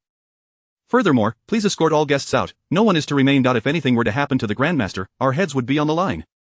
The waiter managed a wry smile, "But the Grandmaster said she is merely here to meet someone and asked us not to make a fuss." Gu Liangchen countered, "Then we shall discreetly increase security for her protection." Meanwhile, within Meishi Pavilion, a woman of ethereal grace, untouched by the dust of the world, rested her chin on her left hand, while her delicate fingers traced circles on the rim of her teacup with her right. In that moment, she bore none of her usual authority, softly murmuring, "A gentleman harmonizes while maintaining his individuality, while a petty person conforms without true accord." Such words were indeed profound, worthy of being called the words of a sage. If only there were more gentlemen like him in this world, peace would surely reign. Chapter 71. I, Lin Yi, have lived my life with integrity, why should I impersonate others? Moments later, at Zhu Fengjai, as the crowd struggled to grasp the essence of the situation, a young man interrupted, "In my view, this is merely a misunderstanding. For millennia, only Lin Yi has been able to resonate with the heavenly bell. What is he compared to? Does he even deserve to be mentioned in the same breath as Mr. Lin?" That bell toll was likely a mere coincidence, perhaps triggered by Mr. Lin's latest work, stirring a response from heaven and earth. Upon hearing these words, the crowd quickly concurred, though this individual possessed some talent, compared to Mr. Lin, he was like dust compared to the stars. Not to mention, Mr. Lin's famous line, "Though facing death, I remain unrepentant," embodies a spirit and magnanimity that this mundane figure could never hope to match. Only a person of such caliber is worthy to inherit the teachings of the sage and to lead in Confucianism and Taoism. Only such a person could earn their genuine admiration. Observing this, Lin Yi couldn't help but twitch the corner of his mouth. Indeed, the culture of Huaxia is profound and vast. Merely having quoted a couplet of poetry, and not even in full, had led to a widespread reputation. If this continued, the upcoming poetry competition at the Wanzhong banquet might devolve into a fan meeting. As Lin Yi pondered, he suddenly noticed a notification pop up on his system panel. Zhu Yuan harbors intense jealousy towards you, emotional value 295, five-fold critical hit. Zhu Yuan harbors intense hatred towards you, emotional value 295, five-fold critical hit. Current emotional value 273, 595, 400, 000. Upon reading this, Lin Yi couldn't help but furrow his brow. While others lacked emotional values, he alone possessed them. Moreover, the name sounded somewhat familiar, as if it had appeared previously. He was undoubtedly aware of Lin Yi's identity and was provoking trouble deliberately. How audacious! Zhu Yuan continued with scorn. "You're truly shameless, daring to claim Mr. Lin's accomplishments for yourself. Aren't you afraid that all scholars will unite to drown you in their spittle? If I were you, I would have long ago found a hole to hide in out of shame." Li Hongru sighed in agreement. "Your words are indeed thought-provoking. However, claiming Mr. Lin's achievements is utterly inappropriate. As scholars, we must prioritize integrity. Usurping the merits of others is not only foolish but also brings disgrace. I urge you to conduct yourself with dignity." "Have I uttered a single word from beginning to end?" Lin Yi retorted with a cold laugh. "Moreover, is it not possible that I am Lin Yi?" Zhu Yuan, upon hearing this, became flustered and leaped forward. "First, you usurp Mr. Lin's accomplishments, and now you dare impersonate him. You truly are audacious. What sort of magnificent figure is Mr. Lin, that a penniless wretch like you could ever hope to impersonate?" The onlookers, unaware of the underlying truth, were incensed, clamoring in unison. "Indeed, Mr. Lin is the paragon of scholars. To impersonate him is to insult all scholars. If you do not apologize, do not blame us for our lack of courtesy. Yes, even if it costs us our lives, we must protect Lin's reputation. We cannot allow anyone to tarnish it." Hearing this, Lin Yi was utterly speechless. This group of scholars could easily be described as mindless fans, completely oblivious to being used as pawns. Speaking of which, Zhu Yuan truly was a talent. When instigating trouble, he deliberately elevated himself in front of Lin Yi, likely thinking he could not see through his schemes. He wanted Lin Yi to join the ranks of his mindless admirers, too intimidated to confront him publicly. Unfortunately for him, he had misjudged the person. Today, he would undoubtedly meet his demise. As for the other mindless admirers present, although Lin Yi harbored a disdain for foolishness, he had no intention of slaughtering them all. Thus, he calmly stated, "I, Lin Yi, have lived my life with integrity. Why should I impersonate others? Believe it or not, it matters not. To prove that you are Mr. Lin is simple, just compose a poem." Upon hearing this, someone immediately stepped forward to echo his sentiment. Indeed, with Mr. Li present, as long as you compose a poem, he will immediately discern whether you are an impostor. If you do not dare, it signifies you are indeed a fraud. Li Hongru, upon hearing this, found it reasonable. He, too, could not believe that the person before him was Lin Yi, for this individual was a far cry from the Lin Yi he had envisioned. At the very least, in his mind, the refined and cultured Lin Yi would never trivialize a celestial being's intoxication as mere horse urine. Furthermore, if he were truly Lin Yi, how could he have failed to compose a poem in the Grand Hall just moments ago? Not to mention, they had never heard that Lin Yi had entered the court to serve. Thus, it was most likely that this individual was an impersonator. After a brief moment of contemplation, he nodded in agreement. This method is excellent. Zhu Yuan, upon hearing this, grew anxious. If Lin Yi truly composed a poem, all his efforts would have been in vain. Therefore, he attempted to persuade, teacher, there is no need to continue this discussion. Li Hongru interrupted him, turning to Lin Yi, lest we wrong you, I kindly request you to compose a poem in public. Meanwhile, within Mei Shiting, the young maiden, upon hearing the crowd's disbelief in Lin Yi, felt a surge of anger rise within her chest, nearly causing her to shatter the teacup in her grasp. The maid beside her, observing her mistress's fury, dared not even breathe. They had served her for many years, yet it was the first time witnessing her in such a state of agitation. Even when both Bei Mang and Tianqi invaded simultaneously, she managed to maintain her composure and dignity, yet today, she was nearly thrown into disarray over a man she had never met. Gu Liangchen, kneeling before the young lady, trembled internally, afraid to make a sound. He had come to realize that the person his mistress wished to see was the young man next door. Moreover, he surmised the identity of this young man. After all, in this world, the only person who could prompt her to appear personally would likely be either the one from Bailu Mountain or Lin Yi. Having come to this realization, he had already lost interest in worrying about the business of the Xian Feng Tavern, instead focusing on recalling whether he had acted disrespectfully when he first encountered Lin Yi. Just as he was lost in thought, the young maiden spoke, investigate secretly who the instigator was just now. Gu Liangchen was momentarily taken aback, then respectfully bowed, yes, esteemed mistress. He then cautiously withdrew. The maid beside the young lady asked, Mistress, shall I go and invite Mr. Lin over now? The young maiden shook her head, no rush, let us wait a moment. She wanted to see how Lin Yi would resolve this matter and was curious about the extraordinary poem he might compose today. At that moment, she wished to take Lin Yi's writing back and savor it in detail. Seeing her agitation, the maid suggested, shall I warn those scholars, to prevent them from going too far? The young maiden still shook her head, no need, you should sit and rest for a while. The maid felt somewhat flattered and, after a moment of hesitation, finally settled down. The young maiden pondered for a moment and asked, did I perhaps lose my composure earlier? The maid shook her head, you merely have a passion for talent. The young maiden gazed toward Zhu Fengjai, her eyes seemingly piercing through the white walls, is it merely a passion for talent? This question was not directed at the maid but rather at herself. The maid understood this, and thus refrained from answering. Lin Yi, truly weary of further idle chatter, suddenly flashed before Zhu Yuan. Before Zhu Yuan could react, Lin Yi unleashed the swallowing heaven devil technique, commencing the absorption of Zhu Yuan's cultivation in Dao body. Zhu Yuan, filled with dread, shouted, how dare you? Chapter 72, it seems that merely slapping is ineffective. The onlookers were momentarily taken aback by the scene before them. They could hardly fathom that this young man had the audacity to lay hands on a student in the presence of Li Hongru. Even Li Hongru himself seemed momentarily stunned. Zhu Yuan, sensing the depletion of his Dao body, was stricken with terror. No, you cannot do this. What kind of sorcery is this that can drain my Dao body? Damn it, how dare you strike me? Do you not know who I am? I am the legitimate heir of the ancient Zhu clan. Teacher, save me. No sooner had he uttered these words than Lin Yi had already drained the essence of his cultivation and Dao body. Without uttering a word, Lin Yi proceeded to publicly snap Zhu Yuan's neck before he could even beg for mercy. As for the ancient Zhu clan that Zhu Yuan mentioned, Lin Yi had heard of it as well. It was said that this clan had once been the royal family during the time of Diyu, ruling for millennia. Unfortunately, their descendants proved to be lacking, producing an emperor who cared little for the throne or beauty, but rather for beasts. He lavishly built palaces and raised animals for his amusement, leading to widespread discontent and ultimately losing his empire. When the Ji clan established their rule over Diyu, they did not annihilate the ancient Zhu clan but rather left them a fief. However, none of the Zhu clan members exhibited any ambition, leading them to eventually survive by selling off their lands. This infuriated the emperor of the time, resulting in their loss of titles and status, relegating them to the status of an ordinary ancient family. The audacity of such a background to threaten someone like himself, the demon lord, was truly a testament to their ignorance of mortality. The crowd observed Lin Yi's ruthless actions, their hearts racing with trepidation. In the capital, a place of great importance and prestige, he dared to commit murder before so many witnesses. Such behavior was utterly lawless, verging on savagery. Were it not for Li Hongru's presence, which gave them a semblance of confidence, they would have fled in panic.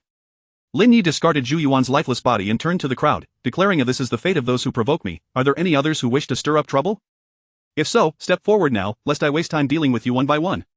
At these words, an eerie silence enveloped the gathering. Judging by Lin Yi's earlier speed, it was evident that his cultivation level was at least at the 8th realm or higher.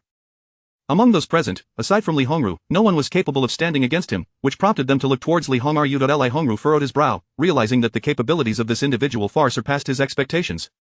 He had come merely to seek an explanation and had no intention of engaging in combat. However, given the current circumstances, he could no longer refrain from acting. To impersonate Mr. Lin is one thing, but to kill a student of Baijishan in front of so many witnesses is another. If you do not provide me with an explanation today, do not blame me for being merciless. As Li Hongru spoke, he emanated a formidable pressure, akin to a colossal wave crashing towards Lin Yi.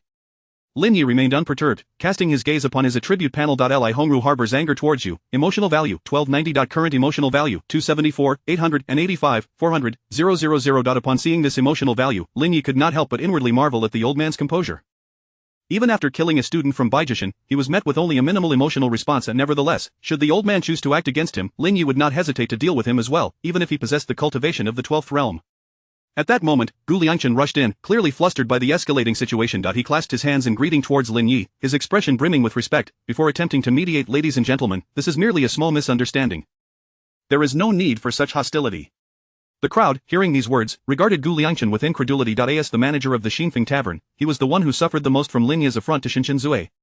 Yet, he was now interceding on Lin Yi's behalf. Was he perhaps concerned about damaging property, or fearful that killing Lin Yi would incite the wrath of the court? The more they pondered, the more they believed this possibility to be substantial. Li Hongru, however, held a different perspective. He was somewhat acquainted with Gu Liangchen and was aware of the identity of the true owner behind Xinfeng Tavern. If it were merely a court official, it would not have incited such a panic. Something significant must have transpired. He turned to Gu Liangchen and inquired, Manager Gu, what is your intention? Gu Liangchen dared not mention the true owner and could only speak vaguely. In business, one must prioritize harmony to generate wealth. If a fight breaks out, it would be the small establishment that suffers losses. Thus, I kindly ask Mr. to show some leniency. As for the matter of Zhu Yuan, I assure you, I will provide a satisfactory resolution to both the Zhu clan and Baijishan. Upon hearing this, the crowd was indignant. To murder in public and then handle it so casually, what dignity would scholars have left? They immediately voiced their opposition, urging Li Hongru to take action. Li Hongru sighed, Manager Gu, you have heard them. If this matter cannot be resolved, how can I maintain my dignity as a teacher? Lin Yi, appearing exasperated, turned to leave. The commotion had completely sapped his appetite. Seeing Lin Yi's intent to depart, Gu Liangchen hurriedly stepped forward. Mr. Lin, there is no need to rush, the food will be served shortly. Lin Yi cast a glance at Li Hongru and the others. No need, amidst this swarm of flies buzzing about, I cannot eat. Let them have the food instead. The scholars, upon hearing this, felt their fury intensify. They were all well versed in the classics, and this audacious individual had the gall to equate them to flies. Such a profound insult was intolerable. They immediately turned to Li Hongru, urging, Mr. Li, this fellow is insufferably arrogant, please teach him a lesson. Indeed, Mr. This scoundrel is utterly disrespectful and deserves a proper reprimand. Please, Mr. Take action to avenge our grievances and seek justice for Zhu Yuan. As the crowd erupted in anger, exchanging heated words, a series of heavy, synchronized footsteps echoed from outside. Soon after, Zhu Chuangjiang appeared, flanked by several armored soldiers, confronting Lin Yi. These individuals exuded a fierce aura, unmistakably seeking vengeance. Lin Yi glanced at Zhu Chuangjiang, his brow furrowing slightly, displeased. It appeared that merely slapping was insufficient. In future encounters with such individuals, it would be imperative to extract their essence directly. Zhu Chuangjiang, brimming with arrogance, declared, Boy, I have not forgotten those 2 slaps from earlier. I, Zhu Chuangjiang, never hold a grudge overnight. Today, you cannot escape. If you were wise, end your own life before the crowd, sparing yourself from bodily suffering. Meanwhile, at Baijishan, in the Imperial Sun Pavilion, the scholarly swordsman Xia Wuyan addressed Kong Xian, Mountain Master, I have heard that Lin Yi has entered the capital and is currently at the Xinfeng Tavern. Should I personally invite him? Kong Xian set down the book he was reading. That would be well, I appreciate your efforts. No sooner had he spoken than a student rushed in, breathlessly reporting, Mountain Master, Mr. Li has sent word that someone is impersonating Mr. Lin at Xinfeng Tavern.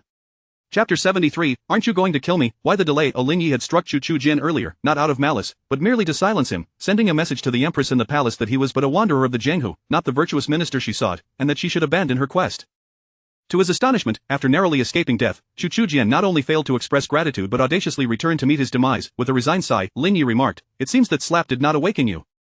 Chu Jian felt a stinging heat on his face, rage surging within him as he gritted his teeth. You seek death. He then gestured to the 10 or so guards behind him, commanding, Seize this oblivious fool and end him.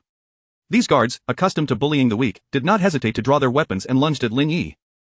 Though clad in the attire of protectors, they were far from ordinary. Each was a formidable expert, the weakest among them at the 9th level of the 6th realm, and the strongest had already reached the 1st level of the 8th realm. Moreover, they were all elites who had survived the battlefield, demonstrating remarkable tactical synergy, their every move seamless, forcing Lin Yi into a corner. Chu Jian, witnessing this scene, was filled with smug satisfaction. He taunted Lin Yi, Weren't you just brimming with arrogance, show me more. Lin Yi, however, felt a sense of helplessness. If he held back too much, defeating them quickly would prove difficult, yet if he struck too hard, he risked killing them outright.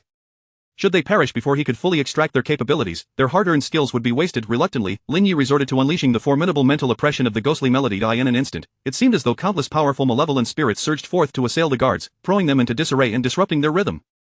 Seizing the opportunity, Lin Yi charged towards the 8th realm guard, draining his cultivation and Dao body of the remaining guards, witnessing the gruesome fate of their leader, were instantly thrown into a state of panic. Lin Yi exploited this moment, systematically dispatching them one by one. In the blink of an eye, the 10 guards lay lifeless on the ground, their corpses grotesquely contorted. The scholars present gasped in astonishment.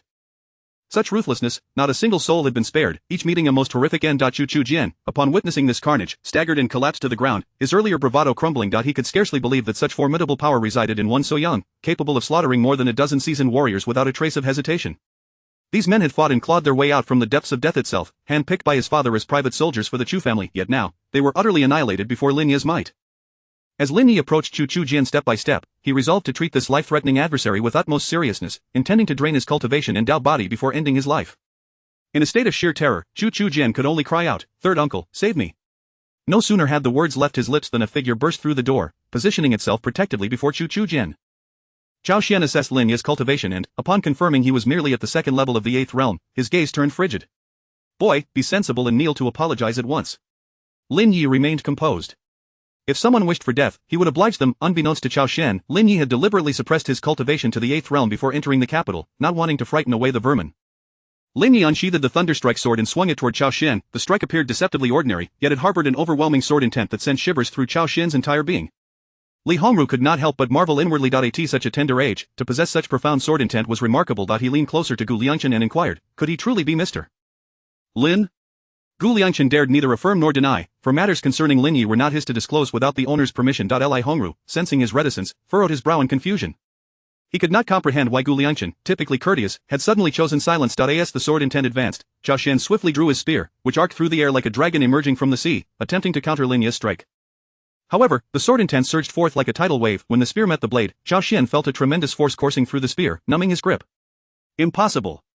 Zhao Xian exclaimed in disbelief. He could hardly fathom that a cultivator at the 2nd level of the 8th realm could unleash such formidable power. His expression shifted from incredulity to sheer terror as Lin Yi's sword momentum remained unyielding, the blade cutting through the air with a thunderous roar, aimed directly at him.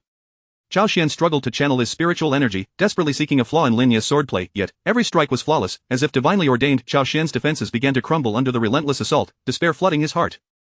With a resounding clash, the confrontation reached its zenith, but soon enough, Zhao Xian's spear could no longer withstand the immense force of Lin Yi's sword, shattering with a resounding crash. How could this be? Zhao Xian gasped, his eyes wide with horror as he beheld Lin Yi, who had effortlessly severed his once unbreakable spear, the tiger's courage. Despite being a 9th realm veteran, he was now utterly overpowered, grievously wounded, and devoid of the ability to retaliate. Staring blankly at Lin Yi, he was consumed by a bewildering astonishment. Before Zhao Xian could process the situation, Lin Yi flashed forward, seizing him by the throat and activating the devouring demon technique. Instantly, Zhao Xian felt his cultivation plummet, swiftly descending from the 9th realm to the 8th, then the 7th, 6th, and 5th. By the time he gathered himself to resist, it was too late. Desperately, he invoked his status. I am the Imperial appointed Chief of Light Cavalry, a 4th-rank military official. You dare? Lin Yi paid him no mind, draining his Dao body and snapping his neck with ease. Observing this scene, Chu Jian was paralyzed with fear. Only then did he comprehend the magnitude of the foe he had dared to offend. If Lin Yi could so easily slay court officials, what hope did he have? Desiring to flee, Chu Jian found his body unresponsive, lacking even the strength to rise. Moreover, how could he possibly outrun Lin Yi? In a moment of life and death, his mind raced, ultimately conjuring a singular thought. To kneel and plead for mercy. Regrettably, Lin Yi granted him no such opportunity, swiftly draining his cultivation and Dao body before snapping his neck. Chu Jian perished without uttering a single plea for mercy. It must be noted that although Chu Jian's cultivation was lacking, his Dao body was exceptional, a rare spiritual treasure. This Dao body was nearly on par with an innate Dao body, capable of resonating with various artifacts, enhancing their power and unlocking hidden abilities. In Chu Jian's hands, it was a gross misallocation of resources, and now, having acquired it, Lin Yi considered himself fortunate. Calculating in his mind, he realized he now possessed 2 supreme Dao bodies within him. Adding his own supreme demon body and the unabsorbed Yuan Yang and Taiyin sacred bodies, he had amassed a total of 4 top-tier Dao bodies, sufficient to crush all rivals. Li Hongru and the others were filled with astonishment. They could not fathom how it had become so effortless for one at the 8th realm to vanquish those at the 9th. To them, the chasm between realms was nearly insurmountable. Even a minor gap could thwart countless prodigies, yet here was Lin Yi, effortlessly transcending realms with overwhelming might. What terrifying technique was this? Even more alarming was that after absorbing Zhao Xian's cultivation, Lin Yi's own realm surged to the 9th level of the 8th realm, now but a step away from the 9th. They yearned to label it a demonic technique, yet the words lodged in their throats, for Lin Yi bore no trace of demonic aura. As scholars, they could never bring themselves to accuse him of being a demon cultivator in front of so many. Lin Yi turned his gaze toward Li Hongru. Did you not wish to kill me? Why do you hesitate? Chapter 74. This is the Confucian ideal. The true scholar, Li Hongru, found himself momentarily at a loss for words. The methods employed by Lin Yi were simply too terrifying, leaving even a master of the 12th realm like him bewildered. This instilled an involuntary sense of fear within him. However, this trepidation quickly dissipated, for his own cultivation level far surpassed that of Lin Yi. No matter how exquisite Lin Yi's techniques might be, they posed no threat to him. Simply relying on his superior realm, he could easily subdue Lin Yi. Yet, at that moment, his fighting spirit had evaporated, for he had already deduced that the person before him was indeed Lin Yi. He had some understanding of Lin Yi's character. He was a man of integrity, incapable of resorting to such murderous acts driven by a moment's anger. Reflecting on this, Li Hongru recalled that a few days prior at Tianlai Abyss, that rascal Zhu Yuan had also been present. This led him to conclude that Zhu Yuan must have encountered Lin Yi. If that were the case, why then was Zhu Yuan so aggressively confronting Lin Yi? There was a conspiracy at play. Lin Yi likely had discovered Zhu Yuan's scheme, prompting him to take lethal action. He immediately instructed a nearby disciple, investigate with whom Zhu Yuan and his associates have been in contact, and also look into the Zhu family. The disciple hesitated briefly, asking, "Master, what is the reason for this?" Li Hongru replied, "No need for questions. Just carry out my orders." Following this, the student promptly left the Xinfeng tavern. After instructing his disciple, Li Hongru's gaze fell upon the lifeless bodies of Chao Xian, Chu Chuxiang, and others scattered on the ground. These individuals had long exploited their power in Xujing to terrorize the capital, committing countless atrocities. The empress, preoccupied with the frequent border conflicts, had been unable to rein them in, thus allowing their misdeeds to proliferate. Lin Yi's actions in eliminating them could be seen as a public service, ridding the populace of harm. From this perspective, Li Hongru felt no fault in Lin Yi's actions. Instead, he felt remorse for having turned a blind eye to the tyranny of Chu Chuxiang and his ilk in the name of maintaining the so-called greater good. As these thoughts coursed through his mind, a wave of guilt washed over him that he had witnessed bullies oppressing the common folk yet had refrained from intervening, justifying his inaction as a sacrifice for the greater scheme, when in truth, it was fear of power that had kept him silent. Afraid of incurring the court's wrath and fearing retribution from Xujing, he had neglected the suffering of the people. Did their vulnerability make them deserving of oppression and humiliation? No. As scholars, they had read countless texts from sages who always placed the well-being of the common people above all else. The deeper Li Hongru pondered, the more profound his sense of shame became. Lin Yi's recognition by the heavenly Tao stemmed not solely from his talents but also from his selfless spirit. For the sake of the populace, he feared no authority. This was the true embodiment of the Confucian ideal. This was the essence of a true scholar. With this realization, Li Hongru deeply bowed to Lin Yi, saying, "Mr. Lin, I was indeed foolish just now. I hope you can forgive me. Your demeanor and magnanimity command my utmost admiration." The scholars present, upon hearing his words, also inclined their bodies in homage to Lin Yi. Taken aback, Lin Yi pondered, what was this? Only moments ago, they had clamored for violence. Now, they were so reverent. Was it merely the confirmation of his identity that had inspired this sudden change? Given the circumstances, Lin Yi felt it inappropriate to retaliate. He was disinclined to engage with these individuals any further and was about to turn away when a young woman approached him. The young woman was graceful and elegant, her movements light and her skin as fair as snow, delicate as if it could be shattered by a gentle breeze. She resembled a celestial being who had stepped out of a painting, exuding an ethereal charm. With a slight smile curving her lips, she appeared both approachable and enigmatic. Even Lin Yi found himself momentarily entranced. He could not help but exclaim, as slender as a willow, just past 13. At the budding of February, my heart is stirred to the spring breeze along the roads of Yangzhou, does not compare to the beauty of your presence. Upon hearing this, the young woman's cheeks flushed slightly, her eyes sparkling with a mix of delight and appreciation. The assembled scholars momentarily forgot the teachings of the sages they had immersed themselves in, staring at the young woman with a surge of inexplicable emotion. Only Gu Liangchen and Li Hongru wore expressions of terror, unable to meet her gaze, unsure of how to comport themselves. Suddenly, a resounding chime echoed, pulling everyone back from their reverie and redirecting their attention to Lin Yi's face. Indeed, the man before them was Mr. Lin. None other could craft such exquisite poetry. His words were succinct yet vivid, each metaphor fresh and ingenious. Comparing the young woman to a budding flower not only depicted her youthful beauty but also conveyed a sense of purity and innocence.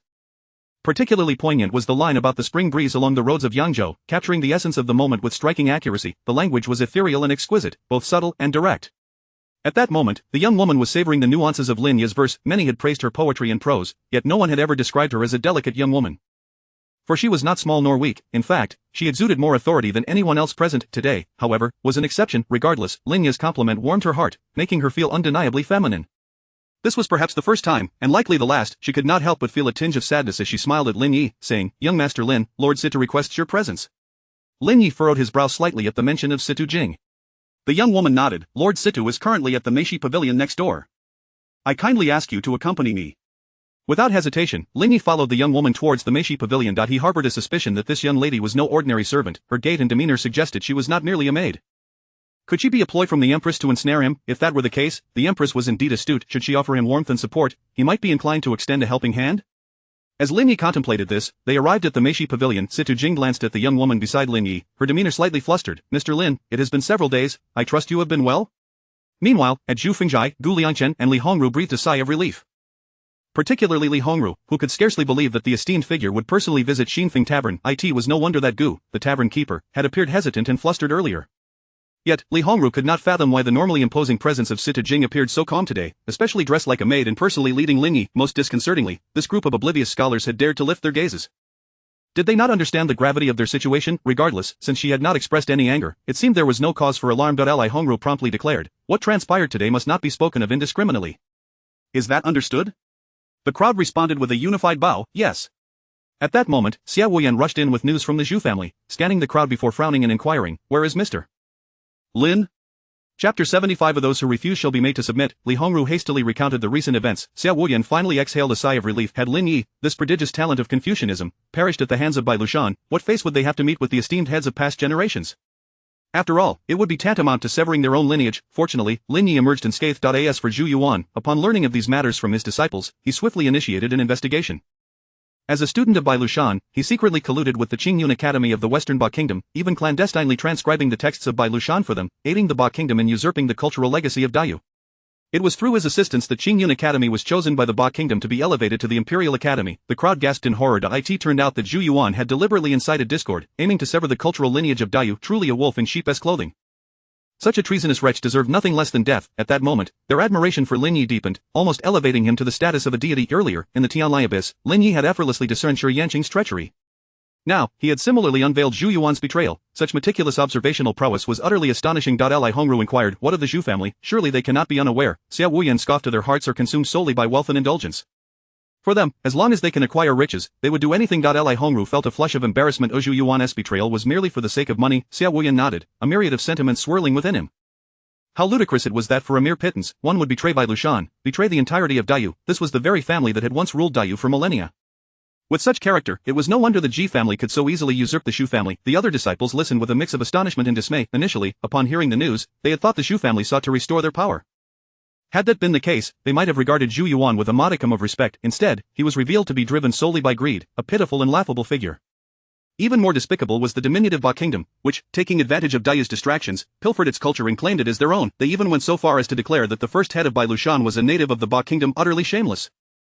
One day, the iron hooves of Dayu would surely traverse the Ba Kingdom, leading to the annihilation of this disgraceful nation. When that day arrives, they would undoubtedly take to the battlefield. After a brief silence, Xia Wuyan addressed Li Hongru. "As a teacher, you should practice self-discipline and propriety, otherwise, you may fall prey to the schemes of others, nearly causing a grave mistake. I hereby sentence you to transcribe texts for 100 days. Do you accept?" Li Hongru clasped his hands in acknowledgement. "Yes, Supervisor." Xia Wuyan then turned to the assembly. "Of the events of today must not be discussed indiscriminately. Each of you shall return and transcribe 300 pages. The students of Bai Lushan all bowed in agreement. Xia Wuyan then spoke to Gu Liangchen. "Master Gu, I apologize for the trouble." Gu Liangchen shook his head. "No trouble at all. Mr. Li has come here for the sake of the establishment. Any fault lies with the establishment itself." Meanwhile, at Meishi Pavilion, Situ Jing inquired, "Mr. Lin, His Majesty has long admired your talents. Would you be willing to meet him in the palace?" Lin Yi shook his head. "I have already stated that I have no intention of serving in the court." Situ Jing was not surprised by this response. After all, this was not her first time inviting Lin Yi to the palace on behalf of the emperor. She nodded. "Very well, yet His Majesty has recently encountered some troubles. May I request your counsel?"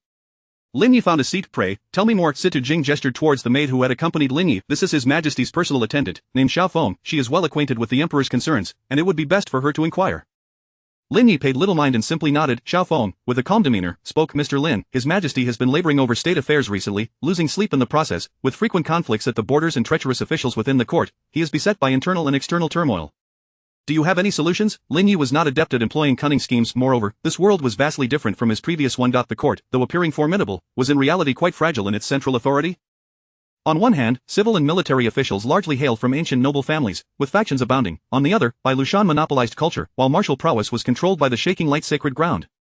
Compounding this was the northern Mang Emperor's singular ambition to march south and capture the female emperor for himself. Tanchi and Ningguo were also eyeing the situation with predatory intent. To break this impasse was both challenging and simple.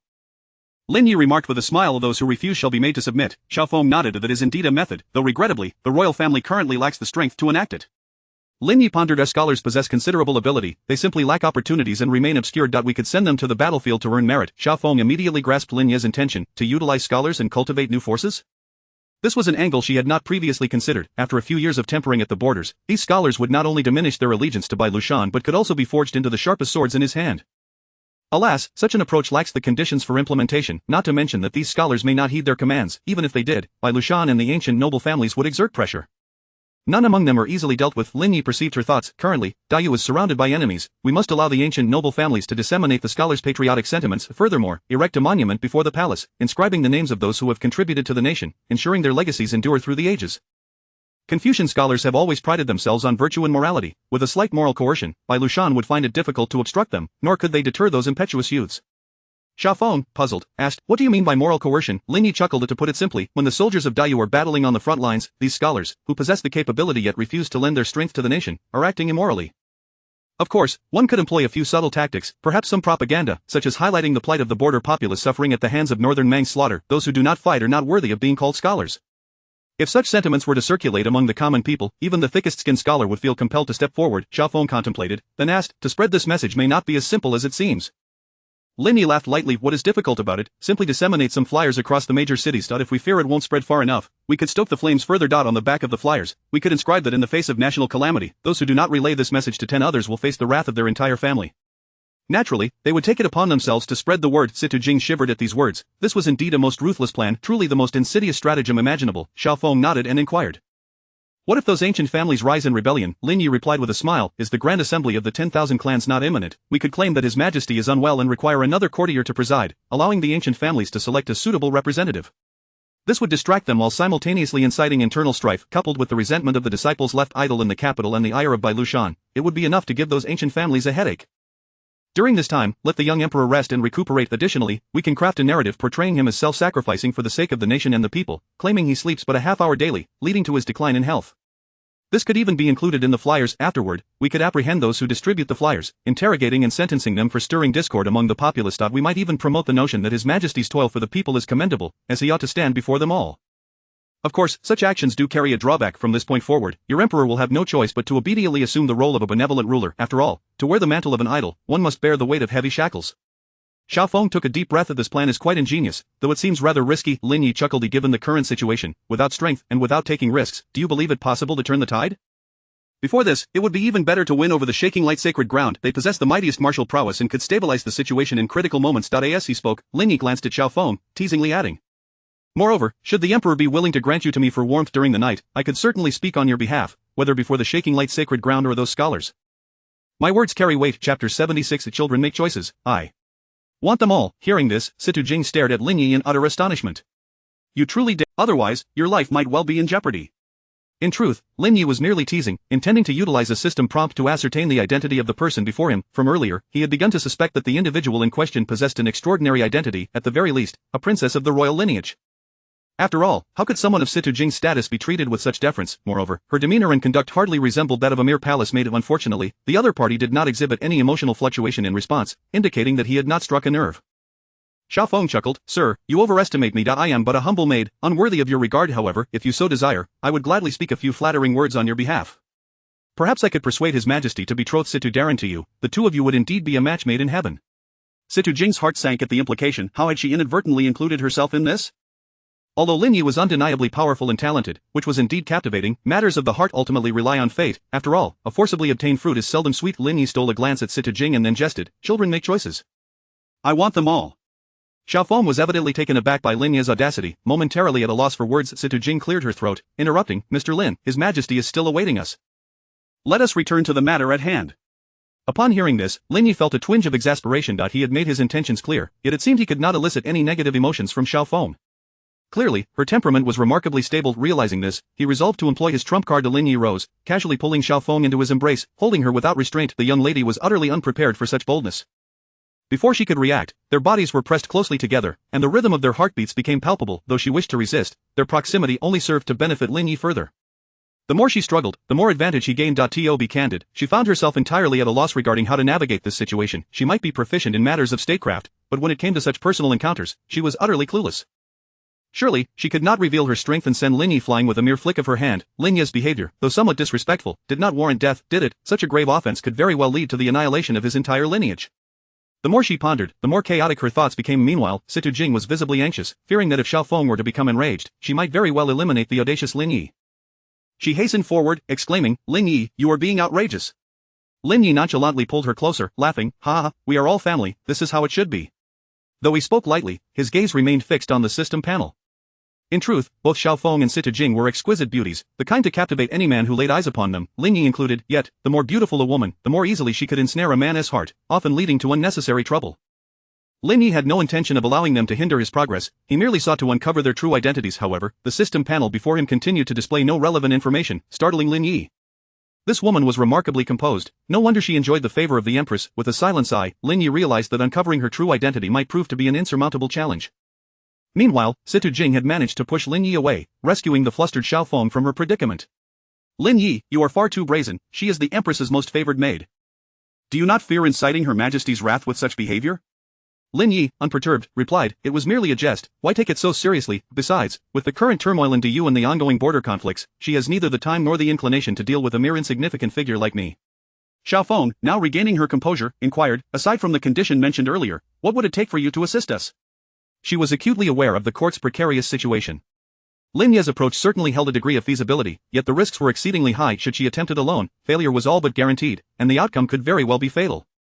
The only individual capable of aiding her was Lin Yi, given his considerable influence at both the Shaking Light Sacred Grounds and White Deer Mountain. Without hesitation, Lin Yi replied with a smile, "As I have stated, I have no interest in the sordid affairs of the court.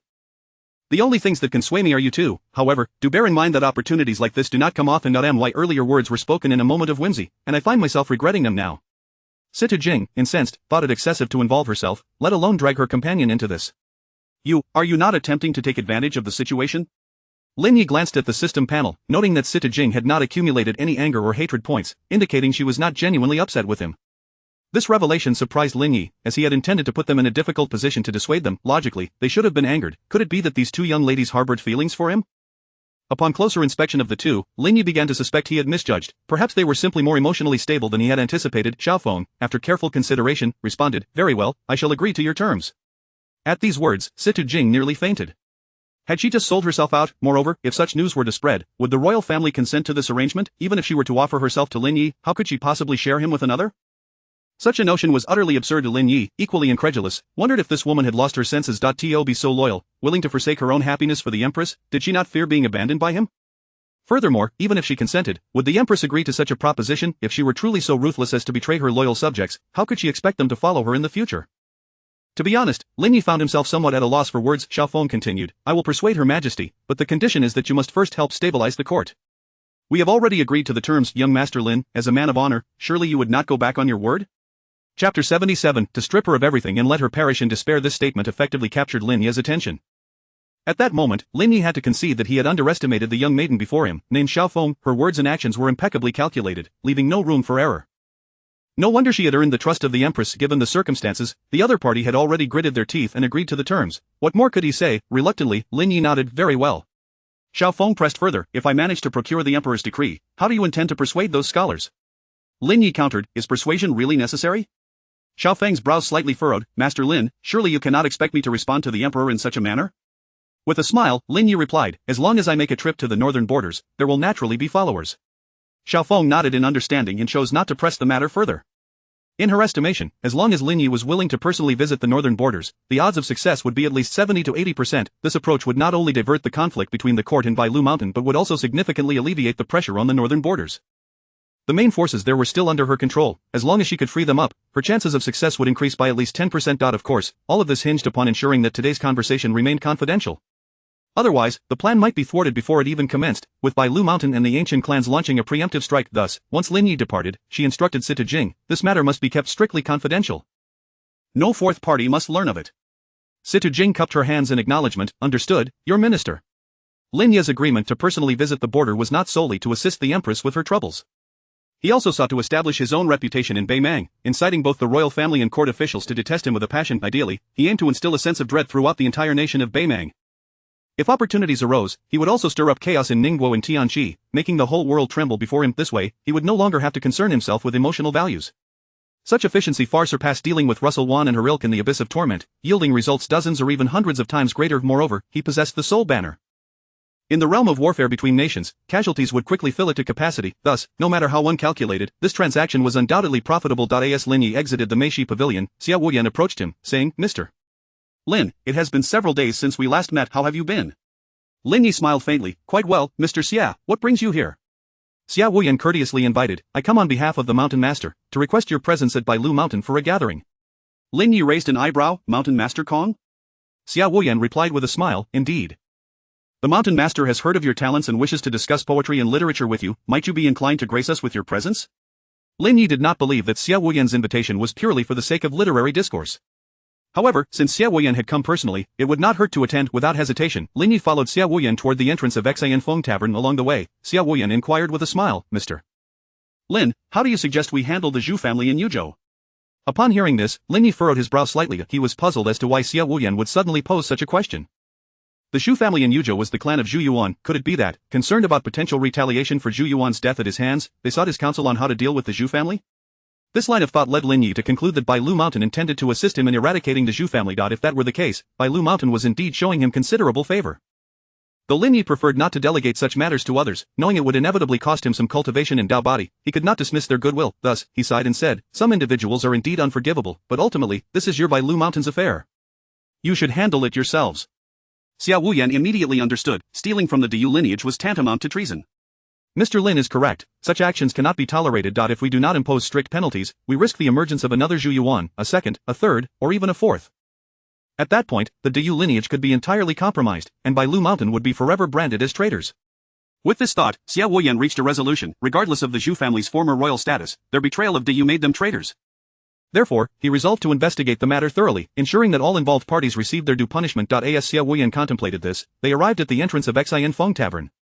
He gestured towards a carriage adorned with the Bailu Mountain insignia and said, Mr. Lin, please. Lin Yi was taken aback by the rather archaic mode of transportation employed by Bailu Mountain. In this continent, those with any semblance of power would typically traverse the skies. Only the royal court in Bailu Mountain still relied on carriages for travel. In truth, they had no need for such contraptions. However, the use of a carriage exuded elegance and grandeur, setting them apart in a unique manner. As for the royal family, it was merely for show. Lin Yi approached the carriage, followed closely by Xia Wuyan, and both ascended within. The interior was exquisitely arranged, with wooden seats draped in soft cushions and several profound landscape paintings adorning the walls. A faint aroma of ink permeated the air, inducing a sense of tranquility. Lin Yi settled into a comfortable position while Xia Wuyan took a seat opposite him. The carriage began to move slowly, the wheels making a gentle sound as they rolled over the cobblestone road. The street scenery outside gradually receded, but Lin Yi kept his eyes closed, lost in contemplation regarding Kong Xian's intentions. At that moment, several figures happened to pass by a nearby intersection. They were the elders and disciples of Tianshan sect, including Lu Xi, Luo Changqing, and Tao Yanran, who had come to attend the Wanzhong banquet. Following closely behind them was the remnant soul of Shang Guanfu. Upon spotting Lin Yi, Lu Xi, and Luo Changqing were filled with mixed emotions. Their early arrival was prompted by news of Lin Yi's presence in the capital. They had hoped to see him and explore whether any room for negotiation existed. Had they not noticed the Bailu Mountain insignia on the carriage Lin Yi was riding, they might have attempted to stop him on the spot. Shang Guanfu, upon seeing Lin Yi, quickly turned her head away, afraid to meet his gaze, as it might evoke painful memories of her past actions. Lin Yi remained oblivious to their presence. After a while, he noticed several lines of notifications appearing on the system panel. Shang Guanfu experiences overwhelming guilt towards you, emotional value 25,000, tenfold critical hit. Shang Guanfu experiences overwhelming regret towards you. Emotional value 25,000, tenfold critical hit. Tao Yanran harbors intense hatred towards you, emotional value 490, fivefold critical hit. Current emotional value 343, 990, 400, 000. Indeed, during this period, Shang Guanfu had provided him with a substantial amount of emotional value. It seemed she genuinely felt regretful. Unfortunately, it was all her fault, and her remorse was of little consequence now. Lin Yi had no intention of paying her any mind. If mere regret could absolve one of their sins, then his own suffering would have been in vain. Although he could easily obliterate her with a flick of his finger, he refrained from doing so. He wanted Shang Guanfu to witness, step by step, how he would bring her once proud prodigy, Tao Yanran, to ruin. He aimed to strip her of everything, allowing her to die in utter despair. This was not merely for the sake of revenge but also to maximize his own interests. Chapter 78. How did Lin Yi achieve this? Half an hour later, the carriage slowly entered Bailushan, making its way towards the Imperial Pavilion. Meanwhile, within the Imperial Pavilion, Kong Xian set down the book in his hands and addressed a nearby student. The guest has arrived. Please fetch a pot of fine tea. Shortly thereafter, Lin Yi entered the pavilion. After a brief exchange of pleasantries, he cut to the chase, asking, May I inquire why the esteemed headmaster has summoned me? Kong Xian replied with a smile, It is nothing much, merely some questions I wish to consult you about, my young friend. Lin Yi gestured for him to speak freely. With a sigh, Kong Xian began, My young friend, I consider myself somewhat versed in poetry, yet I have never attained the recognition of the way. I am curious as to why this is so, hence my desire to seek your guidance. Unlike Lin Yi, he had already reached the 9th layer of the 13th realm, earning the title of half-sage among scholars. He was but a step away from the 14th realm, which would grant him the acknowledgement of the way. Thus, he had devoted hundreds of years in the Imperial Pavilion, striving to shed the half from half-sage. Regrettably, despite his earnest efforts, he remained unable to gain the recognition of the way, as if an invisible barrier stood in his way. As his life drew to a close, he reluctantly sought counsel from Lin Yi. Lin Yi countered, "Master, what is the purpose of studying?" A nearby student answered promptly, "To acquire knowledge and broaden one's horizons." What else could it be for? Kong Xian shot the student a glance, prompting the latter to fall silent. Lin Yi continued at a measured pace, "Is it for personal breakthroughs, for the recognition of the way? Or perhaps for the benefit of all living beings?" Kong Xian found himself at a loss for words in response to Lin Yi's question. He had been so fixated on breaking through to the 14th realm that he had never considered the true essence of his pursuit of knowledge. It was only then that he grasped the nature of his predicament. At that moment, he could not help but admire Lin Yi for his ability to discern the crux of the issue so swiftly. No wonder he could gain the acknowledgement of the way. To have such a genius among them was indeed a blessing for scholars, for Daiyu, and for all living beings. After a long pause, he finally asked, "What do you believe we should study for, esteemed sir?" Without hesitation, Lin Yi responded, "To establish a heart for heaven and earth, to set a destiny for the people, to carry forward the teachings of the sages, and to open the peace for all generations." Kong Xian's heart surged with emotion, as if a ray of light had pierced through his previously stagnant mind. He pondered for a long time before slowly speaking, "Your words, my young friend, resonate profoundly within me, illuminating my understanding. In the past, I had focused solely on my personal cultivation, neglecting the true responsibilities of a scholar." Lin Yi, curious, wondered why the heavenly clock had not chimed this time.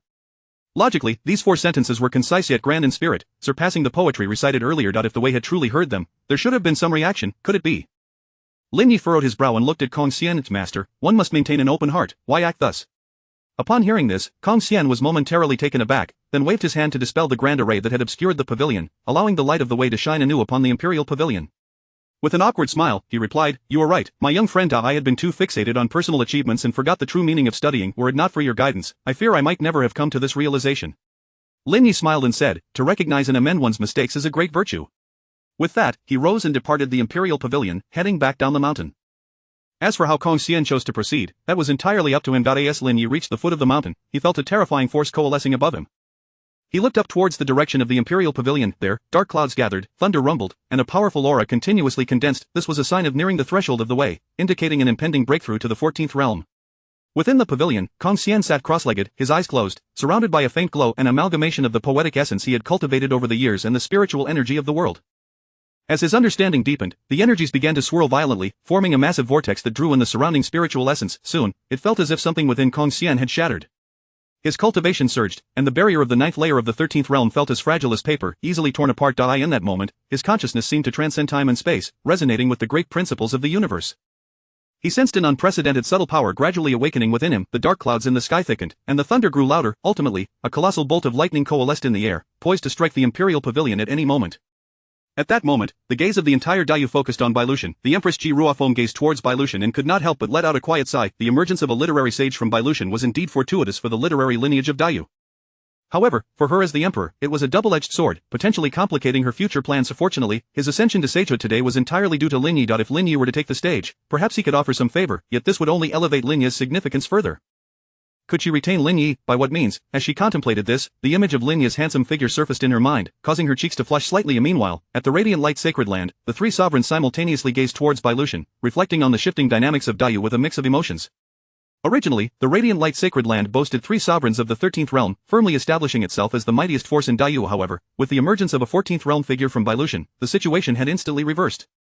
In Kong Xian's eyes, all beneath the 14th realm were but ants. Nonetheless, in light of the current circumstances, they could only send envoys bearing gifts while investigating the entire matter. They needed to ascertain how the breakthrough had occurred, perhaps in hopes of seeking their own pathway. Wang Shernan of the Medicine King Valley held a similar stance to that of the radiant light sacred land. Meanwhile, Lu Silu and Shangqing from the Tianxian sect gazed towards Bailushan, their hearts filled with a myriad of emotions. They were acutely aware that Kong Xian's breakthrough was undoubtedly linked to Lin Yi. After all, Lin Yi had only recently arrived at Bailushan, and Kong Xian had successfully broken through. What are the odds of such a coincidence? Yet they could not help but wonder how Lin Yi had accomplished this. To achieve sagehood in such a brief period was beyond human capability and could be described as a divine feat. However, such a prodigy had been driven away by Shang Wanfu. At this moment, they were filled with immense regret. Had they known this would transpire, they would never have allowed Shang Wanfu to become the Grand Elder, overseeing the affairs of the sect. They would not have permitted Lin Yi to leave the Tianxian sect for the demon cult. Alas, there is no remedy for regret in this world. Chapter 79. The world cannot accommodate such exquisite swordsmanship. The tempestuous thunderclouds above the Imperial Sun Pavilion grew increasingly violent, as if heralding the birth of a sage with a celestial limb. Kong Xian leapt into the skies above the pavilion, his visage appearing solemn amidst the flashes of lightning, his robes fluttered without the aid of wind, and his long hair billowed, emanating an aura of profound reverence. Suddenly, a brilliant bolt of lightning cleaved the heavens, resembling a frenzied silver dragon, striking directly at Kong Xian. He extended his palm, boldly facing the oncoming lightning. As the lightning made contact with his hand, rather than the anticipated explosion, it was slowly absorbed, melding into his being. In that moment, his body seemed to transform into a vortex of spiritual energy, drawing in boundless forces of both spirit and thunder, merging them with the essence of poetry and literature within him. His cultivation ascended to an unprecedented zenith. A resounding roar emanated from within him, akin to 1,000 galloping steeds. With the last bolt of lightning absorbed, Kong Xian rose gradually, his form radiating a soft golden glow, the hallmark of a sage of the 14th realm. Witnessing this spectacle, the disciples of Bailu Mountain erupted in elation. Almost in unison, they knelt before Kong Xian, chanting in unison, "Congratulations, Master, on attaining sagehood. Congratulations, Master, on attaining sagehood. Congratulations, Master, on attaining sagehood." Lin Yi observed the scene with a mixture of surprise and understanding. He knew that with his guidance, Kong Xian would undoubtedly break through to the 14th realm. However, he had not anticipated such a swift progression. Nevertheless, he paid little heed to it. In comparison to Kong Xian, he was far more concerned with his own cultivation. Although he had indeed aided Kong Xian, he understood that such gratitude might only manifest when he faced adversity. Yet, he also realized that relying on borrowed strength was precarious. True power lay in one's own strength. As for whether Kong Xian might become an adversary in the future, Lin Yi harbored no concern. Merely the 14th realm, should he dare to strike against him, it would only result in an additional soul to contend with. Not dwelling further on these thoughts, Lin Yi opened the system panel.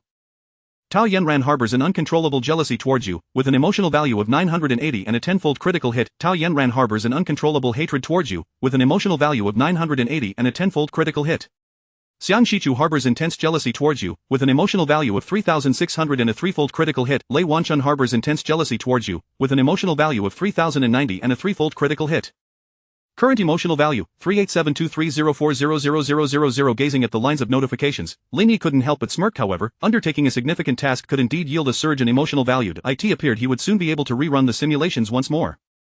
With that in mind, Lin Yi found himself in a quandary. He currently lacked any demonic techniques for further simulation. He could continue to refine the soul separation technique, but its utility seemed limited.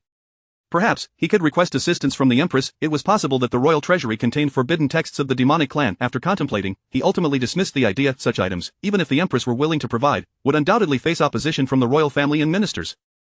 It seemed he would need to devise alternative strategies. Shortly after departing from Bailu Mountain, a figure descended before him. It was Lei Wanchun, who had gone to Bailu Mountain to present gifts.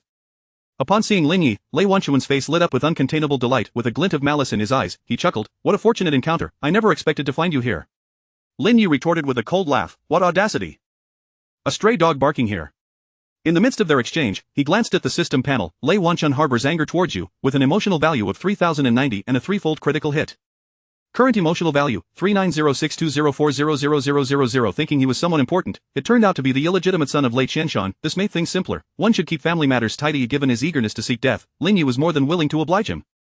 After sensing Lin Yi's cultivation level, Lei Wanchun sneered, "Hand over the Saint Lord's order and the Thunderclap sword, and I can grant you a swift end." Lin Yi found himself at a loss for words. It was indeed a double-edged sword. His system had rendered him vulnerable, making him appear easily bullied, subject to ridicule wherever he went. Yet, this illegitimate son was remarkably ruthless, demanding the Saint Lord's order and the Thunderclap sword without a word for his unfortunate father, Lei Qianshan, or his beloved Adudu. Did he not fear the wrath of heaven? With a cold smirk, Lin Yi produced the Thunderclap sword. "Is this what you seek?" Upon seeing the sword, Lei Wanchun's eyes brimmed with greed. This was the treasured weapon of the Lei family, and in conjunction with their techniques, it could unleash unparalleled power. Possessing it would undoubtedly elevate his strength to new heights. Previously, Lin Yi had not sensed anything extraordinary about the sword, merely perceiving it as sharper than the average blade. However, upon grasping it this time, an entirely different sensation washed over him. Perhaps it was the influence of the spiritual treasure body. The moment he held the Thunderclap sword, an uncanny connection surged within him. The sword trembled slightly, as if responding to his presence. At that moment, he could distinctly feel the immense power of thunder contained within the blade. Attempting to channel his spiritual energy into it, arcs of lightning crackled along the sword, producing a sizzling sound. Furthermore, the sword emanated a formidable aura that sent chills down his spine. Realizing the transformation the sword had undergone, Lin Yi's heart swelled with joy. The spiritual treasure body was indeed remarkable. Witnessing this spectacle, Lei Wanchun's eyes widened in terror. He exclaimed in disbelief, "How is this possible? Why can you unleash the power of the Thunderclap sword? No, this cannot be. The Thunderclap sword is a treasure of the Lei family. Only members of the Lei clan can wield its might and claim it as their own. You, a mere wretch, how dare you?" Lin Yi, uninterested in his outburst, listened to the rumbling thunder and chuckled. "So, that's why it's called the Thunderclap sword. The name is truly fitting." With that, he raised the Thunderclap sword high. This time, he held nothing back, unleashing his ultimate technique, the Blood Sea of the Blood Devouring Sword technique. As the words fell, Lin Yi soared into the sky. With the sword raised, a torrent of crimson sword intent surged forth from the Wuchensword, forming a vast sea of blood that painted the skies red. Unlike the previous display at the Jade Maiden sect, this time the crimson clouds flickered with arcs of lightning. In that instant, every sword throughout the capital trembled uncontrollably. Even the swords of the palace guards vibrated with a resonant hum, as if drawn by an unseen force, yearning to unsheath themselves and soar southward. Except for Kong Xian, who had entered the 14th realm, no one could comprehend the magnitude of what was unfolding. At that moment, Kong Xian gazed at Lin Yi, now several dozen miles away, and could not help but reflect, truly, the younger generation is formidable. This strike, purely in terms of swordsmanship, had surely reached the realm of true sword immortals. After all, the world could scarcely contain such exquisite swordplay, a feat even he, at the 14th realm, could not achieve. He sighed and turned to Xia Wuyan. It seems your title as the sword immortal of Confucianism may need to be revised. Xia Wuyan offered a bitter smile. He was unaware of what had transpired, but he knew he could not compare to this sword strike. No, it was not merely a matter of comparison, it was a level he could never attain in his lifetime. In the imperial palace, Empress Ji Rufu gazed southward, a tinge of sorrow blossoming within her heart as she faced such a terrifying sage. Having just broken through, he was capable of commanding a legion of swords. A wave of despair washed over her. Seeing the Empress's despondence, Situ Jing advised, Your Majesty, I believe this sword technique is not of that individual. Ji Rufu snapped back to attention, You mean Lin Yi? Situ Jing nodded, I have conducted a thorough investigation. His swordsmanship is undoubtedly on par with his literary acumen. Draft a secret decree, grant all of Lin Yi's previous requests without exception. Meanwhile, Lei Wanchun stared in disbelief at the overwhelming sword intent before him. What is this? How can such tyrannical sword intent exist on this continent? How am I supposed to contend with this? Chapter 80 Go, sever your own neck. At this moment, despair filled Lei Wanchun's eyes. He could not fathom how Lin Yi, a mere waste who had yet to reach the 9th realm, could achieve such prowess. Under the overwhelming sword intent, he felt a suffocating sense of insignificance, as if he were but an ant. After a moment of stunned silence, he finally regained his composure and drew his long sword. No matter how terrifying the sword intent may be, Lin Yi was ultimately limited to the 8th realm and could never be his match. As Lin Yi swung his sword, infused with myriad sword intents, aimed directly at him, he raised his sword to meet the assault head-on. This strike concentrated all of his power from the 10th realm. Today, he would shatter the gap of 10 with sheer force, demonstrating to Lin Yi that no matter how exquisite a sword technique may be, it could never surpass the chasm of 2 realms. A waste, after all, was still a waste. However, when his power truly clashed with Lin Yi's, he realized that the terror of Lin Yi's strike far exceeded his expectations. Confronted with a tidal wave of sword intent, he found himself unable to resist, only managing to use his longsword and protective energy to carve out a meager path for survival. Yet, his protective energy was swiftly pierced by the sword intent. In an instant, countless straight wounds appeared across his shoulder, back, and chest, blood gushing forth. Amidst the excruciating pain, he bellowed, Break for me. Not long after his voice rang out, he successfully navigated through the onslaught of sword intents, and his sword collided with Lin Yi's thunder sword. Boom! With a resounding crash, 2 immense forces collided violently. The surrounding trees were instantly reduced to ashes, leaving behind only bare yellow earth. Grinding his teeth in fury, Lei Wanchun shouted, Die! As his words fell, he suddenly surged with power, launching Lin Yi away. At the moment Lin Yi was propelled through the air, a thought crossed his mind, and he found himself in the abyss of the infinite. Struggling to regain his footing, he felt his blood surge, and a mouthful of crimson blood involuntarily erupted from his lips. Clutching his chest, Lin Yi silently lamented, The 10th realm's 9th layer is indeed formidable. It seems I must enhance my strength if I wish to deal with him personally. He released his suppressed cultivation, turning to Lei Qianshan and said, Your son is so unfilial that he clearly disregards your well-being. Allow me to borrow a bit of your power to teach him a lesson. You have no objections, do you? As he spoke, Lin Yi extended his hand toward Lei Qianshan, swiftly draining his cultivation and Dao body. Lei Qianshan struggled desperately, but it was to no avail. Upon realizing his Dao body was being siphoned, he cried out in despair, Ah, beast, kill me, I beg you, just kill me. To be rendered a waste was worse than being killed outright. Though he had never experienced such a fate, he had witnessed it often enough. In that moment, Lei Qianshan could almost see his tragic end. Lin Yi chuckled, How could I do that? You still need to reunite with your son. Rest assured, once I deal with Lei Wanchun, I will certainly come for you, sending both you and your son to hell together. No, wait, I should first send your 2 sons away. Watching your sons perish one by one before your very eyes should be quite a joy for you. Upon hearing this, Lei Qianshan's pupils constricted in shock. He could scarcely believe that Lin Yi would be so cruel as to force him to witness the annihilation of his lineage. It was a torment beyond measure. Lin Yi paid him no heed, turning to leave the abyss of the infinite. When Lei Wanchun saw Lin Yi suddenly vanish, he prepared to rage. However, Lin Yi reappeared before him, now having ascended to the 9th realm's 7th layer, and all his injuries were fully healed. Upon witnessing this scene, fear filled Lei Wanchun's eyes. He could not comprehend what divine method Lin Yi had employed to restore his peak condition in such a brief span. Given his current state, it was utterly impossible for him to withstand Lin Yi's second strike. Thus, a shadow of death swiftly enveloped his heart. Lin Yi did not cast the sea of blood again. Instead, seizing the moment of Lei Wanchun's distraction, he directly employed the soul-severing technique, forcibly extracting his soul from his body.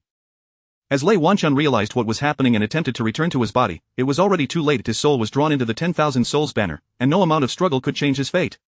Ah!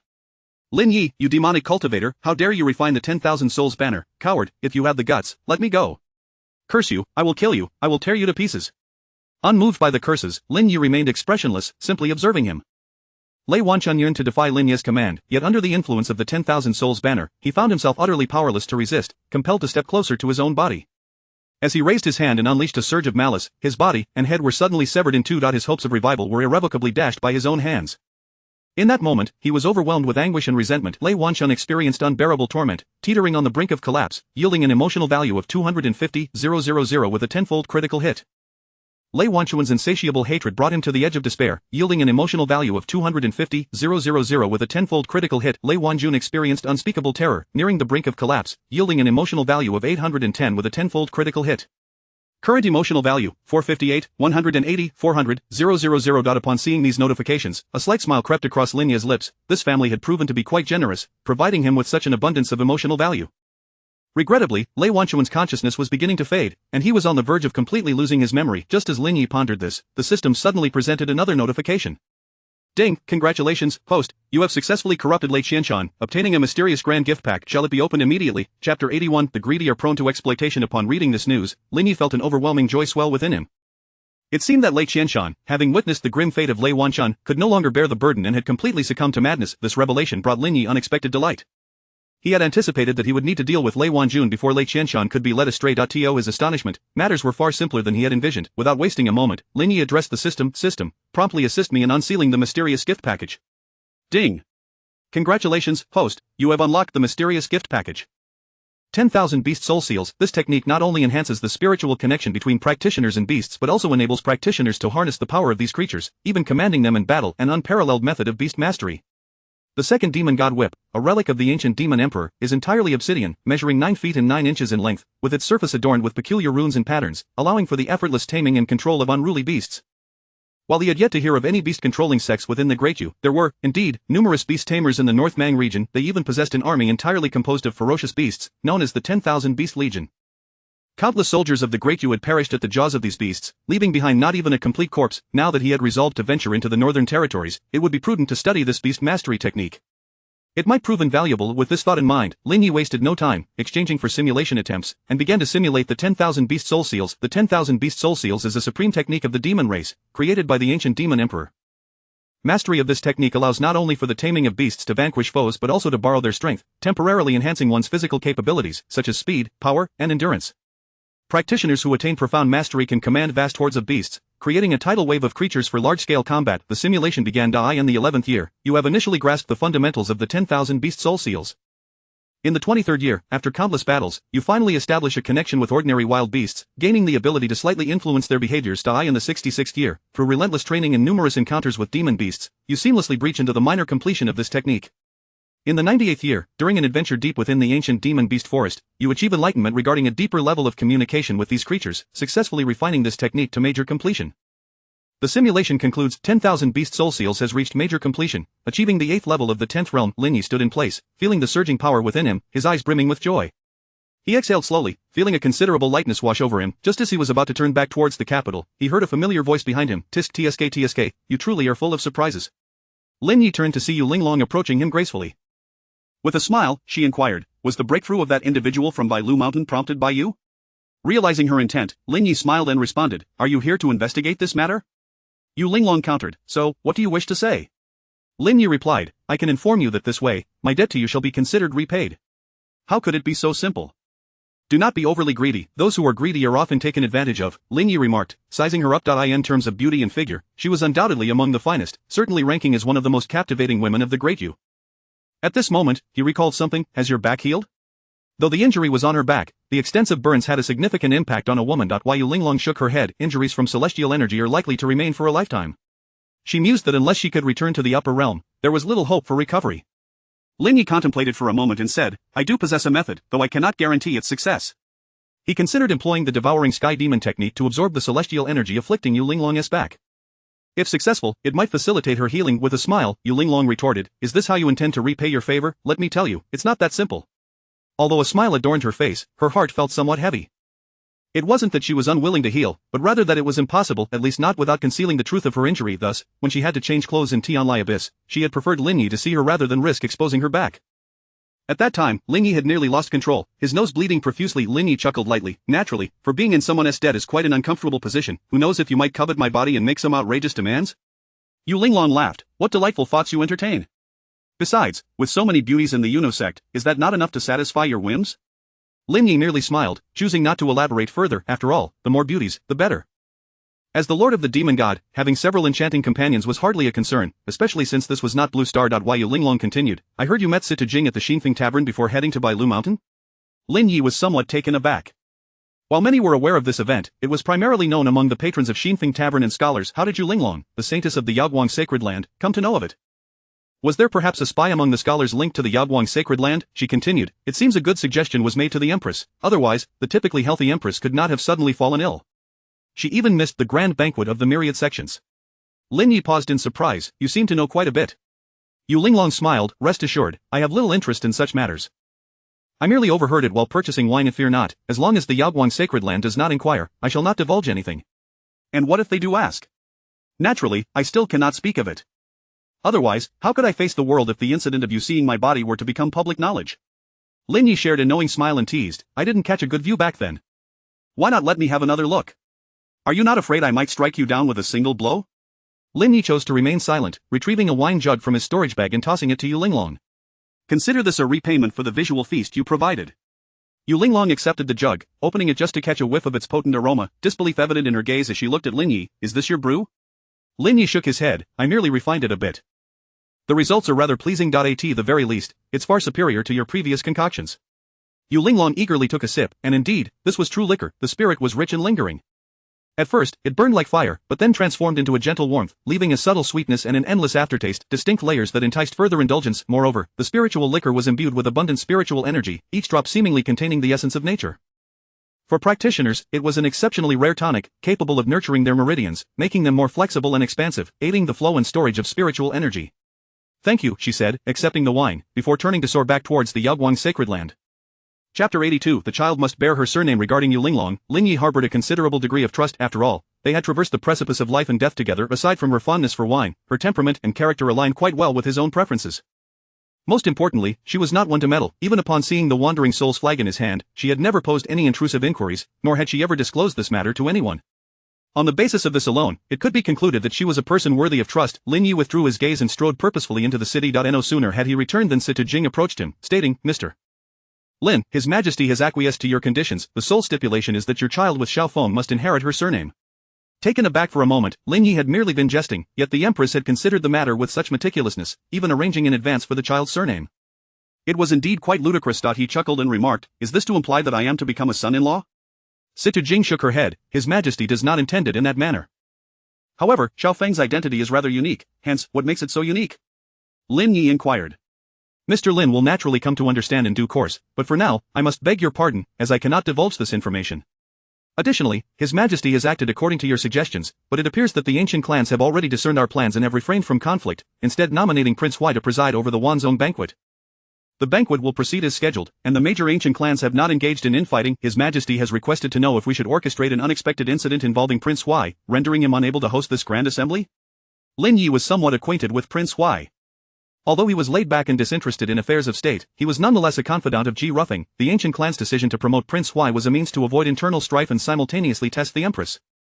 Should anything untoward befall Prince Huai, it would confirm their suspicions of a trap. Thus, Lin Yi smiled and shook his head, there is no need for that, we simply need to remain steadfast amidst the tumult. Moreover, advise Prince Huai to be cautious, the Wanzong banquet is a considerable prize, the ancient clans would not simply relinquish this unexpected boon to him without a fight, they are akin to birds enticed by bait. They have cast out Prince Huai as a trial balloon, and once assured of no risk, they will swoop in to seize the spoils. Even if they do not emerge to claim the rewards, it matters not. In the aftermath, should Prince Huai benefit, mutual blame and accusations will surely ensue, such is human nature. Sita Jing nodded in agreement. Lin Yi's response resonated with her thoughts. She regarded him and inquired with a smile, by the way, does it not bother you that your Majesty has essentially sold you out? Sita Jing shot him a glance, if there is blame to be placed, it is upon you. Though she admired Lin Yi's talents and had never held any aversion towards him, any notion of love at first sight was far from the truth. However, having witnessed the political unions that permeated the court, her resistance was not so fervent. Moreover, the Empress had rendered her immense favors. As long as the Empress required it, she would not hesitate to marry Lin Yi, even to the point of sacrificing her own life. Taking a step back, if the Empress was willing to make sacrifices, what was there that she could not sacrifice? Furthermore, in the context of courtly life, being able to wed a man as exceptional as Lin Yi could be considered a stroke of fortune. Historically, female officials often found their fates bound to the sons of ancient clans, leading to unremarkable ends. The only source of discomfort for her was her connection to the Empress. She produced a secret edict and presented it to Lin Yi. This is an edict from the Empress for you, please keep it safe. Additionally, the Empress has arranged for you to have a residence. It is located in Shanglu Alley, and for the time being, you shall reside there to facilitate our communications. Upon scrutinizing the document, Lin Yi realized that it was not merely an edict but rather a decree of marriage. He jested about Xiao Feng and Situ Jing, intending to provoke the Empress through such means. He had no intention of coercing them. As a time traveler, it would be unbecoming to resort to such tactics in matters of romance. Consequently, he casually crumpled the edict into dust. Situ Jing stared in disbelief at the scattered remnants, her eyes widening. Do you not realize that destroying an edict is tantamount to treason? Moreover, are you unaware of what this edict signifies? It is merely a piece of torn paper. If it is destroyed, so be it. What is the significance? Lin Yi replied with a smile. Furthermore, should you not feel elated at this moment? Situ Jing paused, momentarily taken aback, unsure of how to respond. Regardless of the circumstances, this edict represented a form of constraint for her. Even if she were to develop feelings for Lin Yi and willingly marry him, the existence of this edict would inevitably alter the nature of the situation. Noting her silence, Lin Yi added, please convey to Xiao Feng that the earlier conditions were nothing but jest. I, Lin Yi, would never impose my will upon another. Moreover, matters of the heart ought to be founded upon mutual consent. Situ Jing, her expression one of disbelief, stammered, Are you serious? Lin Yi countered with a grin, do you wish for me to be serious or jesting? She hesitated for a moment before declaring, naturally, I hope you are sincere. Then it is settled, Lin Yi responded with a smile. Situ Jing assumed a serious demeanor. By the way, His Majesty also requested that I inquire about the significance of Bailu Mountain and that sword intent. Lin Yi replied nonchalantly, it is precisely as you surmise. With that, he turned and departed. Not long after, in the Meishi Pavilion, Ji Ruffing asked, what did he say? Situ Jing recounted Lin Yi's words in full, articulating her conjecture. He likely perceived the Empress's identity, hence he deliberately employed this matter to test her. Ji Ruffing nodded, finding this interpretation quite plausible. Although their disguise was effective, Lin Yi was Lin Yi, the most discerning individual on the continent. How could their little ruse possibly deceive him? At that moment, Ji Ruffing contemplated whether to disclose everything to Lin Yi. However, upon further reflection, it seemed unnecessary. Since Lin Yi had not directly exposed their ruse, it indicated that he bore no objections. Thus, why make an unnecessary move? In light of recent events, her admiration for Lin Yi had only intensified. Few men throughout history could remain unperturbed in the presence of alluring beauty. Moreover, he had not sought to exploit the situation. Such a virtuous gentleman was leagues above the so-called scholars of Bailu Mountain. Marrying a man of such caliber seemed not altogether unappealing. That night, under a gentle breeze and a tranquil sky, within an elegant courtyard nestled in Changlu Alley, a servant hurriedly approached, reporting, Young Master, Master Lu and Elder Luo are requesting an audience outside. Lin Yi immediately recognized that it was Lu Xiai and Luo Changqing. The audacity of these two individuals to seek him out was beyond belief. He waved his hand dismissively, inform them that I am quite busy and do not have the time to meet. Luo Changqing was one matter, but Lin Yi held no favorable sentiments towards Lu Xiai. Were it not for his poor management of the sect, Lin Yi would not have endured such hardships. Thus, he bore the brunt of the responsibility. Had it not been for Luo Changqing's standing, Lin Yi would have dealt with him long ago. Upon receiving this response, Lucy's countenance turned awkward. As the esteemed leader of the Tianshan sect, he once towered above, while Lin Yi had merely been a disciple, yet now, he found himself on the receiving end of Lin Yi's cold shoulder. The reversal of their statuses left him feeling unsettled, yet for the sake of the Tianshan sect, he had no choice but to acquiesce. Thus, he helplessly implored the servant, Young brother, could you please convey that I will be waiting outside for him?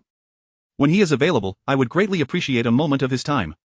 Chapter 83, Who told you I am a virtuous gentleman? Shang Wanfu gazed at Lu Xiai, who was so humbled, and an overwhelming sense of guilt surged within her.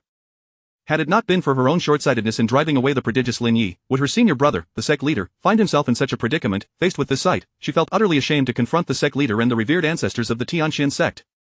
In that moment, she wished for nothing more than to vanish. Alas, she was merely a remnant soul, incapable of controlling her own fate. The only option left was to retreat as far away as possible, for she could not bear to witness this scene, nor face Lin Yi. Luo Changqing's expression was equally grim. She had thoroughly acquainted herself with the injustices Lin Yi had suffered in the Tianshan sect. Lin Yi was right when he spoke in the Tianlai Abyss. As an elder of the Tianshan sect, she felt utterly unworthy to request his return, yet, given that the sect was at a critical juncture, she, as an elder, had no choice but to step forward. Reflecting on the past, she wished she had taken Lin Yi as her disciple. Though mentoring a disciple could be troublesome, at least Lin Yi would not have been driven away to such extremes. Unfortunately, it was too late for regrets. What had transpired could not be altered. No matter how much she wished otherwise, she could only hope that her sincerity would move Lin Yi. Within the courtyard, Lin Yi received a report from the guards without the slightest ripple of emotion. Initially, the Tianshan sect had spared no effort in their treatment of him, and now that they realized their error, they sought his return. Was there such a thing as a free lunch in this world? Moreover, their presence at the door stemmed solely from the discovery of his extraordinary talents. Ultimately, their interests lay with the Tianshan sect, not with him. Had he been an ordinary disciple without such gifts, even if he perished at Shangguan Fu's hands, they would hardly have inquired further, let alone come to apologize. Thus, his decision not to subject them to punishment and extract emotional value from them was already an act of considerable mercy. Why would he squander time engaging in idle chatter with them? As for their preference to loiter at the entrance, they were welcome to do so. After all, he was in need of gatekeepers. As Lin Yi pondered, he sensed a familiar aura approaching from behind. Turning to face the newcomer, he smiled and remarked, "Running over at this late hour, have you come to a realization?" The tone of his words hinted at playful teasing, which he emphasized with particular weight. Xiaofeng appeared not to grasp the implication, awkwardly responding, "The emperor sent me to serve tea and water to the young master, and to learn from him the ways of statecraft." Lin Yi scrutinized her before continuing his playful banter. "Aren't you afraid of a meat bun being thrown to a dog?" Xiaofeng shook her head, replying, "The emperor said that the gentleman is a virtuous man and would never engage in base acts." At her words, Lin Yi was momentarily taken aback. With such flattery, anyone with a modicum of dignity would refrain from harboring improper thoughts. He had to admit, this girl had quite the way with words, yet, alas, she had misjudged him. He was no virtuous gentleman, he was a demon, the most revered, esteemed, powerful, and ruthless demon lord in existence. Such subtle flattery held no sway over him. He chuckled, "Who told you I am a virtuous gentleman?" Xiaofeng blinked in surprise. Lin Yi smiled and said, "You would do well to keep your distance. Otherwise, do not blame me for being ruthless." With that, he turned and left the hall. Although Xiaofeng was indeed captivating, she was ultimately a servant of the empress, and having her close at hand felt somewhat uncomfortable. Moreover, despite her claim of being the empress's maid, she exuded an indescribable air of nobility, reminiscent yet distinct from Jiang Jifei's demeanor, easily inciting a desire to take her down. Meanwhile, within the hall, Xiaofeng pondered Lin Yi's earlier words. When she caught a whiff of a rich aroma of liquor. Following the scent, she discovered several jars of wine freshly brewed by Lin Yi. Leaning in closer, the intoxicating fragrance enveloped her senses. Such a robust aroma surpassed even the palace's finest wines. No wonder Lin Yi had previously derided the divine intoxication of the Xinfeng tavern as mere horse urine. In comparison to the wines before her, that assessment rang true. She was astonished to find that Lin Yi was not only remarkable in cultivation and literary talent, but also a skilled brewer. She could hardly fathom what Lin Yi could not do. As such a man was so exceptional that it inspired no jealousy, only admiration. Regrettably, she knew she was destined to have no fate with him. Lost in thought, a tinge of sadness washed over Xiaofeng as she could not resist taking a sip, followed by another, and then a third. After finishing, she intended to use her spiritual energy to dissipate the effects of the alcohol. However, she soon realized it was futile. The potent concoction quickly clouded her senses, and she nearly lost consciousness. Lin Yi had not only heightened the alcohol content but had also infused it with herbs. To him, true wine was that which could intoxicate. Before long, she drunkenly pushed open Lin Yi's door and collapsed onto his bed. Witnessing this scene, Lin Yi was momentarily taken aback. Only upon catching the scent of alcohol did he comprehend that the woman had clearly entered the wrong room in her inebriated state. He scrutinized her closely. Her delicate garments clung to her form under gravity's influence, accentuating her curves. To be frank, Lin Yi had to concede that he had underestimated her earlier. Even he, a connoisseur of beauty, found himself somewhat entranced. In the dead of night, it was a challenging test of one's resolve. Who could withstand such a temptation? Lost in thought, Xiaofeng suddenly wrapped her arms around him. Their bodies were mere inches apart, separated only by a thin layer of fabric. He could distinctly feel her alluring physique and hear her rhythmic breathing. Just as he was about to push her away, a wave of warmth surged against his chest, followed by soft sobs, as though years of grievances could only be released in this drunken state. Yet, this was quite normal. The essence of alcohol was to liberate emotions. After a moment's hesitation, Lin Yi ultimately embraced her, endeavoring to soothe her turmoil until she fell into a deep slumber. Time passed, and at the entrance of the courtyard, Lu Xi and Luo Changqing bore wounds all over their bodies. They had waited outside for an extended period, hoping to see Lin Yi, only to encounter a group of men clad in black. Initially, they intended to hide in the shadows and assess the situation, but they were unexpectedly discovered and gravely injured by the black-clad individuals, nearly losing their lives. However, during the scuffle, they recognized the identities of their assailants through their techniques. All were members of the ancient Lei clan. They could not fathom why the Lei clan would appear in such a place or why they bore a grudge against Lin Yi. Unfortunately, given the current circumstances, they had no time to ponder these questions, as the blades of their adversaries were already pressed against their throats. At that moment, a calm voice echoed from the rooftop, "Tisk, TSK, so many of you against just two, how shameless can you Lei clan members be?" Chapter 84, has it truly become so heated so quickly? The members of the Lei family turned their heads in unison upon hearing the words. Upon catching sight of Lin Yi's figure, their eyes brimmed with disbelief. Even Lei Wujie, the patriarch of the Lei family, was no exception. They were utterly unaware of when Lin Yi had appeared. The fact that he could materialize behind them without their notice spoke volumes of his terrifying agility. It was no wonder that even Lei Wanshan had fallen before him. In a hushed tone, Lei Wujie cautioned the elders behind him, "Exercise caution, this youth is far from ordinary." The elders nodded in agreement. They had initially presumed that eliminating a fledgling like Lin Yi and reclaiming the Thunderstrike sword would be a straightforward task. The patriarch's insistence on bringing such a large entourage seemed to them a gross overestimation of the situation. It was only at this moment that they recognized their grave misjudgment. Lin Yi was not an adversary to be trifled with. Fortunately, even the weakest among them possessed a cultivation level of the 9th realm, with most attaining the 10th realm. The patriarch himself had ascended to the formidable 12th realm. Ultimately, Lin Ye's cultivation was merely at the 8th level of the 10th realm. No matter how bizarre his techniques or elusive his movements, it would be implausible for him to contend against such a multitude. However, Lei Wujie could not share their optimism. He was compelled to admit that he had underestimated Lin Ye's strength. His primary concern in bringing so many with him was to guard against the Empress of the Radiant Light and the White Deer Mountain. After all, Lin Yi had ingratiated himself well with these three formidable factions. With adequate preparation, even if the three powers intervened, he could buy time for these elders to facilitate his escape. This way, at the very least, he could ensure his own survival. Yet now, all he could do was hope that the three powers would refrain from sending reinforcements. Contemplating this, he coldly declared, "Lin Yi, we have come solely to reclaim the ancestral Thunderstrike sword and harbor no intention of enmity with you. As long as you are willing to return the sword to us, feel free to stipulate any conditions." Upon hearing this, Lin Yi couldn't help but chuckle. "In the dead of night, clad in stealth attire, you come demanding a treasure. If I refuse, do you intend to resort to murder for it? Moreover, the Thunderstrike sword is my trophy. Do you truly believe I would part with it so easily?" Lei Wujie, upon hearing these words, struggled to contain his emotions, suppressing the murderous intent emanating from him. He had no choice but to bide his time for the sake of the Thunderstrike sword. Once it was in his possession, he would slay Lin Yi without hesitation and then discreetly depart from the capital, returning to the Lei family. Thus, he forced a smile and said, "Lin Yi, the Lei Qianshan family has indeed wronged you, but they are now deceased. The enmity between your family and ours should be at an end, no? As the saying goes, it is better to resolve grievances than to harbor them. Furthermore, we merely wish to exchange for the sword. We do not seek to have it returned to the Lei family without recompense. Therefore, I implore you to consider our proposition earnestly." Lin Yi did not rush to respond. Instead, he lowered his gaze towards the system panel. Lei Wujie harbors intense hatred towards you. Emotional value 6450, 5-fold critical hit. Lei Qianzhong harbors intense hatred towards you. Emotional value 5650, 5-fold critical hit. Lei Qianqi is filled with fear towards you. Emotional value 990. Current emotional value 8691080000. Observing the 5-fold critical hit of animosity, Lin Yi could only remark on Lei Wujie's commendable acting skills. Unfortunately, no matter how skilled the performance, it would be in vain before him. However, Lin Yi was not in a hurry to strike them down. After all, it is the thought that counts when one is delivering a gift. They had come such a long way, and he felt it only right to afford them an opportunity. Thus, Lin Yi smiled at Lei Wujie and said, "If you wish to reclaim the Thunderstrike sword, you may do so, but you must barter your lives for it.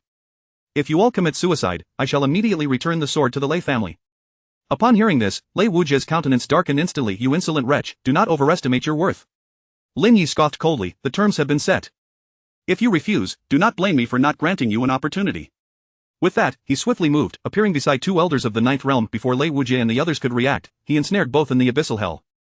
Witnessing this, Lei Wujie was engulfed in fury. He could hardly fathom that Lin Yi had the audacity to abduct two elders of the Lei family right before his eyes. Despite possessing cultivation at the 9th level of the 12th realm, he found himself toyed with by Lin Yi at the 10th realm, a humiliation that stripped him of dignity. He gritted his teeth and cursed, "Ah, this damned rat dares to perform tricks before me. If I do not tear you to shreds today, I shall not bear the surname Lei." Within the abyssal hell, Lin Yi, upon hearing such curses, felt no fear but rather found it utterly ludicrous. He surveyed the individuals on the torture rack. Those who had threatened him were either already deceased or were now hanging here in dire straits. It seemed time to leave a place for Lei Wujie as well. The two elders of the Lei family, witnessing the torment of those above the 8th and 9th realms, were filled with dread. Stammering, they uttered, What kind of place is this?" Lin Yi offered no response. Instead, he walked directly in front of Lei Qianshan and drained him of all his malevolent energy. Without hesitation, he snapped his neck. After completing this, he cast a sweeping gaze, eventually fixating on Lei Wanjun. It was unavoidable. The abyssal hell does not accommodate the weak. Lei Wanjun, with merely an 8th realm cultivation, was no longer worthy of remaining here. Thus, he strode towards Lei Wanjun, anticipating his fate. Lei Wanjun incessantly wailed, "Ah, beast, do not come near. I beg you, do not kill me." However, Lin Yi did not relent in his advance due to his pleas. Seeing his words fall on deaf ears, Lei Wanjun turned to the two elders who had yet to respond, crying out, "Third uncle. Seventh uncle, save me, I do not wish to die." The two elders, witnessing Lei Qianshan's dreadful fate, deduced their own impending doom. Without hesitation, they struck towards Lin Yi's back, hoping to ambush him and secure his demise. Unfortunately, in the abyssal hell, attempting to ambush Lin Yi proved utterly futile. Just as they were about to land their blows, Lin Yi's figure abruptly vanished. By the time the two realized what had transpired, they found themselves pinned beneath his feet, unable to move despite their frantic struggles. Lin Yi raised a hand, and Lei Wanjun was instantly transported before him. Without a word, he swiftly drained Lei Wanjun of his cultivation and essence, and amidst Lei Wanjun's heart-wrenching pleas, he severed his neck. With a casual wave, he bound Lei Qianxiao and Lei Qianjue to the torture rack. Meanwhile, outside the abyssal hell, the patriarch of the Lei family, Lei Wujie, seeing Lin Yi disappear before him, erupted in a fit of rage, shouting, "Ah, you worthless wretch, come out. If you have the guts, stop hiding and face me." As soon as his words fell, Lin Yi's calm voice echoed from the rooftop once more, "Has it become so heated so quickly? Chapter 85 has fallen into my hands. Do you think they can still survive? Upon hearing this, Lei Wujie's face turned ashen, the veins on his forehead bulging ominously, his fists clenched tightly, knuckles whitening from the strain. He could hardly bear the humiliation of being toyed with like a mere monkey by Lin Yi, a mere 10th-level cultivator. Furthermore, he had been unable to discern Lin Yi's methods from beginning to end. Blaring at Lin Yi, he gritted his teeth and spat, "Damn you, where are Qian Dao and Qian Ju?" As he spoke, his gaze pierced through Lin Yi like a blade, desperately attempting to capture the elusive figure. Lin Yi, however, remained unfazed, responding with a smile, "Now that they are in my grasp, do you truly think they can live?" With that, he turned as if to flee. Seeing this, Lei Wujie panicked. Without a moment to contemplate, he charged after Lin Yi, yet, just as he was about to grasp Lin Yi, the latter vanished once more from his sight. By the time he regained his composure and turned to glance at the elder members of the Lei family, he realized he had fallen victim to Lin Yi's cunning ploy. Before he could react, 2 Lei family elders were whisked away before his very eyes, disappearing without a trace. Standing there, Lei Wujie felt as if flames would erupt from his eyes. As the patriarch of the Lei family, a formidable figure at the 9th level of the 12th realm, he was accustomed to commanding respect and authority, yet today, he found himself manipulated by a mere youth. Such indignation was intolerable, his heart brimmed with fury and frustration, a sensation far more agonizing than any physical wound. Helplessly witnessing Lin Yi vanish time and again, while his kin were abducted one by one, he couldn't even brush against the hem of Lin Yi's garment. This profound sense of impotence threatened to drive him to madness, as if Lin Yi's voice echoed incessantly in his mind, "You are nothing but waste, nothing but waste, nothing but waste. Lin Yi, you coward. Dare to face me in direct combat." Lei Wujie roared, his voice trembling with a blend of extreme rage and bitterness. The surrounding members of the Lei family fell into a hushed silence. Observing their patriarch's loss of composure, they were engulfed by a palpable fear. The Lei family had always revered strength. If even their patriarch was powerless against Lin Yi, how could they possibly stand a chance? Who could predict whether the next to be snatched away would be one of them? With this thought, they instinctively clustered together, bracing themselves for a potential ambush from Lin Yi. The very youth they had once deemed easily manageable had transformed into their greatest nightmare. Meanwhile, in the abyss of endless torment, Lin Yi lowered his gaze to the system panel. Lei Wujie harbors uncontrollable hatred towards you, on the brink of collapse. Emotional value, 12, 900, 10 times critical hit. Lei Qianzhong harbors intense fear towards you. Emotional value, 5, 650, 5 times critical hit. Lei Qianqi harbors intense fear towards you. Emotional value, 4, 500, 5 times critical hit. Current emotional value, 126, 470, 800, 000. Observing this surge in emotional value, a faint smile crept across Lin Yi's lips. It seemed he had crafted quite the atmosphere. Each of them was either consumed by hatred or steeped in fear towards him. Unbeknownst to them, the more furious and terrified they became, the more he profited. Regaining his focus, Lin Yi surveyed the abyss of endless torment, then turned to the 2 individuals he had just captured, saying with a grin, "I apologize, but there is no longer a place for you here. Thus, I must trouble you to die." With that, before they could react, he seized them by the neck. In the blink of an eye, he drained their cultivation and physical essence, swiftly snapping their necks. Afterward, he leisurely retrieved the soul banner, giving it a gentle wave to absorb their vengeful spirits, along with those of Lei Qianshan and Lei Wanjun. Though small, even mosquitoes are meat. Since they could still be of use, they would naturally serve as nourishment for his soul banner. Just as he was about to stow it away, a thought struck him. Lei Wujie's body, having lost its soul, could not be left for long. If he did not absorb it soon, it would begin to decay. With this in mind, he once again waved the soul banner, extracting Lu Wujie's body. Truth be told, Lin Yi felt a twinge of concern about his ability to wield the devouring demon technique. After all, Lu Wujie had succumbed to darkness prior to being subdued, reaching the 4th level of the 11th realm. He had discovered the difficulty of absorption when he had previously drained Lei Wanchuan's cultivation.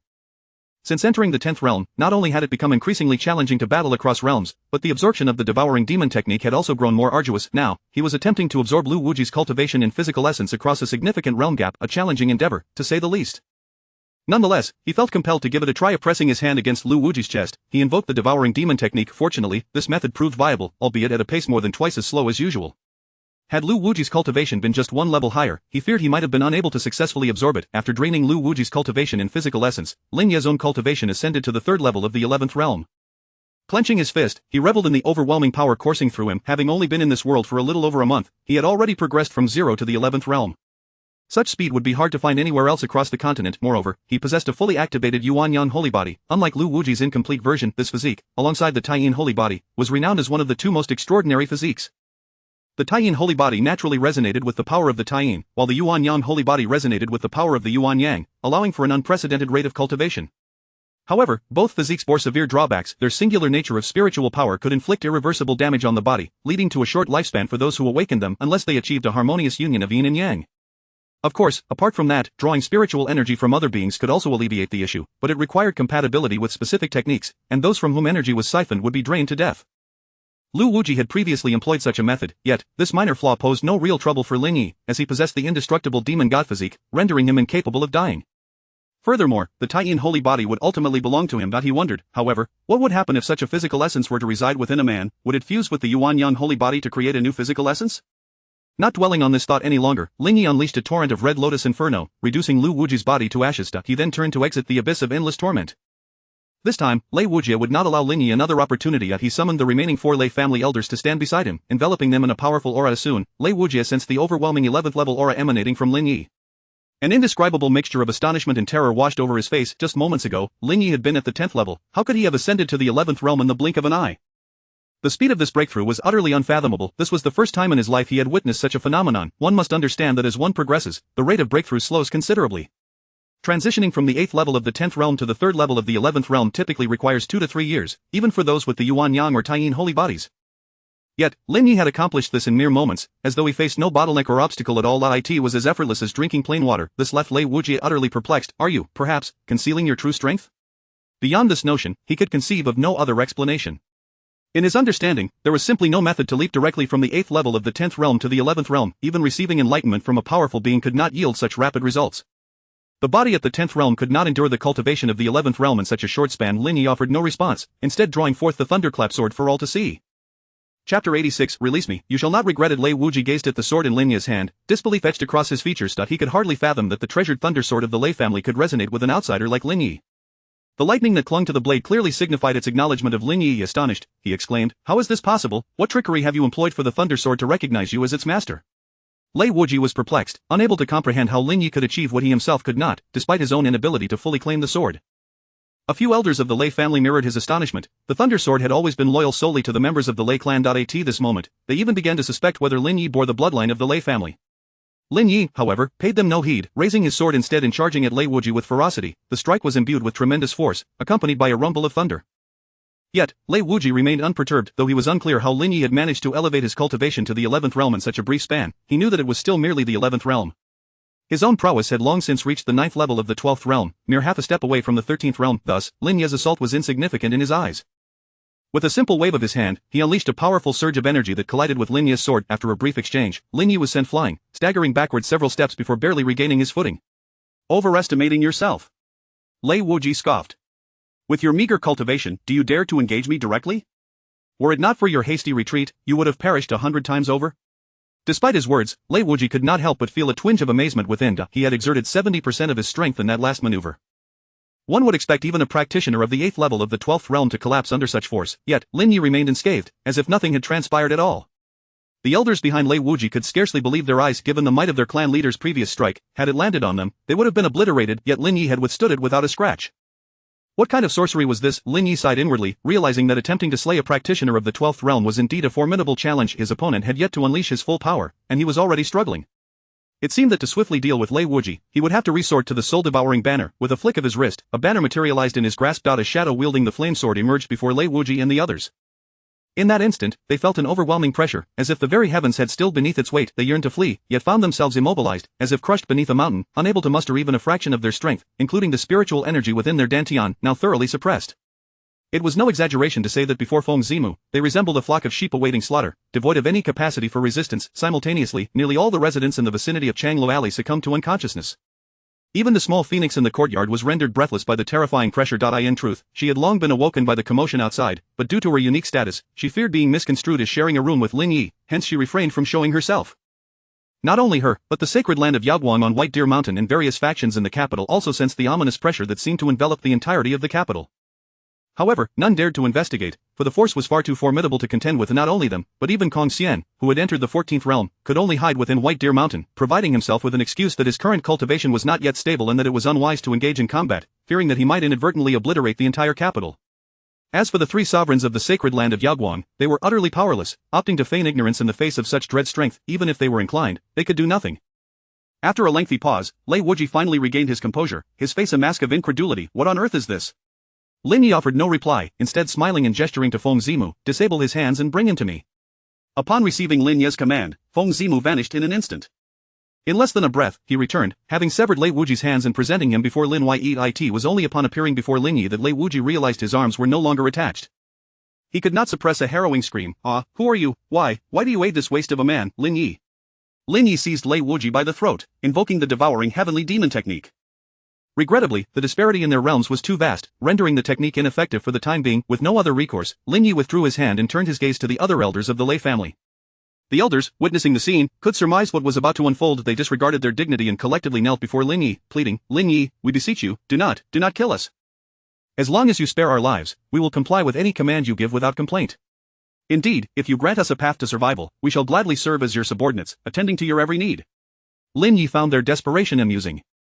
How foolish must one be to take in those who held enmity towards oneself as subordinates, keeping them around would only invite betrayal from behind. Therefore, he replied with a smile, "I'm sorry, but I never accept the worthless." With that, he lunged forward, absorbing the powers of an 11th realm practitioner and 3 10th realm practitioners, elevating his own strength to the 4th level of the 11th realm. As he witnessed Lin Yi's rapid advancement in methods, Lei Wuji finally grasped the truth. "No, you are a demon." Before he could finish his thought, Lin Yi transported him to the abyssal inferno. Lin Ye's gaze swept over the individuals bound to the torture rack, ultimately settling on Lu Hanyan. After all, who could be weaker than her among this lot? Lin Yi approached her slowly. Lu Hanyan, confined in the abyssal inferno, had longed for death, yearning for an end to her suffering, yet, when faced with the reality of the moment, fear gripped her. She pleaded, "No, Lin Yi, do not kill me. As long as you spare my life, I will do anything you desire. Furthermore, I was merely misled, my sins do not warrant death." Seeing Lin Ye's indifference, she continued, "Yes, from this day forth, I shall be your woman. Trust me, with a little adornment, my beauty will rival that of Jiang Jifei and Zhuang Yuyao. Besides, they know nothing of pleasure, they hold no appeal that I am different, I possess skills in every manner, ensuring your satisfaction. Lin Yi, release me, and you shall not regret it." Chapter 87. Do you dare to offend the royal family? Lin Yi was not one to be picky. Without any superfluous words, he reached out and gripped Lu Hanyan's throat, unleashing the devouring heaven demon technique. In mere moments, he completely drained her cultivation and Dao body. Then, without a hint of mercy, he snapped her neck. Having completed this grim task, he proceeded to hang Lei Wujie on the torture rack, beginning to administer his punishment. Soon, the chilling cries of Lei Wujie echoed from the abyss of torment. Meanwhile, in the small courtyard, Situ Jing sensed the terrifying pressure that had just emanated and quietly approached Xiao Feng from the back door. Upon seeing that His Majesty was unharmed, she let out a sigh of relief. Kneeling down respectfully, she urged, "Your Majesty, this place is far too perilous, perhaps we should return to the palace." Ji Ruffing shook her head, saying, "Do you truly believe that the palace is safer than here?" Sita Jing replied, "At least in the palace, there are guards and that person's protection, which is far safer than being here." Ji Ruffing remained non-committal. Return and investigate tonight's events. She had a nagging feeling that the day's occurrences were not as straightforward as they appeared. The members of the Lei family might not solely be here for Lin Yi, perhaps they were targeting her as well. It was also possible that other families were scheming from the shadows, and the Lei family might be entirely unaware of this matter. Situ Jing respectfully responded, "Understood, should we arrange for the elite of the forbidden troops to come and provide protection?" Ji Ruffing shook her head, "No need for that, do not let anyone know of this matter." Situ Jing still felt uneasy. Perhaps we should assign a few guards of the 12th realm from the nearby residential area? She had considered secretly dispatching individuals for protection, but unfortunately, she lacked the authority to mobilize the guards of the 12th realm. Ji Ruffing continued to refuse, noting that there were only a handful of 12th realm guards in the palace. If she were to mobilize them, it would undoubtedly raise the alert of the various families, jeopardizing her plans. As Situ Jing was about to rise and leave, Ji Ruffing inquired, "What are your thoughts on Lin Yi?" She appeared bewildered. This, Ji Ruffing interjected, "I have thoroughly assessed him on your behalf. Lin Yi is indeed a man of integrity. Such virtue is quite fitting for you. If you are interested, I could issue an edict allowing you to choose a day for your wedding and quickly bear a plum child. As for the Situ family, I shall provide an explanation." Situ Jing was momentarily taken aback. It seemed the emperor intended to use blood ties to secure Lin Yi's heart. She had never anticipated such a gesture from His Majesty. This thought inevitably left her feeling somewhat despondent. Ji Ruffing gently patted her shoulder. "Do not overthink it. If you are unwilling, I would never force you." Situ Jing bowed her head. "If your Majesty deems it necessary, I am willing. If it is merely for my sake, there is no need." Ji Ruffing sighed, "I merely feel that some opportunities are far too precious to let slip away. I know what kind of person you are better than you do. Having witnessed Lin Yi, a towering figure, it is likely that you will find it difficult to see any other man thereafter. Whether Lin Yi stays or departs, I shall never compel him. As for you, with your talents and knowledge, there is truly no need to squander your time entangled in the court's intrigues." For the first time, Situ Jing discerned a hint of sorrow in Ji Ruffing's words. After all, the empress she knew had always been fiercely formidable. Even when faced with the encroaching northern Mang army, simultaneous pressure from the 8 great families, or assassins of the 13th realm, she had never once bowed her head. Yet since encountering Lin Yi, her melancholy seemed to have increased. Situ Jing could sense it. The empress's feelings for Lin Yi were evident. After all, no matter how strong-willed a woman might be, she was still a woman at heart. Faced with a man as powerful and exceptional as Lin Yi, it was only natural to feel admiration. Situ Jing pondered for a moment before asking, "And what of you?" Ji Ruffing smiled, "As long as I remain in this position, I must be a solitary figure. My previous actions were merely for the sake of the realm, compelled by necessity. Now that Lin Yi has relinquished that condition, it signifies that fate has not favored us. You are different. You need not sacrifice for the court. At once, Situ Jing understood that the Empress was lacking a reason to persuade herself. Just as she was about to speak, Lin Yi entered from outside. Lin Yi glanced at Situ Jing. What brings you here? Situ Jing exchanged a look with Ji Ruffing and smiled. It is nothing. His Majesty learned of the turmoil here and sent me to check on your well-being. Lin Yi chuckled. Just a few nuisances, all dealt with. Situ Jing nodded. That is good to hear. Since you are well, I shall take my leave to report back. As she spoke, she covertly exchanged a glance with Lin Yi before bidding farewell to Ji Ruffing and departing. Lin Yi hesitated for a moment before saying, I shall see her off. Xiao Feng said nothing further, merely nodding. Once they exited through the back door, Lin Yi asked, You called me out. Is there something on your mind? Situ Jing hesitated briefly before asking, Lin Yi, do you dare to offend the royal family? This question startled Lin Yi. Situ Jing had always been a favorite attendant of the Empress. Could she possibly be harboring ambitions of usurping the throne? Yet, she did not seem to fit that mold. At least, from her expression, he could discern no intentions of rebellion. He queried with a frown, Speak plainly. Situ Jing forced a smile. To be frank, ever since Xiao Feng met you last time, she has been infatuated with you. However, she is burdened by the pressure from the royal family. Thus, Lin Yi furrowed his brow. So what do you wish for me to do, kidnap her, or storm the palace to threaten the royal family for her release? Situ Jing gritted her teeth. If you two were to develop a relationship. Upon hearing this, Lin Yi was utterly astonished. Was she demanding that he force himself upon her? Did she truly think him so lacking in dignity? Situ Jing, realizing his misunderstanding, quickly clarified, Do not misconstrue my words, I merely hope you can take the initiative with her. After all, she is also a woman and cannot be expected to pursue you. Lin Yi merely smiled faintly, offering no comment. While he was not averse to beautiful women, he found no need to waste time on such matters. As for Xiao Feng's troubles, what concern were they of his? Even the Empress did not intervene. Why should he involve himself? Situ Jing refrained from saying more, instead warning, By the way, you must be cautious of the 10,000 clans banquet. Based on our intelligence, the various families may unite against you. Do not underestimate them. They are families that have existed for thousands or even tens of thousands of years, each with profound foundations. Compared to them, the Lei family you just dealt with is insignificant, especially the Xiao family. They harbor deep animosity towards you. Lin Yi paid little heed to her warnings. To him, it mattered not how many came. They would merely be offering their heads. As long as they dared to approach him, he would gladly send them on their way. Thus, Lin Yi chuckled and said, If they dare to provoke me, I can only extend my early congratulations to your little emperor. Chapter 88. The art of beast taming, truly unheard of. 2 days hence, at Fuhu Mountain, within the royal hunting grounds, normally a sanctuary of silence, this place now buzzed with life, for it was the occasion of the decennial Wanzong banquet. Disciples from various sects congregated in groups, exchanging insights on their cultivation or speculating on who might emerge victorious this year. Among them, one spoke with conviction, in terms of martial prowess, as long as Xiang Shichu from the Sheikh, could he possibly? Lin Yi is indeed remarkable, yet in martial arts, he still falls significantly short of Chao Yanbing. Of course, a talent of his caliber, rare in the Confucian way, is destined to claim the title of the poetic champion this time. And what of music? Surely, Yu Zitong from Tianyin Workshop must be the foremost. The crowd, captivated by Feng Bai's articulate discourse, probed further into the leaders of alchemy, formations, and the arts. It was not until someone inquired, and what of beast taming, that all eyes turned towards Feng Bai. In contrast to the other competitions, beast taming was a newly added event this year. Prior to this, Daiyu had not even possessed a single sect dedicated to beast taming, let alone any prodigies in this regard. Feng Bai shook his head. I am uncertain about that as well. No sooner had he spoken than a ferocious Iron Eater surged towards the approaching Jade Maiden sect. The onlookers gasped in shock. Wasn't that the Iron Eater, the final challenge in the beast taming assessment? It was supposed to be confined within its cage. Why had it broken free, charging directly at the Jade Maiden sect? Could it be that someone had orchestrated this? Did they intend for the elders of the Jade Maiden sect to slay it? A flurry of speculation ensued among the crowd. While the Iron Eater was formidable, it could be managed as long as it did not go berserk. Thus, no one felt concerned for the Jade Maiden sect's elders and disciples. Their worry lay solely with the repercussions that might follow. Should the Jade Maiden sect slay the Iron Eater, they would undoubtedly stir significant trouble, possibly even lose their qualification to participate in the Wanzong banquet. However, if they refrained from attacking and the creature went berserk, handling it would become a daunting task. Clearly, this was a conspiracy aimed at the Jade Maiden sect. Lin Yi gazed at the approaching Iron Eater, feeling not a trace of fear but rather a sense of affinity. In the Blue Star realm, this creature would undoubtedly be a national treasure, yet in this world, it was a brutally savage beast. Its tough hide and propensity for ferocity made it a challenge even for the most skilled beast tamers. Alas, it was Lin Yi it encountered. Unhurriedly, Lin Yi unleashed the 10,000 beast soul seal, and the massive, rampaging form of the Iron Eater came to an abrupt halt. Witnessing this, the crowd was rendered speechless with astonishment. To subdue the Iron Eater in an instant, such a technique in beast taming was simply unprecedented. Even the mightiest beast tamers of Baiman would likely find it insurmountable. Tao Yanran watched the scene, her teeth clenched in frustration. Seeing Lin Yi take the stage was more unbearable for her than receiving a slap in the face. Lu Xiai and Luo Changqing wore grim expressions. With a talent like this, had he not been driven away by Shang Guanfu, how could Tianqiu sect fail to rise? Regrettably, they could not persuade Lin Yi to reconsider and could only attempt to placate him, hoping to secure a glimmer of hope for Tianqiu sect. After taming the Iron Eater, Lin Yi cast a cold gaze over the assembly and declared, Who orchestrated this? Step forward.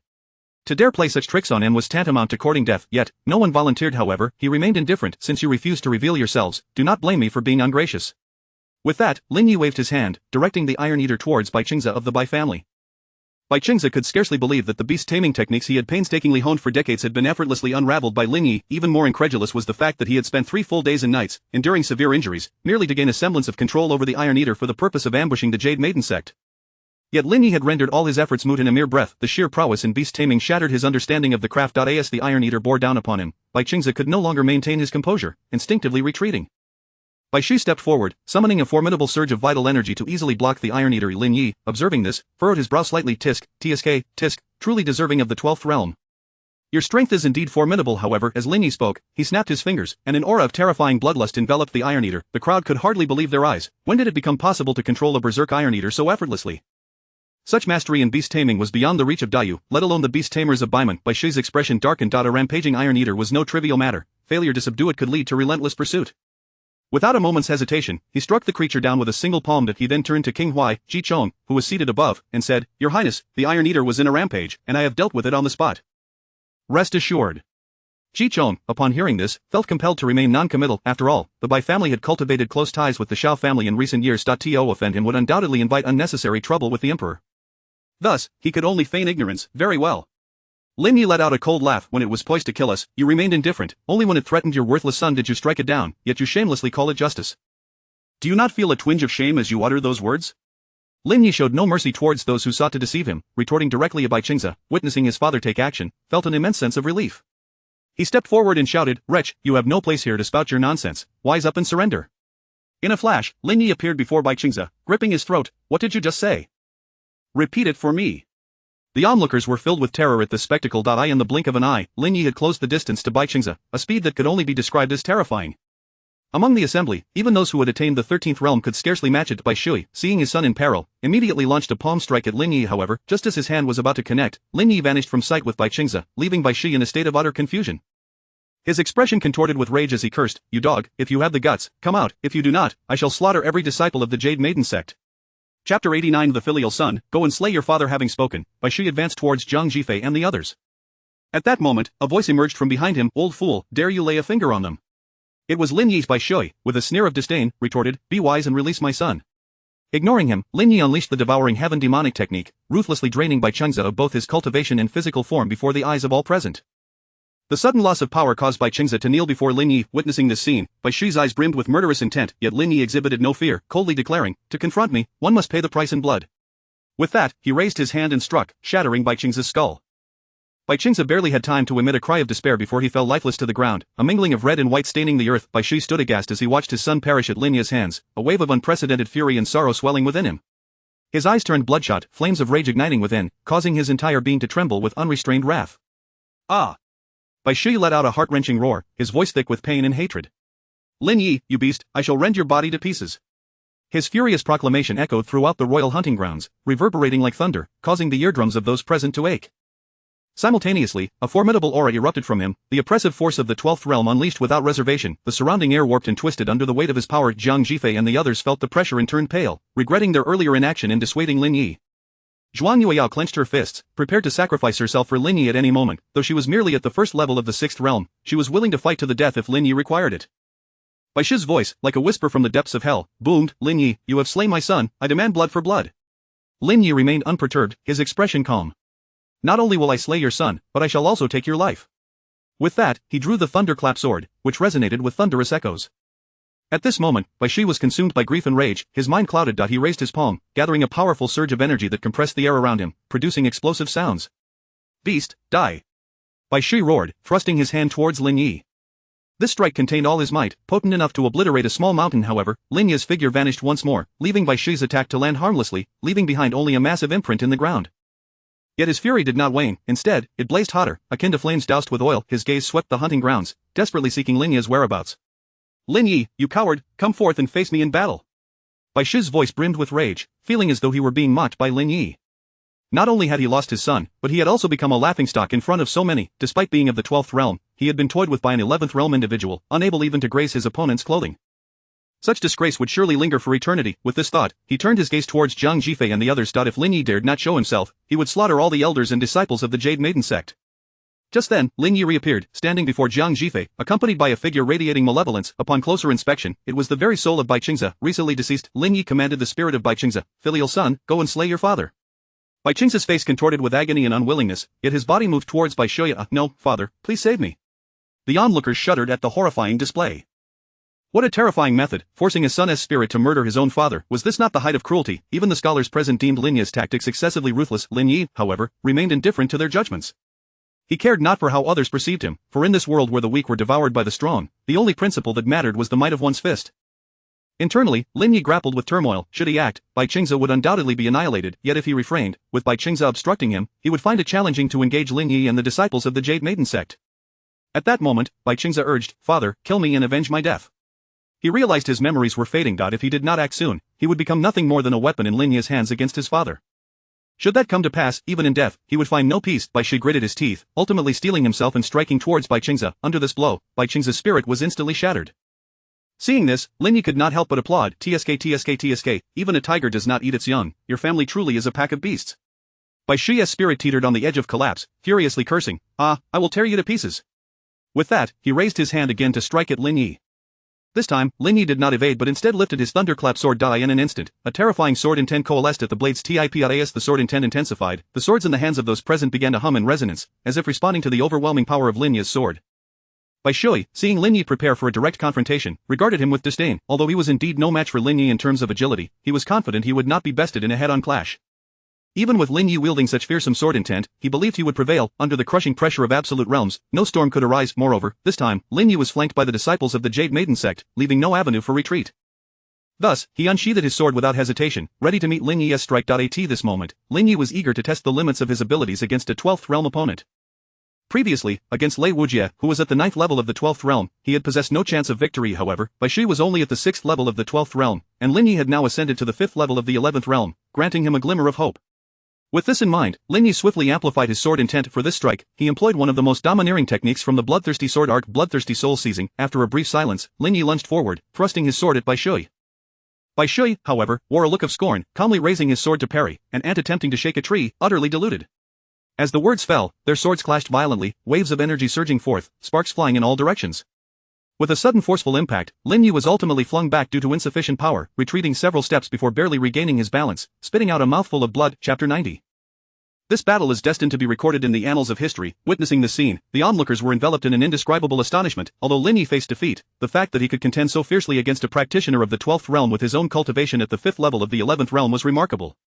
This battle undeniably merits a place in history. Even Bai Shi could not help but feel a sense of awe. The sword strike he had just unleashed was nearly at full strength, and he had anticipated it would obliterate both Lin Yi and the disciples of the Yunus sect behind him.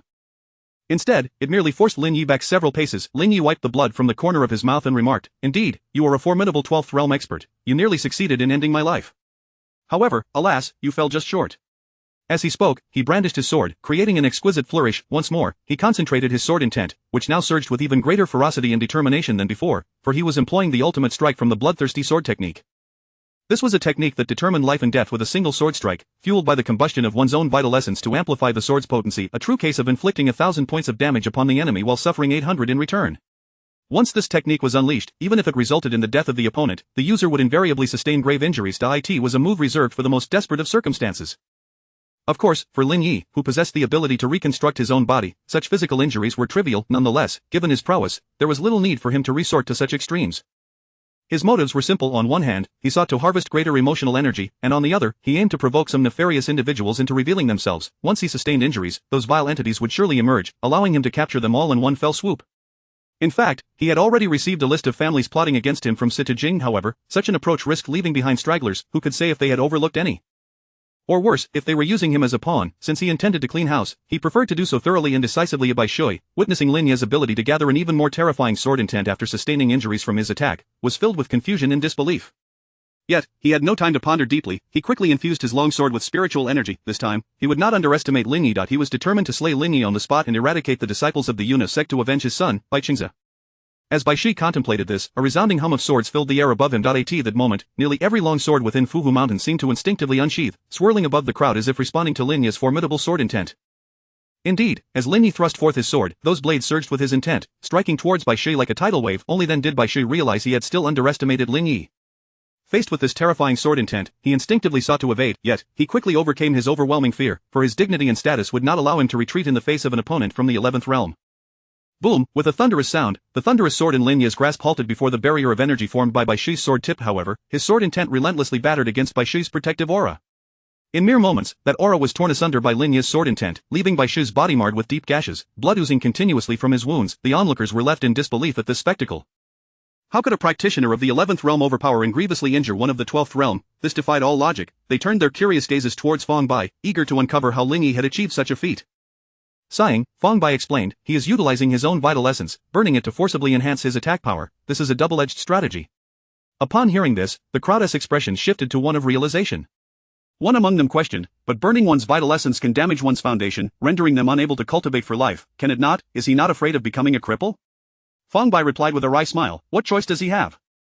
Given his current strength, without resorting to such measures, he would only meet a swifter demise. This reasoning was sound, especially considering the opponent was from the 12th realm. As the discussion unfolded, the battle between Lin Yi and Bai Shi reached its denouement, precisely as Lin Yi had foreseen. Bai Shi lay heavily injured, his arm severed, barely clinging to life, while Lin Yi could only manage to stand with great difficulty. The outcome left the faces of the crowd filled with shock and disbelief. To slay across realms, what a magnificent sword technique! Even a descendant of the sword tomb, who had trained since childhood, could never achieve such a feat of an 11th realm defeating a 12th realm. Lin Yi's exploits today would undoubtedly echo through eternity. The higher-ups of various clans and sects present furrowed their brows, particularly the heads of the Shaoan Bai families. They had assumed that Bai Shi alone would suffice to dispatch the waste that was Lin Yi. They never anticipated that this wretched cockroach would dare to defeat Bai Shi before their very eyes. This was a resounding slap in their faces. Consequently, their eyes brimmed with murderous intent. Meanwhile, Lin Yi remained unfazed, glancing down at the system panel before him. Xiao Mingji harbors intense hatred towards you, emotional value 3990, triple critical hit. Bai Cao Su harbors intense hatred towards you, emotional value 3960, Qin Zhaoqian harbors intense hatred towards you, emotional value 2640, double critical hit. Current emotional value 1494850800000. Lin Yi silently committed these names to memory. Since they sought to conspire against him, he would ensure to eliminate them entirely, leaving no survivors. After accomplishing this, Lin Yi rose and strode towards Bai Shi. Upon seeing Lin Yi approach with intent to slay Bai Shi, Bai Gao Su immediately stepped forward, addressing Ji Chong, Your Highness, this scoundrel Lin Yi not only practices demonic techniques and has slain members of my Bai family but now seeks to murder our elders as well. Such a monstrosity is a calamity for the realm. For the sake of justice, I implore your highness to execute this villain on the spot. Zhuang Yueyao, hearing this, grew frantic and interjected, Do you have no shame? It was clearly Bai Qingzi who plotted against us first, and yet you still have the audacity to. Before she could finish, Zhang Zhifei intervened, for she did not believe Lin Yi would act recklessly. If he dared to confront Bai Shi, he must have been fully prepared. Moreover, such matters were beyond their capacity to meddle in. Their interference would only complicate Lin Yi's situation. Bai Cao Su cast a cold glance at Zhuang Yueyao, dismissing her words. Following his declaration, several officials from the Bai family rose to demand Ji Chong deal with Lin Yi. Soon after, the heads of other prominent families, including the Shao and Qin families, also stepped forward to support Bai Gao Su, insisting on severe punishment for Lin Yi. In response, Ji Chong could only feign ignorance, looking to the crowd and inquiring, Do you have anything further to say on this matter?